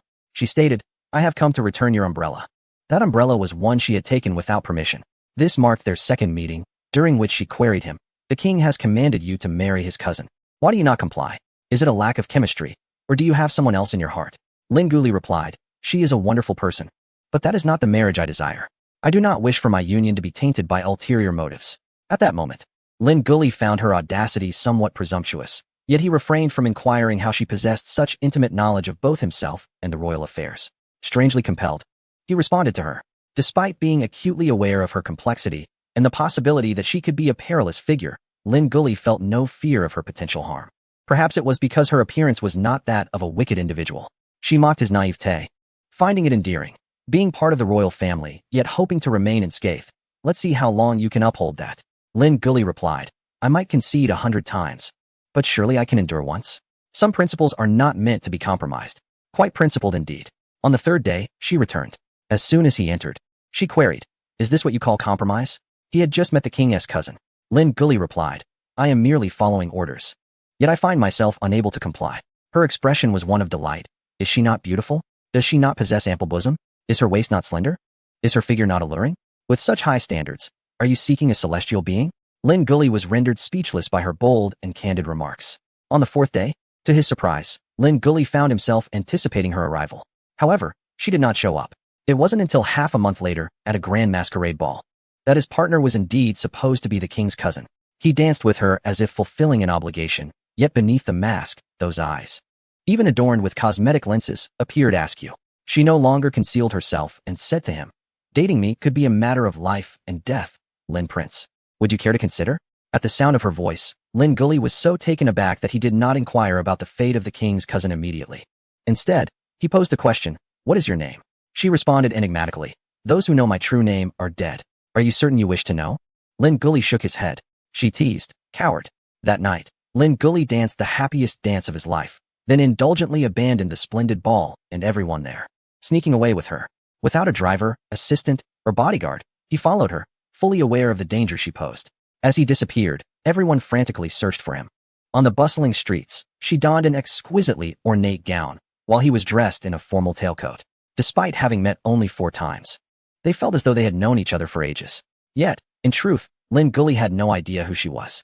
They traversed the most vibrant avenues of Country C, where Lin Guli withdrew all his cash and even pawned his watch and coat to arrange a fireworks display for her. Half a month later marked their 5th encounter. During this interval, Lin Guli procured the largest firework in Country C, eagerly awaiting the moment he could unveil it to her. She raised an eyebrow and asked, aren't you afraid I might be sent by your rivals to approach you? Lin Guli replied, then I shall simply date you. As you mentioned, dating you could save my life. This time, she accompanied him to a castle for several days, after which she vanished once more. A year later, she reappeared with a 1-month-old daughter, irresponsibly stating, I want to raise her. You do it. She left the child with him and walked away, leaving Lin Guli standing there, bewildered, cradling the baby. Lin Sheng, did you not try to keep her? She bore your child. She must love you dearly. This question piqued the curiosity of Qin Hanyue and Xiaoying. Lin Guli, of course I did. How could I not? During that year of her disappearance, I waited for her return, with the engagement ring prepared and carried with me daily, eagerly awaiting her appearance, but she rejected me. Lin Guli believed her refusal stemmed from his identity. At that time, he had resolved to forsake his princely status, relinquishing everything here to leave with her, regardless of who she was or what her identity entailed. Yet she stated, I do not favor ineffectual men. Lin Guli felt abandoned, yet he could not comprehend it. As Lin Sheng queried, if she did not love him, how could she have borne their children? There had to be some other reason. And Lin Guli was beset by a foreboding feeling. He endeavored to find her, searching aimlessly, inquiring about her whereabouts, even approaching his rivals. Willing to offer anything in exchange for information, yet neither she nor anyone he was acquainted with had any connection to her. She appeared suddenly, only to vanish just as swiftly. His unsettling premonitions intensified. He neglected everything in his frantic search until his daughter was taken from him. He knew she was not responsible. The loss of his daughter nearly drove Lin Guli to madness as he scoured the entirety of Country C, even borrowing soldiers from the king. He had not anticipated seeing her again, and upon their reunion, all he felt was a rising panic over the loss of his daughter. Her temper was indeed concealed, more volatile than he had imagined. Upon their first meeting, she struck him with a punch, visibly furious. Once I retrieve our daughter, I shall not bring her back to you. She did not listen to his explanations, simply walked away. After that, she never reappeared. In a lifetime, they met 7 times. And he did not even know her name. Yet he loved her unwaveringly for over 2 decades, sought her for 20 years. Even if she did not agree, he had already regarded her as his wife in his heart. For this, he abandoned everything, betrayed his nephew, and became a figure of treachery in the eyes of all. Throughout the remaining years of his life, he would continue to love her, to think of her, to yearn for her. Lin Guli always believed she was sent by his family to approach him, yet he willingly fell into her trap. Only now, upon learning of her identity as a bounty hunter and recalling her words at the ball, did he realize she had come to take his life. In truth, Lin Guli was unaware that their first encounter was not as he had presumed in the castle, but rather when he held Lin Cheng in a parent-child amusement park. While she stood at a distance on a rooftop, aiming at them with a sniper rifle, observing them for an entire afternoon. Because of the young Lin Cheng in his arms, she ultimately lowered her weapon, sparing his life for the time being. That evening, she infiltrated the castle, intending to take his life once more, yet she could not bring herself to do it. Some people can face each other daily for a lifetime, yet remain indifferent, while others, having met only a few times, leave an indelible mark on one's memory. Lin Guli remembered vividly every encounter, every scene, the words exchanged, the tones spoken, and even the weather during each meeting. Lin Guli gazed at the orchids on the table. This ghost orchid was your mother's favorite. Yet despite my efforts in nurturing so many over the years, they have scarcely bloomed. I owe her an apology. He turned his gaze to Qiao Ying. I am sorry. Reflecting on the hardships and wounds Qiao Ying had endured over the years, her death and resurrection, along with the enmity with the shadow and the half-year spent bedridden, Lin Guli felt an unbearable ache in his heart. He had failed to protect the two most significant women in his life. Confronted by Lin Guli's gaze filled with guilt and self-reproach, Qiao Ying's lips moved, yet words eluded her. Her hand absently caressed the head of the fourth master. Qin Hanyue interjected, the power of the shadow is beyond our capacity to resist. This is not your fault. Lin Guli managed a strained smile in response to Qin Hanyue's consolation. Outside, Yuing Luing entered, followed by Qin Yan. The three met at the door. Luing promptly inquired, where is he? Qiao Ying replied, he is dead. Suddenly, Luing declared, let us go outside and spar. Qin Hanyue regarded him. Lin Guli looked at him. Lin Qing observed him. Yuing tugged at Luing, attempting to dissuade him. Qiao Ying. Luing, I have been training hard these past few years. Although I still cannot match you, I wish to gauge the difference. Qin Yan scoffed, such bravado. Qiao Ying, with one leg crossed and arms folded, retorted, and what if you see the difference? You still cannot catch up. Luing, you? Qin Yan rolled his eyes. Is that all? I expected something more impressive. Qiao Ying stood up, preparing to ascend the stairs to her room. She glanced at Lin Guli and, after a lengthy silence, suddenly said, if you wish to know how to care for the flowers, asked Qin Hanyue. Did this signify her acceptance of him? Lin Guli looked at her with excitement. All right. Qin Hanyue smiled and nodded to Lin Guli before following Qiao Ying upstairs. Luing, exasperated, shouted after Qiao Ying. Blood shadow. Qin Yan's eyes widened in astonishment. What? Blood shadow? Where? Chapter 448. Qin Hanyue. Darling, let us name our daughter this. As Qin Hanyue followed Qiao Ying upstairs, he couldn't help but express, the love between your parents is truly enviable. They met only 7 times yet remained unwavering. Qiao Ying replied, you seem rather familiar. Qin Hanyue chuckled, what do you think your mother meant when she said something a bit difficult? Why did she repeatedly forgive your father? Qiao Ying retorted, I do not know. Qin Hanyue quickened his pace to catch up with her. Perhaps I can hazard a guess. Would you like to hear it? Qiao Ying, not interested. Qin Hanyue continued, I believe your mother, like you, was captivated by your father's face, which is why she could not bring herself to let him go. In this regard, you are indeed quite alike. Qiao Ying shot him a glance. Humph, you certainly know how to flatter yourself. I did not find your face appealing at first. Love at first sight was never a consideration. Qin Hanyue replied, no matter, as long as it is pleasing now. As he spoke, he suddenly wrapped his arm around Qiao Ying's waist and lifted her effortlessly. Instinctively, she hooked her hand around his neck, his breath tantalizingly close. Qin Hanyue remarked, it's a bit far to walk back to your room, so I shall carry you. Qiao Ying shot him a sidelong glance, recalling the events of the previous night. Her cheeks flushing slightly. He carried her into the room, a sultry voice whispering in her ear, Wan. It was quite alluring. Qin Hanyue gazed at her, his eyes filled with tenderness. That nickname suits you perfectly. Qiao Ying, with a stoic expression, replied, how does it suit me? Qin Hanyue responded, it sounds adorable. Many little girls in the Suzhou area have that name. Qiao Ying countered, beauty is in the eye of the beholder, but this is a bit far-fetched. Aside from that scoundrel Yi Si, you are the only one who could associate the word adorable with me. Qin Hanyue replied, although I do not get along with Mr. Yi. In this regard, we are indeed in agreement. Qiao Ying curled her lips slightly. Qin Hanyue lowered his head, his soft lips brushing against her forehead. What do you think about naming our future daughter this? Qiao Ying responded with a simple heh. Qin Hanyue declared, then it is settled.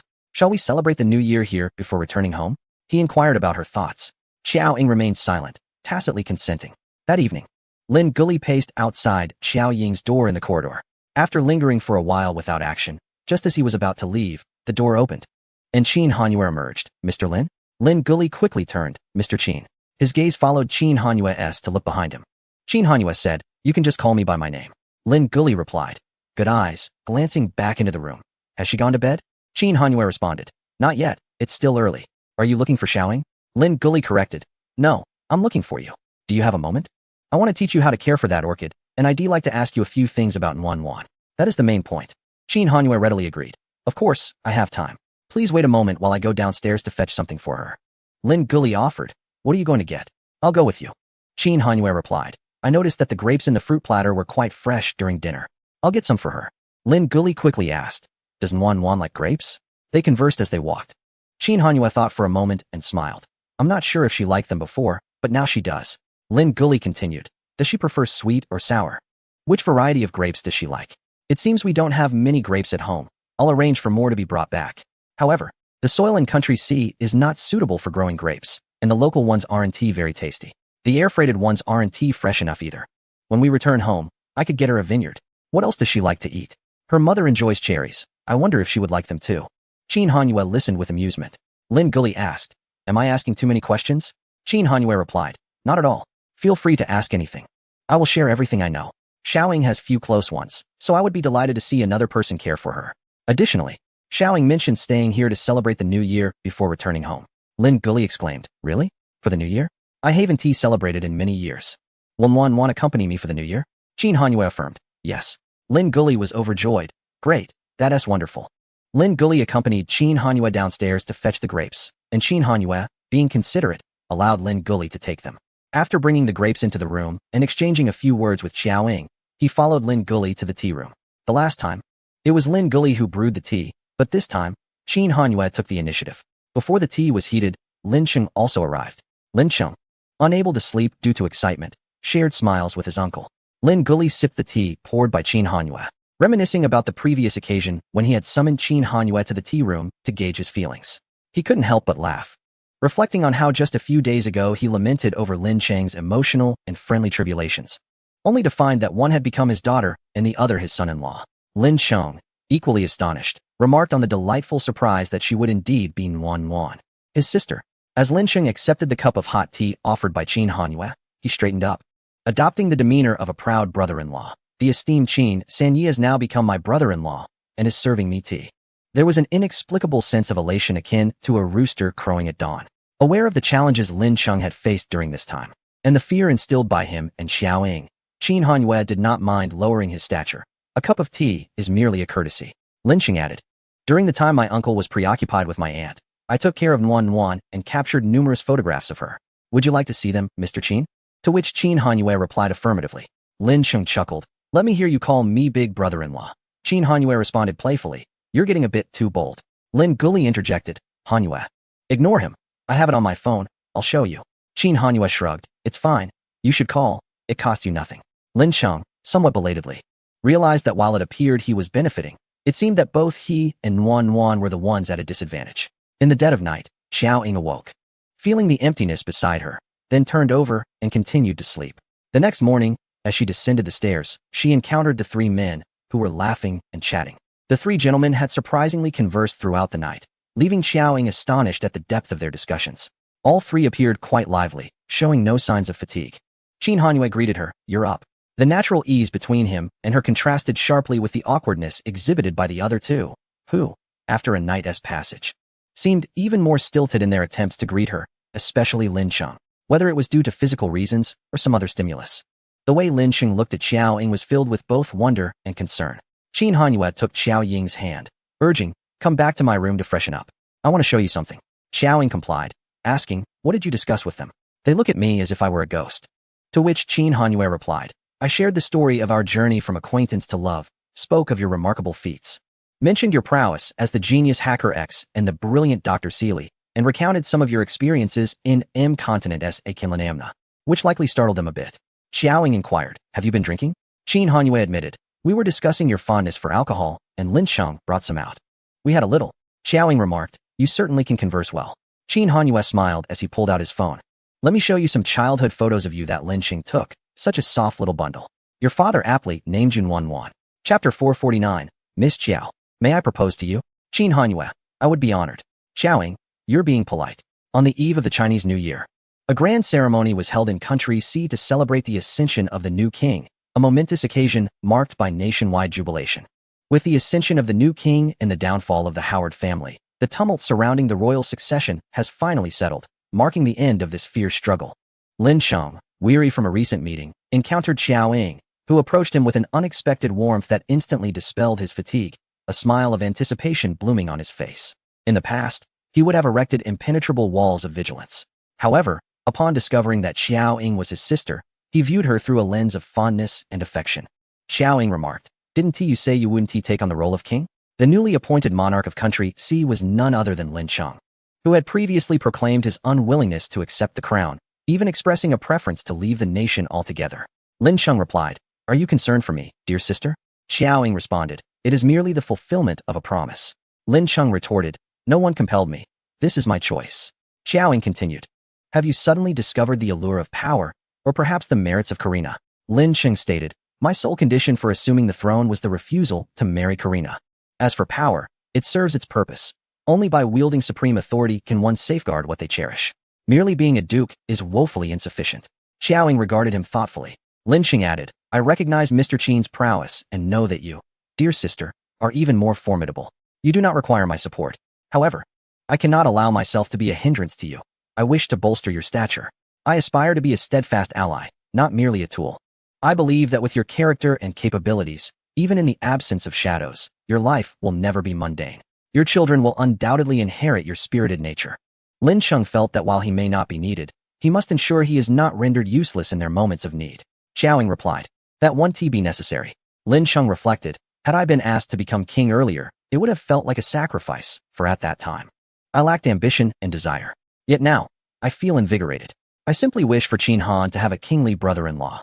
The very thought carries an air of authority. This is entirely my choice. It is not a sacrifice, so you need not bear any pressure." Xiao Ying turned to leave, saying, "You are overthinking this." Lin Sheng pursued her, "When will you call me brother? We were quite close in our youth." Xiao Ying countered, "Close? I was but a few months old then." Lin Sheng insisted, "Indeed, as a child, you would weep when the housekeeper held you. Yet the moment you saw me or heard my voice, you would instantly cease your tears."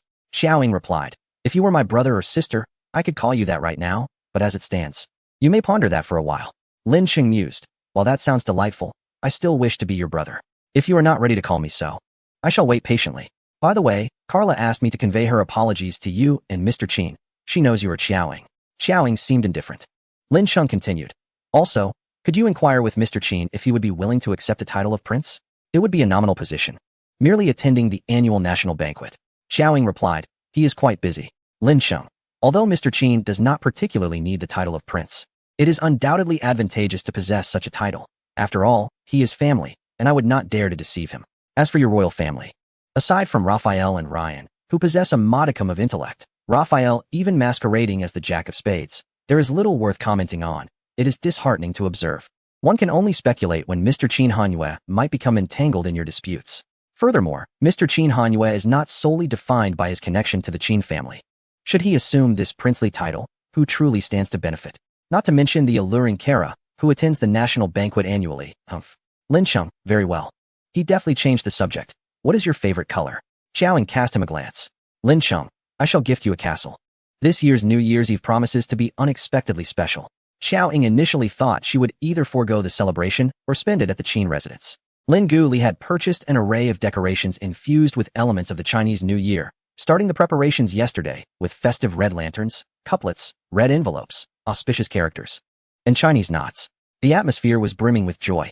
The castle's butler and servants had never experienced such a vibrant ambience. Xiao Ying remained in her room, tying 2 Chinese knots onto the ears of the 4th master. Qin Hanyue approached with several empty couplets in ink, offering her a brush. Care to give it a try? Xiao Ying, what about those 2 fellows? Referring to Lu Ying and Yu Ying. Qin Hanyue, they have departed. Hearing that Lu Ying had left, Xiao Ying felt the air lighten. Over the past few days, Lu Ying had been persistently challenging her, and she had chosen to ignore him. Lu Ying ought to count himself fortunate that Xiao Ying had been deliberately avoiding Lin Guli. Otherwise, given his incessant pestering, she would have surely gone out to confront him. Suddenly, Qin Hanyue recalled. Do you know how to write with a brush? Xiaoying twirled the new brush in her hand, pausing at his inquiry. Not to boast, but I have practiced. I simply have not sought a Master-S title to wear. Otherwise, with my brushwork, each character would be worth its weight in gold. Qin Hanyue chuckled. Worth its weight in gold? Xiaoying raised an eyebrow at him. Are you requesting a character? Qin Hanyue promptly retrieved his wallet, presenting his wealth before her. I am. Lin Gu Li was in the hall on the first floor, affixing auspicious characters to the furniture. When Qin Hanyue approached him with several completed couplets, Lin Gu Li took a look and exclaimed, This calligraphy is truly exquisite. I had no idea you possessed such a skill, comparable to that of a master. You must practice often, I presume? Qin Hanyue. This was written by Xiaoying. Lin Gu Li written by her? He held the couplets, surprised as he looked at Qin Hanyue. Upon seeing Qin Hanyue's face, Lin Gu Li's expression turned puzzled. What is peculiar about this face? Lin Gu Li scrutinized Qin Hanyue, who showed no apparent change, yet something felt amiss. Sensing Lin Gu Li's gaze, Qin Hanyue awkwardly turned his face away, and in doing so, the oddity became glaringly apparent. Lin Gu Li, Hanyue, what is wrong with your eyes and ears? Why is there a dark line at the outer corner of your eye? There are also small dark spots on your earlobes. Qin Hanyue, ahem. This is, Lin Sheng arrived at the sound. What is it? Let me see. Qin Hanyue stepped back, and Lin Sheng moved closer. Upon catching a glimpse of Qin Hanyue's visage, Lin Sheng took a step back, his expression a tapestry of complexity as he remarked. I never realized you harbored such a penchant. After receiving a somewhat unfriendly glare from Qin Hanyue, Lin Sheng stifled a chuckle and rephrased. Today is indeed a splendid occasion. Yet there is no need for such ostentatious adornment. If you truly fancy it, I could procure a professional makeup artist for you. Moreover, I could present you with a pair of genuine earrings. What you currently possess is rather unseemly. Qin Hanyue took a deep breath and clarified. Xiaoying played a prank and painted this. Lin Sheng responded, I thought as much. Who possesses such skill? The eyeliner is so flawlessly executed. It turns out it was Nguyen's handiwork. Qin Hanyue. Lin Gu Li smiled with satisfaction, lifting his gaze to see Xiaoying descending with the fourth master. Initially, Lin Sheng's attention was on Xiaoying, but he was soon captivated by the fourth master, who, adorned with 2 Chinese knots and exuding an air of dignified pride, approached with a steady gait. After scrutinizing him for a moment, Lin Sheng hesitantly called out, Sack? The fourth master replied, Woof, indeed. Disregarding the festive knots, Lin Sheng focused intently on the striking yet somewhat incongruous canine visage, inquiring, Where are your eyebrows? The fourth master had 2 tufts of brown fur above his eyes, with the insides of his ears also brown. At this moment, they had turned entirely black. The fourth master explained, Woof. It is quite evident that Xiaoying has painted the brown fur black. Lin Sheng remarked, Very handsome. The fourth master appeared quite pleased with himself. Woof. Qin Hanyue turned to Xiaoying and said, I shall wash my face. Upon my return, we can paste the couplets together. In truth, both statements were inquiries. Lin Sheng interjected, No need. You appear far gentler this way, more attractive than Sack, especially considering this was personally crafted by Nguyen. Qin Hanyue countered. What of the Duke's decorum? Lin Sheng corrected him, It is king. Lin Gu Li stepped forward, smiling as he inquired of Xiaoying. Is there any dish you wish to have? I shall instruct the kitchen to prepare it. Xiaoying paused, opening her mouth to say, I would like to eat fish. Lin Gu Li replied, Excellent. I shall request the kitchen to prepare several fish dishes, sweet and sour, braised, and steamed. As he spoke, he turned and departed, forgetting to set down the couplets in his hands. As night descended, the ancient castle was adorned with lights and decorations. The grand and tranquil edifice, complemented by vibrant red elements, presented a uniquely delightful yet chaotic spectacle. Nevertheless, the atmosphere was undeniably celebratory. At the dining table, the 4 raised their glasses in a toast. The ambience harmonious. The uncle and nephew, unaware of how many years had passed since they last celebrated the new year together, felt a swell of emotion as they partook in this festive reunion dinner. After the meal, the group ventured into the night, braving the cold winds as Qin Hanyue announced that a fireworks display awaited. During the wait, Xiaoying asked Qin Hanyue, who was arranging her scarf, Is this prepared for me, or for the new year? Qin Hanyue replied, For you. Xiaoying quipped, You certainly know how to imitate. Qin Hanyue responded, Indeed. I learned from my uncle. Do you not recall, back in Incontinent, I mentioned I would invite you to witness a fireworks show? Xiaoying retorted. Was that not merely a casual remark? Qin Hanyue did not deny it. It was likely so at the time. Xiaoying's lips curled slightly, resembling a smile. The fourth master was brimming with excitement, darting about among them. With a whistle-like sound, the fireworks streaked across the night sky, a colossal blue firework exploding above the castle, illuminating the entire night and casting a glow upon her fair visage. Xiaoying adorned herself in the new attire that Qin Hanyue had thoughtfully chosen for her. Her pockets were filled with 3 substantial red envelopes, and she wore a gold bracelet inscribed with the character for fortune, a gift from Lin Gully. With her face tilted upwards, she reveled in the vibrant display of fireworks. Amidst the cacophony of explosions, she heard him inquire, "Miss Qiao, may I propose to you?" "Right now?" Qiaoying maintained her gaze forward, her tone nonchalant as she replied, "Are you planning to kneel and recite vows as part of the package?" The disdain and rejection in her voice were unmistakable. Qin Hanyue responded, "Of course, we will do it your way. What have you prepared?" She glanced at him before returning her attention to the fireworks. "A ring," he replied, producing a ring box from his pocket. Without even looking, she extended her hand towards him. He retrieved the ring meant for her, grasped her hand, and paused just above her delicate fingertips, asking, "Are you truly willing to make this so easy for me? Your family is present. Are you not concerned about putting me in a difficult position?" Qiaoying retorted, "Our matters are none of anyone else's concern." Then, she scrutinized him. "Do you have a penchant for masochism?" "Masochism? That is merely a source of amusement," he declared with solemnity as he placed the ring upon her finger, ensuring it fit securely. He held her hand, gazing at the ring with an almost foolish expression of joy, unable to suppress a broad smile that arose from genuine happiness. After a moment of admiring it, he remarked, "The size is just right." Qiaoying lifted her hand to inspect the ring's design, visibly pleased. He then retrieved his own ring from the box and, with utmost sincerity, offered it to her. "Your turn." She accepted it and, without hesitation, slid it onto his finger, responding with a serious yet playful, "No need for formality." She turned her gaze back to the night sky, and beneath the brilliance of the fireworks, the smile that had been concealed on her face gradually unfurled, allowing Qin Hanyue to hold her hand. 202-3126, end of main text. In black and white, this is essentially where the main narrative concludes. An epilogue will follow shortly, detailing the married life of Ying Jie and San Yi, along with filling in some minor gaps and their little offspring. Chapter 450, Qiaoying, the betrothal gift from Qin Hanyue, Epilogue 1. Oh, Ying Jie. Even though Qin Hanyue is such a serious and mature individual, he has a game room at home, newly decorated, I presume. It's clear he set this up for you. It's obviously the latest model. My, what equipment. Look at that large screen. Qin Hanyue certainly knows how to impress. Come on, Ying Jie, let us play a couple of rounds. Wife, fruits, a robot. Bearing Qin Hanyue's voice, appeared, eagerly presenting an assortment of snacks. At the sound of wife, Hua Chengdong felt a chill run down his spine. He found nothing sweet about it, only terrifying. Watching the robot, which incessantly referred to him as wife with an almost overly obedient demeanor, made Hua Chengdong squirm uncomfortably in his seat. Qiaoying quipped, "Is your hemorrhoids acting up?" Hua Chengdong replied, "No. Ying Jie, could you please send this thing away? Its voice makes me feel like the real Qin Hanyue is watching me, and it's completely ruining my game." Qiaoying shot back, "If the food is subpar, just say so. Spare me the excuses."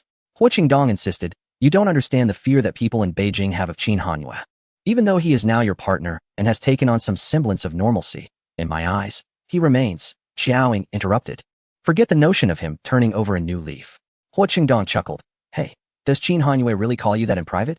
Hua Qingdong could hardly fathom what it would be like for the cold and indifferent Yin Wang, Qin Hanyue, to affectionately address a girl so much younger than himself as wife. The thought was simply beyond his imagination.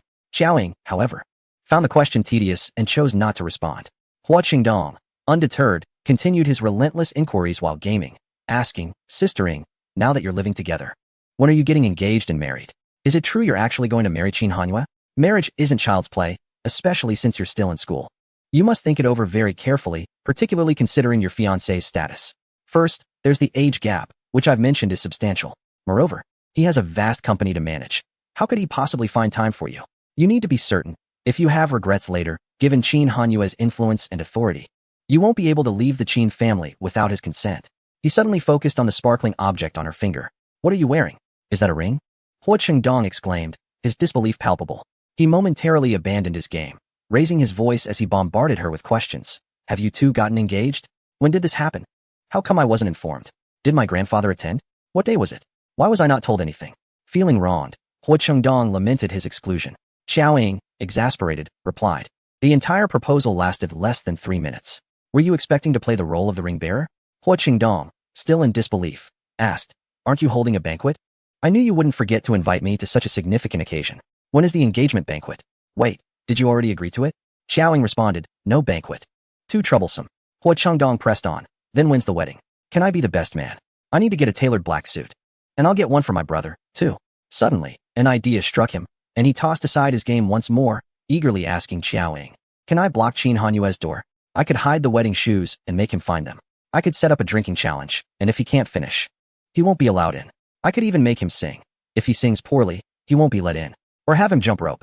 If he can't do 100 jumps, he can't enter. Just imagine it. The illustrious third Master Qin singing and jumping rope. He'd have to comply, and he'd even have to send me a red envelope. The more I think about it, the more exciting it becomes. Xiao Ying looked at him as if he were a fool. You want to be both the best man and the gatekeeper? You might as well take on the roles of both the bride and groom. Huo Qingdong replied, oh, I forgot. The best man is from Qin Hanyue's side. Then I'll be the undercover agent, making sure they can't find the shoes. And I'll spike their drinks with vodka to get them drunk. Xiao Ying remarked, you're handling the wedding arrangements for me. Qin Hanyue should be looking forward to all these rituals and festivities. Huo Qingdong questioned, what do you mean by that, Sister Ying? Are you starting to have second thoughts? It's not too late. We can run away as soon as you take off the ring. Xiao Ying, looking at Huo Qingdong's expectant face, felt speechless. The reputation of Qin Hanyue is indeed quite poor. It seems that only Huo Qingdong views him through a lens of negativity. Those who are unaware perceive him as a monstrous being. Xiao Ying remarked, how troublesome. There is someone else here. You keep an eye on the 260 direction and strike when they draw near. Hey, Yingjie, a new racetrack has been constructed in the west of the city. The area is over 3 times larger than a conventional racetrack, but it's private and not yet fully completed. Just the other day, I sneaked in. And guess what I saw? The supercars resembled cabbages, lined up in 6 full rows. Among them was the white Lamborghini Concept S, of which there is only one in the world, and it hasn't even been put up for sale yet. It has already been purchased, with industry insiders estimating its value at a staggering 3.8 billion. I was hoping to persuade my grandfather to buy it for me. Huo Qingdong, thinking of the magnificent racetrack and sports cars, felt a surge of excitement. Yingjie, do you have any way to persuade the owner to let us play on that racetrack? Xiao Ying inquired. When do you want to go? Her tone and words stirred Huo Qingdong's enthusiasm. Anytime. It depends on when you're free. It seemed manageable. Surely it wouldn't involve seeking Qin Hanyue's assistance. That would be a definite success. Xiao Ying focused on the screen. Later, I will inform the racetrack manager. You can just walk in when you arrive. Huo Qingdong tentatively asked, do you know the racetrack manager?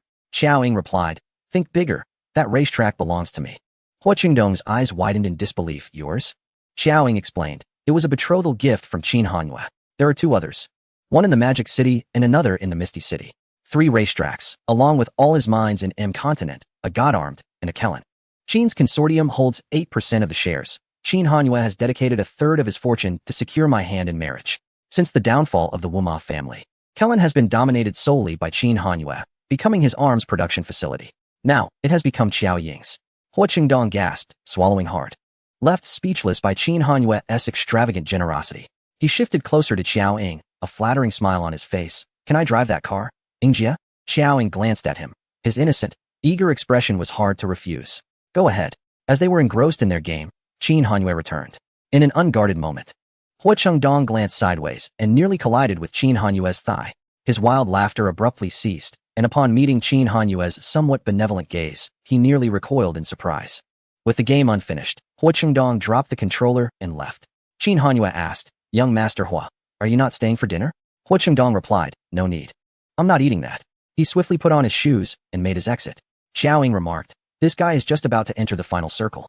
Qin Hanyue approached, removed his shoes, sat behind Xiao Ying, and lifted her onto his lap. Why are you sitting on the floor? He picked up the controller that Huo Qingdong had discarded. I'll play with you. Xiao Ying asked, back so soon? Qin Hanyue responded, I missed you. This is my first time playing this game. Will you teach me? He began to delve into the game. Xiao Ying, you brace yourself and watch my moves.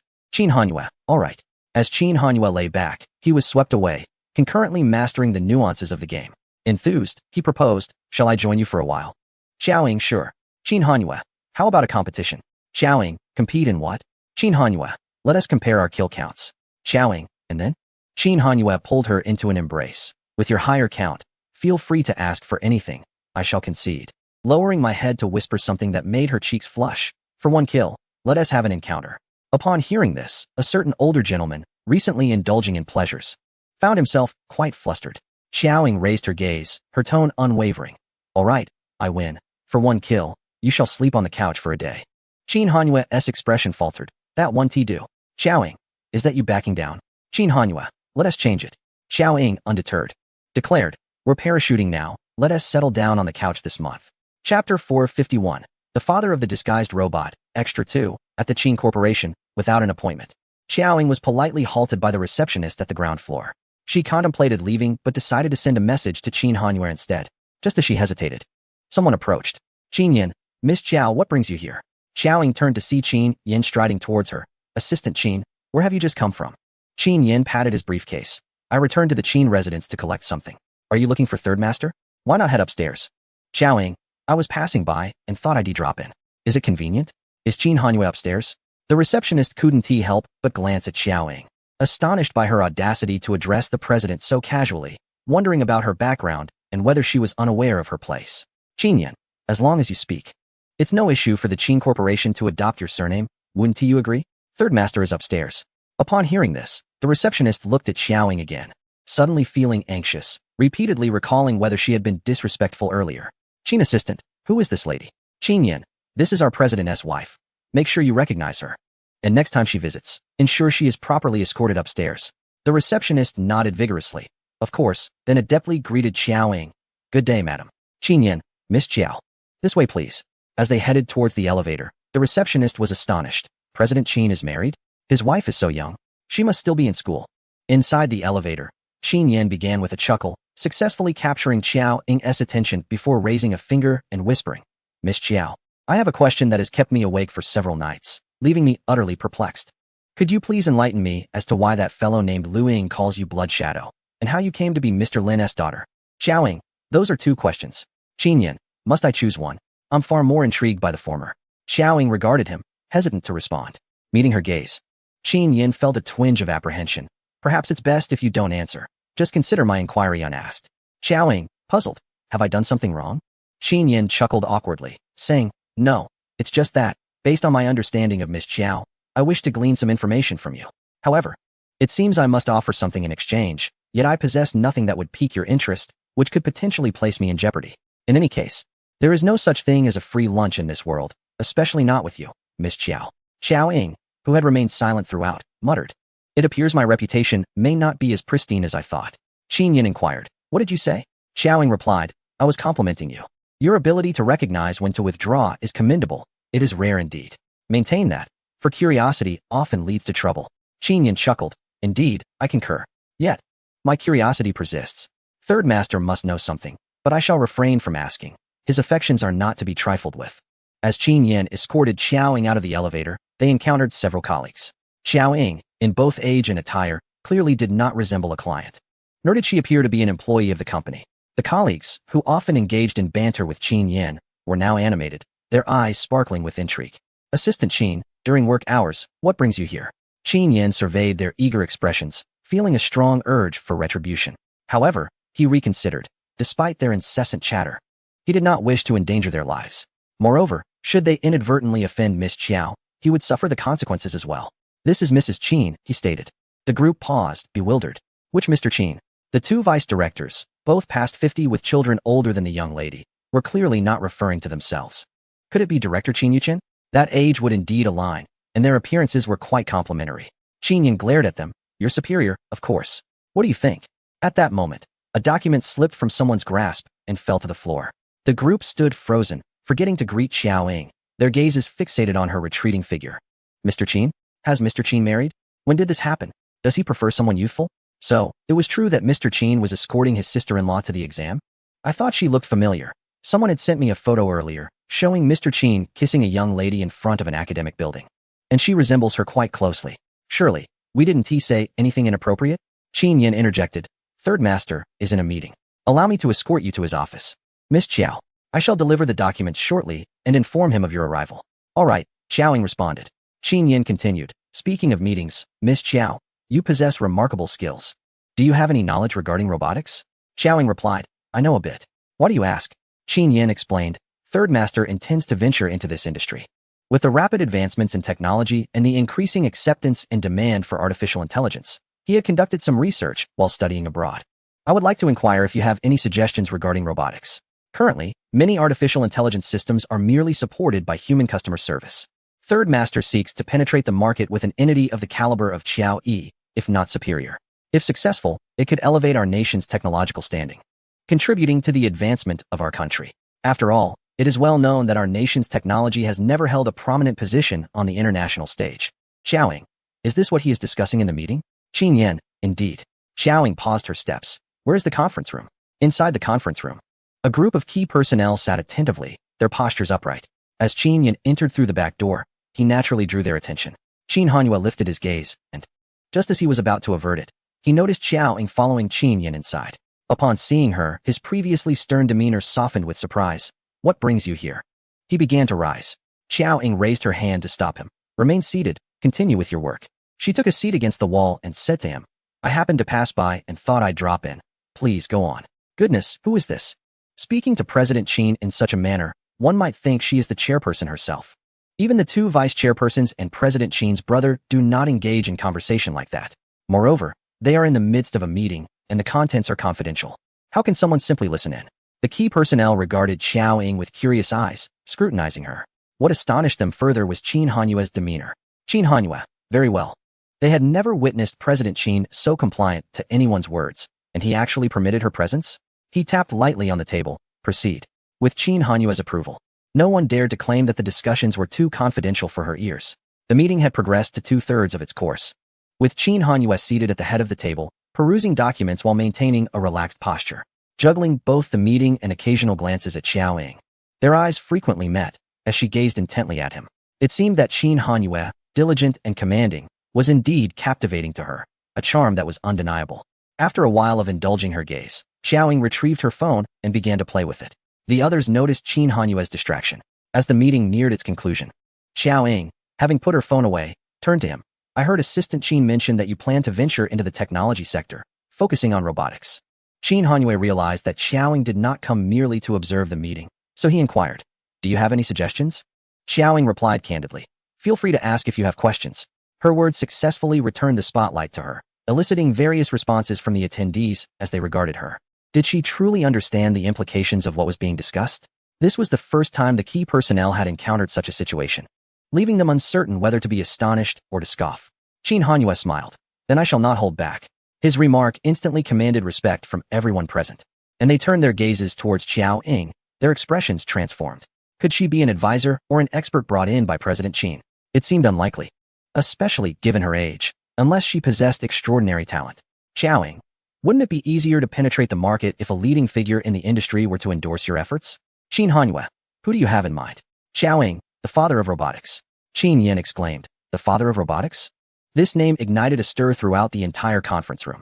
They are seated here to participate in this conference, naturally possessing a certain understanding of the domain and the information related to robotics. When discussing robotics, one cannot help but mention the father of robotics.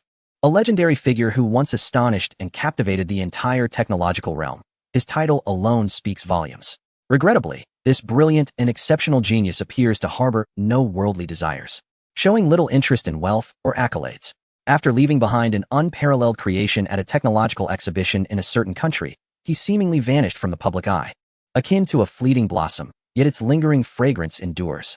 He stands as the most talked-about figure in the technological sphere, while also being the most obscure and enigmatic. With no knowledge of his age, gender, or nationality, some speculate he has been co-opted by a government, though the nation remains unknown, while others suggest he is in seclusion, engaged in research. There are even whispers that his extraordinary talents may have led to his demise, as he was coveted and feared by many, possibly meeting an untimely end at the hands of those who envied him. Opinions abound. Qin Hanyue raised an eyebrow slightly, observing her. Qin Yan, holding his breath, asked, Miss Qiao, you wouldn't happen to know him, would you? Xiaoying's gaze swept over the pairs of expectant eyes, recalling the scrutiny and invitations she had received from various government departments.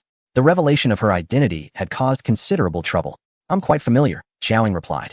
Are you certain? Qin Yan pressed. The phrase quite familiar held significant weight. The last time she uttered it, it referred to both the individual and the subject in question. Qin Yan, experienced in such matters, concluded that her familiarity implied a deep bond, perhaps one akin to life and death, as she would not have mentioned it otherwise. Qin Hanyue refrained from probing further, merely smiling down.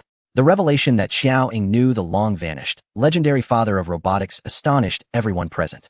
Were it anyone else, they might have dismissed her words as mere folly, perhaps even cursing her for wasting their time. Yet, the appearance of this student-like young woman, if she were not related to their Qin family, would render her claims implausible. Before Qin Yan could inquire further, Xiaoying addressed Qin Hanyue. I have a few of his practice works in my warehouse. They are defective, Or perhaps I should say, failures. Would you like them? The eyes of the crowd sparkled with interest. Even if these were deemed failures, the technology employed within them would undoubtedly surpass the current advancements in the entire technological field. These practice works might even be his maiden creations, thus holding significant value. In an instant, the crowd's skepticism towards Xiao Ying shifted. As the weight of the father of robotics works tipped the scales in her favor, she mentioned having several, even if they were flawed, which certainly was not something one could find on the street. Surely, she hasn't been deceived? Qin Yin mused. See, it's clear that at least they share a bond akin to life and death. Her practice works must be akin to first drafts. What kind of relationship do they share? Wait, she has them in her warehouse. Qin Yin's expression faltered. The works of the father of robotics, stored in a warehouse? Not even placed in a collection?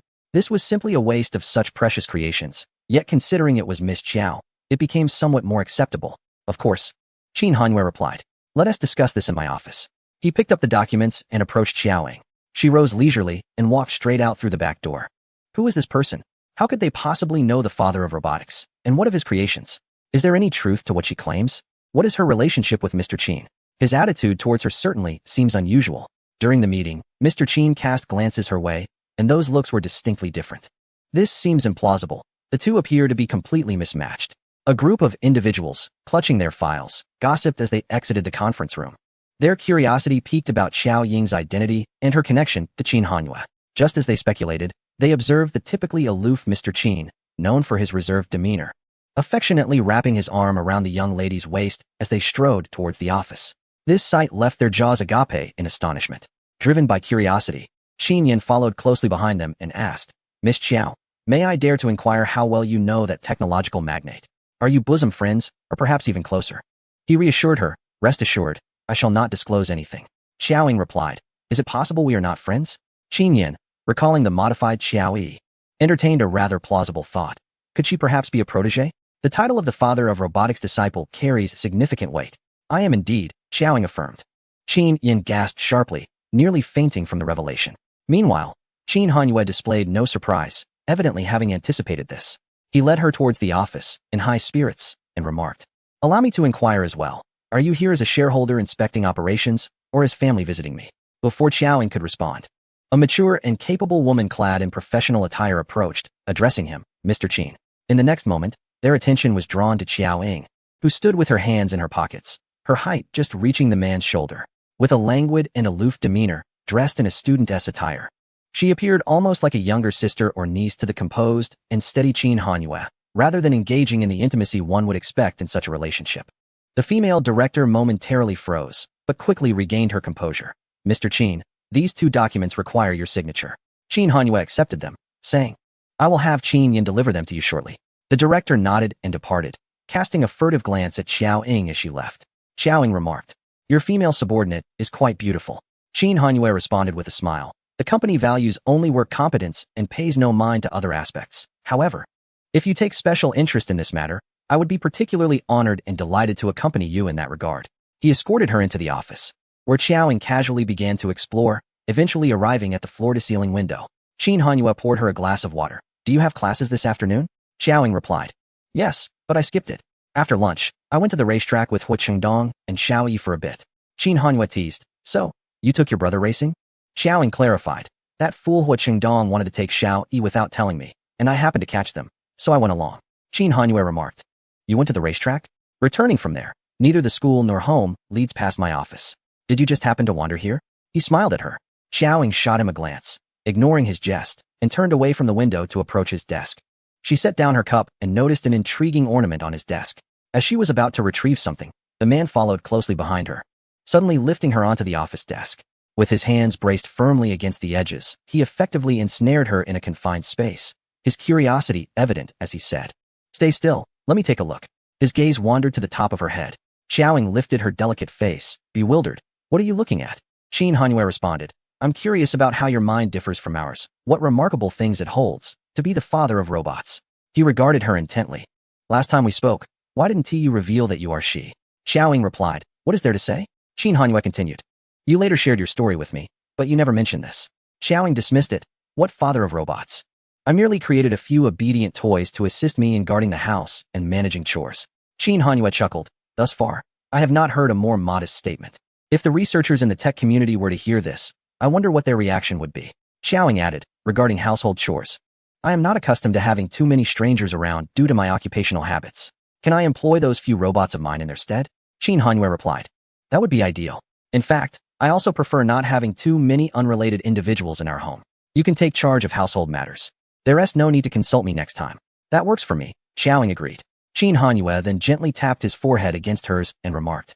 Should I start paying you, Consultant Xiao? Xiaoying smirked, propping herself on the desk with one hand, her body leaning slightly back. While she grasped Qin Hanyue's tie with the other, well, I must inquire, will this salary come from your personal account, or the company's? Qin Hanyue leaned slightly closer. Which account is less significant? After all, the company belongs to you, and so do I. The real question is how much to pay you. For the title of father of robots is not without its worth. Xiaoying countered, thus, the account matters greatly. Qin Hanyue inquired, what difference could it make? Xiaoying explained, if it comes from your personal account, that's negotiable. However, I find the company's budget rather unappealing. Qin Hanyue laughed. Then let us negotiate what you find acceptable. Xiaoying teased, Mr. Qin, with your wealth and affluence, I must think carefully. I cannot let you off easily. Qin Hanyue lowered his head slightly and pressed a kiss to her soft lips. Indeed, take your time. There's no need for leniency towards me. Chapter 453. Travel, Extra 3. At the airport, during the holiday, Xiaoying prepared to fulfill her earlier promise to take Xiao Yi on a trip. Initially intended for just the two of them, Qin Hanyue's strong desire to accompany them transformed the outing into a party of four. With his busy schedule, it was natural for Qin Yin to join them, making it a party of four. As they waited for their flight, Qin Hanyue wrapped his arm around Xiao Ying's shoulders, speaking softly to her, their proximity intimate. Meanwhile, the more reserved Xiao Yi and the somewhat stiff Qin Yin shared an awkward silence. They passed through security, and Qin Hanyue took Xiao Ying's hand to rise. Wait, there's one more. Xiaoying interjected. Who else? Qin Hanyue inquired curiously, just as Hua Chengdong's voice echoed before his arrival. Sister Ying, I'm here. I'm here. Hua Chengdong rushed towards them, dragging a suitcase while waving, his long limbs accentuated by his flamboyant attire, undeniably captivating. Qin Hanyue cast a glance at Xiaoying. Him? Xiaoying returned his gaze and replied. He's here to keep Xiao Yi company, her eyes silently conveying. Isn't at you? For Xiao Yi, this journey with Qin Hanyue was likely less enjoyable than studying at home, which would be far more relaxed. Aware that his presence made Xiao Yi feel uneasy, Qin Hanyue could only remain silent, feeling innocent and helpless inside. He had already extended a kindness, warmth, and concern to Xiao Yi that had never been afforded to younger relatives at home. Yet, he understood that Xiao Yi could not be blamed, for it was likely that apart from Xiao Ying and his own parents, his mere presence in any context would induce discomfort in others, especially for Xiao Yi. With Hua Chengdong assisting in looking after Xiao Yi, there was no need for Xiao Ying to take special care of her. He could solely focus on Xiao Ying. Reflecting on this, he thought Hua Chengdong was indeed beneficial. Wise decision, Qin Hanyu mused. Indeed, the moment Xiao Yi laid eyes on Hua Chengdong, her demeanor transformed. She had never felt such nostalgia and fondness for Hua Chengdong's enthusiasm and cheerfulness. Taking a couple of steps towards him, Hua Chengdong dashed over, tugging at the straps of his backpack. Sister Ying, I'm here. I'm not late, am I? Xiao Ying remarked, so much luggage. Hua Chengdong replied, not much. He then glanced at Qin Hanyue, seemingly contemplating whether to greet him. After locking eyes with Qin Hanyue, he hesitated and simply explained, Sister Ying invited me, saying it's a group trip. He and T intruded upon their intimate world. Before Qin Hanyue could respond, Hua Chengdong pointed towards Xiao Yi and said, I'm in a group with my little brother. He then approached Xiao Yi, wrapping an arm around her shoulder as they made their way to the security check, saying, is this all the luggage you have? Didn't you say we'd be playing for a long time? Do you have enough clothes? I brought a lot, all new. If you don't have enough, you can borrow from me. Each outfit is meticulously chosen. Trust my taste. Just look at what I'm wearing. It's far more tasteful than Qin Hanyue's work attire. The last remark, if he had been even slightly farther from Xiao Yi's ear, would have been inaudible to her. Xiao Yi replied, my sister said we don't need to bring too many clothes. We can buy things as we go. Hua Chengdong exclaimed, why didn't I think of that? Qin Hanyue had booked first-class tickets. As soon as the flight took off, Hua Chengdong began to express his excitement. Sister Ying, where is our first stop? Xiao Ying answered, M continent. Hua Chengdong doubted his hearing. Huh, where? His exaggerated reaction startled Xiao Yi. Xiao Ying repeated herself, confirming it was indeed M continent. Hua Chengdong appeared somewhat dazed.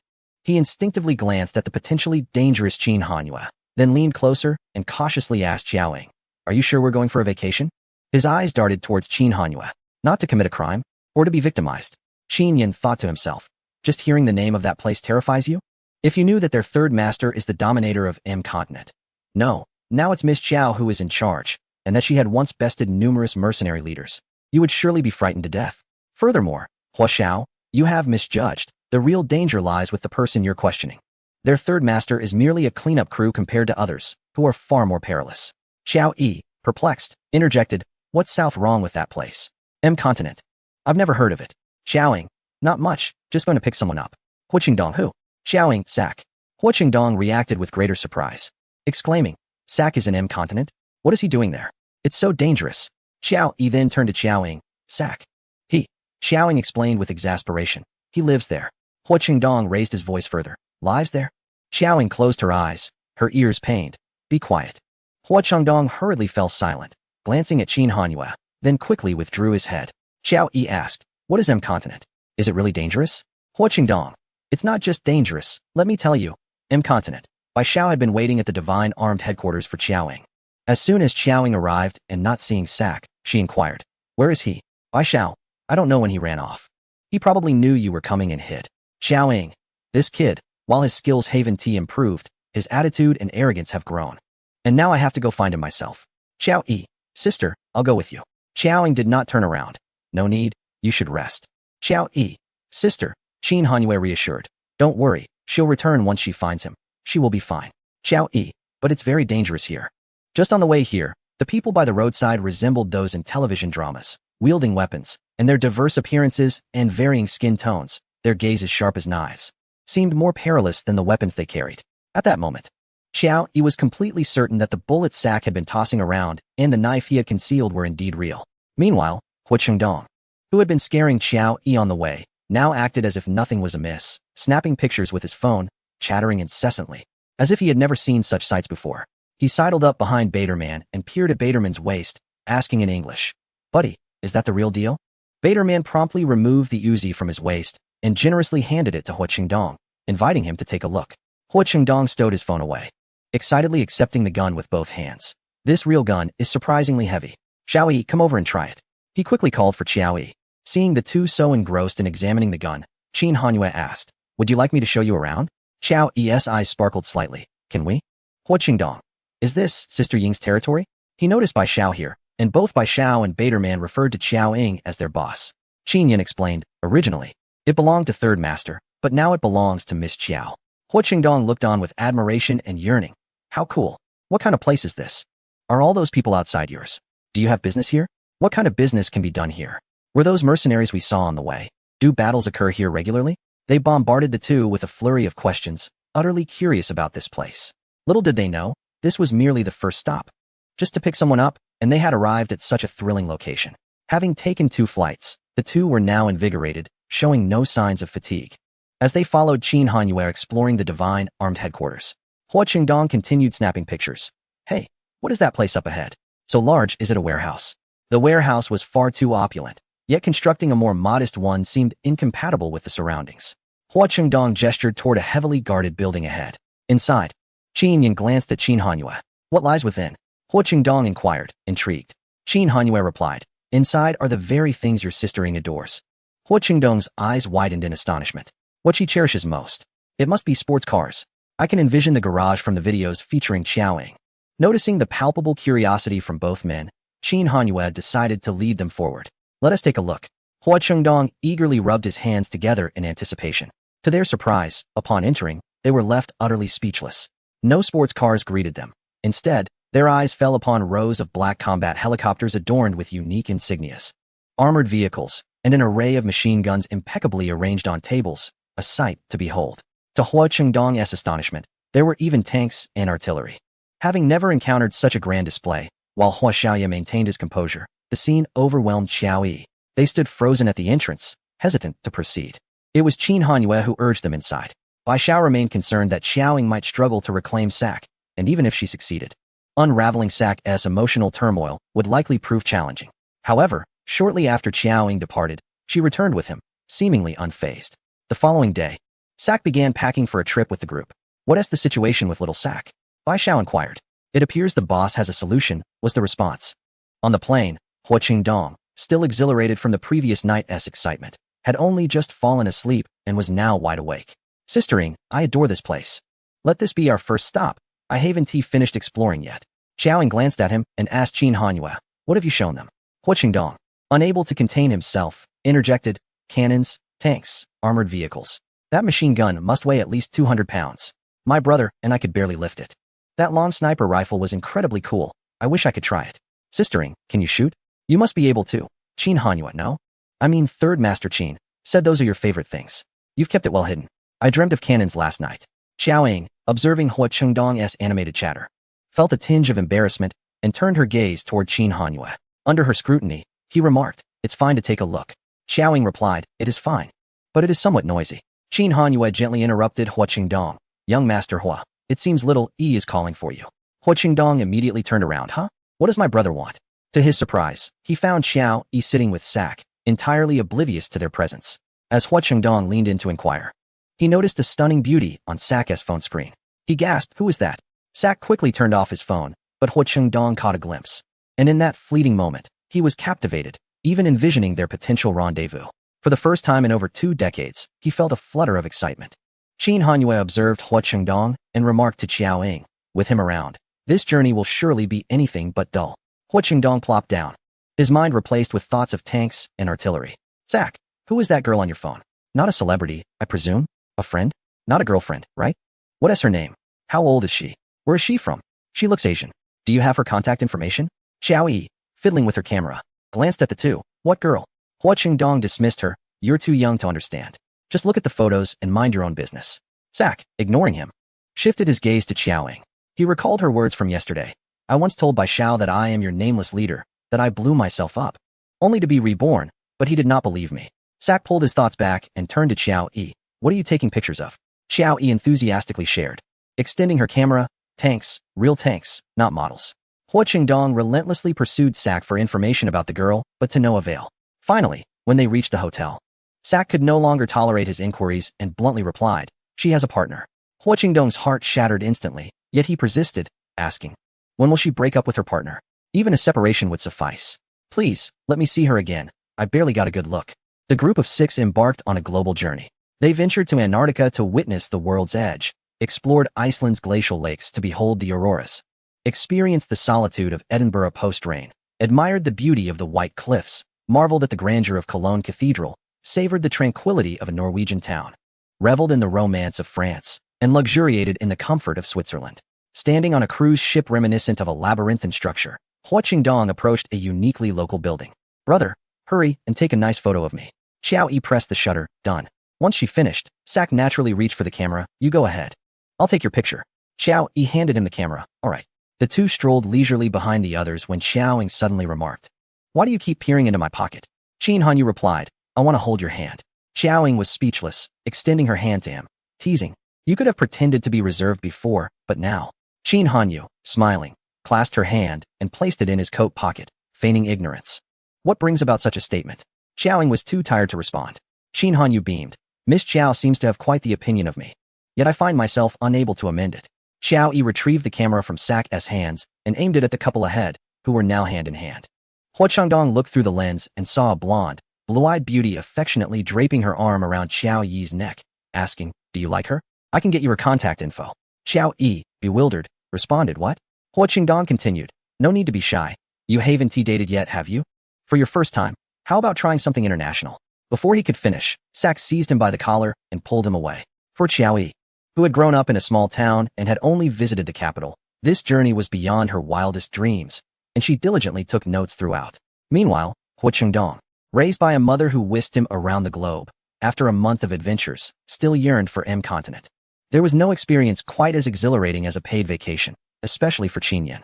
In her earlier years, Xiaoying traversed these places almost alone, not quite engaging in tourism as she does now, yet she had walked countless paths and seen an array of sights, thus rendering her somewhat indifferent to the beauty surrounding her. However, the presence of Qin Hanyu infused a distinct difference into her journey. She relished the meticulous care he bestowed upon her throughout their travels. As the holiday approached its conclusion, their next destination was Italy. Xiaoying had visited Italy numerous times, even carrying out missions there, yet this trip sparked a sense of anticipation within her. This was largely due to the vineyard that Qin Hanyu had gifted her for her birthday. Located in Italy, which she had yet to visit. The primary purpose of this trip was to explore the vineyard. Chapter 454. The Free City of Tourism, Extra 3. The vineyard given to Qiao Ying by Yi Si was one selected and purchased on the spot. While the vineyard that Qin Hanyue gifted her was pre-existing, with the winery and additional facilities newly constructed. Had it not been for his desire for Qiao Ying to enjoy the wine sooner, he likely would have preferred to plant new vines altogether. Hua Qingdong remarked. Ping'an Winery? What a quaint name. To see such a grand winery in Italy adorned with the characters for Ping and is akin to naming a top-tier beauty, Huang Zuohua. What level of cultural awareness is that? How could one even conceive of such a thing, so foreign yet so rustic? Qin Hanyue shot him a glance. My cultural understanding is quite adequate. Hua Qingdong's face froze. Huh? This is your winery? He discreetly swallowed and stepped behind Qiao Ying. Qiao Ying smirked slightly. Her expression a mix of amusement and mockery. It does have a rather rustic charm. She stepped inside, teasing, I never expected there to be a flaw in you. Qin Hanyue. Faced with criticism, Qin Hanyue felt compelled to clarify. It's not that. I wanted to invoke a sense of good fortune since it is a gift for you. Qiao Ying understood his intention perfectly and feigned ignorance to his explanation. Repeating in the same teasing tone, I never expected there to be a flaw in you, Qin Hanyue. Qin Hanyue replied, the winery is vast. Enveloped in the sweet fragrance of grapes and wine. Qiao Ying found the air here extraordinarily pleasant. That evening, Qiao Ying lay in bed. Having perused her messages before setting her phone aside, she glanced at Qin Hanyue, who had just finished showering, his hair still damp. As he examined a stack of photographs of the two of them, Qiao Ying had captured many moments shared with him. The photographs in Qin Hanyue's hand were freshly developed, carefully preserved by him throughout their journey. As he sat sideways, the contours of his profile were accentuated by the soft light, and his smile while gazing at the photographs diminished his usual air of coldness. In truth, Qiao Ying had never perceived him as aloof. Furthermore, he had never treated her with indifference. Noticing her gaze, Qin Hanyue turned to look at her, but unexpectedly, her delicate foot pressed against his face. The warmth of her soul contrasted sharply against his cool cheek, creating a striking visual disparity between her porcelain foot and his healthy complexion. This unintentional act of hers was imbued with an inexplicable allure, causing Qin Hanyue's heart to race, his thoughts wandering. Qin Hanyue chuckled as he grasped her petite foot, lowering his head to plant a gentle kiss upon it before meeting her gaze. He carelessly set the photo aside and leaned down to kiss her again. Qiao Ying, seemingly repulsed by the thought of his lips having touched her foot, turned her head aside, inadvertently exposing her fair neck to him. Realizing her action, she attempted to turn back, but his warm breath had already encroached upon her, and his heated lips pressed insistently against her delicate neck, even daring to nibble at it. An unfamiliar tingling sensation surged through her body like a current, prompting Qiao Ying to shoot him an irritated glare. Having stolen a taste, Qin Hanyue wore a mischievous grin, aware of her sensitive neck, which she rarely allowed him to touch. Only in the intimacy of their shared bed could he seize such opportunities, and once he did, her reactions and the sensations they evoked were intoxicating for him. Undeterred, Qin Hanyue leaned in to kiss her on the lips, pressing down upon her, one arm enveloping her beneath him, as he deepened the kiss with a tender caress of her hair. Yet, Qiao Ying once again turned her face away, coldly uttering two words, not doing it. Qin Hanyue raised his face, his tone laced with ambiguity, his gaze so direct it could make anyone blush. Wasn't that an invitation? Qiao Ying retorted, invitation my foot. Noticing the dazed look in her eyes, Qin Hanyue softly inquired, are you drunk? Qiao Ying remained silent. Qin Hanyue pressed further. Shall I fetch you a glass of water? Qiao Ying replied, not thirsty. Qin Hanyue continued, so you're not drunk? To be honest, I am quite curious to see how you behave when intoxicated. Will it differ from your sober self? Qiao Ying mused, I too wish to know. Why not bring me a few more bottles of high-proof liquor? Qin Hanyue laughed. I think I shall keep my curiosity intact. Your tolerance is too formidable. And I wouldn't want you to drink to the point of harm. Qiao Ying challenged him. Have you ever been drunk? What does it feel like? Is your consciousness clear? Qin Hanyue instinctively answered, I've never been drunk. Qiao Ying pressed, so the last time in Country C. When you claimed to be drunk and held me close, that was all a ruse. Qin Hanyue grinned sheepishly. I truly did not see that coming. With a playful audacity, he leaned in closer to her face. If you feel you've lost, you can take it back, double or triple. I won't resist. Qiao Ying replied. I'm not one to indulge others' whims. Qin Hanyue laughed even more heartily. Why do your words always amuse me so? He couldn't help but steal another kiss. Once he contained his laughter, he asked, shall we consider changing the name of this winery? Qiao Ying retorted. Must you press me to speak while you're pinning me down? His firm chest was somewhat uncomfortable against her. Qin Hanyue embraced her, rolling them into a more comfortable position. Feeling fatigued, Qiao Ying decided to lay on him, closing her eyes in a feigned slumber. It's already in use. Why bother changing it? Qin Hanyue tenderly stroked her hair, I think it's quite suitable. That brat Hua Qingdong doesn't he understand at all. Noticing Xiaoying seemed ready to drift off, Qin Hanyue gently turned to lay her back on the bed, leaning closer to nuzzle against her nose. Really not doing it? Xiaoying opened her eyes. Get lost. With a soft sigh, Qin Hanyue released her. You've consumed quite a bit of alcohol. You must be thirsty. I'll fetch you a glass of water to keep by your side. He rose, tucked her in, and left the room to get her some water. Xiaoying lay upon her bed, listening to his footsteps as he returned from pouring water. She slightly opened her eyes to observe him placing the water on the bedside table. He then proceeded to tidy up the photographs at the foot of the bed and prepared her attire for the following day. Upon returning, he arranged her disheveled shoes for her convenience when she awoke. Xiaoying had friends with whom she shared a profound bond, yet she had grown accustomed to solitude, particularly in her daily life. Due to her professional habits, she would never rely on others for tasks she could accomplish herself, especially in matters of little significance. Her attention to detail made her approach even more efficient. However, she was increasingly learning to embrace the presence of Qin Hanyue in her life. Even for simple tasks such as pouring a glass of water or retrieving an item, she would call upon him. Occasionally, she would even ask for his assistance in sterilizing her silver needles, a task at which he excelled. Such dependencies were not permitted for an assassin, and her former self would have never allowed the cultivation of such habits, even if the individual in question was Feng Ying. Yet, perhaps now she felt a sense of freedom that rendered her less cautious. After tidying up, Qin Hanyue dimmed the lights and gently lay down beside her, enveloping her in his embrace, whispering, "Good night." Their journey culminated in the country of M, where they headed directly to Qiao Ying's private residence, the City of Freedom. "Wow, this house is absolutely magnificent," exclaimed Hua Qingdong. "I recognize this place. It's called the City of Freedom, and I've seen it online," added Xiao Yi. "I heard the owner designed it themselves," remarked Qin Yan, glancing at Xiaoying.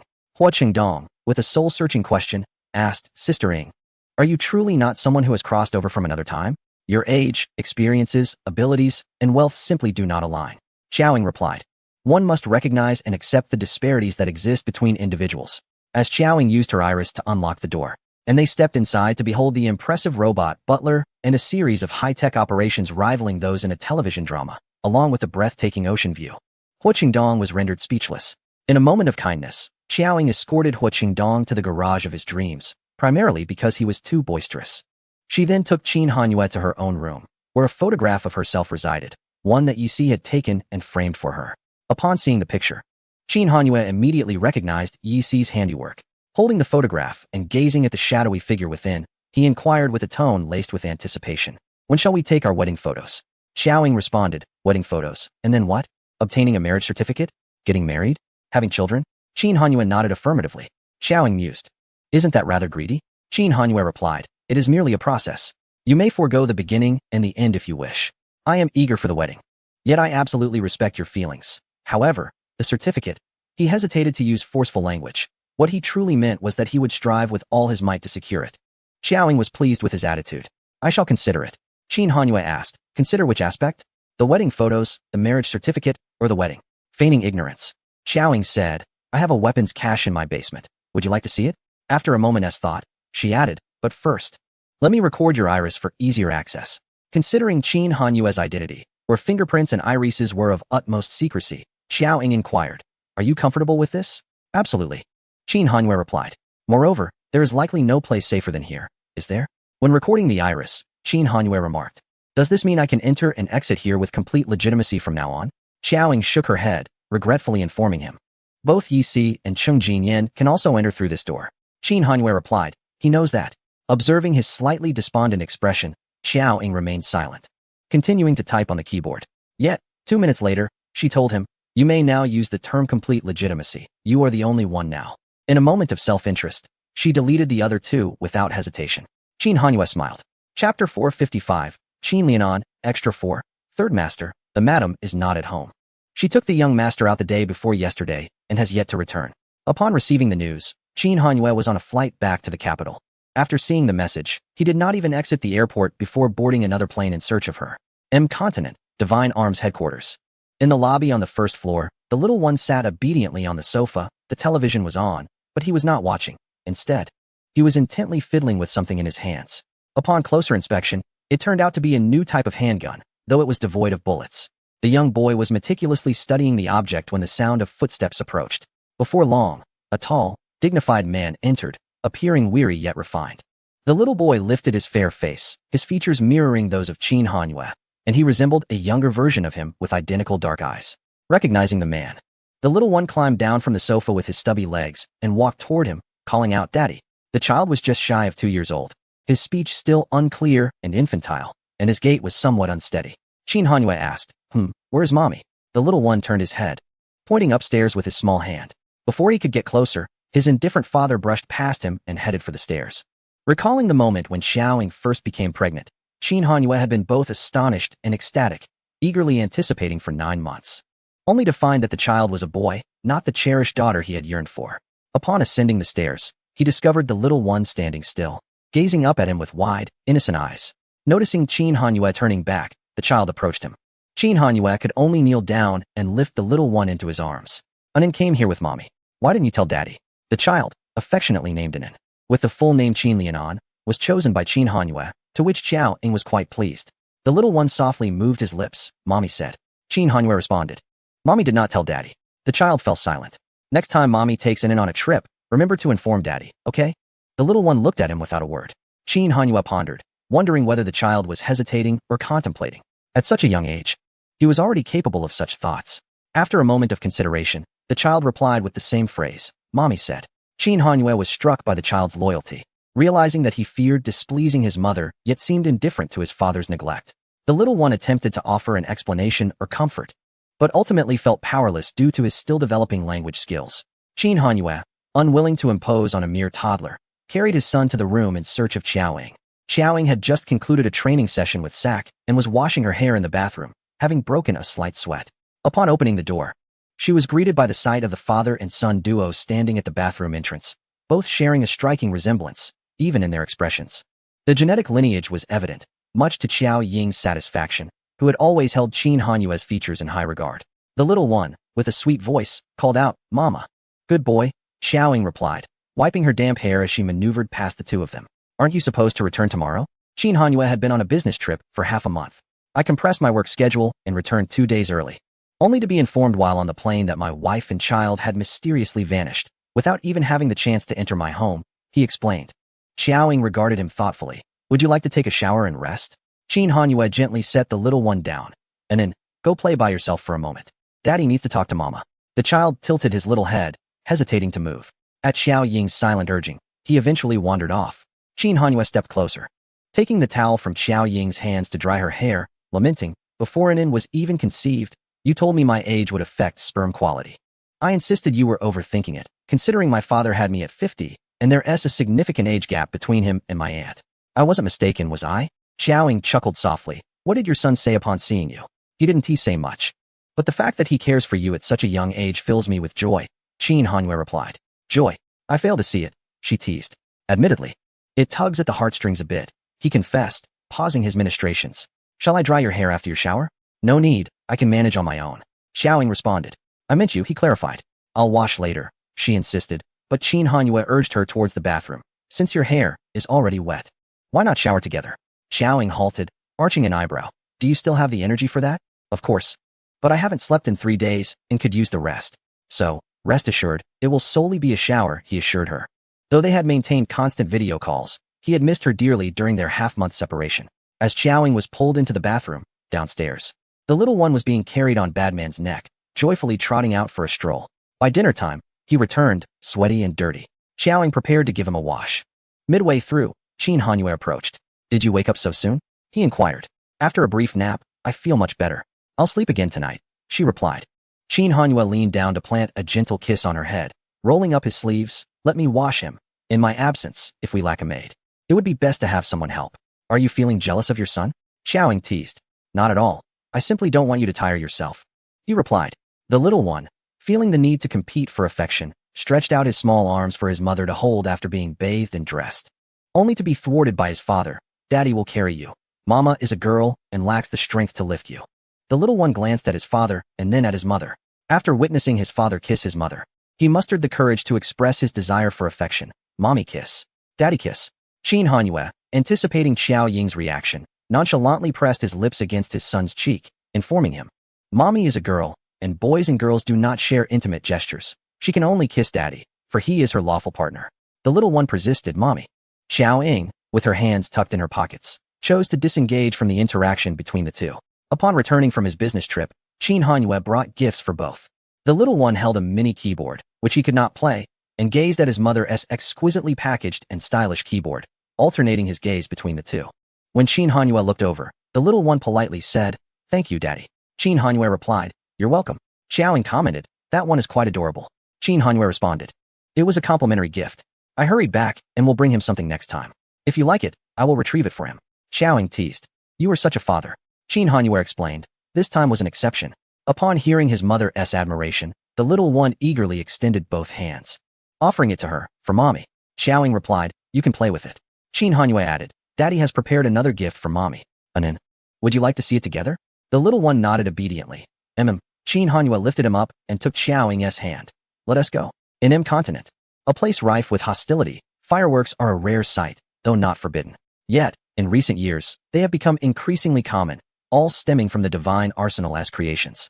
Each time the people of M continent witness them, they are filled with confusion regarding what the divine arsenal is up to. Tonight, yet another fireworks extravaganza is set to unfold.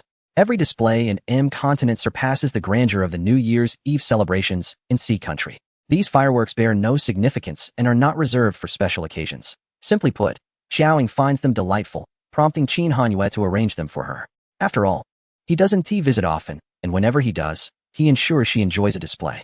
Later, the people of M continent heard rumors that this fireworks show was orchestrated by the leader of the divine arsenal as a declaration of affection towards the leader of the Blackwater. It recalled the time when the nameless entity detonated the headquarters of the divine arsenal, sending shockwaves across M continent. Now, the divine arsenal leader was launching fireworks to woo the new leader of Blackwater, a relationship so tangled that it was said they already had a child. Written in black and white, this epilogue concludes here. The little one, Qin Lian, was named after a boy named Adrian from the impoverished district. Though the novel has reached its end, the tale of Ying Jie and San Yi continues. We thank you all for your unwavering companionship along the journey. Your efforts are deeply appreciated. Until we meet again in the world of Jianghu.